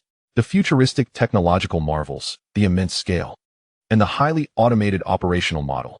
Each frame of imagery challenged the limits of his understanding. The highest commander, however, maintained a solemn gaze, striving to digest the terrifying industrial might and technological prowess represented by what he observed. This was beyond the reach of any single nation. It was an independent civilizational entity rooted in planets and gazing into the cosmic sea. The sightseeing vehicle moved rapidly, and within minutes, they arrived at the spacecraft docking area. Chapter 58. A gift. After the awe-inspiring tour of the Blue Star base, Chen Xing did not pause. He led them back aboard the Starship, which awaited them. The vessel ascended slowly, soaring out of the passage gate and swiftly breaking through the atmosphere, entering the profound depths of space. Outside the viewport, the azure blue star spun below, while the starry expanse unfurled above. The flight did not last long. The Starship circled to the far side of the moon, hovering above a canyon. Gradually descending near a cliffside, a massive concealed passageway opened, allowing the Starship to glide smoothly inside. Once again, The highest commander and Zhang Ming were captivated, breathless at the sight before them. What greeted their eyes was an even grander, colder world constructed entirely of metal and energy. A colossal dome simulated the starry sky above, while below lay a dense array of docks, refineries, and assembly lines. Dozens of Star Dome class, Star Shuttle class, and Crab class starships were lined up like a forest, some under construction in the docks, while others stood ready for departure. Engineering mechanical arms moved with the agility of giant limbs, and sparks from laser welding twinkled like distant stars. Further afield, massive furnaces emitted plumes of plasma flames, smelting various ores into ingots. The air was thick with the distinct aromas of ozone, metal, and energy. The lunar base primarily undertakes the construction and maintenance of deep space starships, as well as the production of various equipment and resource refinement tasks, Chen Xing explained calmly. This was my initial advance base for exploring the solar system, and it serves as Blue Star's final line of defense. Numerous artillery positions and defensive facilities have been established across the lunar surface. The Starship descended smoothly onto a landing pad within the base. Chen Xing did not take them deeper inside, but led them to an observation platform overlooking the magnificent expanse of the base. The highest commander and Zhang Ming had utterly lost their ability to articulate words as they gazed down at the breathtaking industrial spectacle and fleet array. Reminiscent of a cosmic river, they felt as insignificant as mere dust. This was no longer a scene from a science fiction film, but a stark, unyielding reality, an interstellar foundation crafted single-handedly by the young man before them. A complex blend of pride, awe, and profound responsibility surged within their hearts. As you can see, Chen Xing's voice carried an imperceptible sense of control. This is merely one of my many bases. There are several such bases within the solar system, each situated on various planets and large celestial bodies. Mars, in particular, is now my Starship construction center, producing over 20,000 starships monthly. Additionally, several defensive lines and space minefields have been deployed in the Kuiper Belt. The entire solar system has been thoroughly developed by me. Chen Xing's tone remained composed, yet it resonated with immense gravity against the grand backdrop. Beyond the solar system, we are also strategizing. A buffer zone with a radius of 50 light-years has been established, centered on the solar system. 1,200 pioneer engineering fleets have already embarked on their missions to establish permanent subbases and resource outposts in those uncharted star systems. Subsequently, the Starship ascended once more, hovering in near-moon orbit. Chen Xing pointed toward the vast starry sky. Beyond the moon's orbit, a colossal fleet composed of tens of thousands of Star Dome-class starships lay suspended like a cold river of stars. The hulls shimmered with a chilling metallic luster under the light of distant stars, silently narrating a tale of overwhelming military might. He gestured towards the fleet outside the viewport. Currently, I possess over 100,000 active starships, and this number continues to grow at an astonishing rate. The production capacity under the Infinite Mobilization Plan is truly remarkable. In a buffer zone of 100,000 ships within a 50 light-year radius, the Supreme Commander slowly regained his voice from the shock. He turned to Chen Xing and solemnly stated once more, "Comrade Chen Xing, this is truly breathtaking. The presence of you in Yanhuang is indeed a great fortune. Is it possible for the nation to extend some support in the realms of interstellar exploration, diplomacy, or any area you require?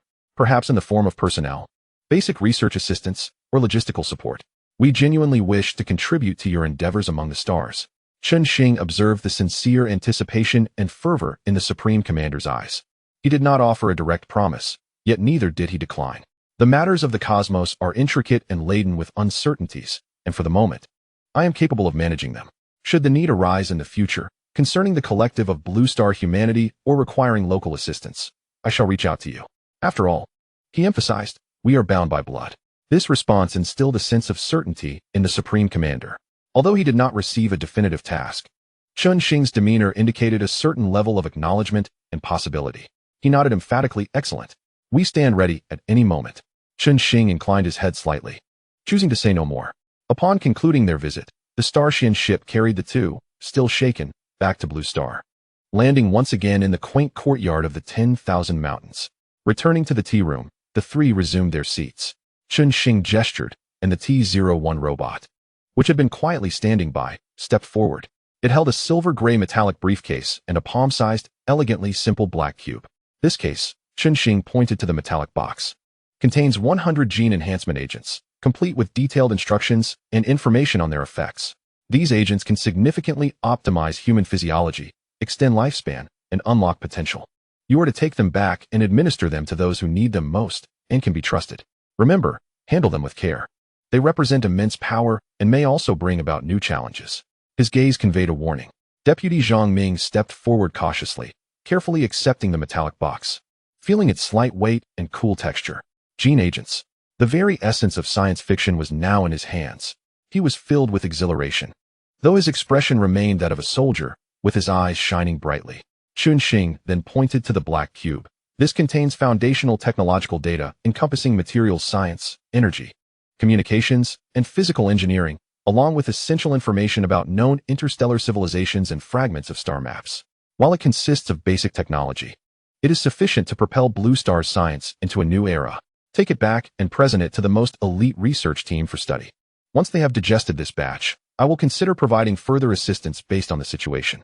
This was undoubtedly a generous gift to the mother civilization, a key to hastening its integration into the age of the stars. Chen Xing solemnly accepted the black cube, feeling the weight of responsibility it carried. Lastly, Chen Xing picked up a smaller silver device, resembling an exquisite pocket watch, aglow with a faint azure light. This is a quantum encryption communicator. He handed the device to the Supreme Commander. Through it, you can contact me at any time, report on the situation in Blue Star, or when faced with severe provocations of parliamentary rules and the need for decisive action. Chen Xing's eye sharpened. You can issue direct orders through this device to deploy the 100 Starship stationed in Blue Star's orbit. This is my authorization to the nation, to supervise all of Blue Star and enforce the will of the Parliament. Use it judiciously. The Supreme Commander inhaled deeply, accepting the small silver communicator with both hands. It felt warm to the touch, yet bore the weight of 1,000 burdens. This tiny device represented unparalleled trust, as well as devastating power. He replied solemnly, I understand. This matter concerns billions of lives, and I shall exercise utmost caution. Once his instructions were complete, Chen Xing appeared somewhat relieved. He returned to his seat at the tea table, taking a sip of the somewhat cool tea. As for matters concerning Blue Star, I entrust them to you. I hope to soon witness a united, enterprising human home that reaches for the stars. The Supreme Commander straightened his posture. Comrade Chen Xing, rest assured. We shall safeguard Blue Star. You can focus on the grand endeavors of interstellar affairs. Should you require anything, please do not hesitate to contact us. The nation will forever be your staunchest support. His words were powerful and filled with promise. Chen Xing regarded him, a flicker of approval crossing his eyes. After a moment of contemplation, he spoke. In that case, upon your return, alongside researching the technology, please delve into the interstellar information contained within, especially regarding the societal structures, diplomatic modes, and potential threats posed by known civilizations. Assemble the most brilliant strategists, diplomats, and sociologists to form a dedicated team for this study. Consider how Blue Star's human civilization should interact with these diverse and varying interstellar neighbors. Should we seek alliances? Maintain distance? Or, he paused, leaving the thought unspoken. Yet it was clear. Should we subjugate or befriend, or choose another approach? He added, as for our capabilities, you have just witnessed the base and fleet. In this known star region, we are adequately equipped for self-defense. However, time is necessary for accumulation, as well as a clearer strategic direction. He candidly acknowledged both strengths and weaknesses. I understand. The Supreme Commander nodded firmly, engraving every word of Chen Xing into his memory. Interstellar diplomacy would be a new challenge that Blue Star must confront in the future. Very well. Chen Xing set down his teacup and gestured for their departure. His demeanor returning to the initial calm and detachment, even imbued with a hint of aloofness. All that needed to be said has been spoken, and all that needed to be seen has been observed. You may return now. His gaze swept over the two men, his tone flat, yet carrying an undeniable weight. Lastly, and most crucially, aside from the two of you, I do not wish for a third person to know my true identity. For now, I am merely a researcher in seclusion here. The President of the Star Sea Parliament symbolizes the will of the Parliament and does not require a specific face. I cherish tranquility, reveling in my research, and do not wish to be disturbed by anyone for any reason. He fixed his gaze upon the commander, articulating each word with precision. If you cannot uphold this, or if my peace is disrupted due to your negligence. Chen Xing paused, his tone imbued with a profound detachment. I shall contemplate leaving Blue Star, taking all that I have, including what has been bestowed. At that time, Blue Star will revert to its original trajectory, and the Parliament will become a relic of history. His calm words, however, harbored a chilling undertone more piercing than the most devastating destruction. Leaving Blue Star? What would that signify? It would mean the fleeting peace, hope, and the key to the star sea would dissolve into nothingness. It could even lead to a far more terrifying future due to the loss of protection. The Supreme Commander felt a chill run down his spine. He clearly understood the resolve in Chen Xing's words. Instantly, he rose, his demeanor grave, even carrying a semblance of solemnity, as he firmly patted his chest. Comrade Chen Xing, you can trust me. I vow on my life and honor. Your identity will remain the nation's highest secret, the utmost confidentiality. Aside from myself and Deputy Zhang Ming, no third party shall be privy to this knowledge. We pledge our military spirit as assurance. Should we violate this oath, may heaven punish us. Deputy Zhang Ming immediately stood, standing at attention with resolute eyes like iron. I pledge my life. I shall not divulge a single detail. Chen Xing regarded their serious expressions and nodded slightly. Good. Remember your promise. You may return now. The T-01 robot silently glided into the tea room, gesturing for them to follow. Gentlemen, please come with me. The Starship is ready. The Supreme Commander and Zhang Ming cast a gaze filled with reverence and complex emotions towards Chen Xing once again. They took a deep look at the young man whose actions had altered the fate of humanity, yet who simply wished to enjoy his tea in tranquility. Then, they turned and followed the robot out of the tea room. The Starship vessel silently resumed its journey, blending into the void. The return trip remained smooth and swift. Yet the mental state of the Supreme Commander and Deputy Zhang Ming was now markedly different from their earlier demeanor. The Supreme Commander gazed out at the rapidly passing mountains and rivers beyond the porthole, gripping tightly the cold quantum communicator and the black cube in his hand. A tumult of emotions surged within him. Chen Xing's identity, the truth of the Star Sea, the genetic agents, the permissions of the 100 starships, and the weighty promise of confidentiality. All of these bore the gravity of a mountain. Zhang Ming, on the other hand, held the metallic box as if cradling the future of humanity. His sharp gaze bore a hint of confusion, with his mind racing to digest the explosive information he had just received. The vast imagery of the starry sea and Chen Xing's calm, yet weighty words echoed in their minds, filling them with a sense of mission, reverence, and boundless contemplation of the future. The Starship vessel quietly delivered them back to the open space outside the Supreme Command Center, then, as unobtrusively as it had appeared, vanished from sight. Inside the command center, the anxious crowd awaiting their return breathed a sigh of relief upon seeing the Supreme Commander and Deputy Zhang Ming emerge unscathed, clutching evidently extraordinary items. Curiosity surged amongst them. Yet the Supreme Commander merely surveyed the room before issuing a decisive command in a voice that brooked no dissent. Immediately convened the highest-level emergency meeting. All unrelated personnel, please exit. Activate the highest-level confidentiality protocol. His gaze, sharp as a blade, swept across each individual, imbued with unprecedented gravity. He understood that a new era, the era of the Star Sea, had quietly dawned. The Yanhuang nation, or rather, the Blue Star human civilization, found itself standing at an unprecedented crossroads. Safeguarding their homeland while gazing towards the stars was their most sacred duty at this moment. And that young man, secluded in the deep mountains, was the cornerstone and guide of it all. His identity would remain a profound secret, a guardian of civilization. Chapter 60. The Interstellar Civilizational War Accord within the tea room. The lingering aroma of tea had yet to dissipate completely. Chen Xing sat alone, unconsciously tracing his fingers along the smooth edge of the teacup. His gaze fell upon the rolling green mountains outside the window, yet his deep-set eyes reflected the vastness of the starry sea. After bidding farewell to the Supreme Commander and Zhang Ming, the tea room returned to its serene state, the only sound being the gentle rustle of the mountain breeze through the treetops. However, his thoughts surged like the undulating peaks outside, restless and tumultuous. He had decided to unveil the mysterious veil of the Star Sea Council before them, revealing his lineage as a descendant of Yanhuang. A decision reached after much contemplation. On one hand, it stemmed from a deep-rooted sense of belonging. He wished for the stewards of his motherland to comprehend that it was not the cold extraterrestrial visitors or inscrutable mysterious forces that wielded the power of life and death, but rather a compatriot who shared their roots, one who had toiled silently upon this land. This revelation could serve to assuage the doubts of the core leadership of Yanhuang and plant the seeds of trust for potential future cooperation, thereby reducing barriers and suspicion, and establishing a more solid foundation for the delegation of supervisory authority. On the other hand, this was a test, an ultimate examination of trust, wisdom, and execution.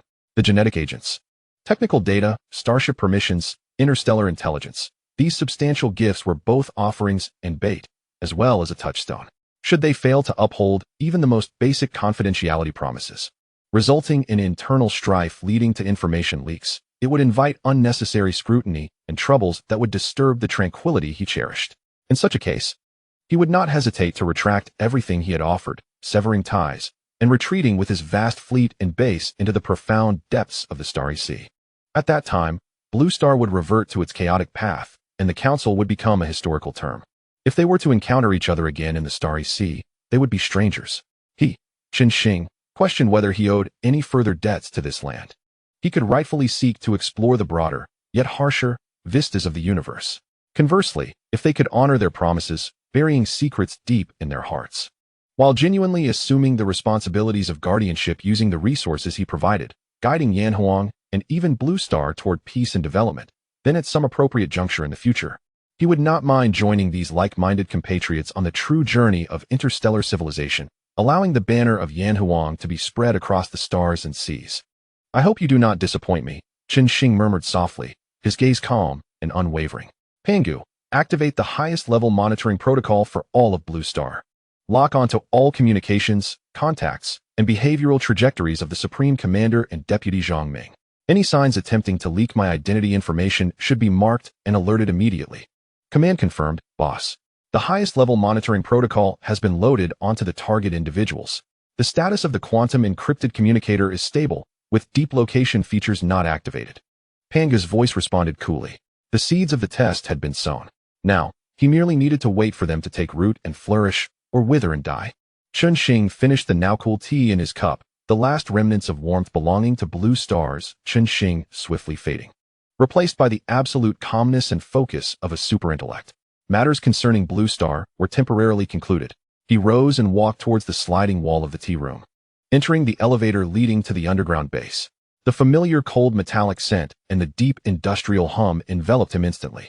Chen Xing did not linger but proceeded directly to the Research and Development Center.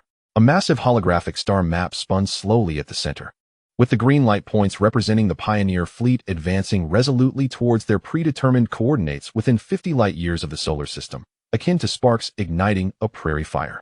The blue clusters representing the Gale reconnaissance squad extended outward like keen tendrils, exploring the depths of space within a radius of 500 light-years. Chen Xing's gaze swept across the star map, ultimately settling on the marked alien force light points, the Castle Union, the Arizin Trade Alliance, the Kronos Military Alliance, and the Sorin Swarm, alongside the elusive specter of the Ghost Raiders. Pangu, Chen Xing's voice echoed in the vast research center. Yes, boss. Pangu's electronic voice responded immediately. Is there any new progress in the intelligence analysis regarding the Ghost Raiders and their operational territories? Compiling intelligence data. Regarding the Ghost Raiders, no new direct eyewitness reports. However, based on the ongoing passive monitoring by the Gale Team 1123 at the periphery of Castle S 7th Resource Star Zone, several encrypted communication fragments have been intercepted, indicating that the recent activity range of the Ghost Raiders seems to be expanding towards the edge of the Swan Arm, including a trend towards the direction of the solar system, with increased frequency. Threat assessment, potential escalation. Other reconnaissance teams. In the exploration of the solar systems surrounding 200 to 500 light-years, dozens of level 12 to 25 primitive civilizations have been newly discovered, all at the developmental stage within their stellar systems, with no indications of interstellar activities. Also discovered were several advanced civilizations below level 35. The completeness of the star map has improved by 57. No direct activity signals from level 36 or above hegemonic civilizations have been detected in this sector. The movements of the Ghost Raiders caused Chen Xing's gaze to sharpen slightly. Although it was merely a trend, it was sufficient to sound the alarm. Boss, based on the decrypted intelligence obtained from the core area of the Castle Union, integrating information from public databases and recent reconnaissance, the core details regarding the behavioral guidelines of advanced civilizations within this star domain have been meticulously compiled. A closer examination of the star map reveals luminous points marked with the names of the Aris Trade Alliance, Stardust Sect, and Crystal Cluster Alliance, all of which represent formidable level 39 civilizations. It has been confirmed that an interstellar civilization war treaty has been jointly initiated and maintained by 5 level 39 regional hegemonic civilizations: the Aris Trade Alliance, Stardust Sect, Crystal Cluster Alliance, Ether Ring, and Void Primordial. This treaty encompasses interstellar civilizations across thousands of light years. Its fundamental stipulations are as follows. 1. Limitations on civilizational warfare. Any form of interstellar warfare is, in principle, permitted only between civilizations of the same level. It is strictly forbidden for higher-level civilizations to launch direct or indirect military strikes against lower-level civilizations, where the level difference exceeds 1. 2. Arbitration and punishment. To ensure the enforcement of the treaty, the 5 parties have established the Interstellar Federal Arbitration Court. Any violations of the treaty may be reported by the affected or observing parties, who can submit evidence to the court. Upon verification, punitive measures will be jointly executed by the 5 parties or designated representatives, which may include, but are not limited to, economic blockades, technological sanctions, targeted elimination of leadership, and even complete obliteration. Chapter 61. Diversification of Ship Types 3. Historical Case Study 1. Approximately 300 standard years ago, around 3,000 years on Blue Star, a Level 33 civilization named Caliban covetously plotted against a neighboring Level 21 verdant civilization for its unique biological resources. It clandestinely orchestrated an extermination campaign disguised as a pirate attack, leading to the ecological collapse of the verdant civilization's homeworld. This incident was anomalously captured by the high-dimensional psychic observation network of the Stardust sect. After evidence was submitted to the arbitration court, the Caliban civilization faced a devastating assault from a joint fleet of the 5 hegemonic powers within 15 standard days. Its home system was entirely blockaded, severing all technological lineage, and the remnants of its power devolved into a state of exile. Historical Case Study 2. Approximately 100 standard years ago, a Level 35 civilization, the Razorclaw Empire, secretly supported its subordinate Level 28 civilization in waging a proxy war against an independent Level 29 civilization known as the Silent Forest. While this was initially permissible, the situation deteriorated when they clandestinely dispatched a fleet to directly annihilate the capital star of the Silent Forest. They believed their actions to be exceptionally covert and flawless. However, merely 15 standard years later, the Interstellar Federal Arbitration Court's coalition descended upon the Razorclaw Empire's home system across thousands of light years. Their main fleet crumbled under overwhelming force. The homeworld was blockaded, and the Empire's upper echelons were arrested and tried. The civilization's status was forcibly downgraded and placed under stringent supervision. Following this case, the deterrent power of the treaty reached its zenith. Historically, several Level 3 civilizations, harboring a sense of invulnerability, attempted to attack Level 2 targets and were swiftly eradicated by the coalition, with their civilizations utterly obliterated. Purpose of the treaty: to maintain relative stability within the star domain and prevent the abuse of power by higher civilizations leading to the mass extinction of lower civilizations, thereby preserving the ecological integrity of the star domain, including resource points, potential allies, and technological incubators. Simultaneously, it allows lower civilizations a certain buffer period for development and survival. Special note: space pirates do not constitute a form of civilization and are not encompassed by the limitations of this treaty. Moreover, if lower civilizations provoke or attack higher civilizations, the latter may respond with limited retaliation and sanctions. Chen Xing's fingers traced over the 5 hegemonic markers radiating a dangerous red hue on the star map, his gaze serious. So, it bears resemblance to the United Federation of Blue Star, albeit the Interstellar Federal Arbitration Court wields actual arbitration and enforcement powers that supersede those of ordinary civilizations. This framework enables lower civilizations to breathe and evolve, rather than being indiscriminately harvested by their superior counterparts, he murmured. The Dark Forest principle persists, yet it has been ensconced within a tiered system of constraints. The intricate interplay between higher civilizations and the conflicts among lower civilizations must unfold within this established framework.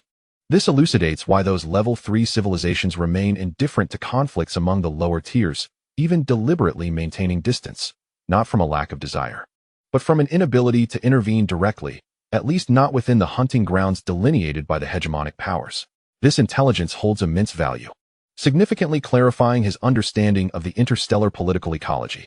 Discrete development and quiet accumulation of wealth remain the prevailing themes of the current phase. The rules serve as both shackles and shields to be strategically employed. A glimmer of insight flickered in Chen Xing's eyes. This, for us, may indeed be fortuitous, he mused. His base strength currently stands at level 32-36. According to the treaty, these level 39 hegemons have, in effect, become potential guardians of order, imposing certain constraints on their own transgressions, at least on the surface.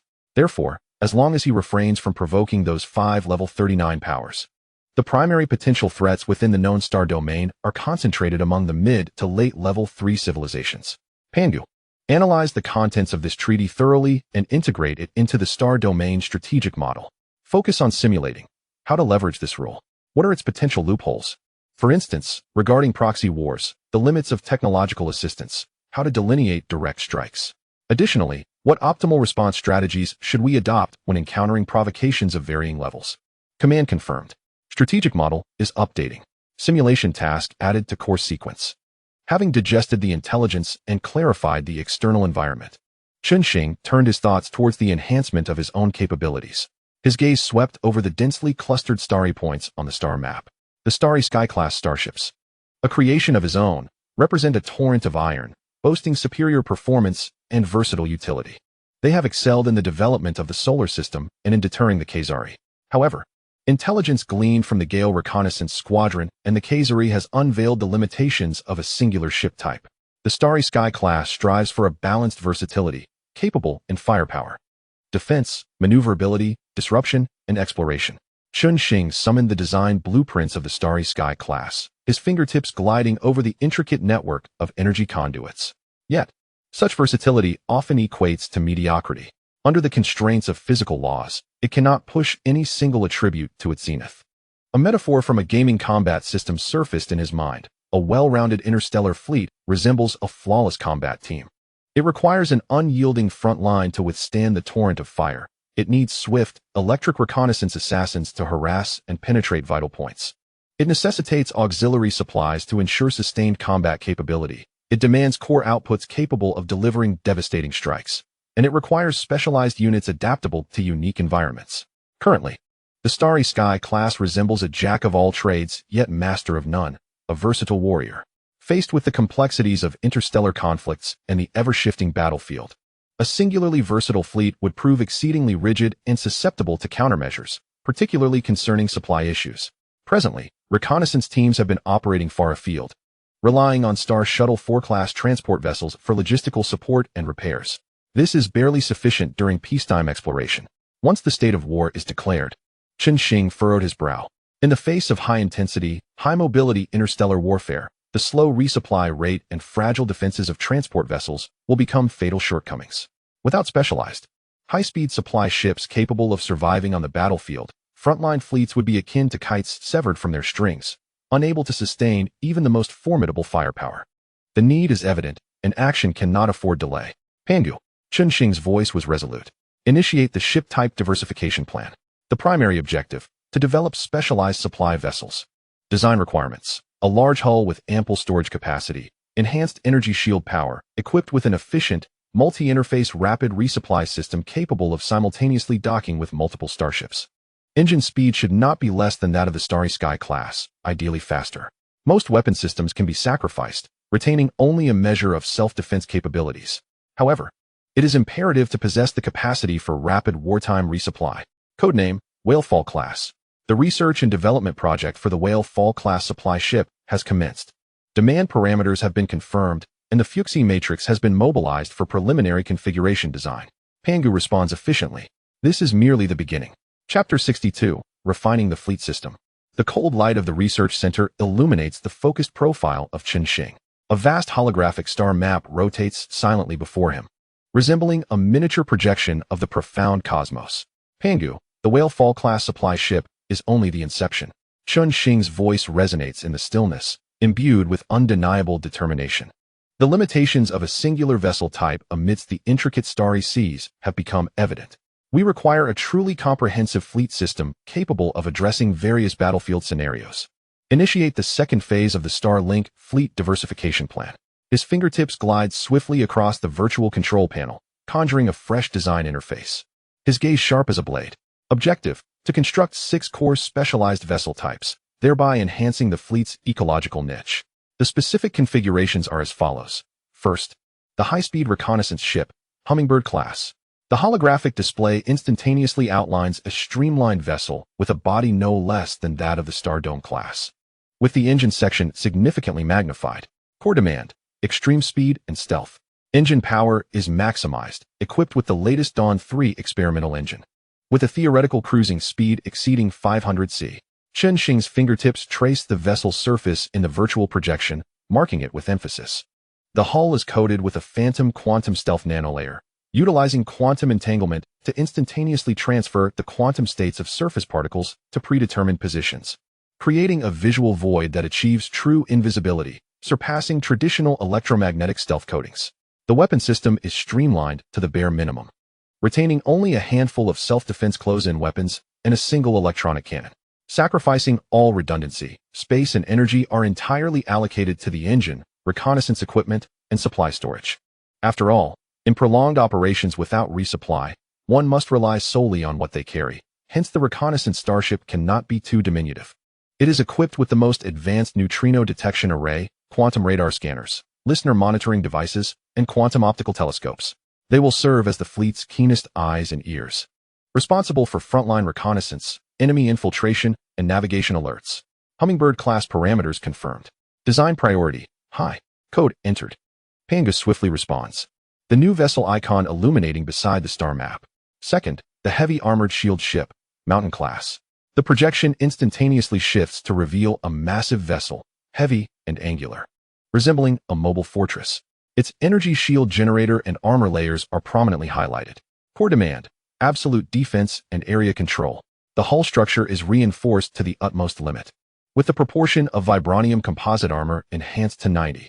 It is equipped with a Rock-class super-large energy shield generator, boasting a power output over 5 times that of the Star Dome class. It can deploy regional joint shields to protect allied vessels. Chen Xing's gaze is cold and focused. The weapon system emphasizes sustained suppression at medium to close range, featuring a dense array of Storm-class close-in ion beam cannons and Iron Curtain-class electromagnetic kinetic artillery. Forming a concentrated barrage, they intercept incoming fire and clear nearby enemy small vessels. Sacrificing some mobility and primary weaponry, they become the fleet's most formidable shield, absorbing damage and creating room for rear firepower output. Mountain-class defense model under construction. Energy core and shield system optimization scheme generated. Panga's data stream refreshes rapidly. Third, the fire support ship, Thunder Prison class. The projection shifts once more, revealing a relatively elongated vessel, bristling with massive gun ports and missile launch silos, exuding an aura of destructive oppression. Core demand, ultra-long range, saturation, devastating firepower delivery. Equipped with a punishment-class super heavy ion main cannon, a single shot capable of gravely injuring vessels of the same class. The secondary armament includes 10 Thor's hammer heavy ion cannons. The back integrates a multi-launch meteor shower-type vertical missile system, capable of simultaneously locking onto hundreds of targets for saturation strikes. Chen Xing's finger taps on the virtual giant cannon. Sacrificing close combat capability and mobility, the armor and shields are not inferior to the Star Dome class. They are the fleet's most powerful artillery, responsible for unleashing devastating firepower from a safe distance under the protection of the Mountain class, pinpointing and eliminating high-value enemy targets or conducting area denial. Thunder Prison class weapon system integration completed. Ammunition depot and energy supply optimization. Panga's voice carries the weight of computation. Fourth, the high-speed assault ship, Break Army class. The projection reveals a sharply designed, aggressive medium vessel, its engine nozzles flashing with dangerous light. Core demand, ultra-high mobility, rapid engagement, lethal strikes. The engine employs a Gale vector propulsion array, with instantaneous acceleration and turning capabilities far surpassing the Star Dome class. Equipped with Ripper-class heavy plasma cutting cannons and high-speed kinetic penetrator launchers, designed specifically for tearing through enemy ship armor and cores. A glint of fierceness crosses Chen Xing's eyes. The armor is relatively thin, but the shields emphasize instantaneous overload tolerance. They are the fleet's sharpest daggers, tasked with swiftly penetrating enemy lines using their speed advantage to execute decapitation, attacking enemy command ships, raids, disrupting enemy logistics and engines, or urgent support in high-risk, high-reward missions. Break Army class mobility and penetration model verification in progress. Weapon system emphasizes penetration and energy concentration. Panga follows swiftly. Fifth, the central command ship, Celestial Pivot class. The projection transitions to a vessel comparable in size to the Star Dome class, yet with a more complex structure, adorned with communication arrays and sensing antennas, emanating a steady pressure. Core demand, the brain of the fleet, Information Hub, Strategic Support. It is equipped with the Fuxi Quantum Supercomputing Matrix as its onboard core node. With computational power far exceeding that of ordinary starships, it can process vast amounts of battlefield information in real time, conducting large-scale tactical simulations. It is outfitted with the Starlink Comprehensive Battlefield Command System and Resonance-class ultra-strong communication arrays, ensuring absolute command and control over the entire fleet in environments with strong interference. Chen Xing's expression turns extremely serious. Enhanced shields and point defense systems are included, but it is not a frontline combat vessel. It is the soul and command center of the fleet, responsible for orchestrating the overall strategy and coordinating the operations of various ship types. It releases battlefield interference and provides robust electronic warfare support, serving as the core of the fleet's operational system. Celestial Pivot class command and control system architecture initiated. Collaborative protocol with the Pangu main matrix in development. Pangu's voice carries a peculiar resonance, as if welcoming its own avatar. Sixth, the Special Operations Ship, Shadow Phantom class. The final projection appears somewhat nebulous, with the vessel's lines being cryptic, seemingly capable of merging with the background. Core demand, camouflage infiltration and special operations. Enhanced environmental resistance modules enable prolonged activities in extreme spatial domains such as high radiation zones, gravity anomalies, and nebula interiors. It is equipped with a phantom quantum stealth nanolayer and a mimetic energy field generator, capable of simulating the signatures of meteors, allied ships, and even enemy vessels.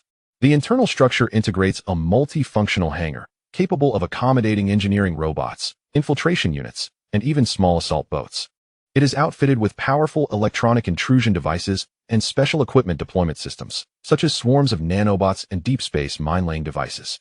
The firepower is moderate, with speed also at a mid-level, yet its stealth and multifunctionality are unparalleled. A hint of mystery lingers in Chen Xing's tone. It is responsible for enemy rear sabotage, facility infiltration, intelligence gathering, trap setting, rescue missions, and even executing tasks that cannot be openly stated. Shadow Phantom class special module library established. Prioritization of stealth and infiltration technology integration elevated. Pangu records the parameters of this shadowy blade. With a single breath, the design directions for 6 entirely new vessel types are laid out. The flame of a technological visionary burns in Chen Xing's eyes. There is no trace of fatigue, only an urgency to perfect the power system. Pangu, mobilize the Fuxi Matrix 70 computational power. Propel the Starlink initiative with utmost vigor in the detailed design and prototype manufacturing of all vessel types. Prioritize the completion of the Hummingbird and Whale Song, as they serve as the foundation for fleet perception and sustained combat. Simultaneously, initiate the adaptive upgrade transformation plan for the existing Star Dome-class fleet, preparing for gradual integration into the new system. Command confirmed. Computational resources reallocated. The Starlink initiative launches at full speed. Development threads for all vessel types are now concurrently loaded.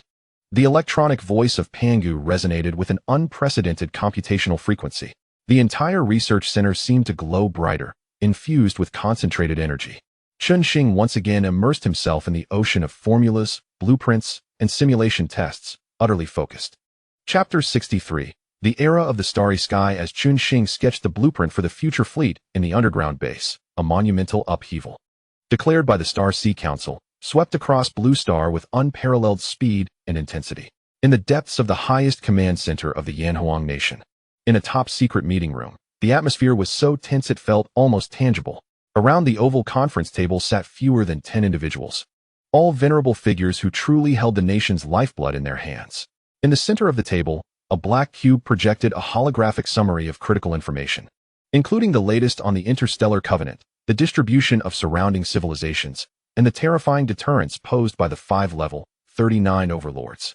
Interstellar Federation Arbitration Court's 5 overlords jointly enforced the eradication of civilizations. An elder with snow-white hair spoke with a dry voice, unconsciously tapping his fingers on the table, each sound resonating like a hammer against the heart. We were previously but frogs in a well. The Kaisal Union is a mere 110 light-years away.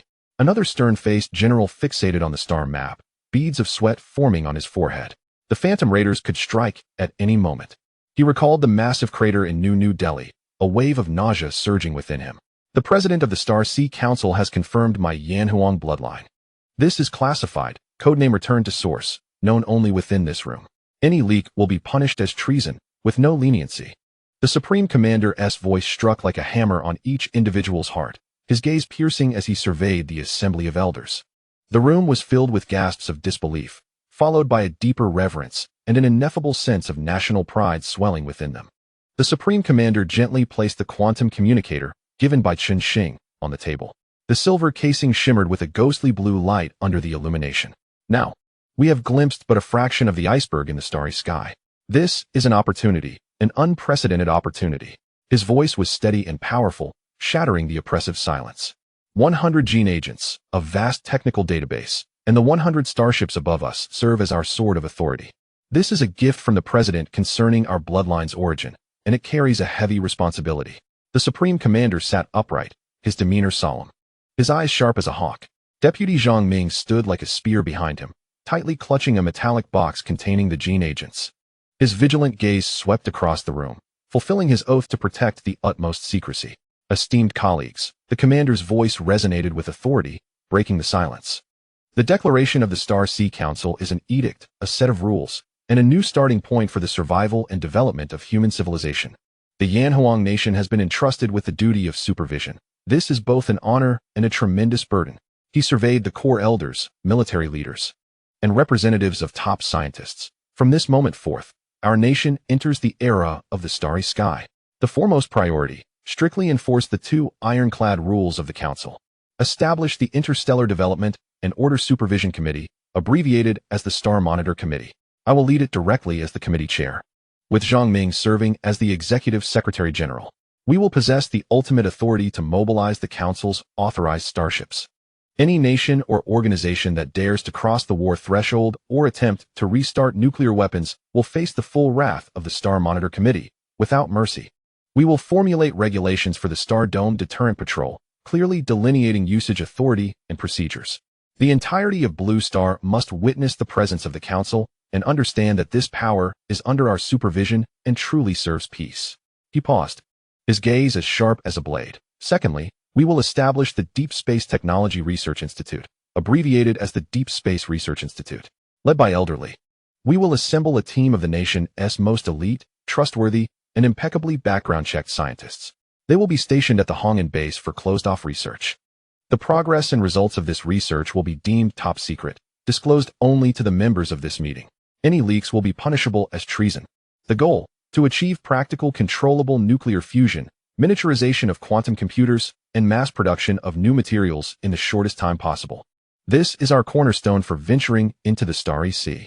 Yes, an elderly academic, his hair gray yet spirit vibrant, stood with excitement, his voice trembling. Rest assured, I pledge my life. I will not fail this trust.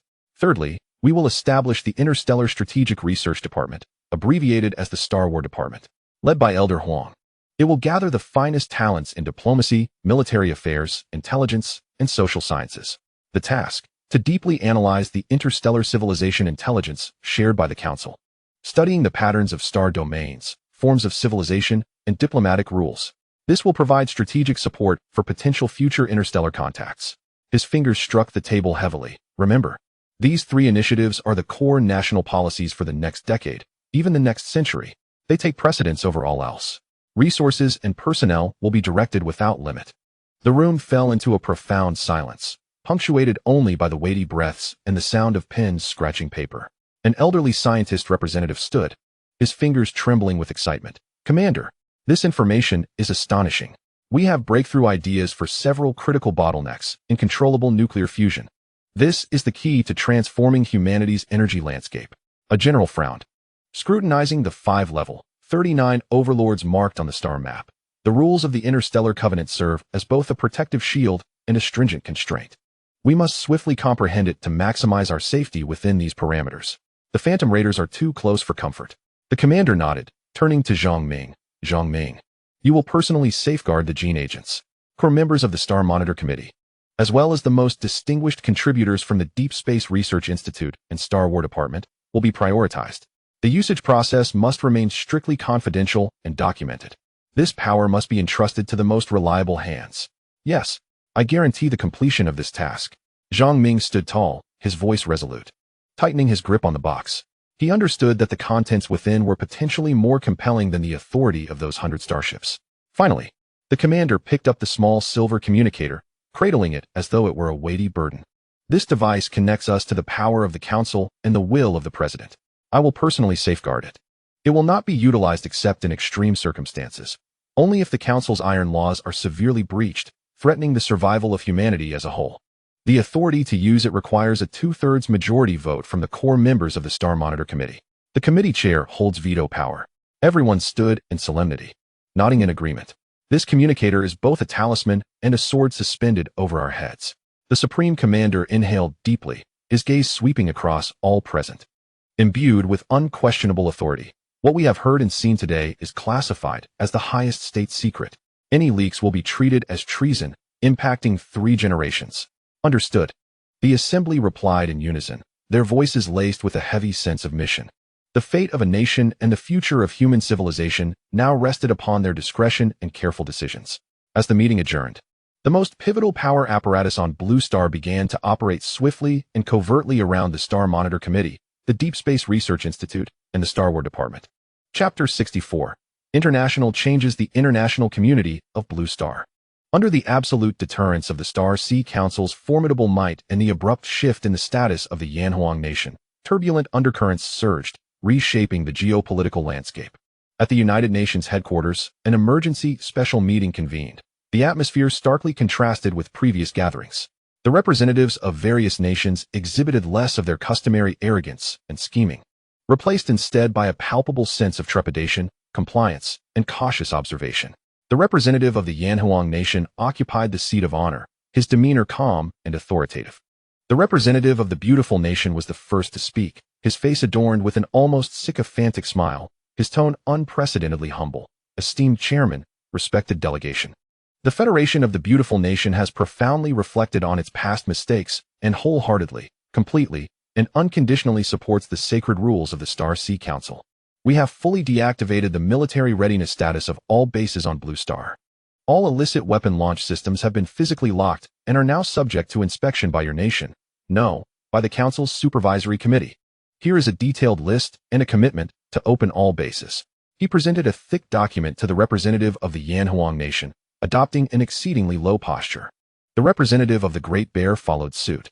His voice resonant, yet clear in his stance. The Great Bear Nation reaffirms its unwavering commitment to the Council's regulations and supports the Yanhuang Nation in fulfilling its supervisory responsibilities. We have proactively reduced our border garrison and invited Yanhuang's technical team to assist in verifying the safety status of our illicit arsenal. We are eager to contribute to the peace of Blue Star. Representatives from Gaul, John Bull, de Gaulle, and Italy rushed to speak in a similar vein. Repentance, obedience, a commitment to cooperate with oversight, and a plea for the Yanhuang nation to speak favorably on their behalf in the council. The once heated arguments and mutual accusations faded into oblivion, replaced by a fragile harmony compelled by absolute power. Some representatives from smaller nations displayed complex expressions, torn between relief at escaping the machinations of larger powers and anxiety over the prospect of future oversight. However, more prevalent was a sense of bewilderment. The catastrophic blows suffered by the nations of Asan, Pickle, and Island Kyoto hung over all countries like the sword of Damocles. The surviving provisional governments, such as the New Delhi of Asan, fell utterly silent, daring not to defy any directives from the Yanhuang nation. The representative of the Yanhuang nation calmly accepted the declarations of allegiance from various countries, his gaze sweeping across the assembly. The will of the council is the future of Blue Star. Peace and development are the sole paths forward. Nations must demonstrate their sincerity through action. The Supervisory Committee will gradually be deployed to verify compliance with the rules. Any who harbor hopes of evasion shall not claim they were not forewarned. His words, calm yet imbued with gravitas, left no room for doubt. At that moment, the entire Blue Star network and its populace witnessed the shocking images of the Star Sea Council's declaration and the subsequent obliteration of places such as the New Delhi. These images were indelibly etched into the minds of billions across Blue Star. The initial wave of widespread panic gradually subsided under the robust stabilization efforts and reassurances from governments, particularly that of the Yanhuang nation. Yet, a deeper, more enduring transformation was underway. Online, the Star Sea Council remained an absolute focal point. Terms like Star Sea Council, alien technology, and interstellar era became the most popular topics of discourse. Discussions shifted towards the future, the role of the Yanhuang nation, the origins and structure of the Star Sea Council, and the identities of its president and members. Applications surged at the foremost academic institutions across Blue Star in fields such as physics, astronomy, aerospace, and materials science. Sales of popular science books and science fiction surged dramatically. The youth's enthusiasm for science and engineering reached unprecedented heights, fantasizing about one day traversing the stars and oceans. In online communities, optimistic discussions about the future overshadowed the voices of panic. Grassroots organizations dedicated to stargazing emerged proliferously. Sales of rudimentary telescopes skyrocketed. The ideology of pacifism spread. The prohibition of war offered hope to those suffering in conflict-ridden regions.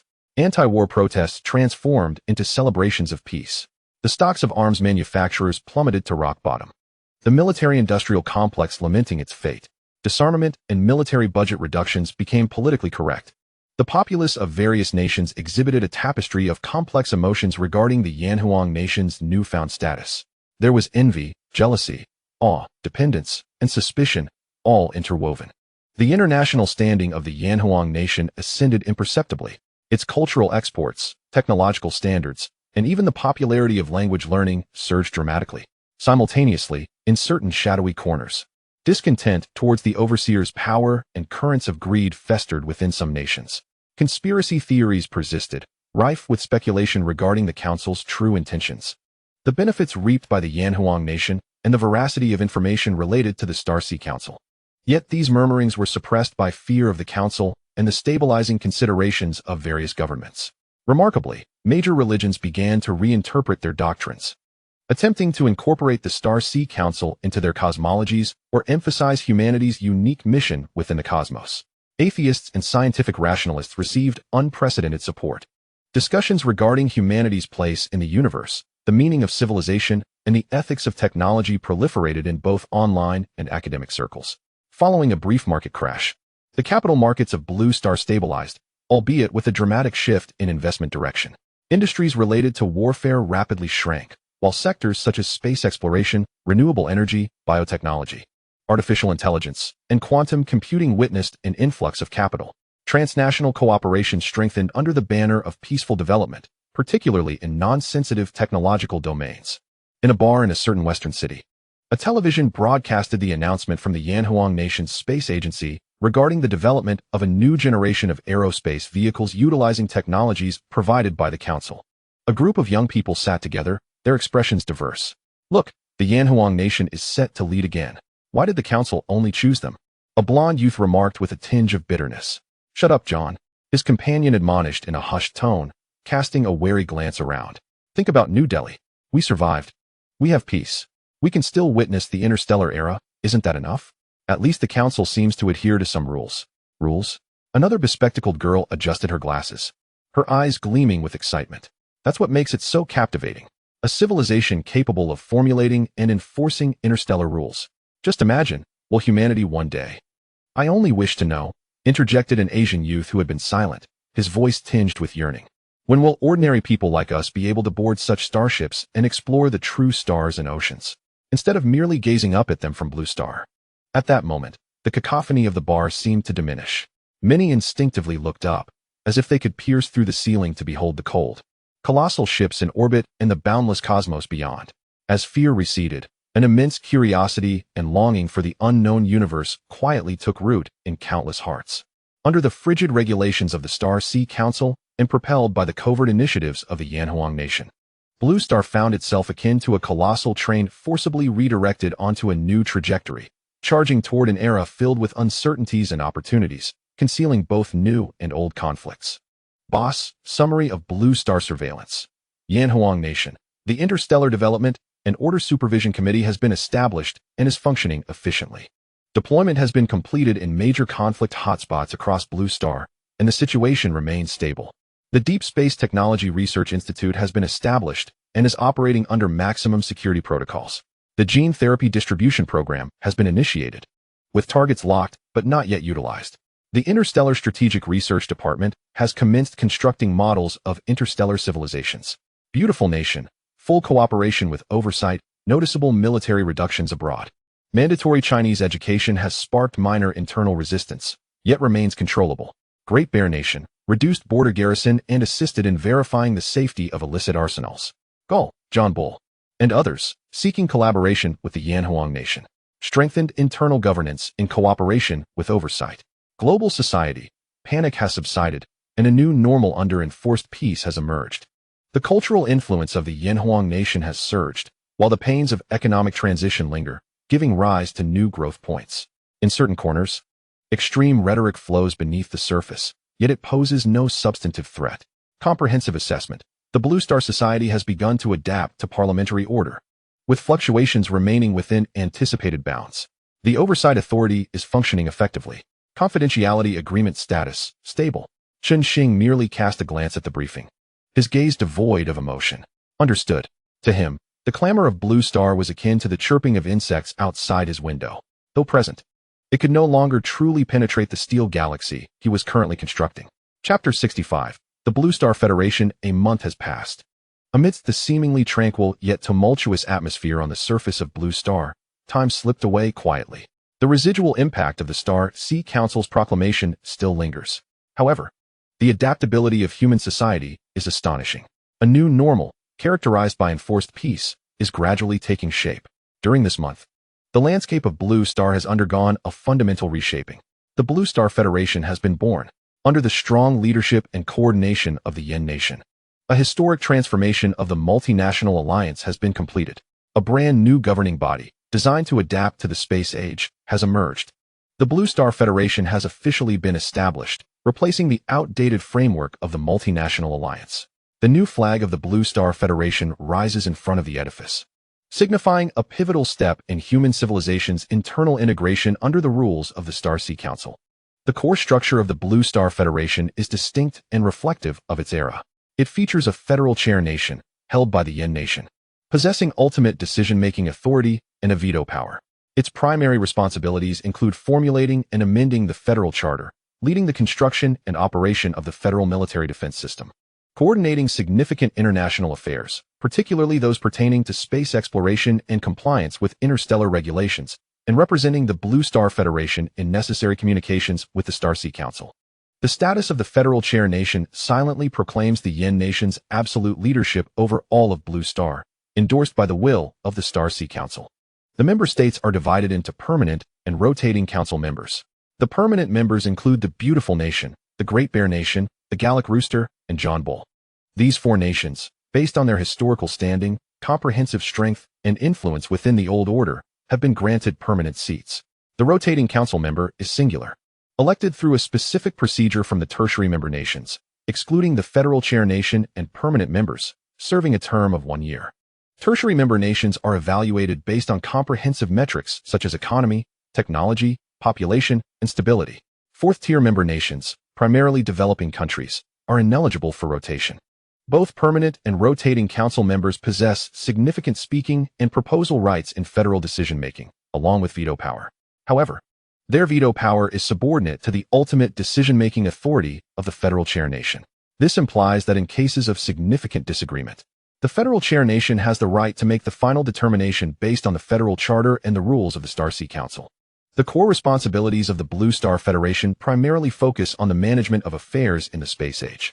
This includes coordinating space exploration activities among nations to avoid conflicts and detrimental resource competition, supervising the enforcement of Star Sea Council rules, prohibiting war, blocking nuclear weapons, managing responses to potential interstellar threats, such as information sharing, and overseeing international public resources, such as frameworks for near-Earth orbit and lunar resource development.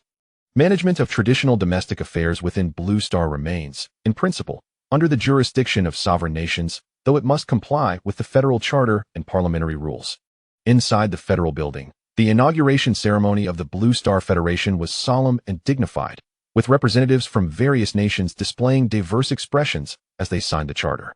The representative of the Yen Nation sat at the head table, composed and steady, surveying the varied countenances of the representatives below. The Beautiful Nation's representative wore a reluctant yet forced smile as he spoke first, humbly addressing the federal chair nation, "Your Excellency." The Beautiful Nation fully supports the new charter and is willing to contribute to humanity's space endeavors within the framework of the Federation. The representative of the Great Bear Nation appeared pragmatic and candid. The Great Bear Nation supports the federal structure and looks forward to deepening cooperation in space exploration. The representatives of the Galactic Rooster and John Bull followed suit, expressing similar sentiments of compliance and collaboration, their faces reflecting a complex elegance, maintaining dignity while unable to conceal their disappointment. The representative of the first rotating council member appeared slightly astonished yet exhilarated. The once fierce disputes and struggles have, in the face of absolute rules and power, transformed into a superficial harmony. The entire venue was suffused with a complex atmosphere of compelled cooperation, coupled with an uncertainty about the future. The commander quietly remarked to Zhang Ming beside him. The true test lies in how to make this new machine operate efficiently, rather than devolving into a new arena of contention. The Star Monitoring Committee is fully prepared for comprehensive oversight. Zhang Ming responded in a low voice, his gaze sharp. The deterrent power authorized by the Star Sea Council is the key bolt ensuring this machine does not fall apart.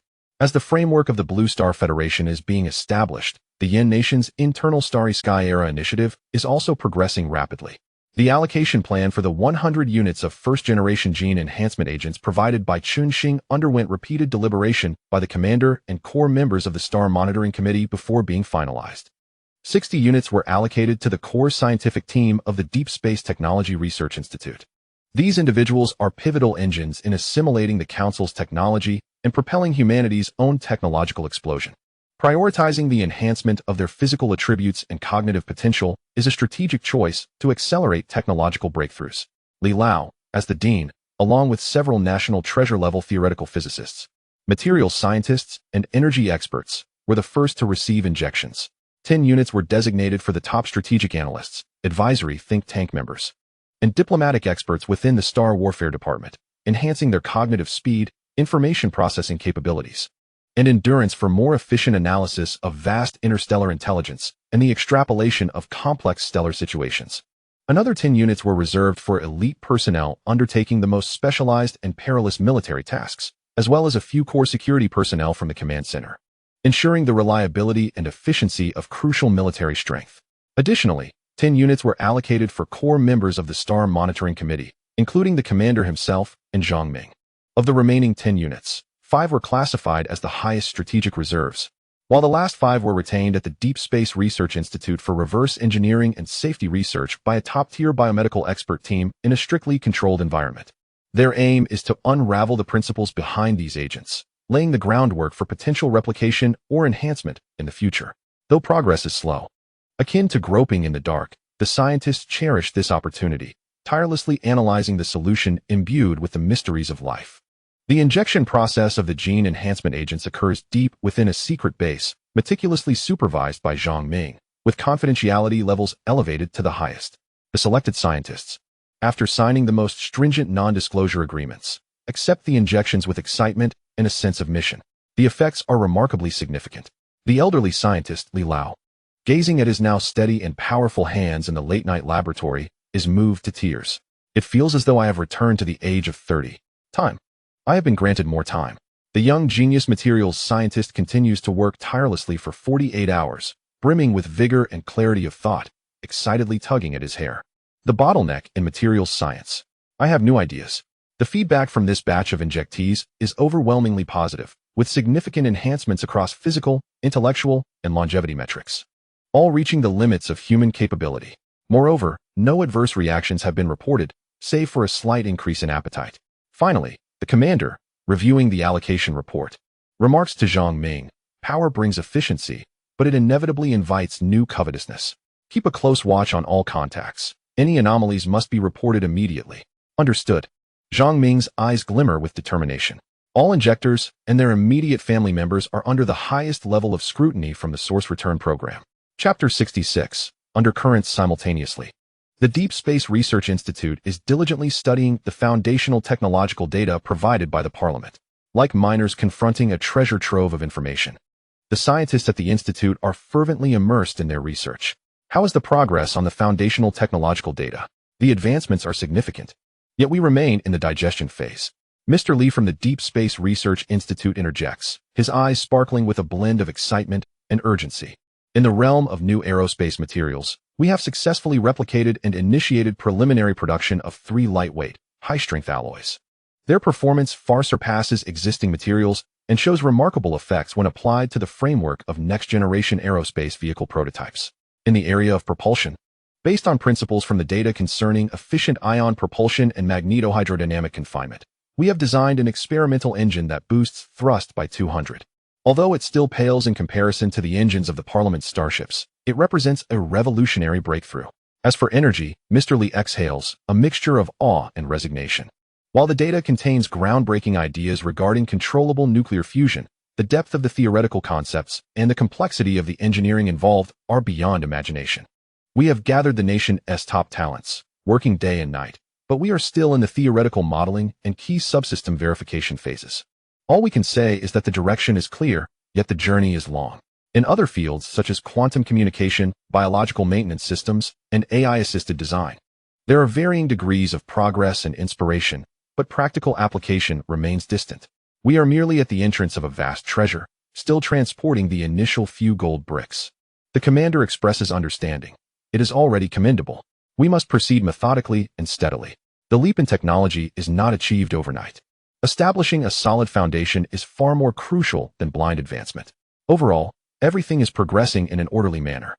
The scientists are both exhilarated by the prospect of touching the threshold of the future and acutely aware of their own foundational weaknesses, creating an atmosphere rich in research fervor. Especially after being administered gene-enhancing agents, their enthusiasm is even more intense. Had they not been mandated to rest, these scientists would likely have exhausted themselves. On the surface, the international community appears calm.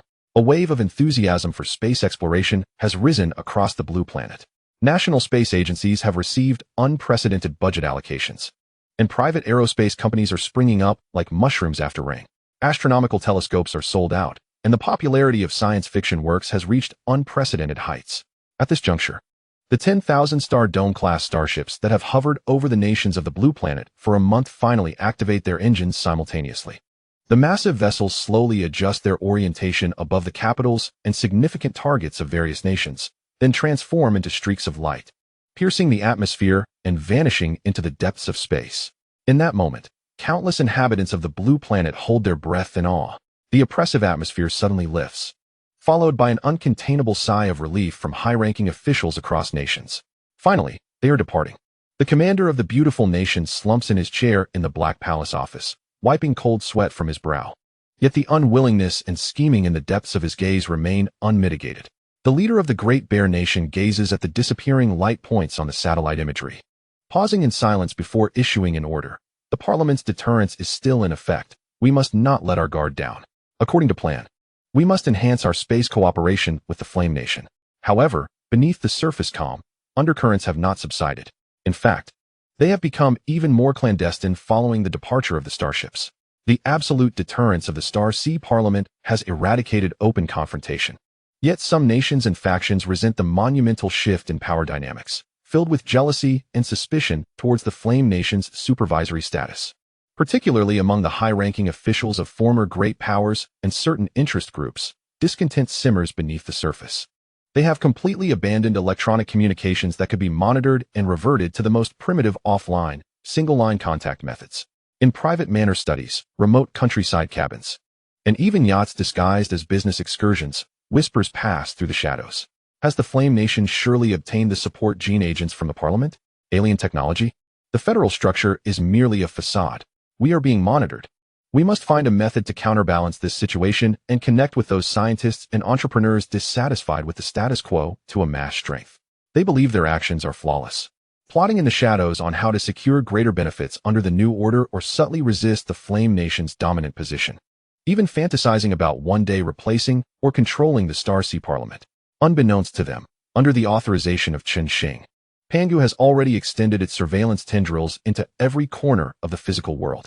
Countless nano-level monitoring units, nearly imperceptible to the naked eye, cover the surface of the blue planet like invisible dust. They possess characteristics of optical invisibility, electromagnetic silence, and environmental mimicry, attaching themselves to walls, furniture, and even the fibers of human clothing. These ultimate eyes and ears, controlled by Pangu, meticulously record, transcribe, analyze, and compile every whispered word, every exchanged glance, and every piece of paper passed.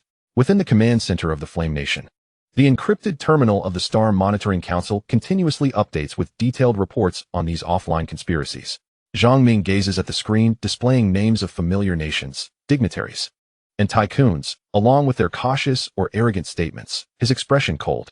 Commander, the chain of evidence is becoming increasingly clear, particularly with those groups from Nation A and Nation C. Their connections are frequent and clearly aimed at undermining our regulatory authority and attempting to secretly restart certain sensitive projects.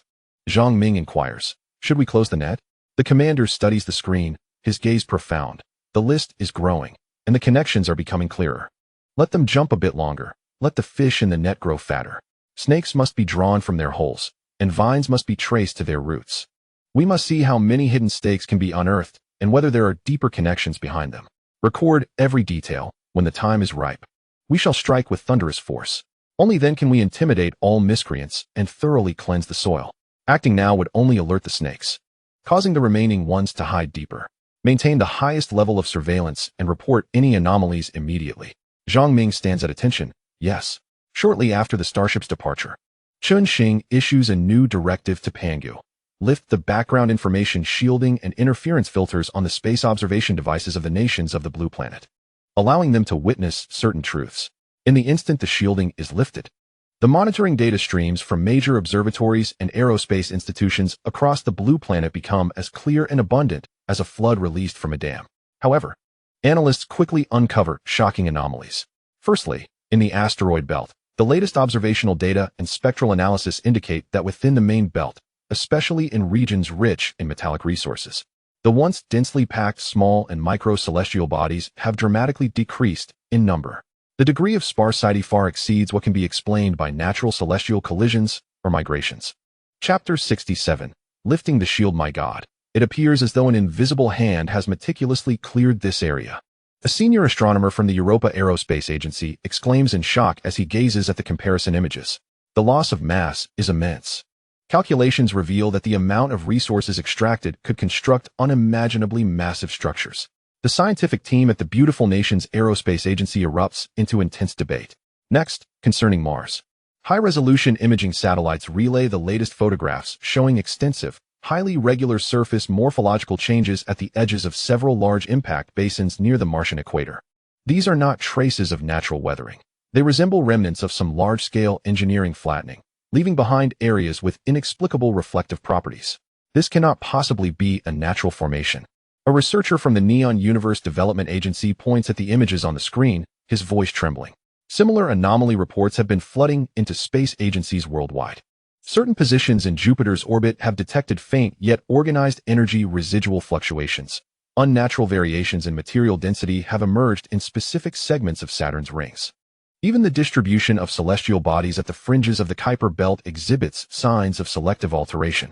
Nations equipped with space observation capabilities are abuzz with speculation and panic. Aliens. It must be the work of aliens. It is undoubtedly the Star Sea Council. Who else could it be? Has the entire solar system already been exploited? What have we overlooked? The withdrawal of those starships. Does it signify the completion of their harvesting of the solar system? Amidst the panic, there is a profound sense of helplessness and bewilderment at being left behind by the times.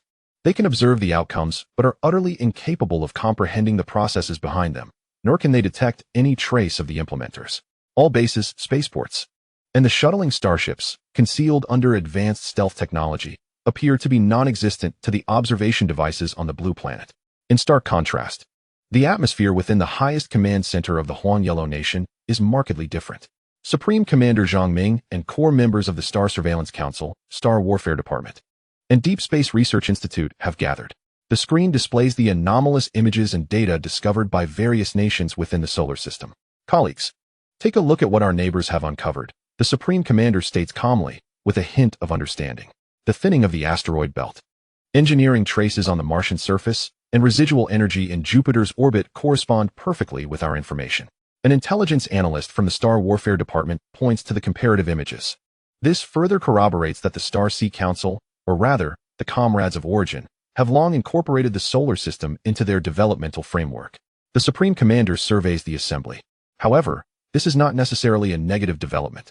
The Council has not prohibited the Blue Planet's inhabitants from engaging in space development. On the contrary, It indicates a clear direction for us and eliminates certain obstacles. Li Lao from the Deep Space Research Institute stands up excitedly. Commander, since the Council's lunar base is on the far side of the moon, can we request to visit and learn from it? Even a mere glimpse would be a technological sanctuary beyond our era. His words immediately resonate with several esteemed scientists present. Indeed, Li Lao is correct. If we could conduct an on-site investigation, even acquiring a fragment of knowledge would surpass a decade of our insular efforts. Please, Supreme Commander, make contact with the Council and seize this opportunity. Observing the excitement of the venerable scientists, some even with reddened eyes, the Supreme Commander shakes his head in resignation. He raises his hand to signal for silence. I understand your sentiments. His voice is steady and resolute. But have you considered this? Given our current technological level, even if we stand before those devices, would we comprehend them? He gestures toward the images of Martian surface remnants on the screen. Like these, we can observe the phenomena, yet remain utterly incapable of grasping the underlying technological principles and engineering methods.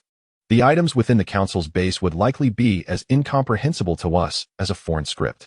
His gaze sweeps over the pleading scientists, carrying an unmistakable air of certainty. Rather than reaching for the unattainable, it is wiser to remain grounded.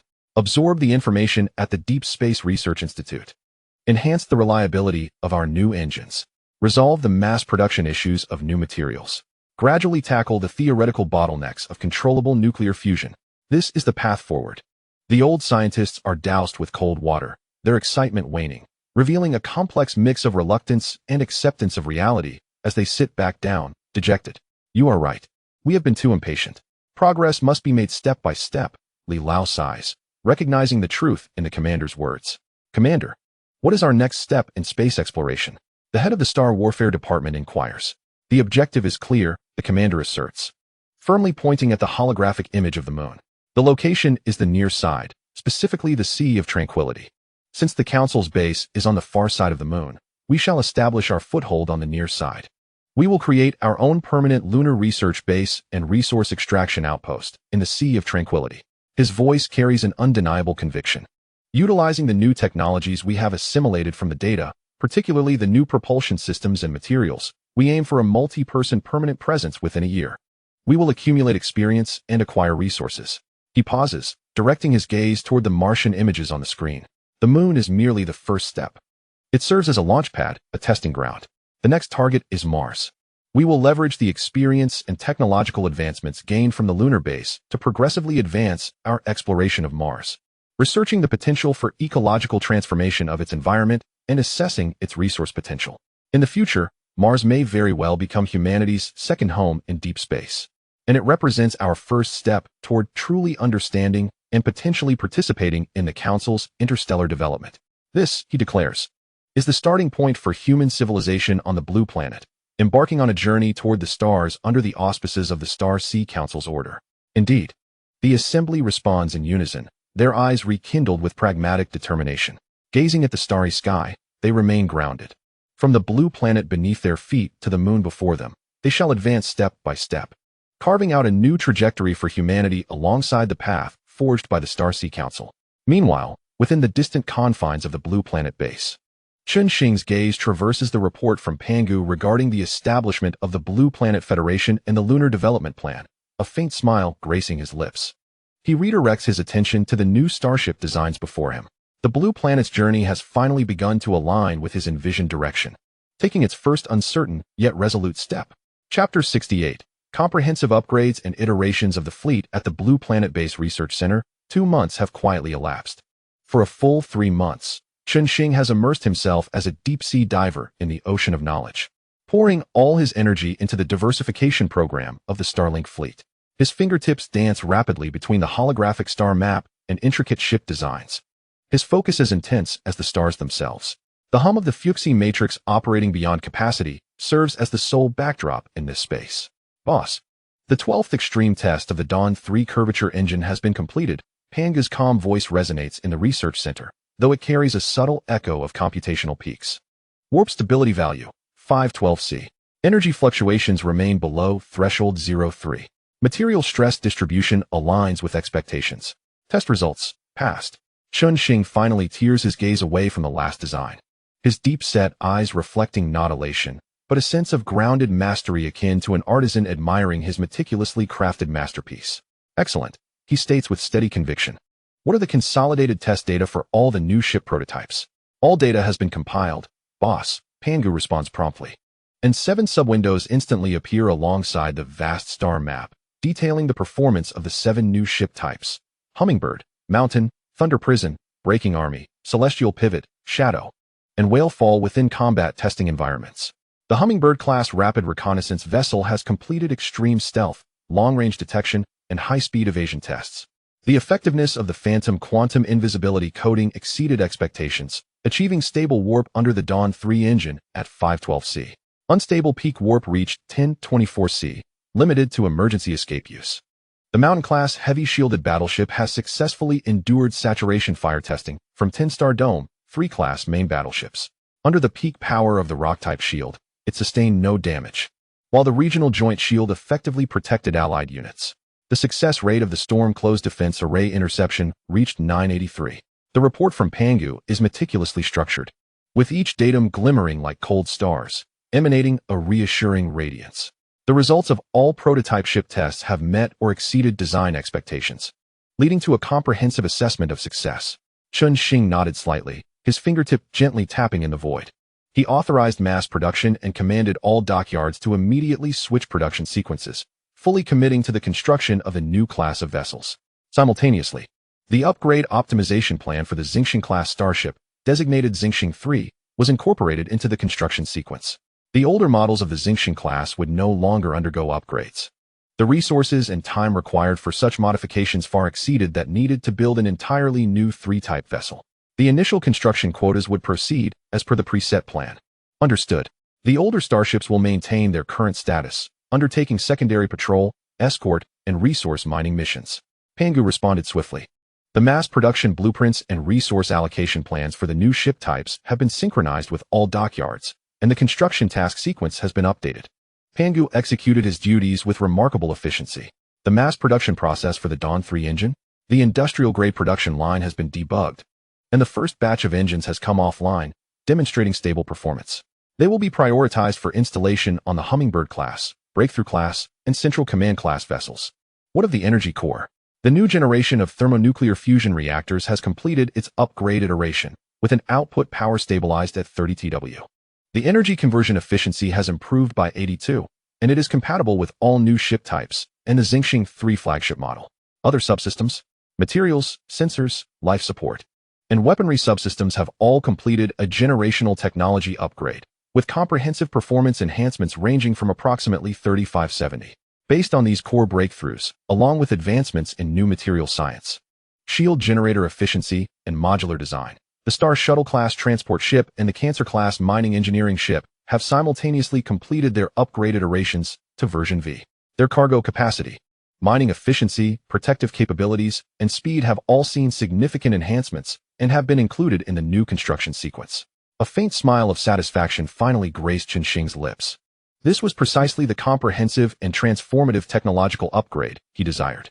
The older starships, whether the first-generation Xingxing class or the previous transport and engineering vessels, could no longer support such a substantial technological leap.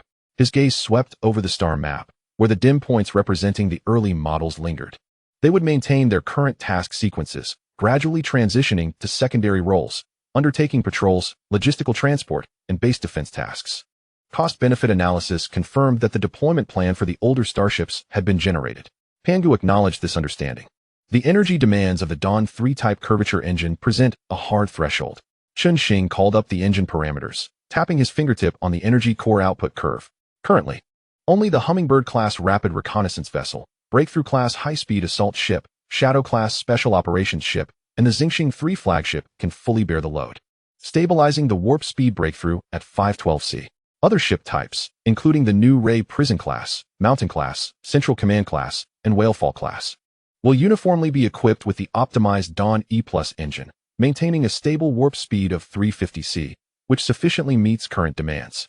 The breakthrough in thermonuclear fusion reactor technology serves as a cornerstone. The 30 TW output power provides all new vessels with a robust heart. His tone exuded a sense of assurance stemming from technological breakthroughs. This complete fleet-wide upgrade iteration has enabled a qualitative leap in the power at his command, providing a solid stepping stone for advancing into the more profound cosmic seas. Chapter 69, Starship Parameters. Alpha Base Pangu presented the updated core parameters of the main starships. Command confirmed. The updated core parameters of the main starships are as follows. Xing 3. Universal Main Battleship Dimensions. 38 kilometers. Engine. Dawn E+. Warp Stability Value. 350C. With optional Dawn 3. Customization required. Energy. 30 TW Thermonuclear Fusion Reactor. Weapons. Tianfa Class Heavy Ion Cannon X2. Thor's Hammer Heavy Ion Secondary Cannon X8. Storm Class Close-In Ion Cannon Array X24. Iron Curtain Class Electromagnetic Railgun Group X16. Meteor Shower Missile Launch Silos X12. Defense. Vibranium Composite Armor. Enhanced. Rock Level Energy Shield. Standard Power. Function. Balanced Versatility. Backbone of the fleet. Modular design adaptable to various missions. Star Shuttle Class V-Type. Transport Ship Dimensions. 38 kilometers. Engine. Dawn E+. Warp Stability Value. 350C. Energy. 30 TW Thermonuclear Fusion Reactor. Weapons. Storm Class Close-In Ion Cannon Array X8. Self-defense. Defense. Standard Vibranium Composite Armor. Enhanced Energy Shield. Function. Ultra-large modular cargo hold. Efficient loading and unloading system. Capable of transporting large equipment, base modules, and vast quantities of supplies. Cancer Class V-Type. Mining Engineering Ship Dimensions. 38 kilometers. Engine. Dawn E+. Warp Stability Value. 350C. Energy. 30 TW Thermonuclear Fusion Reactor. Weapons. Engineering Grade High Energy Cutting Beam X6. Mining Cutting. Storm Class Close-In Ion Cannon Array X6. Defense. Heavy Vibranium Composite Armor. Emphasizing the front. Enhanced Energy Shield. Function. Equipped with ultra-large mineral crushing and storage integrated modules. Multiple efficient engineering robotic arms. And capable of high-efficiency mining in planetary surface asteroid belts. Whale Fall Class. Supply Ship Dimensions. 42 kilometers. Engine. Dawn E+. Warp Stability Value. 350C. Energy. 30 TW Thermonuclear Fusion Reactor. Weapons. Storm Class Close-In Ion Cannon Array X10. Enhanced Self-Defense. Defense. Standard Vibranium Composite Armor. Rock Level Ultra-Large Energy Shield. Emphasizing defense. Function. Giant Storage Space. Multi-interface high-speed supply system. Capable of simultaneously docking with 8 capital ships. Rapid maneuvering maintenance platform for battlefield conditions. Hummingbird Class. Rapid reconnaissance ship dimensions. 30 kilometers. Engine. Dawn 3. Warp Stability Value. 512C. Emergency Escape. 1024C. Energy. 30 TW Thermonuclear Fusion Reactor. Overclock Mode. Weapons. Thunder Class Electronic Main Cannon X1. Interference Electromagnetic Pulse. Storm Class Close-In Ion Cannon Array X4. Defense. Phantom Quantum Stealth Nanocoating. Lightweight Vibranium Composite Armor. Standard Energy Shield. Function. Neutrino Detection Array. Quantum Radar Scanner. Listening and Interference Monitoring Device. Quantum Optical Telescope. Extreme Speed and Stealth Capabilities. Mountain Class. Heavy Assault Shield Ship Dimensions. 42 kilometers. Engine. Dawn 2+. Warp Stability Value. 350C. Energy. 30 TW Thermal Nuclear Fusion Reactor X2. Overclock Mode. Weapons. Storm Class Close Defense Ion Beam Array X48. Iron Curtain Class Electromagnetic Kinetic Cannon Group X32. Defense. Super Heavy Vibranium Composite Armor. Coverage 90. Rock Class Super Large Energy Shield Generators X2. Capable of deploying regional joint shields. Functions. Absolute Defense Core. Area Control. Fire Attraction. Protection of Allies. Thunder Prison Class. Fire Support Ship Dimensions. 38 kilometers. Engine. Dawn 2+. Warp Stability Value. 350C. Energy. 30 TW Thermal Nuclear Fusion Reactor X2. Weapons. Punishment Class Ultra Heavy Ion Main Cannon X1. Punishment Class Heavy Ion Cannons X4. Hammer of Thor Heavy Ion Cannons X10. Meteor Shower Type Long Range Missile Vertical Launch System X24. Multiple Launch. Iron Curtain Class Electromagnetic Railgun Group X20. Defense. Heavy Vibranium Composite Armor. Rock Class Energy Shield. Standard Power. Functions. Ultra Long Range. Saturation. Destructive Fire Delivery. Battlefield Cleansing. Precision Elimination of High-Value Targets. Breaking Army Class. High-Speed Assault Ship Dimensions. 35 kilometers. Engine. Dawn 3. Warp Stability Value. 512C. Emergency Escape. 1024C. Gale Vector Propulsion Array, extreme maneuverability, 1 minute to conventional cruise speed. Energy, 30 TW thermal nuclear fusion reactor, overclock mode. Weapons, Punishment Class Heavy Ion, Main Cannon X1.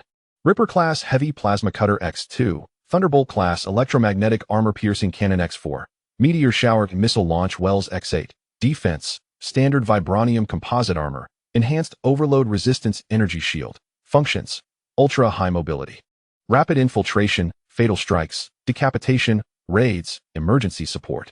Heavenly Pivot Class, Central Command Ship Dimensions, 35 kilometers, Engine, Dawn 2+, Warp Stability Value, 350C. Energy, 30 TW Thermal Nuclear Fusion Reactor.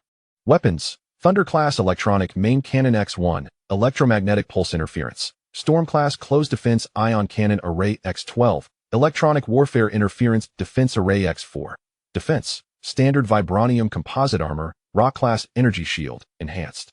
Functions, Fuxi Quantum Supercomputing Matrix Shipboard Node, Starchain Global Battlefield Command System, Resonance Class Supercommunication Array, Fleet Brain, Information Hub, Strategic Support, Electronic Warfare Core.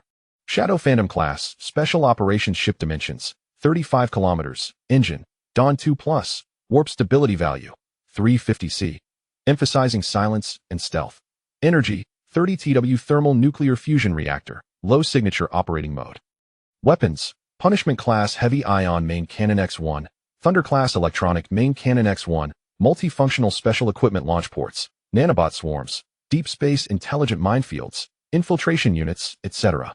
Closed Defense Ion Cannons X6, Defense, Phantom Quantum Stealth Nanocoating, Mimetic Energy Field Generator, Enhanced Environmental Resistance Module, Radiation Gravity Anomalies, Nebula, Lightweight Vibranium Composite Armor. Functions, Camouflage Infiltration, System Intrusion. Behind Enemy Lines Sabotage, Intelligence Theft, Facility Infiltration, Trap Setting, Rescue, Special Operations. As Chen Xing gazed upon the data parameters of these 10 steel behemoths gleaming on the star chart, a tranquil sense of satisfaction surged within him. Pangu. Report on the construction progress of Outpost Alpha Base. Report.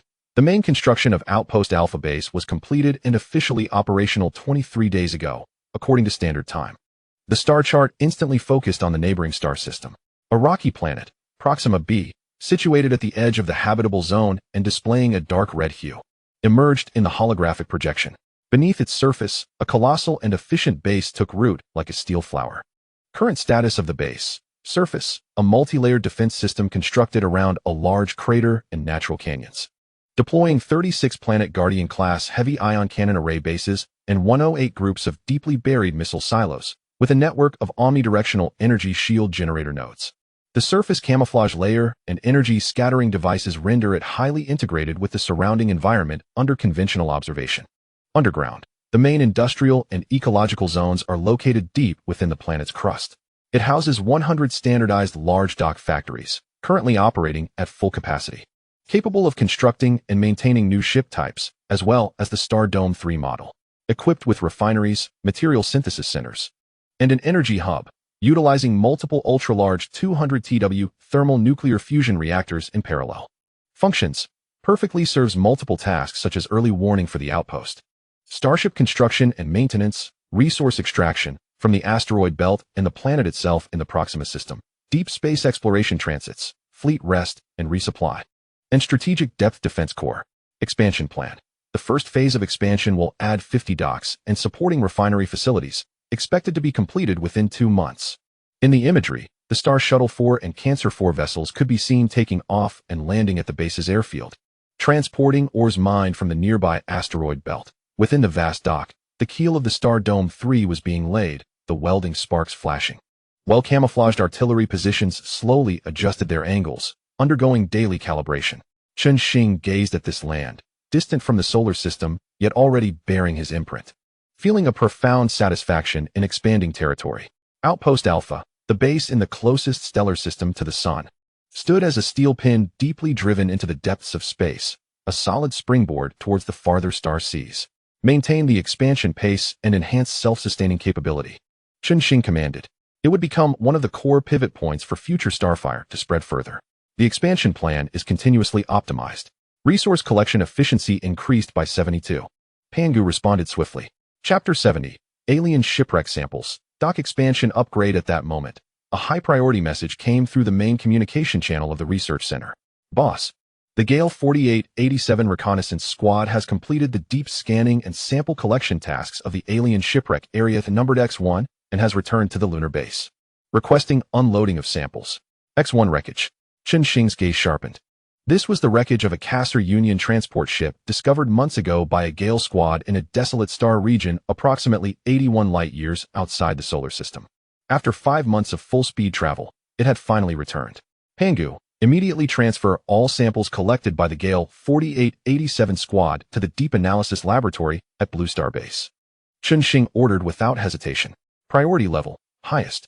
Notify the T-Series Engineering Unit to prepare for reception and initiate Level 1 bioenergy isolation protocols. Command confirmed. Sample transfer procedure initiated. The Deep Analysis Laboratory is on high alert. Isolation protocols loaded successfully. Pangu's electronic voice carried a tone of seriousness regarding the execution of a critical task. Chen Xing's gaze shifted from the star chart to the passage leading deep into Blue Star Base. Moments later, a Starship-class spacecraft quietly ascended from the lunar base, swiftly traversing the space between the Earth and Moon, landing precisely at the secret entrance of Blue Star Base. Under the meticulous surveillance of numerous mechanical arms and T-Series robots, a specially designed sample box, approximately 3 meters long and emitting a faint cold light, made of a non-metallic, non-stone material, was carefully unloaded. The surface of the box bore the mark X1, filled with inert gas and a strong energy confinement field.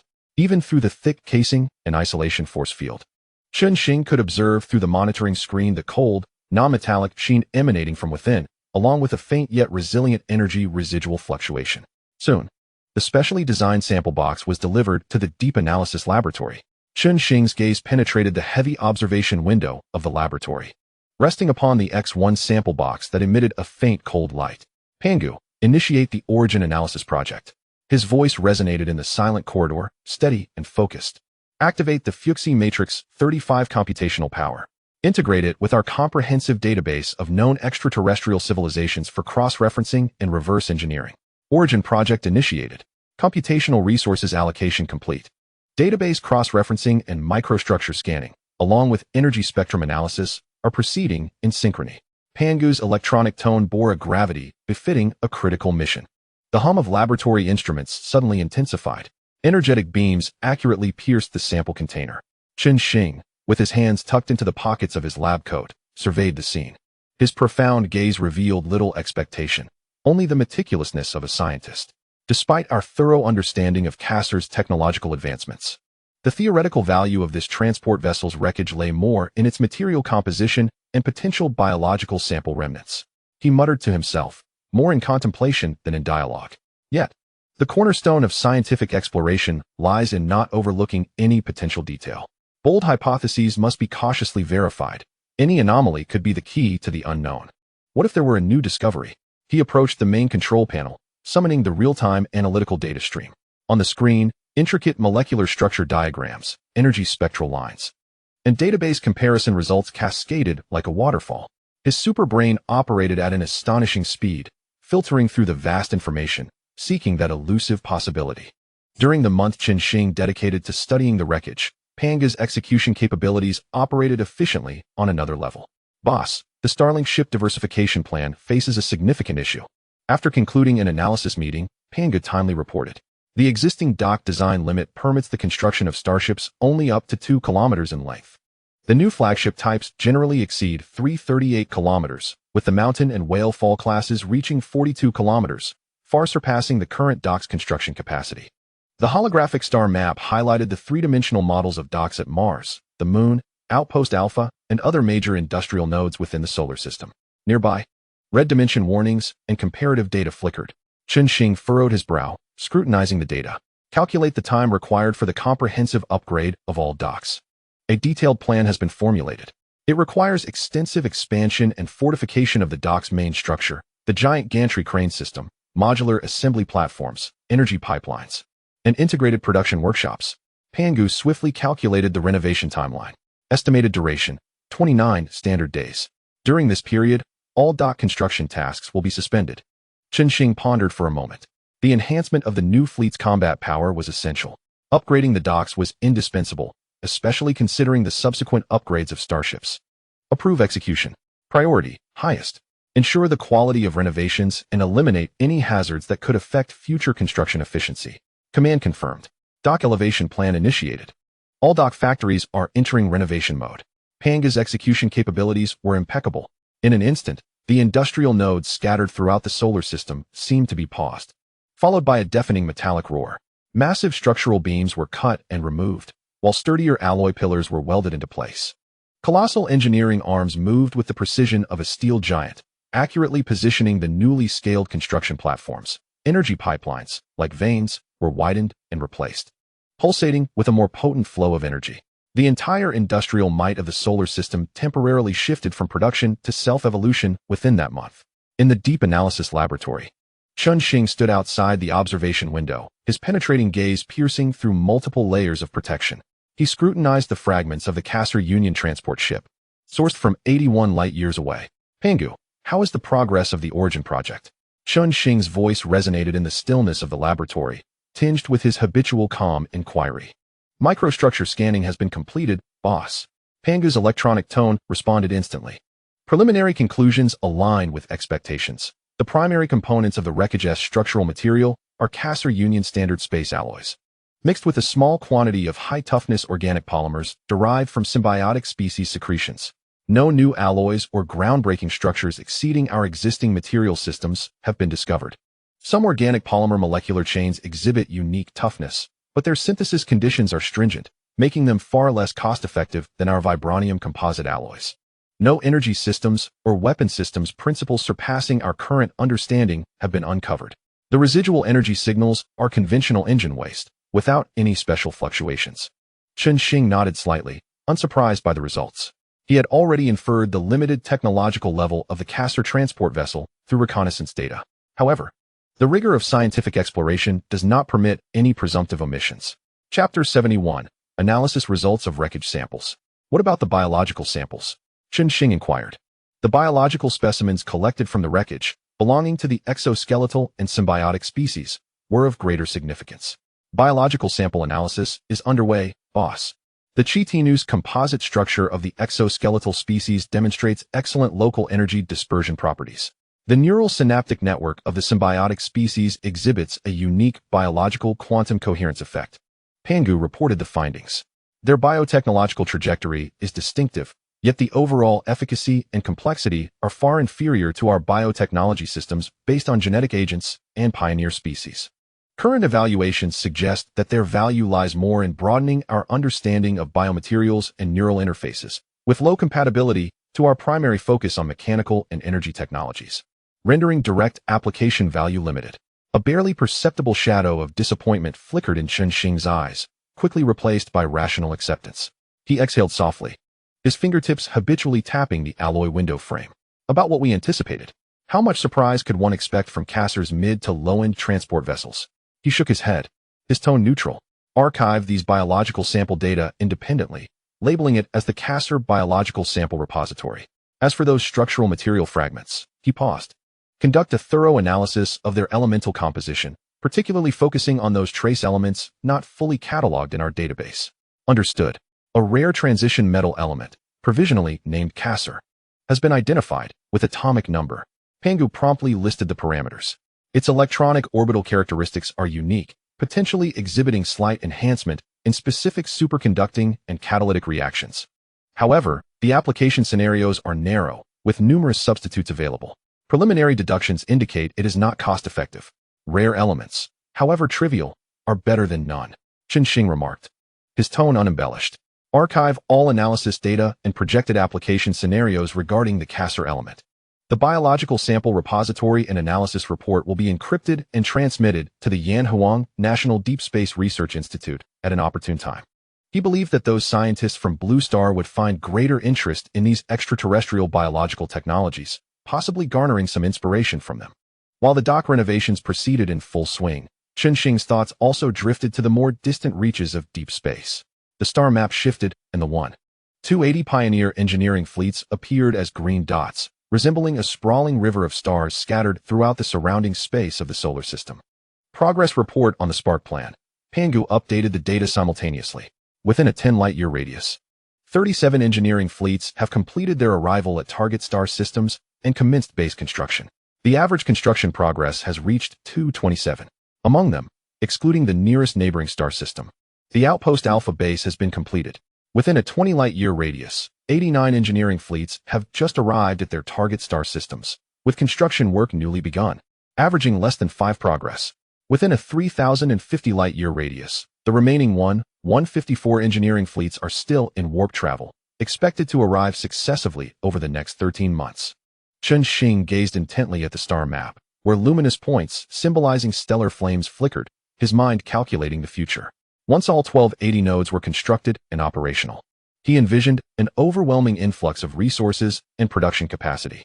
This would serve as the cornerstone for an exponential expansion of his power. Pangu continued to monitor the construction status of each node, prioritizing resource allocation for the bases already under development. Pangu responded promptly. Monitoring and resource allocation protocols are undergoing continuous optimization. Boss, as the shipyard renovations approached completion, the new vessels were on the brink of mass production. Another concern crystallized in Chen Xing's mind, the communication bottleneck. He accessed a stream of data, comprising communications logs from the farthest reconnaissance team, the Gale Squadron. A glaring gap existed between the timestamps of information sent and received. Pangu, what is the current quantum communication delay for the most distant Gale team? Chen Xing inquired, his tone laced with gravity. Reporting, boss. The Gale Team 3927 is the furthest from the solar system, currently positioned at the edge of the Orion Arm, approximately 201 light-years away. Pangu precisely relayed the coordinates. Due to multiple factors affecting the stability of current quantum entanglement, signal amplification decay at relay nodes, and deep space background interference, the average delay for information return is 3 hours and 17 minutes. The average delay for command transmission is 3 hours and 9 minutes. 3 hours, Chen Xing murmured, unconsciously tapping his fingers on the virtual console, producing faint clicks. His superbrain rapidly simulated numerous battlefield scenarios. A reconnaissance team deep behind enemy lines could encounter formidable foes, desperately transmitting a distress signal. Yet, that signal would traverse the cold expanse of space for hours before reaching the command center at Blue Star Base. By the time the command was relayed, the battle might already have concluded, leaving only the cold remnants of defeat. In the rapidly changing realm of interstellar skirmishes, such delays could prove fatal, forcing reliance on the onboard AI for autonomous decision-making, severely compromising tactical flexibility and coordination. 3 hours of delay on the ever-shifting interstellar battlefield could lead to the annihilation of an elite squad or result in the complete loss of a golden opportunity. His gaze sharpened and grew resolute as he scrutinized the distant blue dots on the star map. Theoretically instantaneous communication across vast distances sparked a fierce dissatisfaction within him, challenging the limits of technology. The quantum entanglement communication technology currently employed by the base theoretically harnessed the superluminal characteristics of quantum entanglement. However, limitations in engineering implementation, signal compilation efficiency, the stability of entangled states, and spatial interference along the path prevented the realization of truly instantaneous communication. Calmly, Chen Xing analyzed the technological bottlenecks. This gap must be narrowed to facilitate communication support across greater distances in deep space. After a moment of silence, he surveyed the blue points on the star map, which represented reconnaissance tendrils. They had ventured 200 light-years, crafting invaluable star maps. Yet, allowing them to delve deeper into potentially more perilous star domains with such significant communication delays was becoming a precarious gamble. The risk-reward ratio was tipping unfavorably. Pangu, Chen Xing made a decisive command. Order all Gale reconnaissance teams to immediately cease their current exploratory missions and return at full speed. Rallying coordinates, Pluto's orbit. The directive has been encrypted and dispatched, confirmed with the highest priority. All Gale teams will adjust their course and return at maximum speed upon receipt. The furthest team is expected to arrive at the rallying point in 1 year and 1 month. Pangu executed swiftly. By the time they returned, Chen Xing's gaze shifted to the glowing points on the star map that represented the shipyard undergoing upgrades. His attention then swept over the upcoming construction of the Hummingbird-class rapid reconnaissance vessels. Future deep space reconnaissance missions would be entrusted to these specialized ships, equipped with enhanced speed, superior stealth capabilities, and advanced detection technology. Moreover, he hoped that by then, they would have transcended to a new generation of quantum entanglement communication technology. He terminated the data stream on communication delays, briefly scanning the monitoring summary regarding Blue Star. Blue Star monitoring brief. Past 3 months, the Yanhuang Nation. The Deep Space Research Institute has made groundbreaking progress in the miniaturization of new lightweight alloys and high-energy ion thrusters.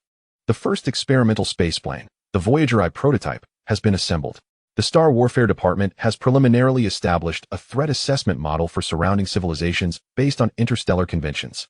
The initial cohort of gene serum injectees is stable with no adverse reactions, and work efficiency has significantly improved.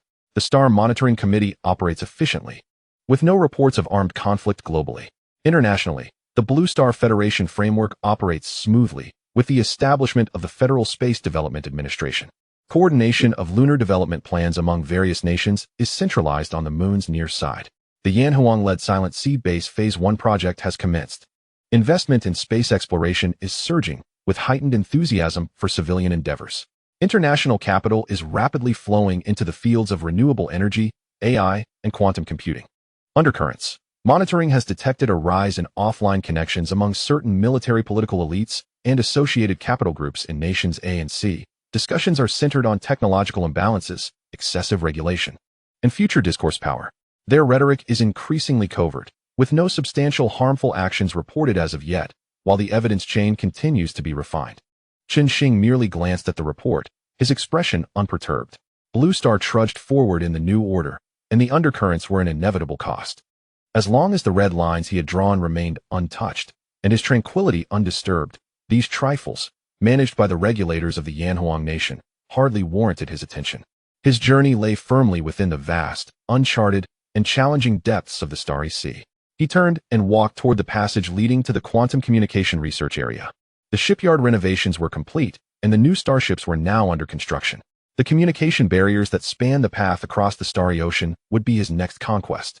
Chapter 72. Reinitiating deep space reconnaissance missions. Half a year passed quietly, amidst Chen Xing's focused development of quantum entanglement communication technology and the base's rapid expansion. Within the research center of Blue Star Base, Chen Xing stood before a vast holographic star map, his demeanor calm and unruffled. Pangu's electronic voice resonated with a tone of accomplishment. Reporting, boss. The diversification plan for the Starlink fleet and the shipyard LEAP plan have been fully integrated. As of now, our combat fleet has reached a total scale of 500,000 standard units. On the star map, silver points representing the base's fleet resembled a boiling river of stars. Their density and scale far exceeded that of 6 months ago, forming a breathtaking torrent of steel. Main combat fleet totals 500,000 vessels. Type 3 Star Dome General Purpose Main Ships, 70,000. Whale Fall Class Supply Ships, 5,000. Hummingbird Class Rapid Reconnaissance Ships, 100,000. Mountain Class Heavy Armored Shield Ships, 80,000. Thunder Prison Class Fire Support Ships, 150,000. Breaking Army Class High-Speed Assault Ships, 50,000. Celestial Pivot Class Central Command Ships, 20,000. Shadow Class Special Operations Ships, 250,000. Logistics Fleet totals 220,000 vessels. Star Shuttle Class V-Type Transport Ships, 10,000. Cancer Class V-Type Mining Engineering Ships, 12,000. Additionally, for 30,000 older starships have all been relegated to secondary roles, performing patrols, escorts, resource point defenses, and logistical transport duties. Current monthly production capacity of dock factories within and beyond the solar system stands at 150,000 standard units. Pango paused briefly, adding, "The surge in production capacity is primarily due to the near completion of the construction of branch bases within 30 light-years as part of the Fire of Stars plan. The ongoing expansion of shipyards within the solar system, and the progress exceeding halfway on the construction of nodes within 40-50 light-years. The potential for subsequent production capacity continues to rise." Chen Xing's gaze swept over the 500,000 newly constructed starships, the pinnacle of the base's current technological achievements. His gaze resembled the depths of an ancient well, devoid of any ripples. The figure of 500,000 was merely an inception, he murmured, his voice flat, as if stating a trivial fact. Yet, within his heart, it was merely a string of numbers. "Pangu, is the deployment plan for the next generation quantum entanglement communication relay ready?" "The plan has been optimized, boss," Pangas swiftly responded. The new relay device has increased in size by 200 times compared to the previous model, approximately the size of a standard shipping container. However, the effective coverage radius per node has been enhanced to 1 light-year, significantly improving relay efficiency. Simulations indicate that within a communication range of 1,000 light-years, information delay can be stably controlled to within 30 milliseconds. This meets the current practical demands of deep space reconnaissance and command control. 30 milliseconds was sufficient. Chen Xing nodded slightly, expressing satisfaction with the result. Theoretically, instantaneous communication remained an ideal state. In the vast cosmos and under complex technical conditions, compressing delay to the millisecond level was already a tremendous leap, entirely within the acceptable tactical response range. Subsequently, his gaze fixated on the star map, where 100,000 luminous points represented the Hummingbird-class rapid reconnaissance ships, akin to a sharp-eyed hawk locking onto its prey. Power itself is not the objective. The crux lies in how it is wielded to achieve more profound goals. Order 100,000 Hummingbird-class rapid reconnaissance ships. Set sail immediately. Execute the deep space reconnaissance mission codenamed Weaver. Command confirmed. Task deployment. First Squadron, 10,000 Hummingbird-class ships. Mission area, a spherical space with a radius of 150 light-years surrounding the solar system. Mission content, high-density, routine patrol reconnaissance to construct the first dynamic early warning network. Ensure that any movement within this mission area is promptly monitored. Action mode, single ship execution to enhance regional coverage efficiency. Second Squadron, 90,000 Hummingbird-class ships. Mission area, a range of 150 to 500 light-years surrounding the solar system. Mission content, extensive deep space exploration, star map enhancement, civilization signal detection, and documentation of anomalous spatial phenomena. Action mode, single ship execution, each ship independently responsible for one sector. Advantages, maximizing reconnaissance range and efficiency, reducing overall risk. With losses of individual ships not affecting the overall strategy, the 3-kilometer ship body is sufficient to carry ample supplies and quantum communication relay devices, able to support long-term missions of 3 years. Chen Xing paused for a moment, emphasizing, all reconnaissance missions prioritize stealth and safety above all. In the event of insurmountable threats, authorize the Hummingbird-class AI to make autonomous decisions. Immediate activation of maximum warp 1024C to retreat from the battlefield is permitted. Panga's computing core operated at high speed, instantly decomposing the vast fleet, charting courses, and assigning target sectors. Commands are clear. Single ship action mode has been established, prioritizing evasion and escape protocols. Pango understood Chen Xing's cautious and judicious attitude towards power. Deployment plan optimized, expected all Hummingbird-class ships to set sail along the designated route in 24 hours. On the star map, the cluster of blue points representing the 100,000 Hummingbird-class vessels began to flicker, akin to a swarm of bees poised to take flight. As for the other starships, Chen Xing's gaze shifted to the massive cluster of combat fleets, which could not remain idle. Pangu, initiate the blade refinement plan. Blade refinement plan on standby. Pangu awaited specific instructions. Centered around the solar system, a 10-light-year range would serve as the exercise ground. Mobilize all main combat vessels except for logistical support ships, including the Whalefall-class supply ships. Core mission, large-scale, high-intensity multi-vessel joint combat drills and tactical simulations. Simulation requirements. First, integrate all acquired information on interstellar civilizations, including known ship characteristics, combat modes, and social structural weaknesses. Second, load the database of warfare wisdom accumulated over thousands of years on Blue Star, including the Art of War, the 36 Stratagems on War, and the Book of Five Rings, which encompass all classical strategic and tactical thoughts from human history. Third, using the Fuchsi matrix as the core, combine the above 2 types of information to simulate, validate, and optimize a new interstellar tactical system based on our novel fleet structure, including, but not limited to, nebula warfare, asteroid belt battles, fleet confrontations, ambushes and counter-ambushes, fortress offensive and defensive tactics, multi-vessel coordinated operations, information deception, rapid maneuvering and infiltration, utilizing environmental traps, and targeted decapitation and psychological warfare against enemy social structures or command nodes. Emphasis would be placed on the collaborative offense and defense of mountainous terrains and thunder prisons, the lethal incursion of the breaker, the special breakthroughs of the shadow, and the overall command efficacy of the celestial pivot, among others. The aim, not only to fight hard battles, but also to engage in clever ones. Transform numerical advantages into absolute strategic and tactical superiority, forming a unique, efficient, and lethal combat method for the cosmos. Chapter 73. Tourism? Chen Xing's eyes sparkled with a sharp light. I wish to witness the true combat capabilities of this fleet under various extreme scenarios, as well as the tactical methods uniquely derived from our distinctive technology tree and command system. Command confirmed. The blade refinement plan is now initiated. Pangu's electronic voice carried a hint of excitement. Activating Fuxi Matrix with 45 computing power, loading the Blue Star War Strategy database. Integrating interstellar intelligence models to construct battlefield environments. The multi-vessel coordinated operation protocol's tactical simulation thread has been fully loaded. All main fleets are beginning to assemble towards the exercise area. On the star map, the vast clusters of luminous points representing different combat vessels began to move towards the 10-light-year perimeter surrounding the solar system, as if maneuvered by an invisible hand, ready to unfold a silent, yet fervent self-forging on the expansive cosmic chessboard. Chen Xing gazed upon it all with satisfaction. The accumulation of power was merely the first step. The true essence lay in how to wield that power with precision, unleashing a destructive efficacy that transcended mere aggregation. Having concluded matters regarding the fleet, Chen Xing's gaze swept across a corner of the control console. A classified file marked with the suggestions from the Yanhuang Interstellar Strategic Research Department hovered quietly there. This was sent by the Supreme Commander through a quantum encryption communicator, containing a draft of diplomatic strategy recommendations for initial contact with known interstellar civilizations. Chen Xing gently tapped, and the contents of the document swiftly rolled across the holographic screen.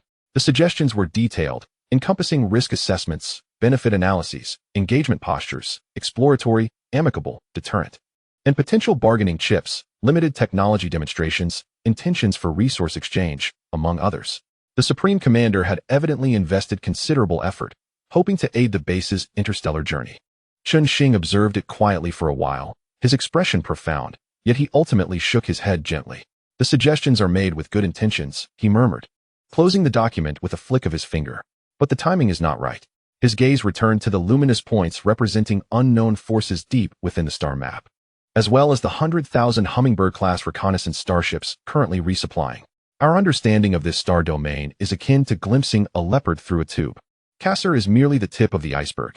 Arison, Knas, and even the more enigmatic ether ring and void elementals, their true intentions, internal conflicts, and stances towards emerging forces are far from encapsulated by a few reconnaissance reports and treaty texts. To engage recklessly would be akin to blindly stepping into a minefield. Overtures may be perceived as weakness, while deterrence could provoke unnecessary hostility. The existing interstellar civilization warfare conventions certainly provide a degree of protection, yet beneath the rules, undercurrents churn. Chen Xing's mind was as calm as a supercomputer. I require more comprehensive and in-depth intelligence. I must discern within this dark forest who is the hunter, who is the prey, and who is in disguise. He made a decision. The matter of contact would be postponed, awaiting the return of the new Hummingbird-class vessel, which promises to deliver more comprehensive intelligence on the starfield spanning 500 light-years. We shall ascertain the intricacies of the surrounding major powers before making any definitive decisions. Once these matters are addressed, a long-forgotten, nearly unfamiliar sense of relaxation quietly envelopes Chen Xing's heart.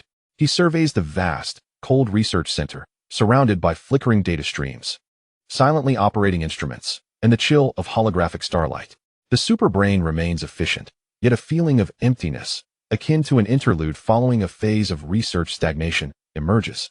The upgrade and iteration of the Starship system have been completed, and significant breakthroughs have been achieved in communications bottlenecks.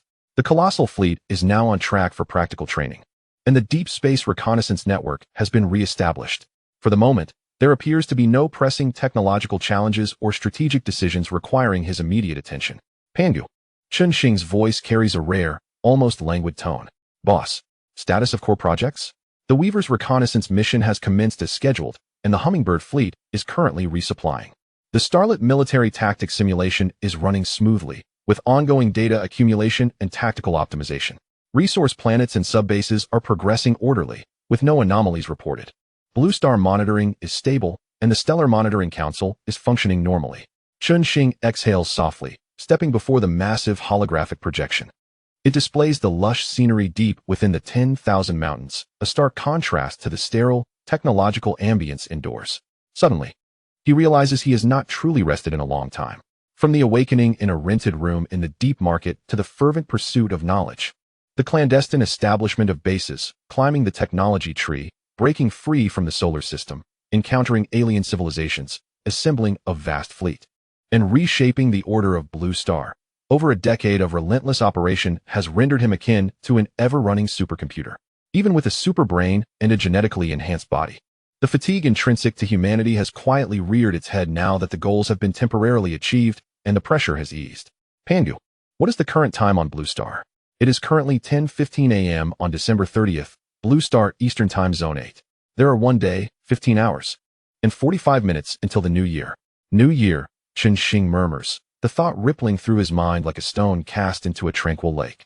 A desire stirs within him, to take a leisurely walk, not through the vast and perilous depths of interstellar travel, but simply to stroll upon Blue Star. Not as the president of the Star Sea Council, nor as a clandestine puppeteer, but merely as an individual, a Chen Xing who has quietly developed over the years and now seeks to venture out, to revisit the deep market, a place that once made him feel small and constrained, now transformed by his hand, to witness the changes in his homeland under the new federal order, or perhaps just to find a picturesque, undisturbed spot to listen to the wind and observe the clouds, allowing his nerves to finally unwind. Pangu, Chen Xing turns, a hint of determination reflected in his relaxed demeanor. Boss, arrange an itinerary. I wish to take a vacation. A faint, genuine smile graces his lips. Approximately a month. Around New Year's, to avoid the crowds. Understood. Pangu's voice seems to carry a touch of human-like delight. What are the destination preferences? What is the confidentiality level of the itinerary? What security arrangements should accompany me? Chen Xing's gaze returns to the simulated verdant mountains and waters outside. I haven't decided yet. It need not be overly complicated, just tranquil and natural. Security should be at the highest level of invisibility. I do not wish to be disturbed. Instruction confirmed. I will select high-quality vacation spots on Blue Star, initiating itinerary planning and deploying covert protection immediately. Pangu responds with efficiency. Here are the detailed options available for your consideration. Chen Xing nods, returning to the tea room of the villa, where he leisurely brews a cup of tea. Amidst the delicate aroma, he reviews the projected travel plans. His heart enveloped in tranquility, the iron tide of deep space continues its rehearsals of conquest, while its sovereign merely wishes to temporarily set aside the scepter of stars and reconnect with the long-lost warmth and gentle breeze of his home planet. The journey through the starry skies is lengthy, and occasional pauses may be necessary for the next grand ascent. Chapter 74, Departure. Perilous Chen Xing swiftly scans the holographic projection options provided by Pangu. The superbrain instantaneously filters out the clamor of urban chaos and overly commercialized attractions. Ultimately, a route imbued with tranquility and grandeur is charted, departing from the 10,000 mountains near Guangfu Spring City, heading westward, traversing the rolling hills of Lingnan, delving into the Yunnan-Guizhou Plateau, and finally reaching the roof of the world in Tibet, thereafter returning southward, soaring across the Kiangsu Strait to embrace the azure skies of Hainan Island, and finally, replete with the essence of sunshine and sea breeze, returning to the Spring City base. This shall be the route, Chen Xing affirms with a relaxed certainty, discreet and serene. Understood. The itinerary has been finalized. The invisible escort fleet, 12 Star Dome 3 class ships, is now in low Earth orbit on standby. Airborne invisible escort units, 6 Star Xin class aircraft, and ground security will consist of 6 T-07 to T-12 model adaptive combat robots for long-range stealth protection. Your disguised pickup truck is ready. The battle armor of the Star 3 type has been placed in the cargo storage, and the emergency protocols have been loaded. Pangu responds promptly. Chen Xing nods in satisfaction, finishing the last sip of warm tea. Rarely, he does not plunge headlong into the laboratory this evening. Instead, he returns to the bedroom on the upper floor of the villa. Lying on the soft bed, he gazes out at the starry sky. No formula simulations. No flickering star maps. Only pure relaxation. He dims the indoor lights, allowing darkness to envelop him, and falls into a deep slumber. The following morning, as the first rays of sunlight pierce the mist and illuminate the verdant expanse of the 10,000 mountains, a weathered green four-wheeled pickup emerges from the adjacent modest garage with a gentle grumble. Its front is riddled with rust, the paint dull and lifeless. The tires are speckled with mud, and the body bears unassuming dents. The windows even display a few fine cracks. The engine emits a low but steady roar. This is the very pickup Chen Xing acquired upon his return. At this moment, apart from its tattered exterior, everything within has undergone a remarkable transformation. The anti-gravity engine allows it to disregard terrain, while a formidable energy shield can withstand tactical dirty missiles. The vehicle's interior is equipped with a mini-ion cannon and an electromagnetic pulse launcher. When necessary, an invisible coating can be activated, seamlessly blending it into its surroundings. In the rear compartment, an inconspicuous gray metal storage box is secured, housing a large silver briefcase. Inside lies a modular battle armor of the Star 3 type, capable of being donned in mere seconds, enveloping the wearer entirely. Under Panga's control, it can be activated instantaneously should Chen Xing face a life-threatening situation. This briefcase is inspired by a particular film. As for the kind of nanotech armor that can morph at will, that remains an unattainable dream for Chen Xing. Though he has mastered some aspects of nanotechnology, he has repeatedly encountered obstacles concerning the storage of nanomaterials. Rumors in the network suggest that nanotech armor is stored within reactors. Yet, even with extreme compression, the available space is insufficient to contain the nanomaterials needed to cover the entire body, let alone the materials for weaponry. This entirely exceeds the limits imposed by current physical laws, unless the technology of spatial folding is employed, which is a cutting-edge black technology only attainable by a Type 4 civilization. The other notion posits that nanomaterials could be integrated into the skin in particulate form. However, the sheer volume of metallic materials, even if stored in a dispersed manner, would exceed the human body's capacity to bear their weight and discomfort. Given Chen Xing's current technological prowess, replicating the exquisite functionalities of the nanotech armor depicted in films is wholly unfeasible. After careful consideration, he resolved to abandon this impractical concept, opting instead to design the armor in a portable suitcase form. Returning to the matter at hand, Chen Xing, clad in simple leisure wear and donning sunglasses, sat in the driver's seat, exuding an air of relaxation. He lowered the car window, allowing the fragrant morning breeze, redolent of mountain flora, to fill the cabin. "Let us set off," he murmured, as if embarking on the most ordinary of short journeys. A slight smile graced his lips as he gently pressed the accelerator. The engine beneath the hood emitting a deep yet unboisterous roar, a sound reminiscent of an antiquated diesel engine, faithfully simulated by Pangu. Yet, the vehicle glided smoothly, almost as if it were suspended in midair, thanks to the powerful anti-gravity core, which rendered the four wheels barely in contact with the ground. Before long, the pickup truck merged onto the national highway, joining the sparse flow of traffic. Chen Xing gazed at the fields and villages flitting past the roadside, listening to the occasional crowing of roosters and barking of dogs. A sense of nostalgia, a long-lost warmth of humanity, quietly enveloped his heart. The first destination, the picturesque landscapes of Lingnan. He chose not to take the highway, but instead proceeded leisurely along the national and provincial roads. At Xinjiang and Zaishi, he mingled with tourists, hiking to the summit of Shishi Rock. There, he gazed down at the mirror-like Star Lake, marveling at the stunning karst topography. In the Shuo district of Gishi, he rented a small bamboo raft, leisurely floating down the Li River as the boatman paddled slowly. The peaks on either side stood like sentinels, their reflections painting a picturesque scene. Leaning back in the bamboo chair, he closed his eyes, savoring the tranquility of the moment, as if he were merely an ordinary traveler, cleansed by the mountains and waters. At Dangxia's Bajiao Zai, he joined the early risers, ascending the steep Dragon Ridge staircase. The red sandstone cliffs radiated a captivating warmth in the morning light, their uniquely shaped peaks a testament to nature's artistry. He climbed with steady steps and measured breaths, his genetically enhanced physique allowing him to traverse such perilous heights with ease. Along the way, inscriptions on the rocks chronicled the admiration of literary figures through the ages. Occasionally pausing, he brushed his fingertips over the cool stone carvings, feeling the weight of history and the permanence of nature. After nearly 2 hours of climbing, he finally reached the edge of the Bajiao Zai summit. At this moment, the clouds had begun to dissipate, revealing an endless expanse of red cliffs, resembling flames igniting upon the earth. The Jinjiang River meandered like a jade ribbon through the mountains, sparkling under the sunlight. "Wow, it's breathtaking," exclaimed the surrounding tourists as they raised their smartphones to capture the moment. Chen Xing, too, silently admired this masterpiece of nature, his heart swelling with a sense of grandeur. He found a relatively secluded spot to sit, retrieving a thermos from his backpack, pouring himself a cup of hot water. Sipping slowly, he reveled in the peace and majesty that came with reaching the summit. Just then, A series of distressing gasps and screams pierced the tranquility, shattering the serene atmosphere. "Ah, my child! My child! Oh my God! Someone has fallen! Quick, save them!" The crowd erupted into chaos, rushing toward the perilous edge of a cliff. Chen Xing furrowed his brow, swiftly rising to step outside the throng. He noticed that a section of the wooden railing near the cliff, possibly due to years of neglect, had collapsed, its warning signs faded.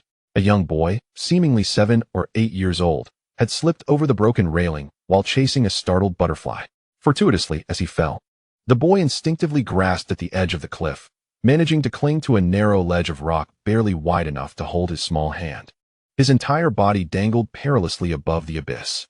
The boy, terrified and pale, could scarcely cry out, only managing to emit a muffled whimper of despair as his small arm trembled violently from exertion, his knuckles paling with the strain, on the brink of giving way.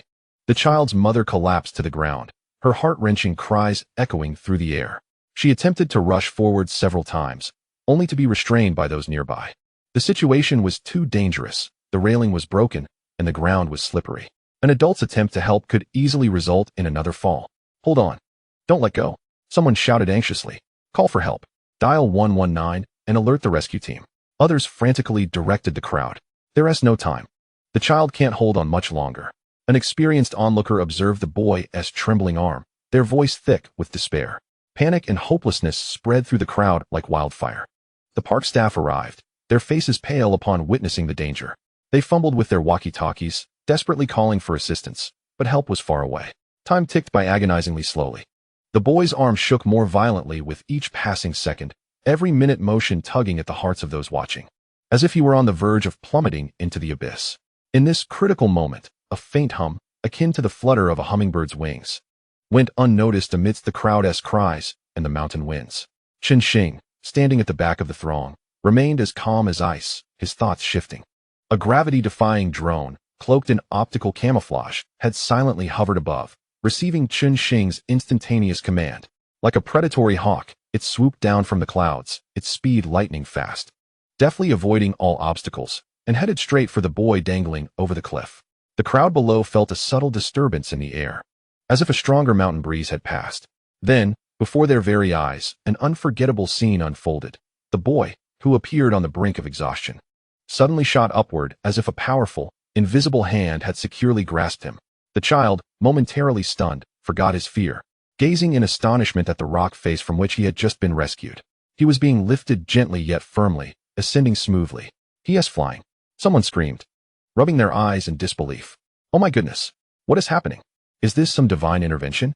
Under countless astonished, horrified, and incredulous gazes, the boy floated upward, surpassing the broken railing before gently and safely landing on the inner side of the viewing platform. The invisible force vanished the instant his feet touched the ground, and the boy stumbled slightly, still in shock, only to be enveloped by his mother, who rushed forward, crying out, my baby, you scared mommy to death." The boy, finally overwhelmed, burst into tears. The crowd erupted in confusion and excitement. What just happened? Who saw that? No one went down there. Did that child just fly up on his own? How bizarre.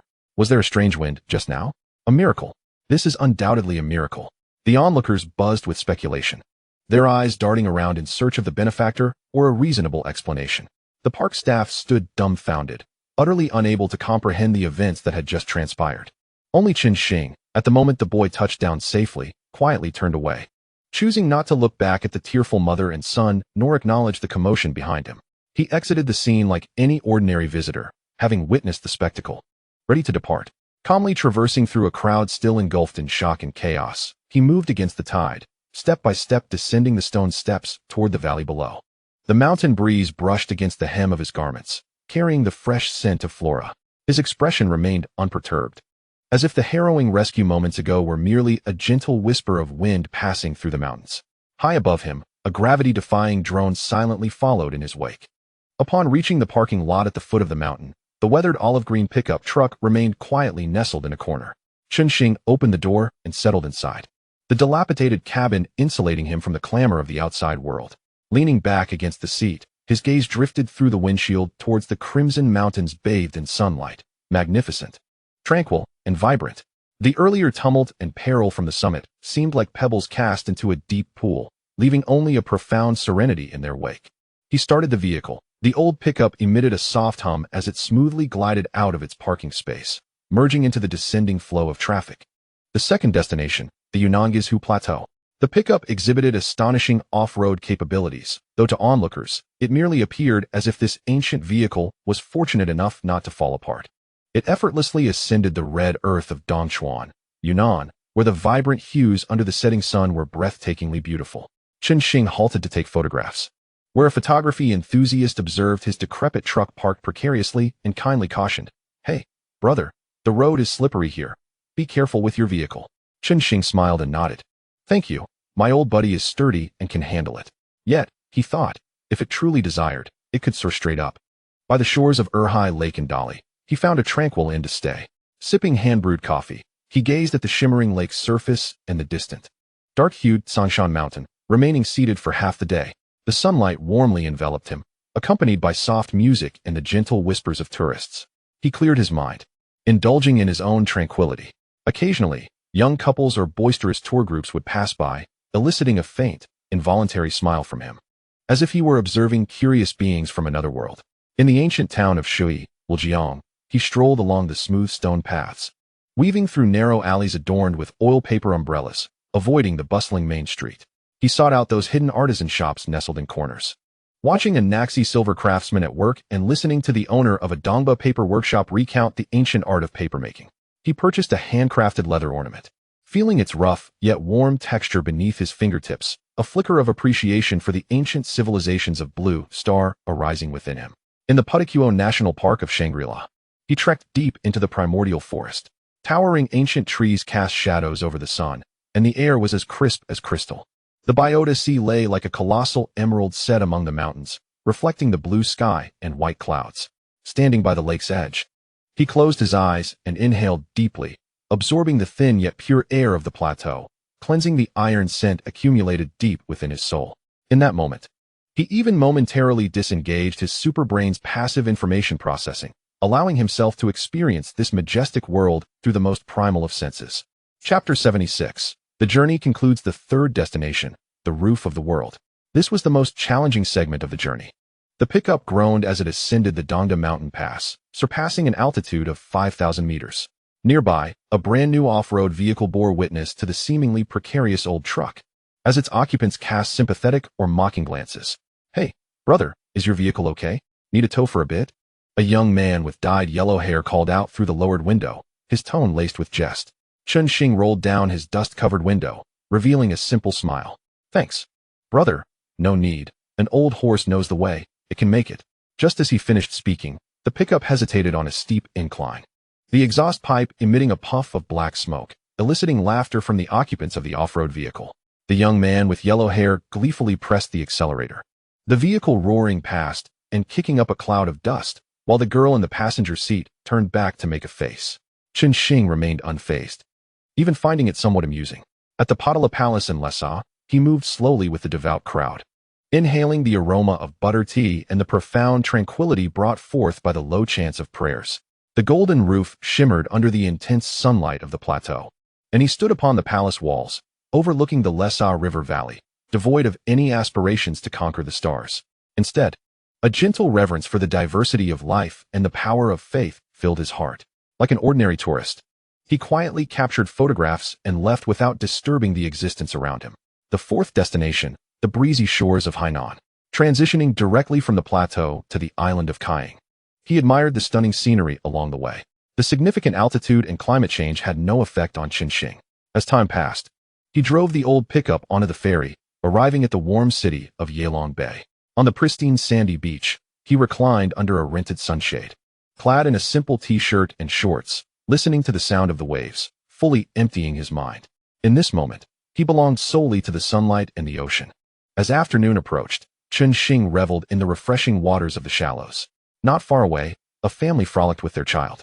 Suddenly, a massive rip current formed without warning, instantly sweeping away the 7- or 8-year-old boy who was splashing in the water.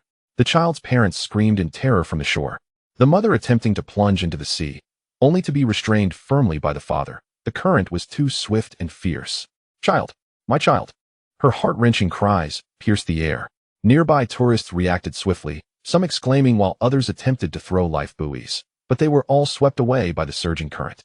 Lifeguards sprinted from distant lookout towers, but the situation was dire. The boy's small figure bobbed in the murky waves, rapidly being dragged toward the depths. Seemingly on the brink of being consumed, Chen Xing's eyes sharpened, and without a moment's hesitation, his body sliced through the water like an arrow released from a bow, propelling him toward the boy at a speed beyond human limits. His movements were swift and efficient, akin to a swordfish, closing the distance in an instant. Grasping the boy's arm, the child instinctively turned to cling to him. Chen Xing swiftly pivoted behind the boy, locking him in a one-armed embrace. However, the power of the rip current was beyond imagination. Even with his physical prowess, resisting the ferocious force of nature while carrying a struggling child proved exceedingly arduous. And the risk of harming the child was palpable, just as a larger wave was about to crash down. Pangu, activate Battle Star. Hand components only, underwater mode. Chen Xing murmured softly. The silver suitcase in the back of the battered pickup, parked not far away, opened silently in an instant. Inside, mechanical structures whirred into action, accompanied by the almost imperceptible sounds of hydraulics and precision gears meshing. Two silver-gray metal gauntlet components sprang forth as if imbued with life, swiftly darting through the air before plunging into the sea. Soon, underwater, Chen Xing felt his arm enveloped in a layer of cold and resilient metal. A powerful force surged from within the gauntlet. The vector propulsion ports emitted nearly invisible bubbles as they propelled him forward. With one arm securely holding the water-choking, unconscious child, his other arm, now clad in the Battlestar gauntlet, thrust violently against the raging current ahead. A hum resonated as a directed, powerful shockwave erupted underwater. In an instant, it tore open a temporary reverse gap in the tumultuous rip current. The resistance diminished significantly. Utilizing this newfound strength, Chen Xing kicked off with all his might. Like an installed booster, he surged through the waves, cradling the child as if propelled by an arrow. Swiftly, he swam back to the shore. When the lifeguard arrived, panting, at the shallow waters, Chen Xing had just set foot on the beach with the child in his arms. He handed the child over to the parents, who were almost collapsing from emotion, weeping with joy. Thank you, benefactor. Thank you. The father, tears streaming down his face, grasped Chen Xing's hand, nearly kneeling in gratitude. The mother, holding her recovered child, was too overcome with emotion to speak. The surrounding tourists erupted into enthusiastic applause and cheers, their mobile cameras trained on the swimming prodigy. Chen Xing quickly withdrew his hand, waved it dismissively, droplets of water glistening on his face. His expression remained calm and composed, though tinged with a hint of feigned exhaustion. It's all right, go check on your child. He gestured towards his drenched t-shirt and shorts, explaining that he had merely swum a bit faster and exerted a bit more strength. He declined their request for contact information and politely refused an interview with the local media that had rushed over upon hearing the news. I merely happened to be nearby. As he wrung out the water from his clothes, he briskly walked towards his dilapidated pickup parked beneath a coconut tree. The crowd's gaze was fixed upon him, filled with admiration and curiosity.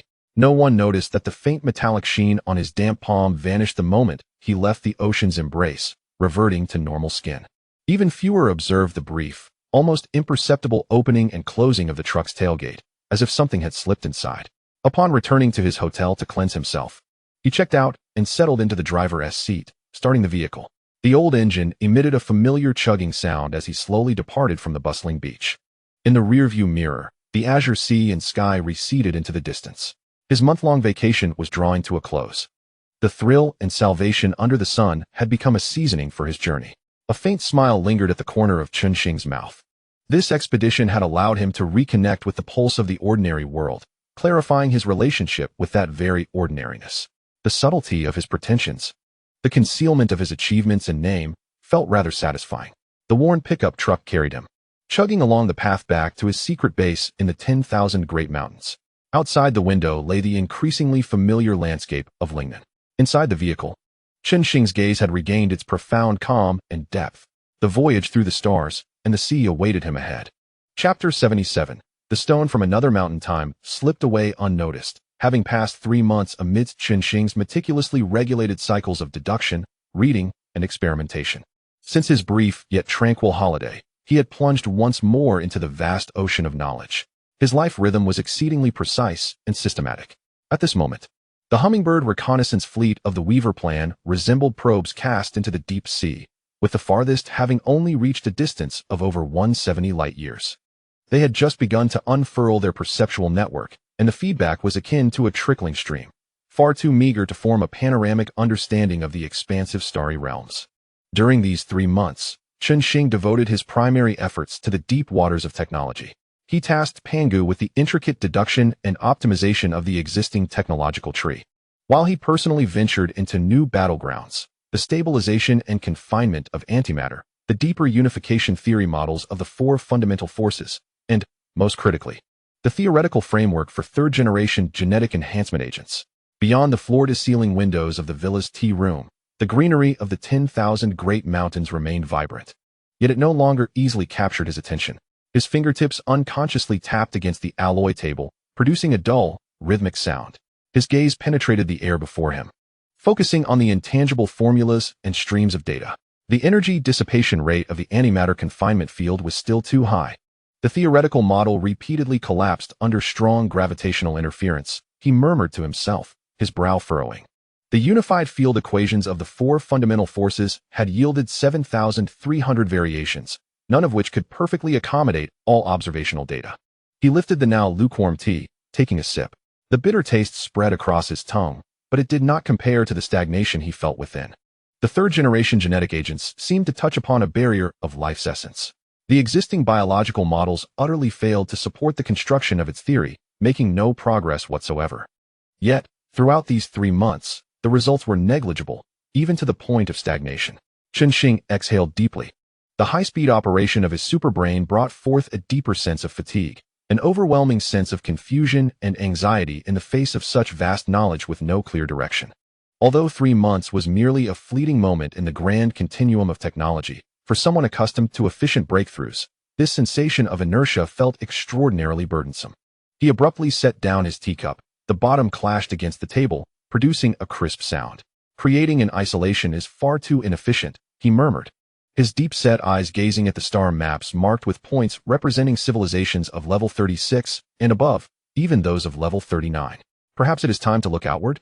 A thought streaked across his mind like a meteor illuminating the darkness, sparking clarity within his thoughts. To draw inspiration? To reference? Chen Xing's eye sharpened.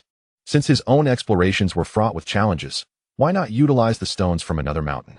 Those advanced civilizations, which had thrived for thousands of years in the starry seas, particularly those at levels 36 or even 39, must possess technological trees and developmental paths that could serve as worthy references or even direct acquisitions. Once his mind opened up, myriad possibilities surged forth. Direction 1, trade routes. Disguising as a cross-star trade convoy, he could engage with known level 36 and above civilizations, attempting to barter for non-core, non-sensitive yet enlightening technological data and theoretical achievements, or perhaps procure their publicly available historical outlines and technological overviews. Direction 2, targeted hunting. Selecting a civilization with no direct conflict of interest, approximately at level 36 and relatively isolated, he could dispatch an elite fleet, masquerading as space pirates or executing punitive actions, to initiate a limited war. The objective: capture their capital ships, research vessels, or core databases to obtain physical samples and technical information. Direction 3, infiltration and theft.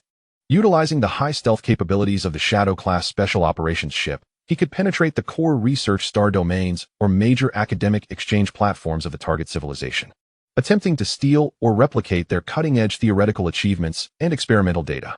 Pangu. Chen Xing's voice resonated with a newfound clarity born from resolution. Initiate the feasibility analysis for the stone from another mountain project.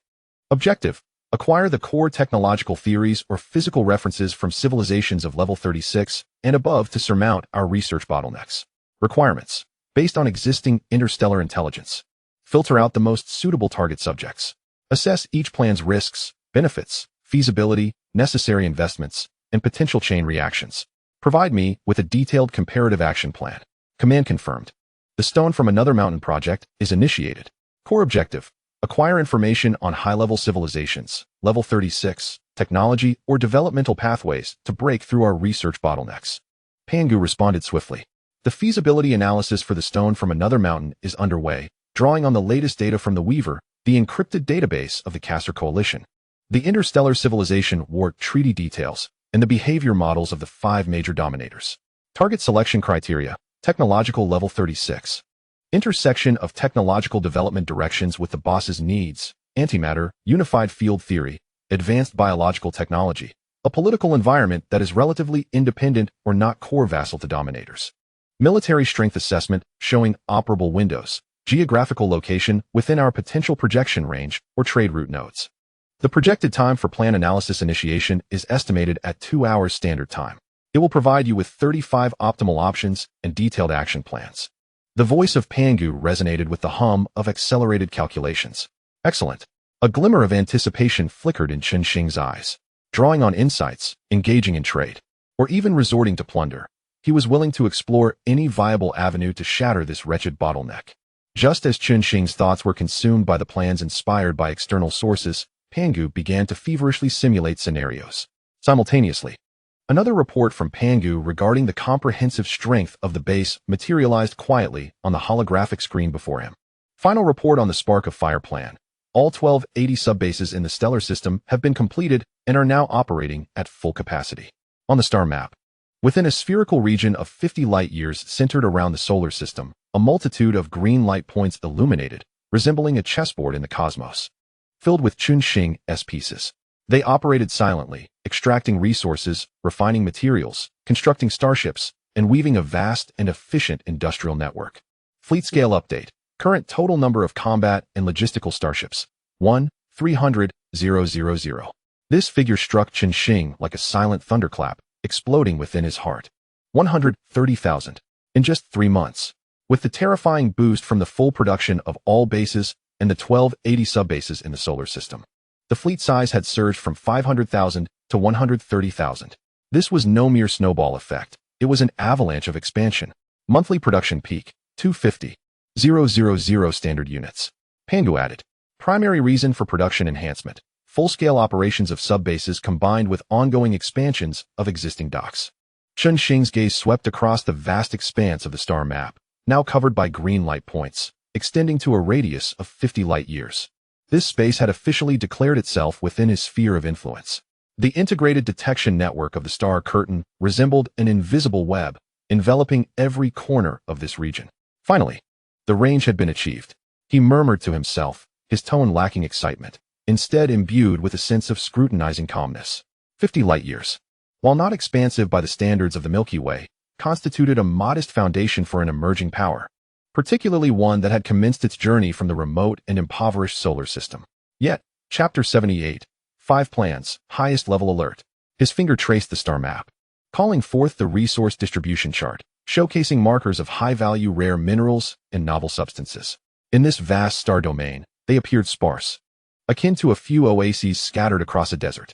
The resources were too meager. Chen Xing furrowed his brow slightly. No wonder even space pirates were disinterested in this desolate expanse. Aside from a somewhat useful catalytic element, there was virtually nothing to be found. It was no surprise that the solar system had remained undisturbed for so long. It turned out others simply deemed these remnants unworthy. A trace of helpless amusement crossed his lips. This was both a disadvantage and, in some respects, a stroke of fortune, allowing him to quietly accumulate power capable of shaking the starry seas in an unnoticed corner. Plan simulation completed. Presenting the following 5 optimal plans for decision-making.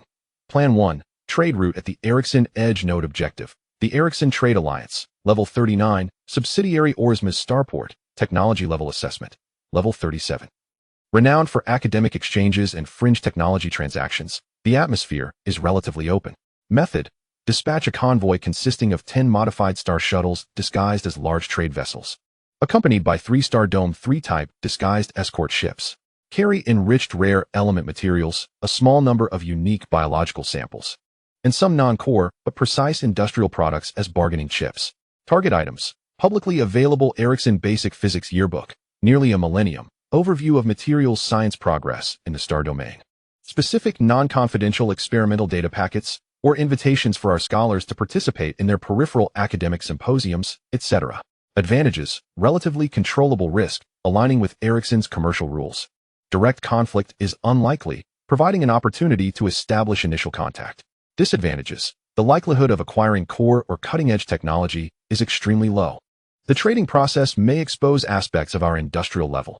Ericsson's intelligence network is well developed, necessitating perfect disguise. Feasibility, high. Risk, medium. Anticipated yield, medium-low, primarily theoretical insights. Plan 2, targeted hunting of the Lockhan Coalition objective. The Lockhan Coalition, technology level assessment, level 365. Located approximately 180 light-years northwest of the solar system. It is a loosely militarized alliance composed of several races. Their technology tree leans towards energy weapons and shields, and they have tense relations with neighboring civilizations, having recently experienced minor border skirmishes. Intelligence indicates that one of their main patrol fleets regularly operates in the Debris Nebula region. Method: deploy a rapid strike cluster composed of 10 customized Star Dome 3-type vessels, warp speed 512C, 20 Breaker-class ships, and 5 Shadow-class customized vessels, warp speed 512C. Utilize the complex environment of the Debris Nebula to ambush, launching a surprise attack under the guise of space pirates. Tactical objective: incapacitate and capture all research support vessels of their flagship. Target items: complete starships, especially engines, shields, and weapon systems, onboard databases, research equipment, and samples. Advantages: potential direct acquisition of high-value physical items and technical data. The target is isolated, minimizing the risk of large-scale retaliation. Practical testing of the new fleet's combat capability. Disadvantages: high risk of military action. With potential fleet losses, the capture process requires precise control to prevent self-destruction. There is a risk of exposing our existence and strength, with the possibility of being observed by third parties. Feasibility: medium-high. Risk: high. Anticipated yield: high. Significant reference value for physical items. Plan 3, infiltration and theft of the Starlight Cult's peripheral sanctuary objective. The Starlight Cult, level 39, subsidiary Enlightenment Sanctuary, technology level assessment, level 38. A religious research institution focused on psychic energy and fundamental particle studies, located within an isolated nebula, relatively weak in physical defenses, but renowned for its psychic detection network.